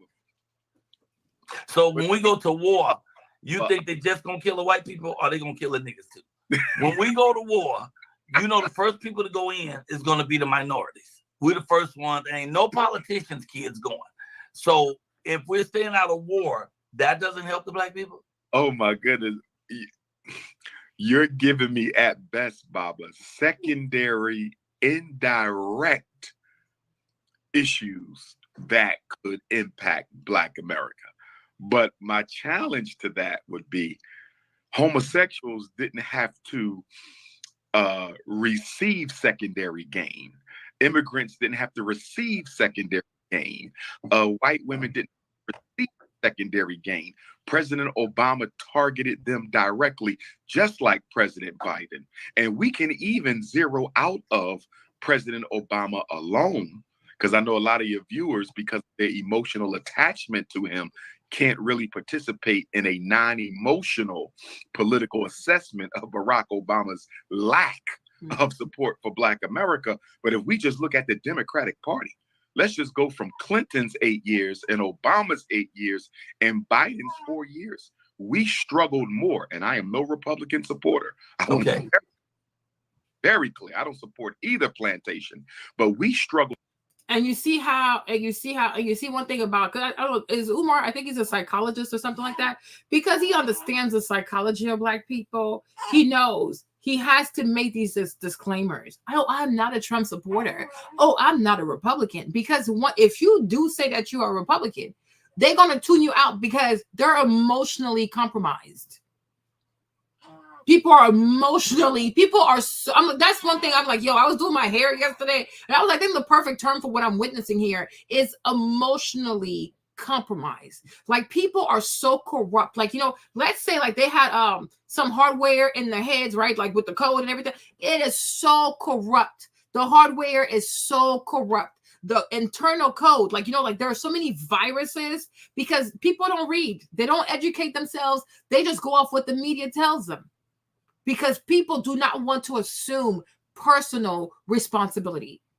And this is why we have so many people who think they deserve welfare, social assistance, blah, blah, blah, blah, blah, blah. Because people don't think they should be held accountable for their choices. Somebody else should bail them out, right? And it's the same thing with politics. A lot of people have rescinded to the idea of like, oh, you know what? I'll let somebody else think for me. And then whatever they tell me to repeat, I'll repeat.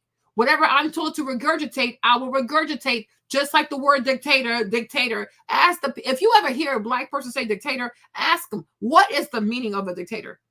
Show me in history the example of a dictator. They can't even do that. They don't even know what it means, right? Because they just regurgitate what somebody else tells them to say, right? Same thing with politics. Something that affects your life every single day, right? They leave that to somebody else to think for them, to go read the Project 2025 for them, to do this for them, and come back and to summarize in like a little tweet in 140 characters, right? Because they refuse to have the bandwidth for patience. They refuse to have the intellectual bandwidth necessary for them to be responsible for their own feeding. Like, feed yourself the information, right? Go find the information, feed it to yourself, process it, digest it, come up with your own ideas. Does it make sense to you? If it does, you should be able to tell yourself, why does it make sense to you, right? And then try to see if you can pick it apart. If you're able not to pick it apart, that means it's pretty good. If you can pick it apart, it's probably not good enough. Try harder, right? That's how you become better. That's how you become more critical. That's how you avoid always being led by your emotions, because he knows our people. He knows it's some emotionally driven people, and it's always weaponized against them, and they fail to course correct. When your enemy studies you and he knows you inside and out, I think somebody who has any type of survival skills would say, you know what? Now that I'm completely exposed, okay, now that my psyche has been completely exposed, maybe it's time for me to course correct. I need to become a new creature in Christ. And that means I should not be so emotionally dependent.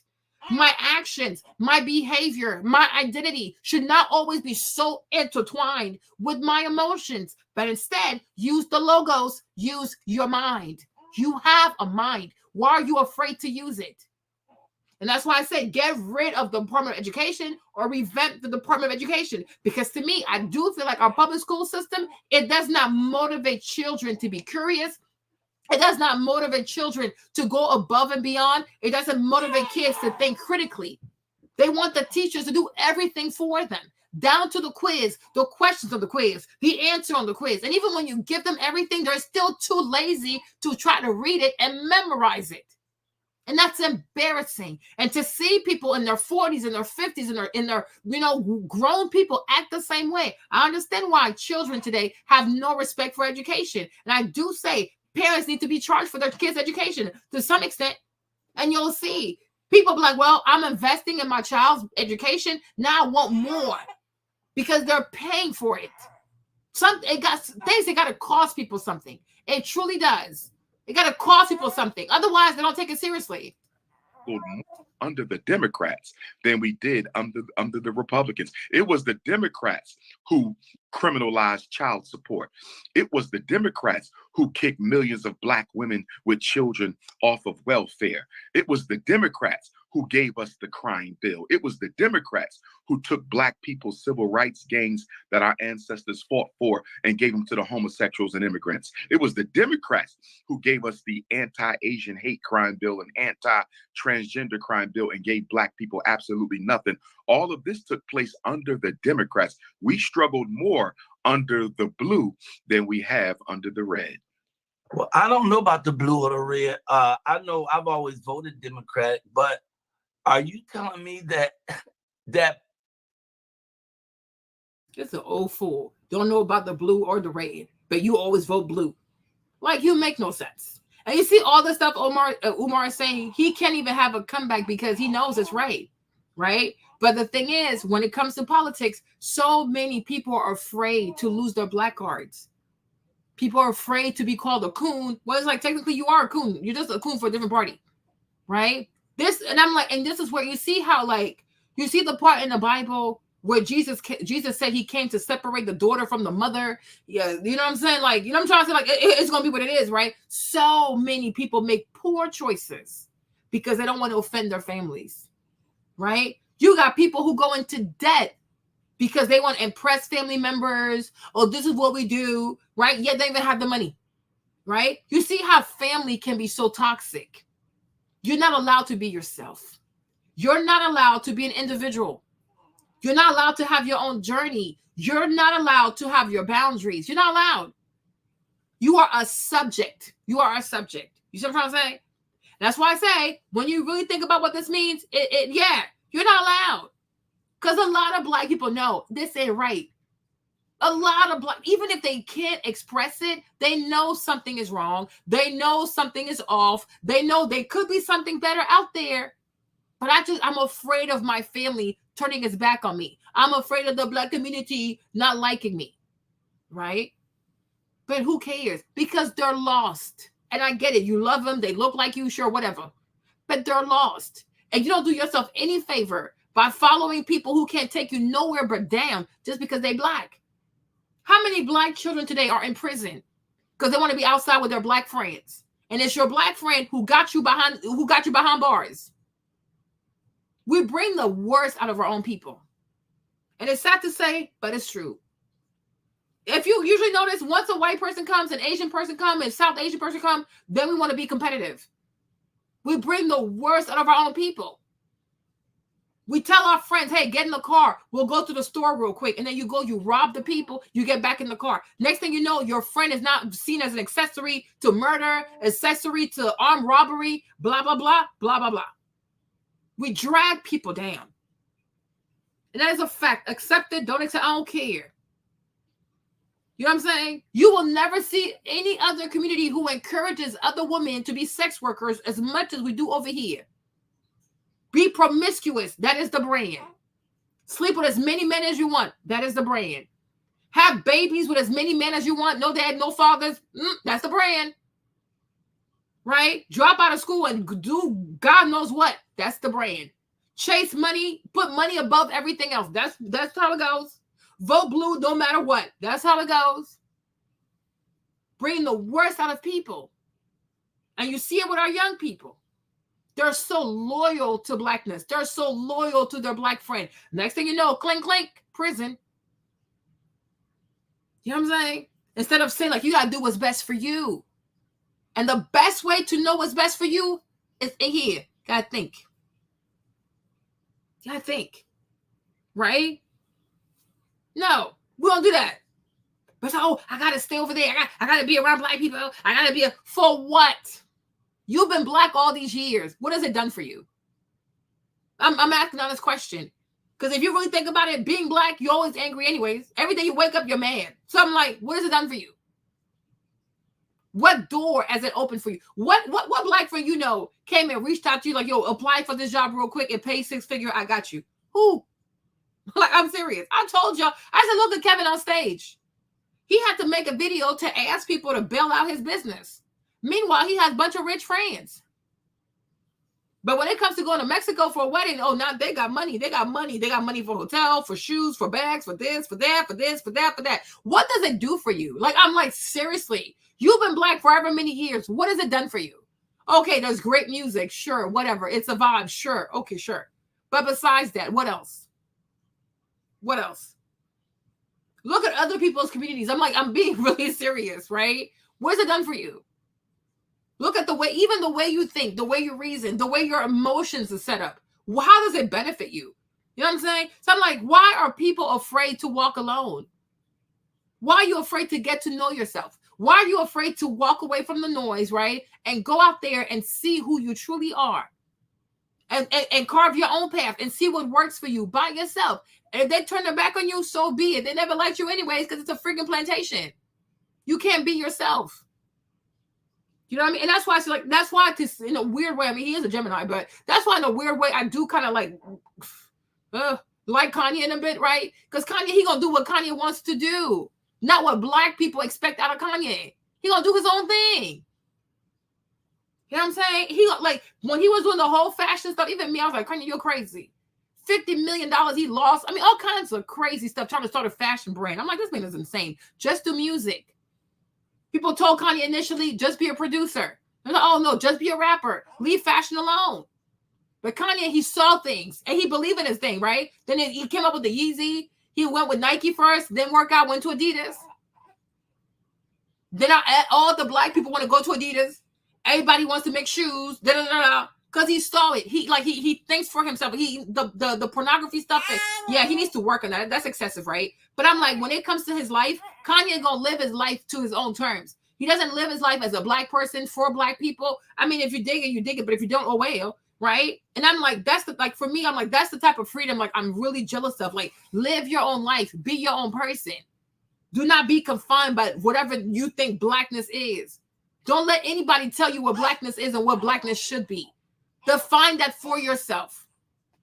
Make it happen for yourself, right? Do your own thing. If you, whatever you want, but be it for yourself, but don't be predictable. Do not be another predictable black person. It's getting boring at this point. Be your own person. You know what I'm saying? But like walk with different people, different cultures, different ethnicities. See how other people think. See how other people look at life. See how other people look at finances and look at politics. Like, you know what I'm saying? Expose yourself. Read as many books as you can.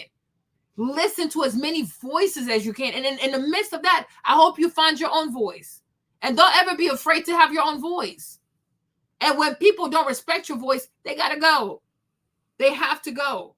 But skin color should never hold anybody hostage to a set of people that they have nothing in common with besides skin color. Like, that's crazy to me. You sit here, you watch the BET Awards, it's so embarrassing. And it's so embarrassing.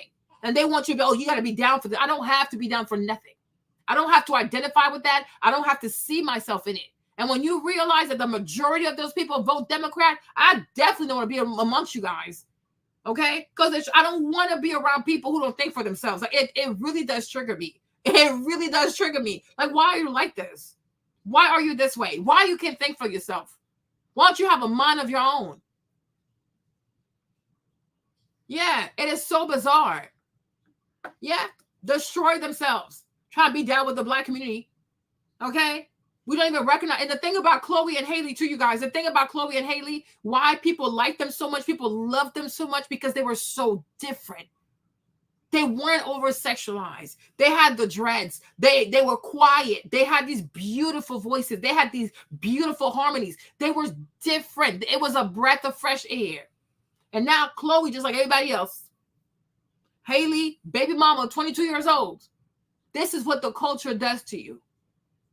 And I'm like, all of these female rappers, look at them before they were accepted by the culture, and then look at them post-culture. It is sad. It does something to you. But that's what happens when you refuse to think for yourself, and you just want to follow people to follow people. Oh, I got to be accepted. Accepted by who? By what? For what? When you consider all things, right? Tell me how this acceptance, right, will take you to the next level. Tell me how. You know what I'm saying? You don't see Zendaya out here going above and beyond to be accepted by black culture. And she stays winning. She's not in drama. It's like runway after runway, red carpet after red carpet. The girl makes so much money. She's so successful. And she's not involved with, I got to be black and be black. For what? If you know you're black, that's enough. You have nothing to prove to anybody. And it's, oh, you hate black people. Yeah, sure, whatever. I hate your mindset. I hate the way you think. In the words of what's his name? Kendrick. I hate the way you just go along with stuff. I hate the way you never check your emotions. I hate the way nobody can actually sit down with you and have an intelligent conversation without you weaponizing your feelings all the time. I hate that stuff. I hate people who are not honest with themselves. I hate people who don't take accountability. I hate people who always blame other people. I hate people who use slavery to be very unsavory and cruel to other people. I hate people who like humanity. They really do, because it's not good, Kevin. It is not. You know, who out here is going to go out here be naked to be accepted? I'm not doing it. Are you going to go do a Tyler Perry movie where you have to beat on a woman or eat somebody's vajayjay for you to be famous? You ain't going to do it. And another thing, too, that you have to recognize in the culture, too, you can't have integrity to make it. You have to stand for nothing. You accept all kinds of stuff, abomination, paganism, I mean, you name it. No. You gotta be accountable to yourself. You need, like, when the day you die, who knows when we're gonna die, but you want to be able to die and face God and have a clean conduct. You know what? I have a clean conscience. Like, I did the best I could. You know? But like it doesn't like you like, oh my gosh, no. Absolutely not. So you see, so it's like to be able to have a semblance of an intellectual conversation, you always have to make these disclaimers. Because they can't take a black person as a Republican, as if before Abraham Lincoln, like what, before the LBJ, most black people over here were not Republicans. Like act like it's such a foreign concept for black people to be Republican. Like you've always had black Republicans in history. Like what is the problem? What's the problem? Right? So he has to make all these like, I got to make all these, how you call it? Whatever, to let people know, oh, by the way, I don't support Trump. Oh, I don't support Republicans. You got to make all these disclaimers because you're not dealing with people who are using the logos. They're dealing with their emotions. And this is why I believe strongly in Stoicism. That's why I wake up almost every day. And before I wake up, I play a video for Marcus Aurelius. Fuck your feelings. Okay? You got to be able to have an intelligent conversation. Even if a black person is Republican, does that mean that they're inherently bad? No. And if you were actually intelligent, you would say, wow, that's interesting. Please tell me why you're Republican, right? That shows intelligence. You are actually an intellectual. You don't turn somebody down because they don't think like you or have a different political association. Okay, I would like to know more. Why are you a Republican or why are you a Democrat, right? Because two people can have different political affiliations, right? But they can have the same value. You can love your children. He can love his children, right? You can believe in, like, you want a society with no crime. He can also believe in the same thing. But why is that when you hear that a black person is Republican, automatically you want to call him a coon, a house Negro, a bed wench? I'm like, what is this? What is this? Because people who are unintelligent, people who are not intellectuals, and people who are illiterate always have to resort to insults when they can simply say, wow, I would love to know why you are a Republican. I would love to know. How did you become a Republican? Were you always Republican? Did something happen? Right? And I'm like, that's crazy. That Trump is doing good stuff for black people. No. Here's what I'm saying. Again, for neither party. Neither party. What I'm saying is we are. What's that again? It went out. I got you, Baba. We are making a mistake as a people by ourselves with either party in a permanent fashion. We have been Democrat since FDR 1933. This is 1924. So now, Baba, we would have voted overwhelmingly Democrat for an entire century.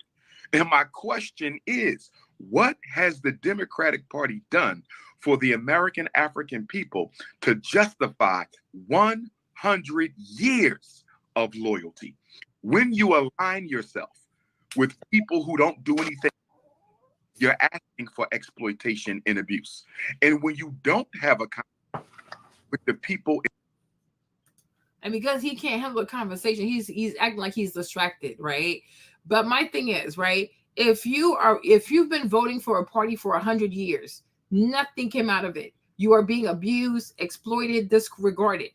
Doesn't that sound like you're on a plantation? So if you are on a plantation and you are defending, you are fighting, you're going above and beyond to defend said plantation, aren't you the house Negro? Aren't you the coon? Right? Because I'm like, who votes for one party straight up, no matter what? I mean, that's insane.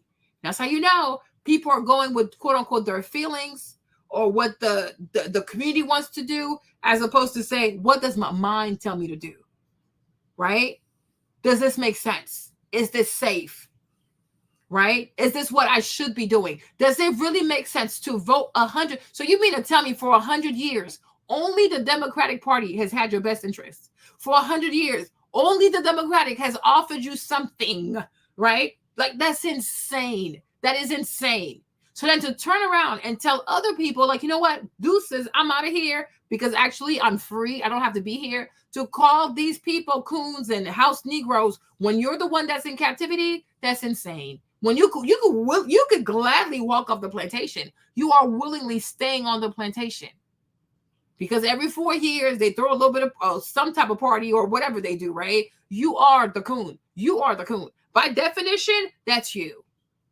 But sometimes you can be so close to a thing, like you can be so entrenched into a thing, a tradition, whatever you call it, that you don't even see that what you're doing is actually harmful. Same thing with Zionism. You can be so obsessed with Israel, that the way you're going about it, you're not even seeing how evil it has become. Because now it's an obsession.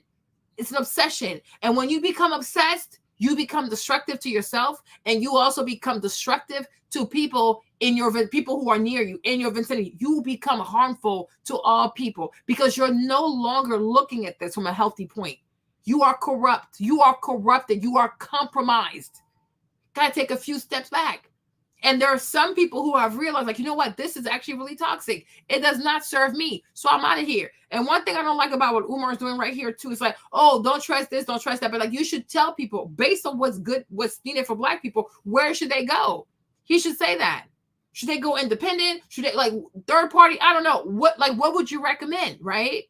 Because you can't just say, oh, don't support Democrat, don't support Republican. Because then what you're saying, don't vote at all, never ever vote. No, make it make sense. You should say to people, in instances where Democrats promise to fulfill policies that benefit Black people, vote for them then.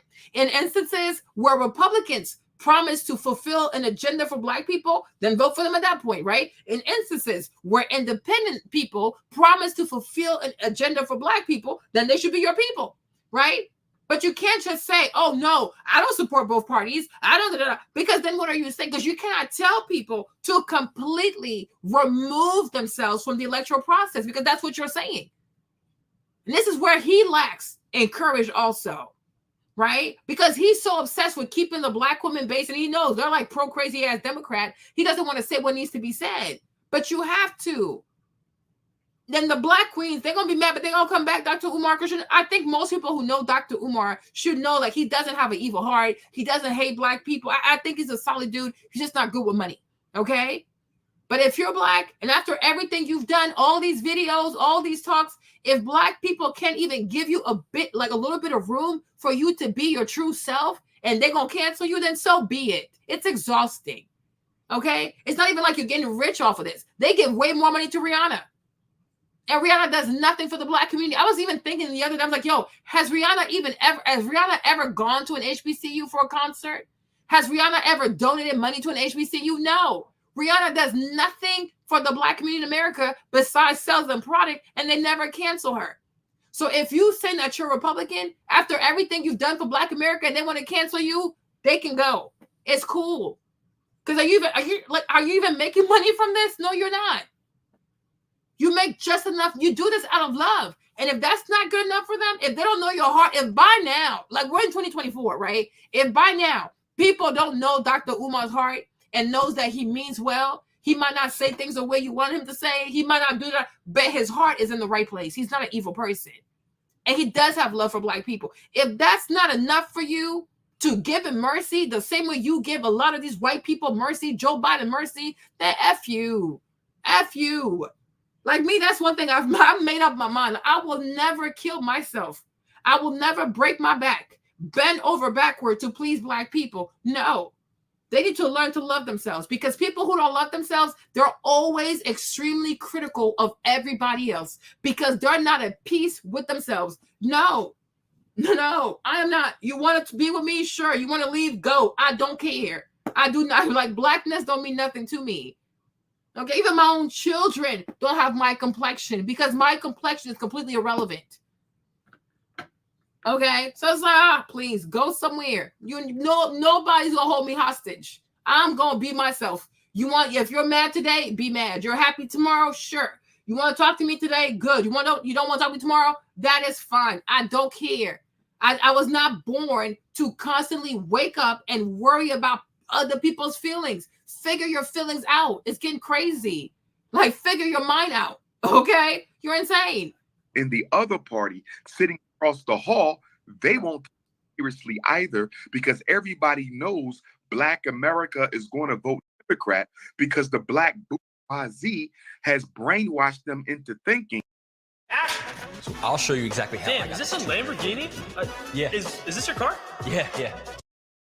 That the Democrats are always on their side and not.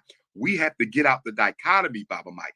Jump this Democrat and Republican tug of war. That's not our fight. Our fight is for our empowerment. So let's have a conversation with Joe Biden. Let's have a conversation with Donald Trump. And let's say, what are you willing to give us for our collective Black vote? We never do that.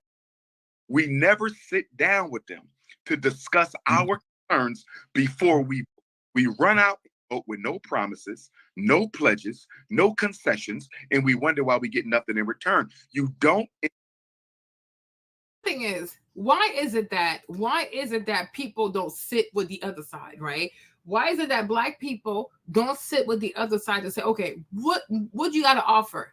Because as soon as you take a picture with any white person that's Republican, the white liberal media is going to scour and hire another Black person, come on their network and talk about how you're a house Negro. Like they have these dog whistle to get Black people in line or to scare Black people from talking to other people, right? Like that other guy who said like, oh, under Jim Crow, Black families were doing better.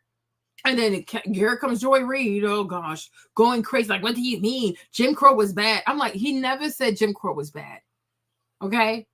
In that era, in the era where Jim Crow happened, right? Black family were more tight-knit. That's all he said. That's it, that's that. That doesn't mean I support Jim Crow. I want Jim Crow back. He's saying, when you look back, I reminisce over you, okay? When you reminisce, it was a part in history where Black families were together. That's it. That's that. Why trying to extract more than what is being said because you want other people to see this brother as questionable? That's disgusting. That is so disgusting. And I'm like, Joy Reid, not only she gonna lose that job because all this wickedness she does, because I'm sure she's head of household. The majority of Black women who vote Democrat tend to be head of household, and they have these weird husbands they married to that stay home and do their fingernails, right? That's what it is, right? But I'm like, all you're doing, Joy, is because of your money. If you were not getting paid that $1.5 million from MSNBC, I don't even think you would have these talking points, right? That's all he said. You like a time can be bad, but they can still be good things that happen under that time, right? There could still be good things. I'm like, why is that so hard to understand? Okay? We're like, why is that so hard to understand? Right? Even like, it's just like right now, we're in the middle of a recession, right? But people can still say, yeah, it was a recession, but we had a great Thanksgiving. It doesn't take away from the fact that there was a recession, right? We have inflation. Right? But some people are like, you know what? During that year, even though it was we had an inflation, my mom made sure we had a great summer. It's not taken away from the fact that a recession was happening, whatever was, even during COVID. There are people who made a lot of money during COVID. It was a horrible time, but there are people who still got rich. Like, two truths can coexist. Jim Crow can be a bad era, and then it also could be true that when it was a bad era too, Black people had to come together so they had better families. That's it, that's that. Why do you want to demonize what this man is saying? Trying to extrapolate things that like are not being insinuated because you want to put a target on his back and have all kinds of Black people just go crazy on this man, right? When Steve Harvey tried to have a conversation with Donald Trump, it was just the way it was painted. It was so awful. So I'm like, that's the problem too. You can never get close enough to the other party without being called a coon, a house Negro, or look at him, you trying to be a sellout. You can't do that. When Ice Cube tried to go get next to Trump also to see what he was offering, he was cussed the hell out. And the woman, the banshees of the CNN, of the NBC, they sat there calling this man all kinds of names, right? Even at The View, he is banned from going to The View. I'm like, why is he banned? You know what I mean? And this is how it goes. And you wonder why our young people today have such a hard time with conflict resolution skills, right? Our young people will have a small agreement. Pew, pew. Next thing you know, guns are blazing. Because even as adults, like when they look to the older people in the community, they don't even see people who know how to reach to the other side and resolve an issue. All they see is, I hate you. We're going to go from 0 to 100. I don't like you. I ain't never going to talk to you again.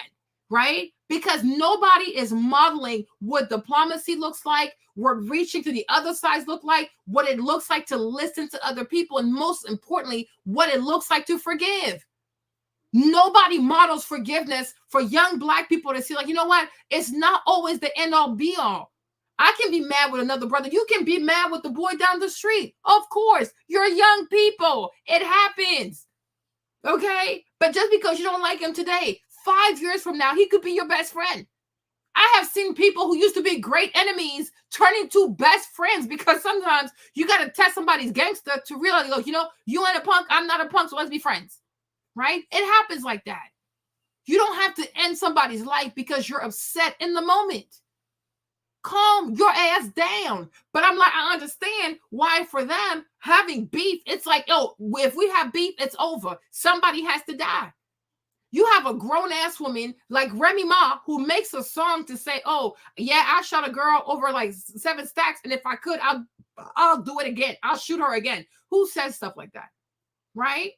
Vindictive ass people are so vindictive. People are so unforgiving. People are so retaliatory. People are always trying to hold on to something instead of letting go of something. Let shit go and show young people what it looks like to turn around, to let things go.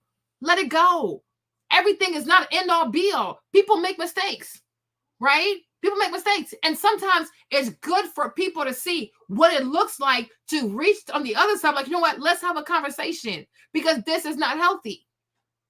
So many things could be resolved without nobody ever dying, but nobody is willing to show what being vulnerable looks like, what being a diplomat looks like, what being peaceful looks like. It is so toxic. It's so toxic. Like, do you not get tired of having beef with so many people every single day? Let shit go. Let shit go so the shit can let you go also. But no, nobody wants to model that. Nobody wants to extend forgiveness.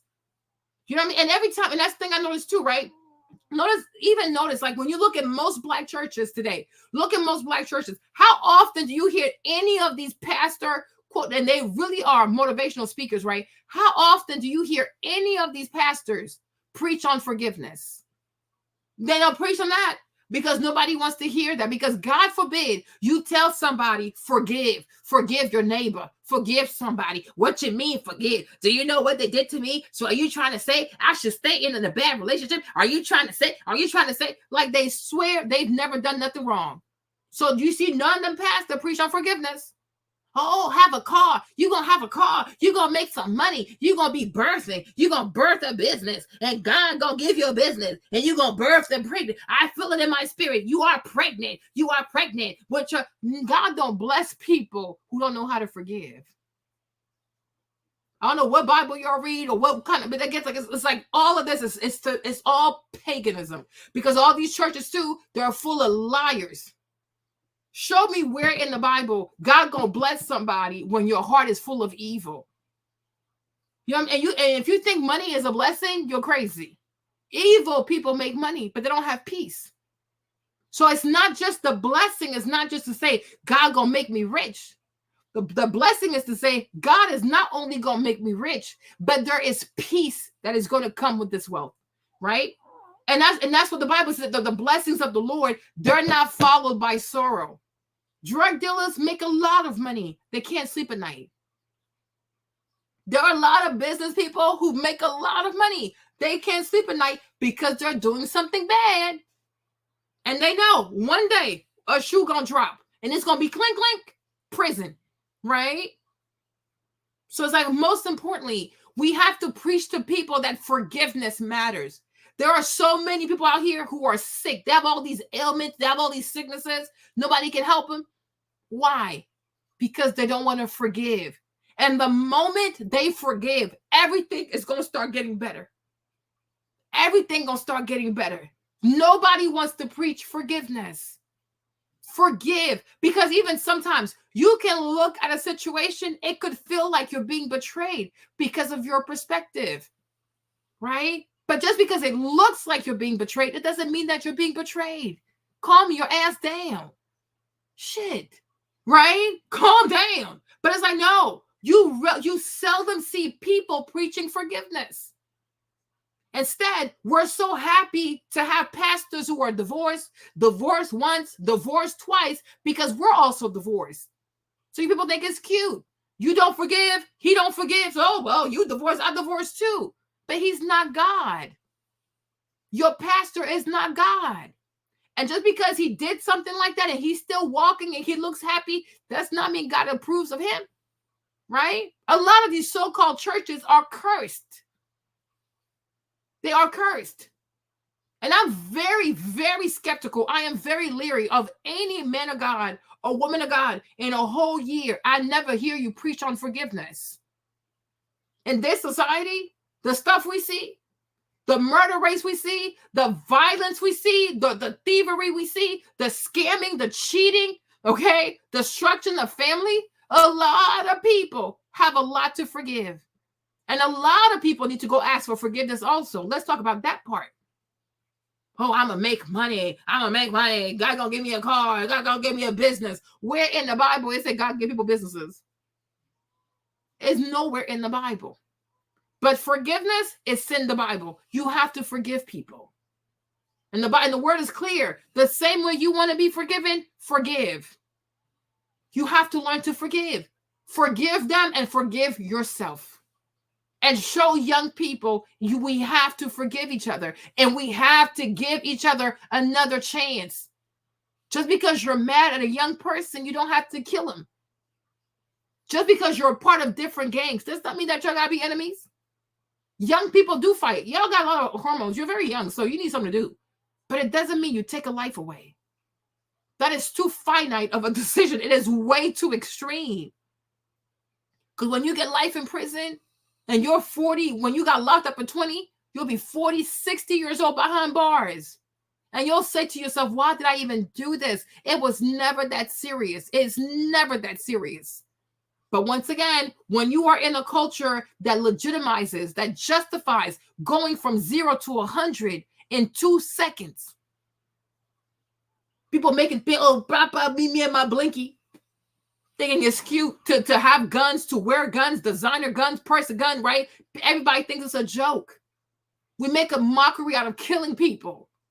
We make a mockery out of guns. These guns are harmful. They are seriously harmful. And young people make horrible choices with these guns. So many young people in prison for something so silly. Like it was never that deep.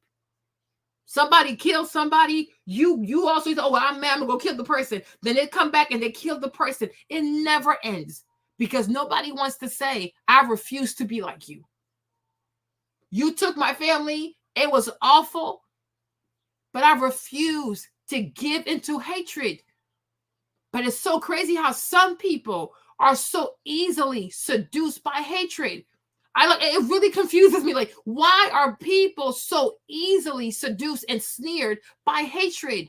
Why is being hateful so seductive to you? And you think it's cute. When the majority of people are afraid, you're scared, you're lonely, like you're not even this person, but you allow yourself to become this person because you think it makes you tough, you think it makes you respectful, you think it makes you bad. No, it makes you scared. You look scared. Somebody has to say enough is enough. This is ridiculous. You kill over here, they come back, they shoot over here. It never stops. At some point, somebody has to say, I will not be like you. I'm not going to retaliate. I don't want to take another life. It is too much. How many bodies y'all going to bury? How many people y'all going to put in the ground? How many young people going to go to prison? Are you not tired? And you have all these little people, the little brothers, little sisters, they're looking up to y'all. And how am I going to say this? Like you are, oh my gosh, initiating young people into rituals of violence. If you're a big brother and you have a little brother, you become violent, you start doing crazy stuff because your little brother looks up to you, he gonna act just like you. And you don't see it because you're so big and he's so small, but he looks up to you. And when he looks up to you, what does he see? Destruction, foolishness, bunch of crap. Like, how is that okay? But because you are in an ensemble that says, oh, that behavior is okay, it is not okay. There is something better. And that's why I urge everybody to use their head. Don't just go with the flow. Oh, that's what we do. No, that's not what we do. I wasn't born to just mimic behavior. Okay. No, I'm not a rat in a lab somewhere. I'm an actual human being living my free existence. Okay. You have the right. You should use your brain. Use your logos. Think for yourself. And the more you start thinking for yourself and the more you master your thoughts, you will master your emotions. And you understand there's something more powerful than hatred, and it's called love. Learn to love more and hate less. And if you struggle with that, every day you wake up and before you go to sleep, ask God to put more love in you. Because maybe you don't have the capacity to love as of yet. Maybe you don't have it. So pray for it. Ask for it. The same way you ask for money and cars and shoes, ask God to put love in you. Not just love for the people that you actually want to love because they're nice to you, but start practicing loving people who don't love you back as far as you think, right? Start practicing loving people that you don't think are worthy of your love. Start practicing, because when it comes to God and God looking down at us human beings, we're sick. We are truly sick. We are sick. We're dangerous. We're demented. We're unhinged. We're criminals. We're all criminals, okay? So the fact that God has not even evoked some type of like flood on all of us to reset this whole planet, we owe him a lot. And that's what love looks like. Because I could only mean if I was the way we treat animals, the way we treat babies. We're sick. Like, we're really sick. We are sick. The human race is sick as hell. And the mere fact that every day God gives us a chance to do better. We talk about killing babies like it's nothing. I'm like, this is crazy. And every day, God lets us wake up and have these same demonic ass conversations. But we think it's, I can't forgive. You can't forgive for what? Anybody. We can all forgive.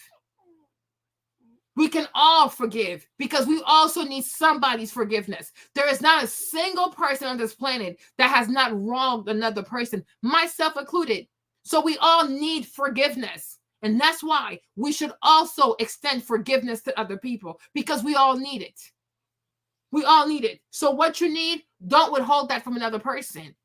But I'm like, it's time for a lot of people to start modeling a behavior to our young people that shows grace, love, mercy, compassion, and empathy. And we got to teach young people to deal better with their emotions. If you're mad, go to sleep. Drink some water, go take a nap. Because when you wake up, you'll make better choices. Don't handle things right now in the moment when you know that you are being emotionally corrupted. You are corrupt. So if you know you're corrupted, drink some water, take your ass to bed, go to sleep. And if you still wake up and you feel like you want to do something stupid, go back to sleep. Sleep until you can wake up and have a peaceful mind. Okay? Once you're peaceful, reassess the situation and think again, right? What is the most logical way? What is the most intelligent way to deal with this problem? Okay? You have to resist the urge to want to go in there like you're some type of wild animal. You are not a wild animal. You are a human being. Act like it. Seriously, act like one. Hold on. Engage in politics in that manner. You get agreements up front. But in order to get agreements up front, you got to do two things, Baba Mike. One, organize the black vote. The black vote is disorganized, Baba Mike. Okay. Nobody organized. Why doesn't the black church want a black organized vote? Why doesn't our black elected officials want to organize a black vote? Why doesn't the Democratic Party want to organize a black vote? Why doesn't the Republican Party want to organize a black vote? You know why, Baba Mike? If don't want the black vote. We hold people accountable. An organized black vote can make the governor do what he don't want to do. An organized black vote make the president do what he doesn't want to do. This is why they always tell us, just go vote. Why they never say organize it first? Just go vote. Because if you just go vote, Baba Mike, you can't. So trapped into voting as a disorganized people. But Baba Umar, so they're not organizing white folks. White folks aren't organizing and being told what they're gonna get in return. How come we? Oh, yes, they are. Oh, they are? Tell me, give me an example. Tell me how. Action committees, Baba. They have lobbyists and they have political action committees who go to Congress. And it's really crazy to me. I don't know, this man, I don't even know why he wants to do this to himself. It's really crazy to me that when there's all this talks about Project 2025 that was written by the Heritage Foundation, which is an agglomerate of conservative white people, 140 of them, if I'm not mistaken, right? To say, oh, they're not being organized. Sir, you have not heard of Project 2025? Like, I'd be like, it's crazy. Like, the way even America is ran, that white people are at the top and everybody's at the bottom.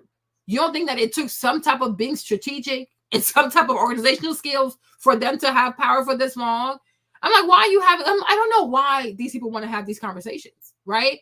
But everybody is talking about Project 2025. Now you would say, oh, they don't organize. They don't have strategies. They don't write stuff down. Have you not, knock, you haven't heard of Project 2025, sir? What is wrong with people, right? Because once again, I'm like, you guys, I promise you. Okay? You guys, I promise you something. You know what? I don't know when it was, but I think it was like one day I was taking like one of my math courses, right? And I was like, you know, the Pythagorean theorem, which is like a squared plus b squared equals c squared, like the right triangle stuff, right? And I was like, that's crazy because why would white people, the man Pythagorean, I'm like, why would he come up with this? I don't see pyramids in Europe. You think about that? Because I'm like, who has more pyramids? Like, where do you see right triangles out here, left and right? I'm like, it's giving Egypt. Okay, it's giving Egypt, but somehow the formula is named the Pythagorean theorem, right after Pythagorean, right? It's named after him, Pythagore. Okay, cool. But I was like, right? Just like the comet Halley, like most stellar system too, they're named after people who find them. It's not because it's not that you created it, but you found it. And so I was like, when it came to the Pythagorean theorem, I was like, could it be that these people went to Egypt, right? And the Egyptian people had to figure it out, but I think they never had it written out on paper. Because there's such a thing on the continent of Africa. People don't like to write stuff out. They like to sing it out, whatever. That's like, and the Mandinga people, they don't have history books. They have people. They call them griots. So they come out and they can just sing an entire history of a people.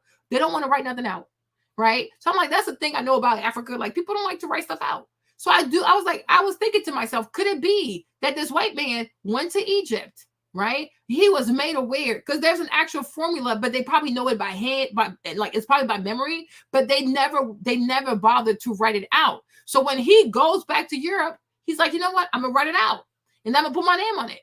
And then moving forward, it was his name because even like algebra, right? The number 0, and like for 0 is a number, but 0, 1, they all came from it's from the Arab system, right? So it's called algebra. Okay, it's from the Arabs. But I'm like, certain people, certain continents, certain people, they don't like to write stuff out. Like I told y'all before, white people write everything out. From a good plan to an evil plan to a mediocre plan, they're going to write it out. So I'm like, it could be the case because I'm like, why? I don't see any pyramids in Europe. So why would they ever come up with this formula, right? They have the Tower of Pisa, but the Tower of Pisa too is slanted because I guess the guy didn't measure it properly. So the thing, it leans over like that.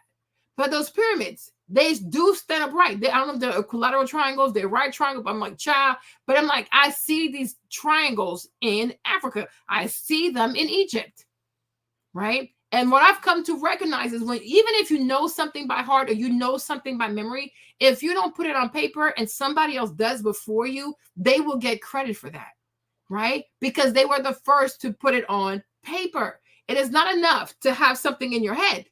It must be on paper, and that paper must also bear your name so that you may receive credit for your idea. That's why in America we have things like you have to patent. You can do a patent, right? You can do a trade dress and all that kind of stuff, so you can protect your intellectual property.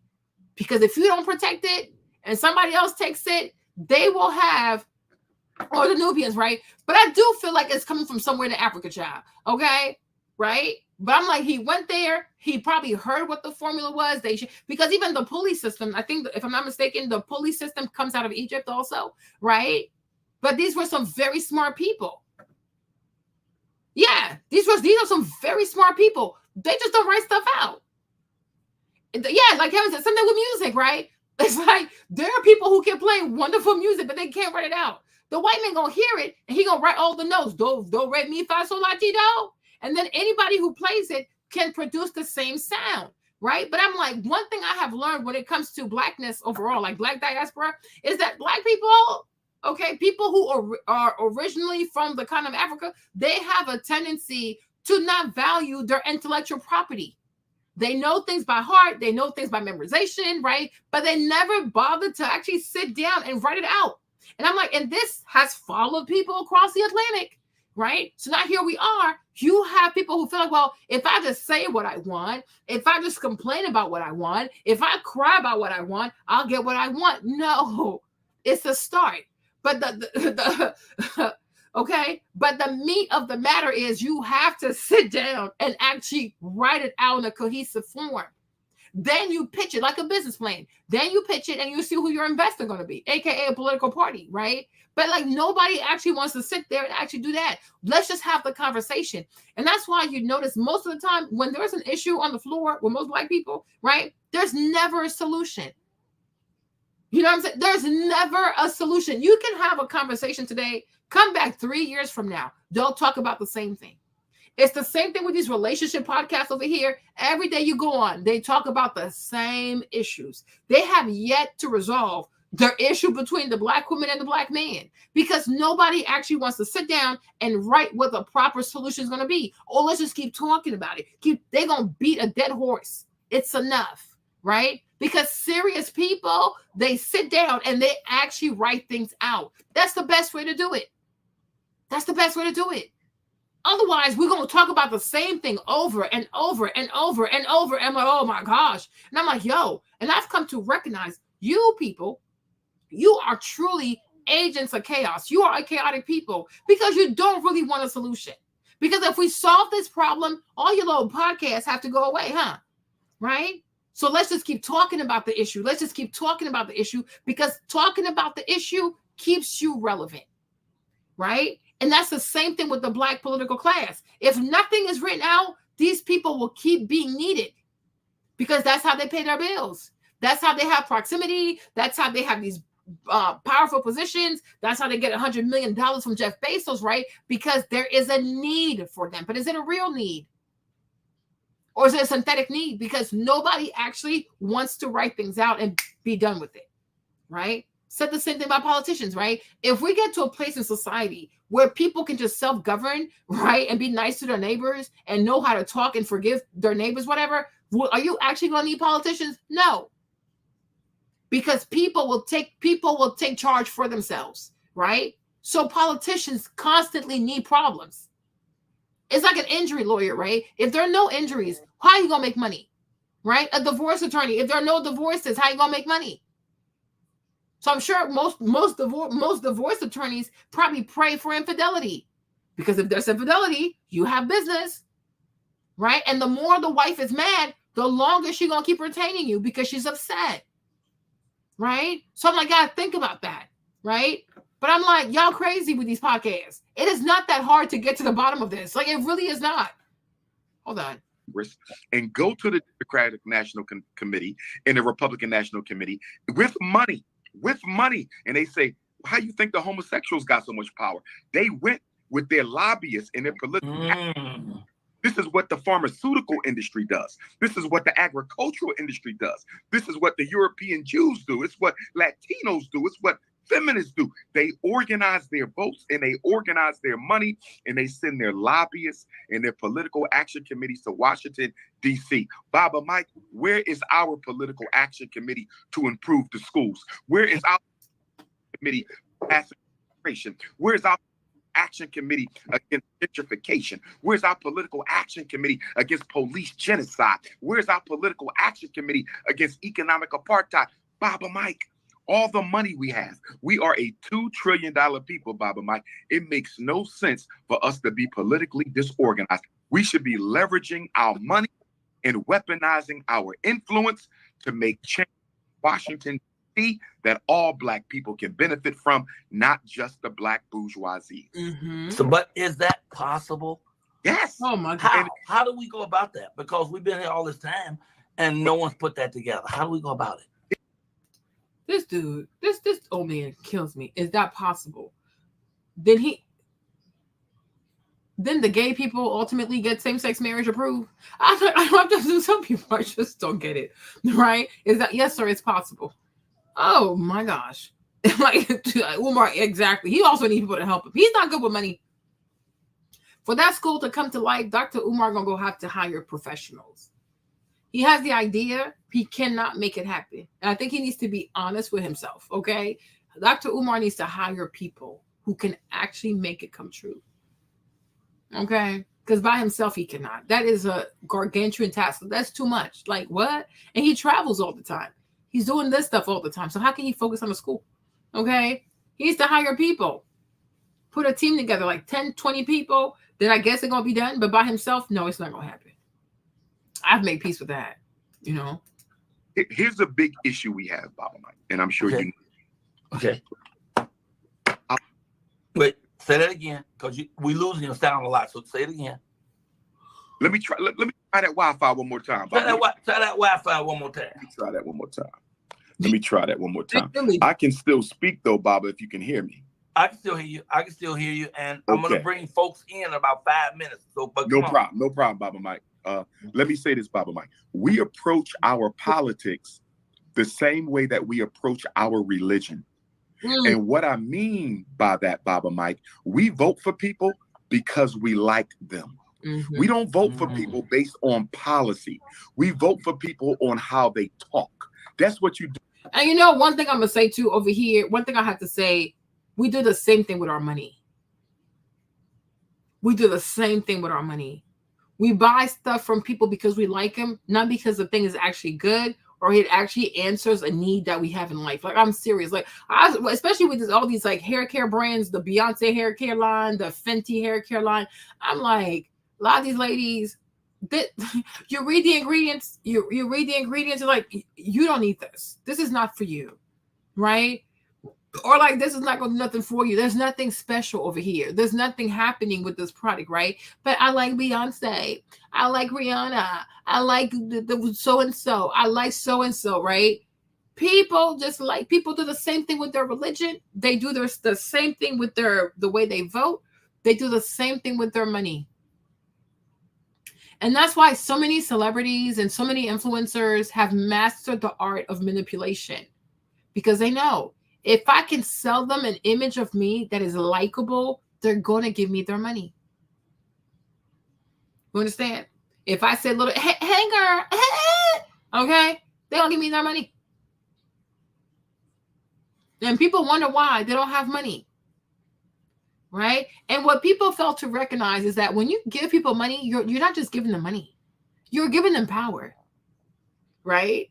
Like, shoot, you give somebody 100,000, then you give them $1 million, then you give them 20 million, 100 million, 200 million, 300 million. They have power. They have power for attorneys. They have power to pay lobbyists. They have power to pay senators. They have power to influence elections. Money is power. And you know how the Bible's like a fool is easily departed with his money? It's giving that over here, right? But over here, it's like, oh, I like her. Here you go. I like her. Oh my God, here you go. Oh my gosh, I like. People give away their money like it's candy. You understand me? Right? I'm like, we do the same thing. People go to churches based on who the preacher is. What's his Instagram followers? Like Mike Todd, I don't see how anybody can go to Mike Todd's church. It makes no sense to me, right? But I guess they like him. So they waste their time there. They play with their salvation, being exposed to all kind of heresy, whatever, because they like him, because I guess he has nice fashions or he has a lot of followers. Sure, whatever, right? They vote the same way. Oh, that's my black president. That's my black president, right? That's it.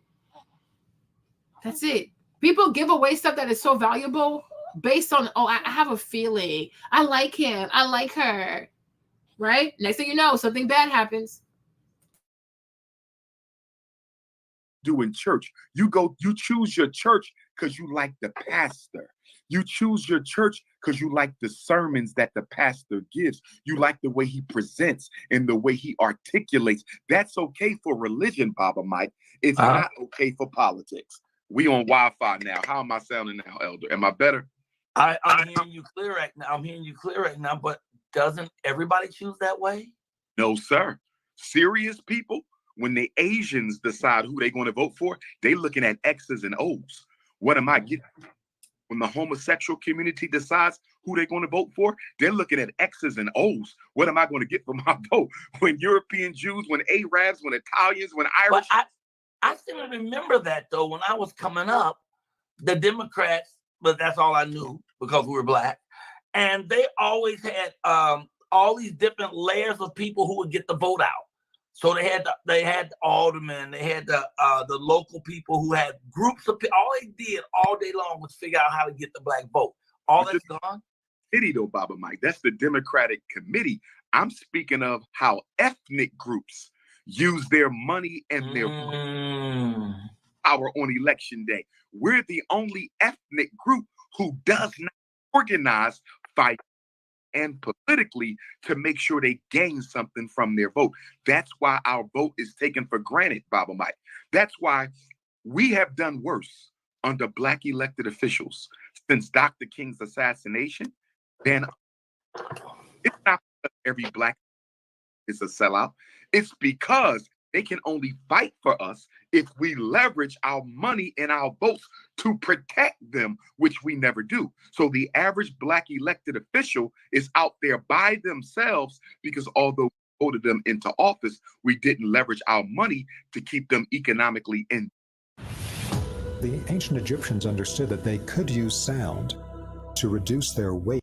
Dependent. Remember, in a capitalist society are the politicians themselves. How many people around here really think that this is a democracy? It's not a democracy. It's not a democracy. And people keep on saying, we got to keep our democracy strong. This is not a democracy. It's a republic. Capitalism and democracy cannot coexist. That is the fundamental contradiction of American society. Capitalism is the ownership of the essential means of production by a few people. You can't have the top 1% of them owning more wealth than the bottom 99. Let me say that again. The top 1% of Americans own more wealth than the bottom 99%. There's no way you can have that type of distribution of power and then say everybody has equal say. It's impossible. We can't all have equal say when we're working enslaving. That's true. The deck was stacked like that from the very beginning. It was. And you're right, but let me ask you this then. Are we stuck then, and this is my last question before we go to break and bring people in, are we stuck with voting for the lesser evil? Because neither one of them seem like they're going to bring anything that's going to help our people.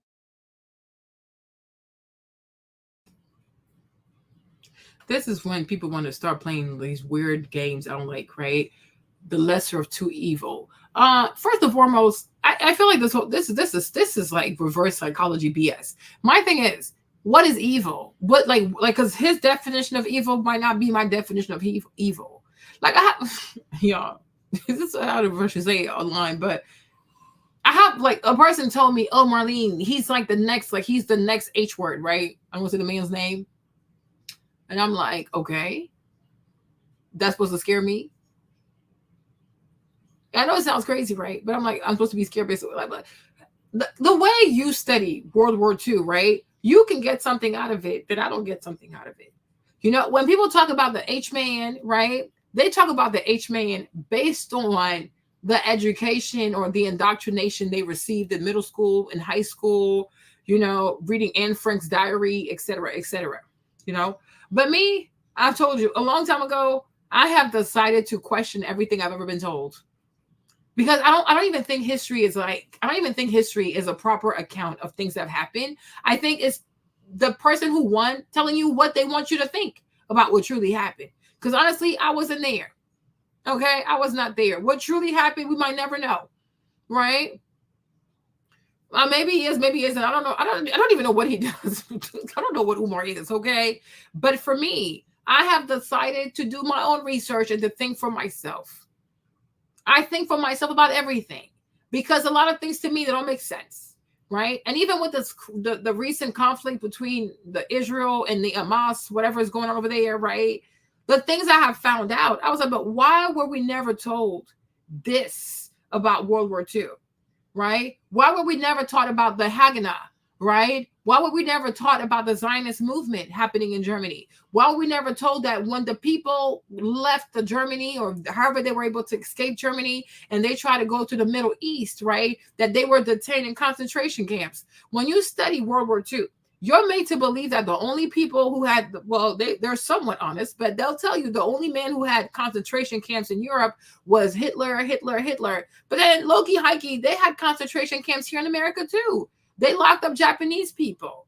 But somehow, the fact that the people were locked up in a concentration camp is way more hurtful than Japanese people. And I'm like, so are Japanese people not human beings?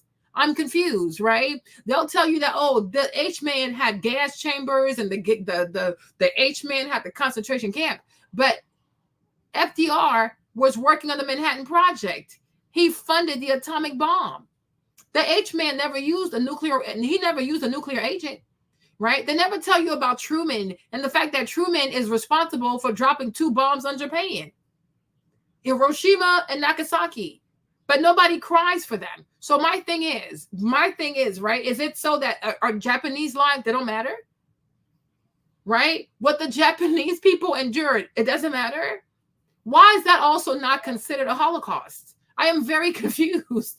I mean, they swear, people act as if when you drop a nuclear bomb on people, it's like you just bombing people with I don't know, with Bath and Body Works lotion and soap. No, these are nuclear agents.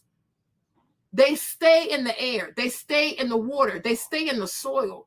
The number of Japanese kids who were born with deformities, or what, in the hundreds of thousands, the millions, right? And nobody ever talks about that. It's like, oh, that's normal. That's okay. That's justifiable. Are you kidding me? Are you kidding me? Right? And you see, it's once again, it's going back to the White Lives Matter thing. Because I'm like, if we have an issue with what the H-man said, let's talk about all the war crimes that were committed during World War II. Because I don't think it's okay to drop nuclear bombs on people, not just once, but twice. And on top of that, it's an island. It's an island. And nobody ever talks about that. What that did to freaking what's it called? To freaking Japan. You lock American citizens up based on their ethnicity. There are people who never even been to Japan. They lock their asses up in California in concentration camps, and they call these people yellow. But when you release them, you give them $30,000. What that's supposed to do? Right? And then you hit the Japanese people with $2 billion of the Marshall Plan, right? Like you're crazy. $2 billion. You poison people for a lifetime. And I see why so many Japanese people, they go fishing off the coast of Senegal because I'm sure their stuff is still polluted. But nobody ever says, oh, he's the next Truman. Like you have your own version of the H-man over here. It could be FDR, it could be Truman. You decide, right? But always trying to evoke, oh, he's a Nazi. Child, what about Truman and what he did? Or because the people in the Germany are also Germans. They're German Jews. So because English people are related. The English language is related to German. Like the good morning, guten Tag, okay? Kindergarten, okay? They're cousins. Most of these Europeans are cousins. They're just out here faking it, okay? They're all related. And like British people are related to Germans, okay? And it's when you have William the Great, because he's French from Normandy, if I'm not mistaken, or Brittany, right? When he takes over England, that's when he starts incorporating like some French words and French practices into the Anglo-Saxon way of life, right? But these Europeans are all cousins. Don't let them fool you, right? Somebody says the way you feel about that, that's on you, sis, because you just want to go off of what we were indoctrinated to believe when we went to a predominantly white school with a white system, with a white everything, right? Them history books written by the CIA. I don't believe them people, right? And they funny now in America. I don't know. One day I really thought about this. I'm like, what the freak, right? The fact that you are in America and it is required in the curriculum to read the Diary of Anne Frank. We're not in Germany. This is not Germany. Why do I have to read the Diary of Anne Frank?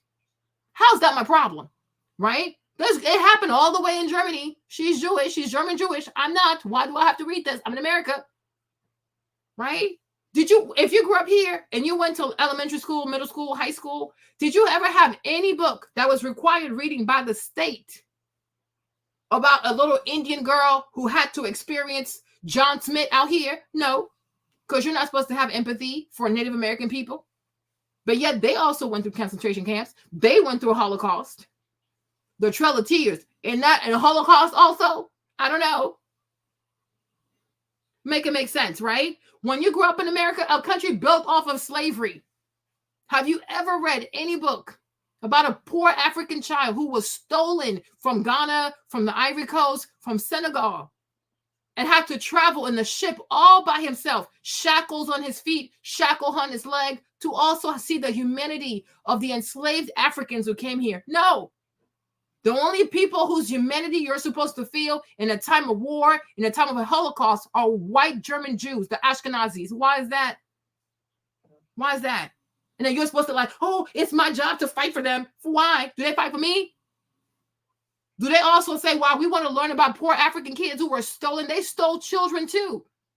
Why don't we deserve a mandatory book, okay, in the curriculum if y'all want to restore America and heal America, where people can also have empathy for the children who were stolen from the Gold Coast of Africa? I'm waiting. I will not give anybody something they ain't giving me. I don't care. That ain't my problem.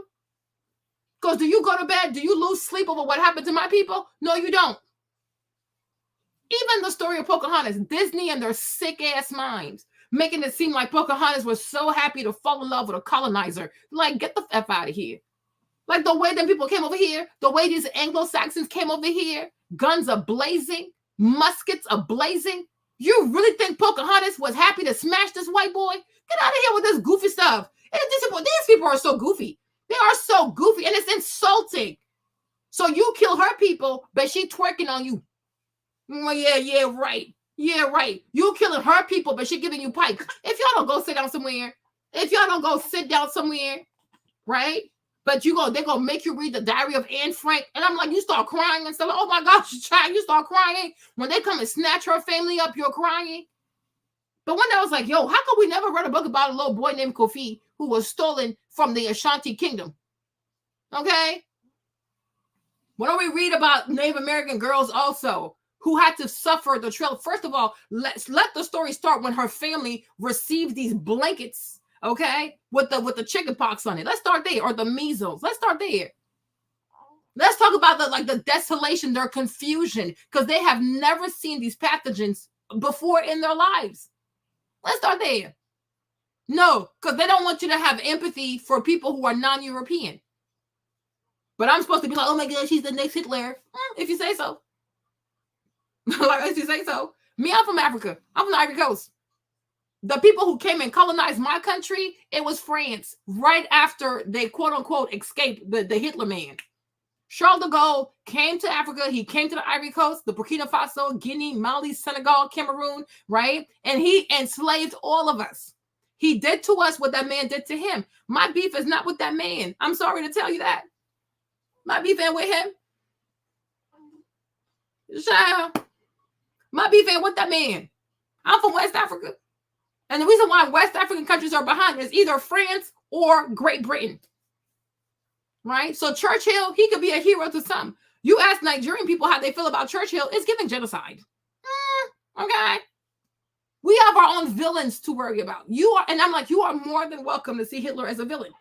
He's your villain because you're Europeans. No problem. Me, I'm West African. My villain is Charles de Gaulle. That's my villain. For somebody from Nigeria, their villain is Churchill. Okay?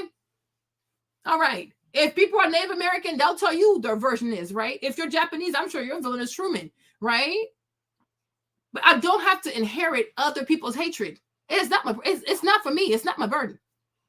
It is not for me.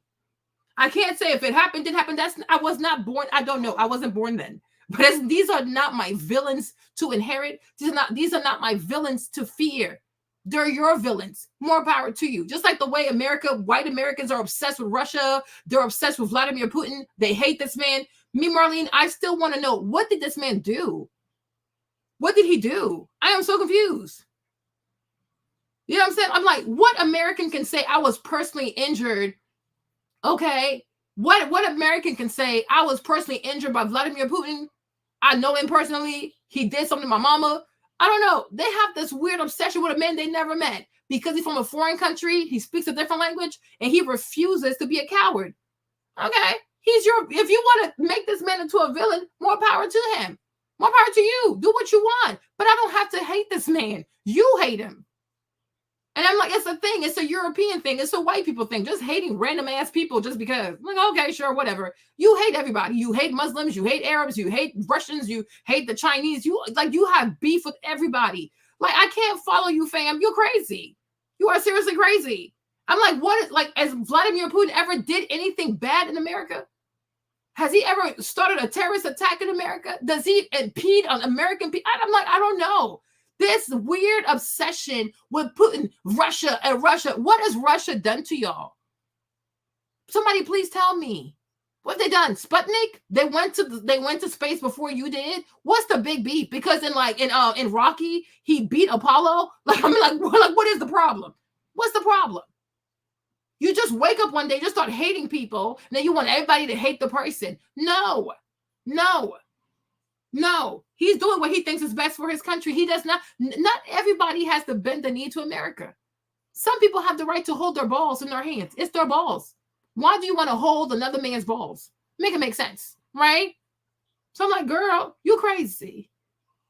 You can, it's one thing if you're in America, for example, it's one thing to go to school and just memorize these things and just regurgitate them so you can get your A, right? Like, okay, sure, whatever. This is what they want to hear. White man so good, Hitler so bad. Sure. You write that, go about your business, get your A. Don't mess up your GPA, try to be an activist. Gotta be smart, okay? Gotta be smart, right? I told you I had another philosophy course. I hated that course. That was a bunch of lies, right? Bunch of lies. Oh, Plato, Socrates, yeah, bunch of pedophiles, right? Whatever. But I'll go along just to get an A. I'm not about to mess up my GPA because I want to be some activist. No, this right here is fugazi. It doesn't make any sense to me. But sure, let's pretend. I'm gonna pretend to believe what you're telling me, okay? But I don't believe that shit. I don't believe that shit, right? I do not believe in I'm not believing any of this stuff. But I will go along with it and act like, ooh, me so sleepy, me so gullible, right? And I'm going to tell you on paper what you want to hear. Give me my A, I'm out of here. And then once you graduate, you go like this. Okay? All that indoctrination, you just like pound that stuff out your ear. Like, get that out of my head. It's all fake. It's all bullshit. Yeah, I'm not going to mess up my GPA and be an activist. But in my heart, the whole time I'm reading about Socrates, I'm like, it's giving pedophile. He's a pedophile. Plato, a pedophile. Okay? They're all a bunch of weirdos. Right? And you read the book, I'm like, the way they talk about these Greeks and these Roman people, I'm like, all these, they're like, they glamorize these pedophiles. It's a bunch of pedophiles. Anybody who studies Roman history knows that the majority of these men were involved in pederasty, sleeping with little boys. It's on their art. It's all over the art. You see old men playing with little boys' penises. Like, what the freak? And I'm supposed to think this is for intelligent? What intelligent man has sex with a child? You're sick. You are sick. And when you look at the LGBTQ movement, it's the heartbeat of Rome. Rome is coming back because Rome never died. But Rome is coming back through the LGBTQ movement. I told you, they're going to add the letter P to LGBTQ. It's going to come after the P. The Q. It's going to be Q, P, okay? That's that. But this is who they are. But they want you to think that they were such great philosophers and they sat there under the tree pontificating about the life and what does it mean. Oh, shut the hell up. And after you had all these great thoughts, then you went and had sex with a child. You freaking weirdo. You weirdo bitch. Don't you ever forget, these Romans, they persecuted Christians. So I got beef. Okay? It's on site. Whenever I see you, I'm pulling up. It's on site, right? So I'm like, no. But in life, you got to be smart. You can't mess up your GPA being an activist. So you write the bullshit. You write the lies, because when you regurgitate the lies they feed you in their school system, they're so happy. Like, oh my gosh, she really believes this bullshit. Sure, whatever. But you gotta do this to have the paper. Once you have the paper, you just you clear your mind. Some bullshit. It's all fucking fake. Okay? Yeah. Because they need you to be indoctrinated. So that way you fight their wars, their villains become your villains, right? Their pettiness becomes your pettiness, because they want you to believe whatever they tell you. No, I will not. I will think for myself. And if I do my own research, my own thinking, and I come back to the same conclusion as you did, I'll give you credit for that. But in the meantime, it's giving question mark. Because I have a hard time understanding why we only refer to one people's strife as the Holocaust, but everybody else, we just glance over it. And what I notice is the people whose pain we glance over, whose genocide we glance over, they happen to be non-white people. I wonder why. So you can't kill white people. Because once you kill white people, you got to write books about it, stories about it, movies of Schindler's List. Okay. But if you kill black people, it's capitalism. After all, there was slavery in Africa anyways, right? If you kill Native Americans, oh, well, they were killing each other before we got here, right? They always have a perfect reason as to why they can kill other people, right? Why you kill the Arabs? Oh, they were killing each other anyways before we got there, right? But when it's their life, oh my gosh, oh my gosh. I'm like, girl, you look crazy. I do not inherit other people's villains. I do not inherit white people's villains. I don't inherit the villains of white history. That's not my problem. I'm from West Africa. Them people didn't do nothing to me. Okay? Maybe Namibia. If you're from Namibia, I can see you having beef with Germany. I respect that. But me, I'm from West Africa. I'm from Ivory Coast. So my beef is like Charles de Gaulle. He's our villain. He's our monster. Okay? And that's why I'm going to keep my energy at. That's what's up. Okay? So it's like, no, let's not do that. That's because we haven't held them accountable, which we can only do with organization and solidarity. So are we stuck because we waited so late? Kind of. But my question is, are we going to learn from this? Because this ain't the first presidential election, and it ain't the last one either. So the question is, are we going to learn from this so we can do something different? It could be the last, though. I mean, the way Trump is moving, he's turning it into a dictatorship. When you break our Trump is doing what? He's the face, but he's not the system. So we got to make sure we don't reduce this to Trump. He's the face. Joe Biden is the face on the machine. They are not the machine. I like that. I like looking at that. But here's a guy who was sacked the Supreme Court because he put the three folks in to help him so that when he goes to the Supreme Court, he can get whatever he wants. Supreme Court has come out and said that this man. So he said this also, I'm going to correct that because I can let this slide. When Obama was in office, RGB, Ruth Gatesburg, whatever her name is, that lady, okay, they asked her to step down because just like Joe Biden, it's a thing with these Democrats, huh? Just like Joe Biden, she was not feeling well. She really was not feeling well. She was sick. They asked her, step down now because Obama's president. That way he can secure the bag. She said, nope. She said she wants to see the first female president, AKA she wants to see the first white woman president. Okay. And number two, she said that nobody else could do the job like her. The same deranged shit that Biden was saying, that white supremacist shit, nobody can do this better than me. This is how they think. Even these Democrats, right? So this is what she said. So she insisted that she was going to stay. You can't force her out. It's a lifetime appointment, right? Lo and behold, Hillary does not win. The feminists strike again. She doesn't win, right? She doesn't win. Trump wins. And now it's like she's really, really sick. She can't hold out anymore. She can't hold out another 4 years. So she did that.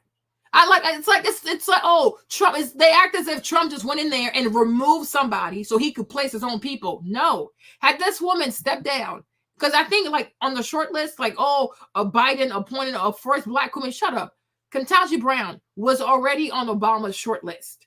So had Ruth Ginsburg stepped down, most likely Ketanji Brown would have taken her place. It was already set. It's just that a white woman, you don't say, a white woman who's a liberal and a Democrat, right? When scoot out the way, even though she was sick, really, really sick, to let a black woman take her place. But they'll have you thinking that it's the Republicans who are the racists. So that's how it went down. Let me see if I can even find it for y'all. Hold on.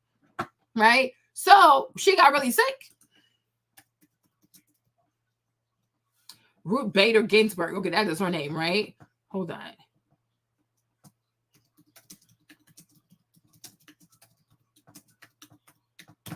Let me see what shows up. Okay, so you can see it here for yourself, right? She didn't want to step down. She came up with, oh, she's a woman. She blah, blah, blah, blah, blah. But she did not want to step down because she really thought Hillary was going to win. She thought it was so secure. You know, they think they know more than God, right? The same thing with Joe Biden. Oh, the only person I consult is myself. The only way I will recuse myself if God himself told me. Nobody else can beat Trump but me. Womp, womp, womp, womp, womp, womp, right? This type of arrogance. So Hillary doesn't make it, and then her disease gets severely worse. So she has to leave, right? So when would she say that? Hold on. That was September 30th, 2020. Right? Is that what it is? Or where we wrote this? I don't know. I forgot when she said this. I think it was 2020. But she didn't want to step down, y'all. Okay. Hold on. Oh, well, we can't see this one. So unfortunately.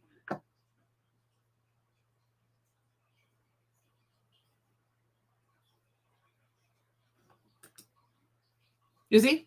It's like another episode of Joe Biden. Okay? So what does it say? U.S. Justice Ginsburg hits back at liberals who want her to retire. There's the same thing with Joe Biden. People have to go beg this woman. And she's like, nope, I ain't leaving. Okay? And so I'm like, they're all addicted to power. All of them. Because it feels good to have power. And guess how old she was? Okay? It repeats itself. U.S. Supreme Court Justice Ruth Bader Ginsburg has a message for liberals who have been saying the 81-year-old should step down while Democratic President Barack Obama is in office so he can appoint a successor. Who are you going to get who will be better than me? You see that? You see that?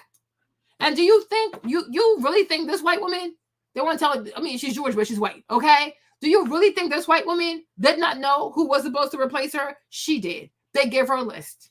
And even though these black women who were on the short list to replace her went to Harvard, went to Yale, went to an Ivy League, they passed the bar, they're practicing law at some of the highest courts out there, right? The white woman still said no.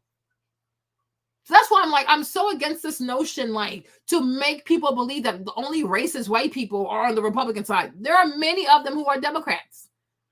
They just align with you because times of war call for strange bedfellows, right? They need more votes. So they're like, okay, fine, we'll put up with these people. But they don't really like you. Because for her to say, who gonna do it better than me? Girl, you're 81. You're about to die, sis.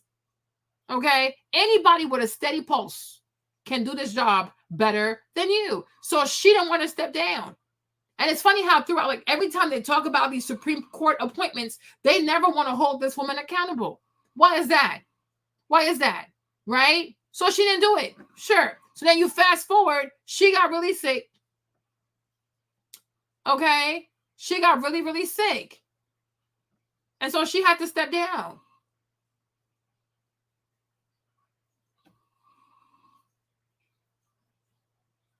Okay? But you can look that up for that. You can look that up for yourself though. But she didn't want to stop.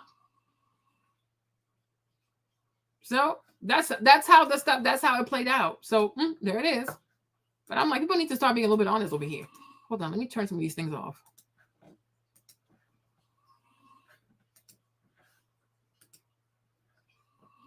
Hold on.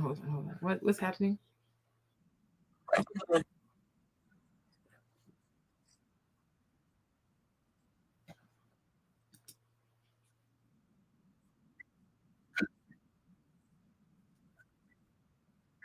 Way police killing niggas now, and without imagine what bloodshed that would be. And Last thought I'm gonna give you, just think about these, because we coming right back with a couple of folks who are gonna speak with us. I invited others, but they got scared, I guess. The last thing I was gonna ask you about was police complete immunity. Who's brainwashed the most? Is it black people or white people or the citizenry in whole? You know, because I see people say, man, I want Trump, man. I made more money with Trump. But Trump, to me, is like the worst piece of mess in the world. And yet, they're trying to put 10 commandments back in school. This guy broke all 10 of them. I mean, it's like, it doesn't matter what he says. If he can get away with this and become president again, he can make himself president emeritus. He can be president for life, you know, and there may never be another president if he gets this kind of power. And you see, once again, I have to calibrate the hysteria over here. This is, like I said, this is how you know you're talking to people who truly don't understand how the United States government works. They don't understand the 3 branches of government, because if you did, you would know that the most powerful branch in America is the legislative branch. It's Congress. Congress is the most powerful of them all. I would say Congress number 1, Supreme Court number 2, and then the executive is 3rd. Okay, a president can get fired by Congress. I'm like, who impeached him? Nancy Pelosi. Who drafted all the stuff against him? It was Nancy Pelosi. Meaning she's his boss. Okay, you can. We've seen it with what's his name, Nixon, right? Like, you can be impeached. Clinton got impeached. I'm like, this is how it works. Congress has a lot of power. Congress has more power. And if you notice, like, between all the branches, like, so Supreme Court, it's a lifetime appointment. When it comes to senators, I think they can keep, like, coming back over and over, like I say, because Nancy's been in Congress for like 30 years, right? The most a president can have is 8 years. That's the most you can have. And I'm like, how exactly is this man? I'm like, even let's even assume, like, stretch of the imagination, that Trump is like, oh, you know what? I'm here. I never want to leave. More power to him. Guess what? People don't have to serve him.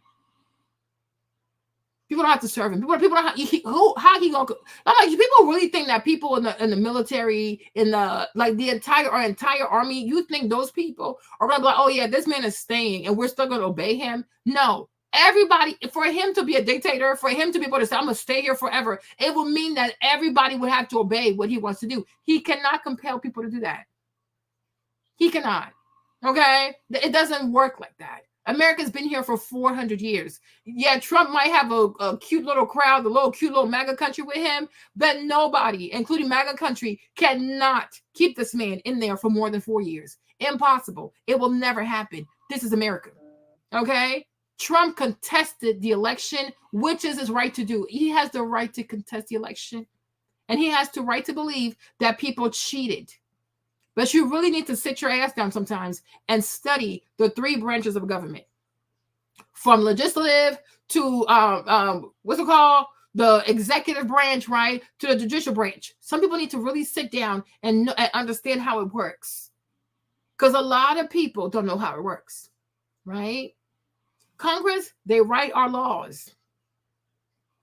The Supreme Court, they interpret the law to see if it is constitutional. And then the president, he enforces the law, right? That's why he's commander-in-chief of the army. And if you go all the way back, right, to George Washington and Thomas Jefferson, you would understand why the executive branch in America is the weakest branch in the whole government compared to other countries. You know, in other countries, the president, like in France, for example, like you see how, like, in France, Macron was able, he was able to, like, dissolve the Congress. Yeah, because in most countries, most other countries, the president has a lot of power.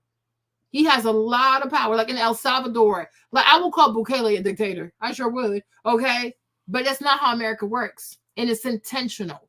Because when people like Thomas Jefferson and them, when they sat down and thought about what they wanted America to be, they said to themselves they didn't want to have England 2.0. So for that, they had to make the executive branch weaker than Congress, for example, because it was about the people. We the people, okay, right?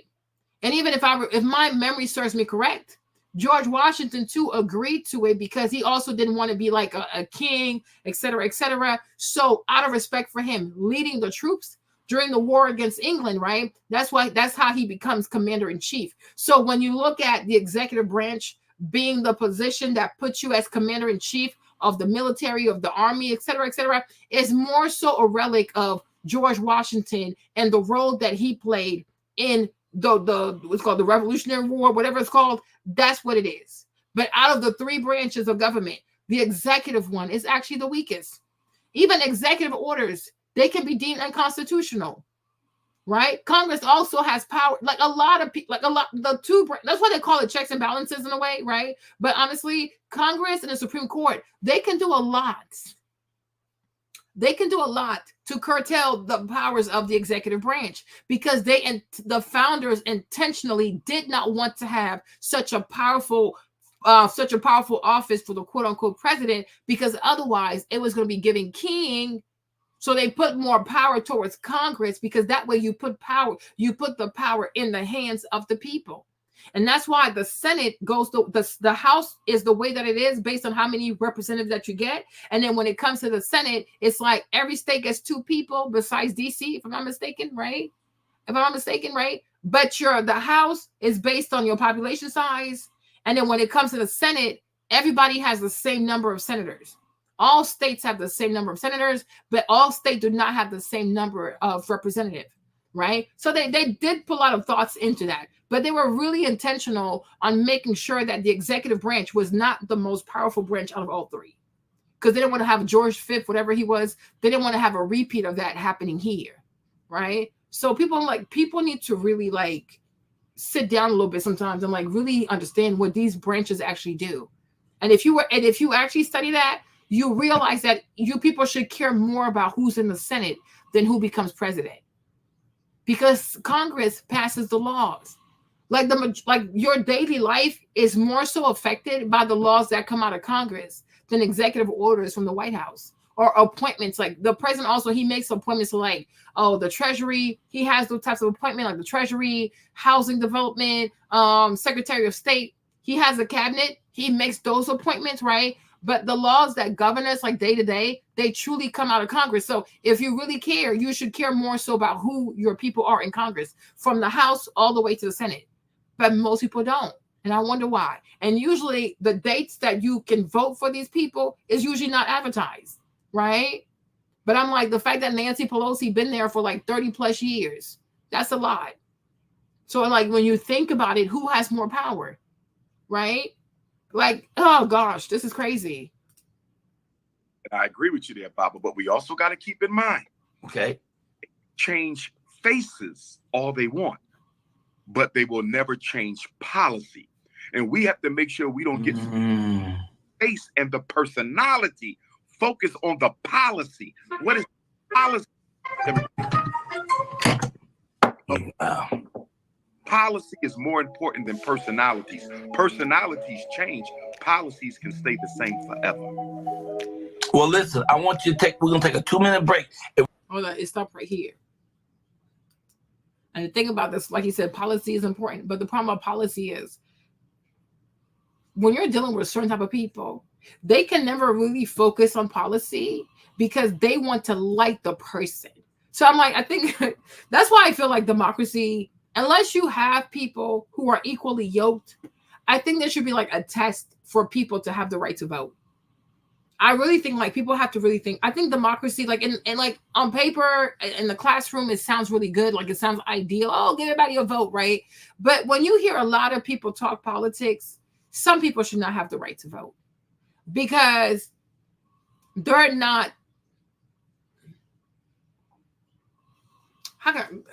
just not informed enough. I don't even think they care to be informed enough, right? I feel just like the way you have a driver's license, people should have a license to vote. I don't think people should have the right to vote. I think people should have a license to vote. You should be required to take a test to make sure that you understand the basics, the basics, right? Before you can participate in the actual election. For real, because it's crazy. Because if you have people who vote based on who they like just because they like somebody, well, that's very easy to manipulate the people, right? Then it's very easy to cheat the process because you know that these people don't know enough. They're not sophisticated enough to know enough. They don't care to know enough. And you understand that it's a people who go off what they see. So those type of people are more likely, because they want to vote for who they like, they're more likely to vote against their own interest, and they're more likely to vote against the nation. We need to, like, we should advocate, we should really want to have educated voters. Voters who actually care, voters who know, and voters who understand, right? But I'm like, if you don't understand the basic of government, you don't understand the basic of, you should not have the right to vote. You should have the right to vote. And I'm like, every 5, maybe like every 8 years or so, people should go and have their license renewed for them to vote, just to make sure they still have enough political aptitude to have a vote. Because if you don't know the basic, then why are you voting? Because it's true. If a person is not politically savvy, right, they're going to go off who they like. And if you're just going to vote for who you like, should you really vote? How is that in the best interest of a nation? Because I think, like, when it comes to people being able to vote also, we want people to vote in order for us to have a direction for a country. Like, okay, where should our nation go? Should we go this way? Should we go that way? What's in the best interest of the country, right? Because I don't really think that, like, I don't know, vote, like, when you vote, it should be somewhat self-serving, but also you should also have, like, a care for your nation as well. Like, yeah, I want things that work for me, but I also want to make sure that my country continues to be successful. Not just what can I get, but I want to get something, but I also want to make sure that my country's still here, is still doing well, and there's something for me to pass on to my children and my grandchildren, right? You should kind of care about the nation state a little bit, right? But if you're just voting because, well, I like her, so I'll vote, you're not voting for your own interest. You're not voting for the interest of the nation. You're voting for the interest of the person whom you like.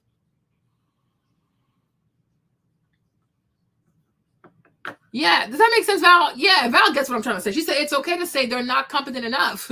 You have to test to be accepted into higher education. So how can we have the right to vote undefeated? I agree. Yeah, I really think democracy needs to be reconsidered. I really do. Because it's really scary. Because people treat it like, oh, I like her, so I'm going to vote for her. I don't like you, I'm not going to vote for you. And nobody even looks at policies. Nobody looks at nothing. It's like, no, do I like her? Do I not like her? Is she cute? Is she not cute? Is you this? Are you black? Are you white? Are you this? Are you a woman? Are you gay? Are you trans? And I'm like, people are bastardizing the right to vote. So I don't think it should be a right to vote. I think it should be like a license to vote. I think that's what it is. So that way, the people who care the most, if you really care, you're going to go take the test and you're going to make sure that you have a license to vote. On top of you having your ID, et cetera, et cetera, et cetera, right? But I'm like, no, we need to have a license for people to vote. People have to prove that they have a level of political aptitude. That, do you understand how Congress works? Do you, just like the way when you become a U.S. citizen to like a naturalized U.S. citizen, they give you a booklet, right? There's a booklet that you get. And that booklet has 100 questions, right? So when you go, you have to know all the answers. But if you've been at school here, it's a lot easier. If you haven't been to school here, it's a little harder, right? Like for my mom, it's a little harder. For me, it's like, oh, that's a breeze, okay? But you get a whole booklet. It has 100 questions in there, and with the answers. And so when you go to your appointment with your immigration officer, right, they can pick any question they want because your job is to know all the 100 questions. You have to know the answers to all of them. That's your responsibility. Okay, so when you go to your immigration office, when you go to your appointment with the immigration officer, it's fair. They can pick any question they want, and you are expected to know the answer. Okay, because you got to prove that you understand a few things about the American legal system. The one thing I thought was kind of disappointing is that they don't address slavery. They don't. Even when we went to take the oath, like the naturalization oath, and they play a little video about like immigration, America, and all, trying to show all these American people out here, child, they sure didn't include the slavery part. I noticed, I paid attention, right? So that's how it is. But the mere fact that the way we're going with all these influence from TikTok, from Instagram, from YouTube, from Twitter, the fact that you have people who are paid political influencers, right? You have people like Van Jones who no matter what gonna tell you a thing because it benefits them. Like there are too many, like, you know how like influencers now have to write that, oh, this was a paid post, right? Like the FTC coming hard after. A lot of these political influencers, they're not forced by the FTC to say, I got paid by the Biden campaign to say what I'm saying, right? So when they say things like if Vince says something, if another Black Republican says something, how do we know that they didn't get paid for this? Because they're influencers too. Like pretty much a lot of people are influencers in different ways, right? How do I know you're not being paid for this? Because you don't have to disclose it. Like influencers or product and things like that, like on YouTube, they have to say, I have an affiliate link, I get paid a commission, or this was a paid partnership, right? Some of them are still trying to hide it, but it's getting better. But when it comes to influencers and politics, many of them do not say, I'm part of the Biden campaign. I was picking the litter puppy by Biden. I'm getting paid this much to say this. CNN is paying me this much to say this. So people think that these people are sitting here and these are their thoughts that they truly believe. No, they're being paid to say that. And I think that also needs to be disclosed. But there are too many ways now for money to influence the whole like electoral process. So I feel like this notion of democracy is like, no, because people just throw their votes away because they like someone, because they don't like someone. And so we should not, I personally do not believe that we should give people automatically a right to vote when they turn 18 just because they have citizenship. People should go and apply for a license to vote. Okay.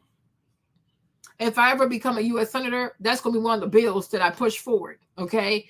People need a license to vote. And you have to at least get like a 80%, right? Maybe 85%, a B- to an A++. You have to actually care about your responsibility as a citizen. And we have to make sure that you understand our institutions, our laws, etc., etc., etc. Because this is why so many people believe that, oh, he can be a dictator. He can just stay in there and never leave. And one point, like that's not even possible. Right. And even when I forgot, like if you study the Vietnam War too, I forgot who was for, I forgot who it was, but one of the president that orders somebody to do something, some really high-ranking officer, the man said, no, I ain't doing it. So don't believe that just because you are commander-in-chief, right, people are just going to follow you blindly. There are people who have said, no, I'm not doing it. Okay? Forgot what his name was. I'll look it up. And they brought his ass back to America. He said he's not doing it. Right? But when you don't know how stuff works, it's easy for you to believe the whole hysteria, the fear-mongering, because you don't know. Right? Maybe in class you weren't paying attention, or maybe you never had those classes. I don't know. But I don't know, across the US, across these public schools, how do we know that people are receiving like a quality education when it comes to civics and social studies? I don't know that. So there should be a formal license. And if you mess up one time, maybe you get like 2 retakes, right? A year. But if you fail twice within a year, you're going to have to wait until after the next election. But people should really be tested for their aptitude for them to vote. I don't think people should just get the right to vote. I really don't think so. I'm like, nope, that's crazy. I don't know if they have another one. I just watched this one, so I don't know. Let me see. Otherwise, we can go to bed. Because tomorrow is what? Tomorrow's Monday, huh? Yeah. No, they only have this one video. Okay, cool. Sounds pretty good. Are they still here? Let me see.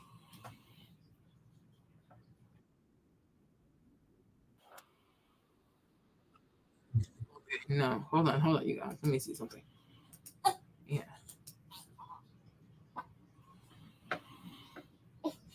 Everybody's losing their minds. All right, you guys. Yeah. So that's me. That's how I feel. I wasn't even going to sit here for this video. I didn't come here today for this. I had plans. Maybe I'll do it tomorrow. Got to change the thumbnail because I had different plans for today's video. I just didn't think that Biden was going to drop out today. So I had to shift course and address what's happening. But Hope you guys don't mind.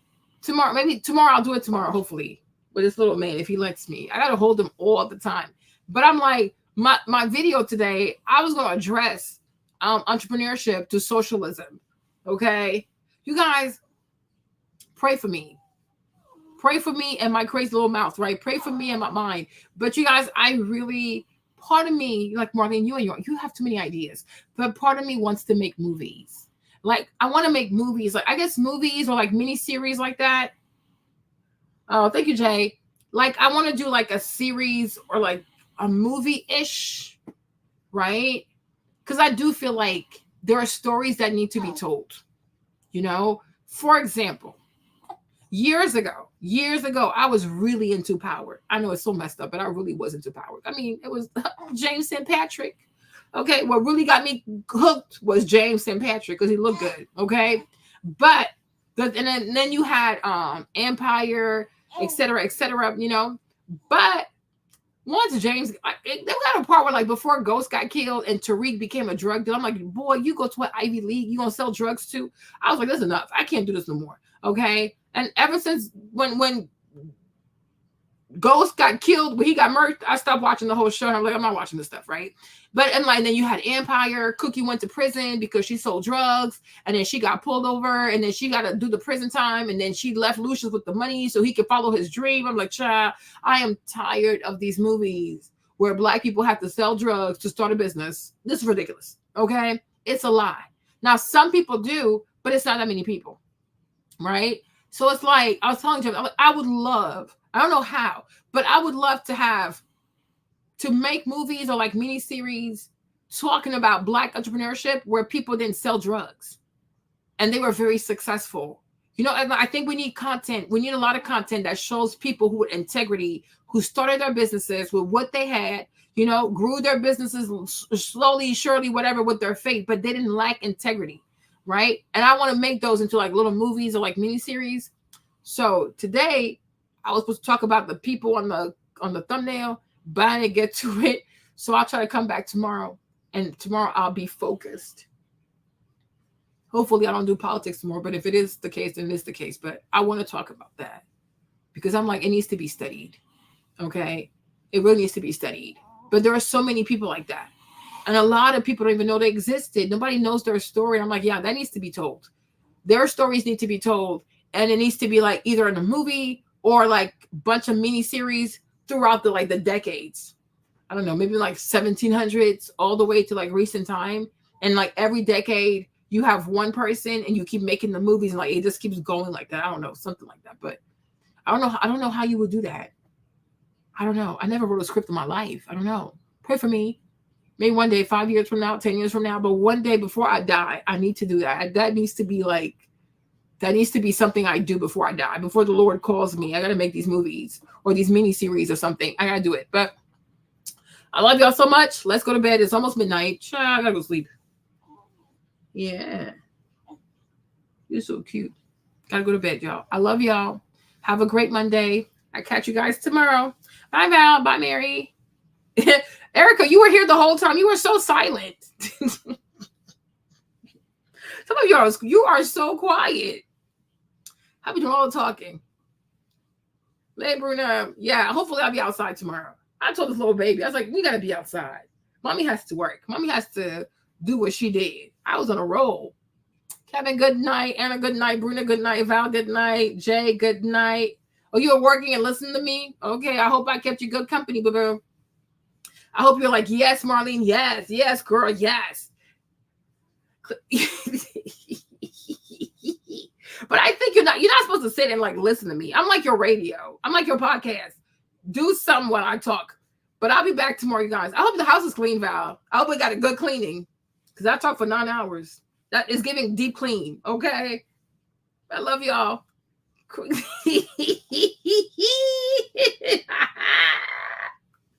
I will see y'all tomorrow. I'll be outside tomorrow by God's grace. Love y'all. Bisous. She gotta go. Me and this little baby. He's so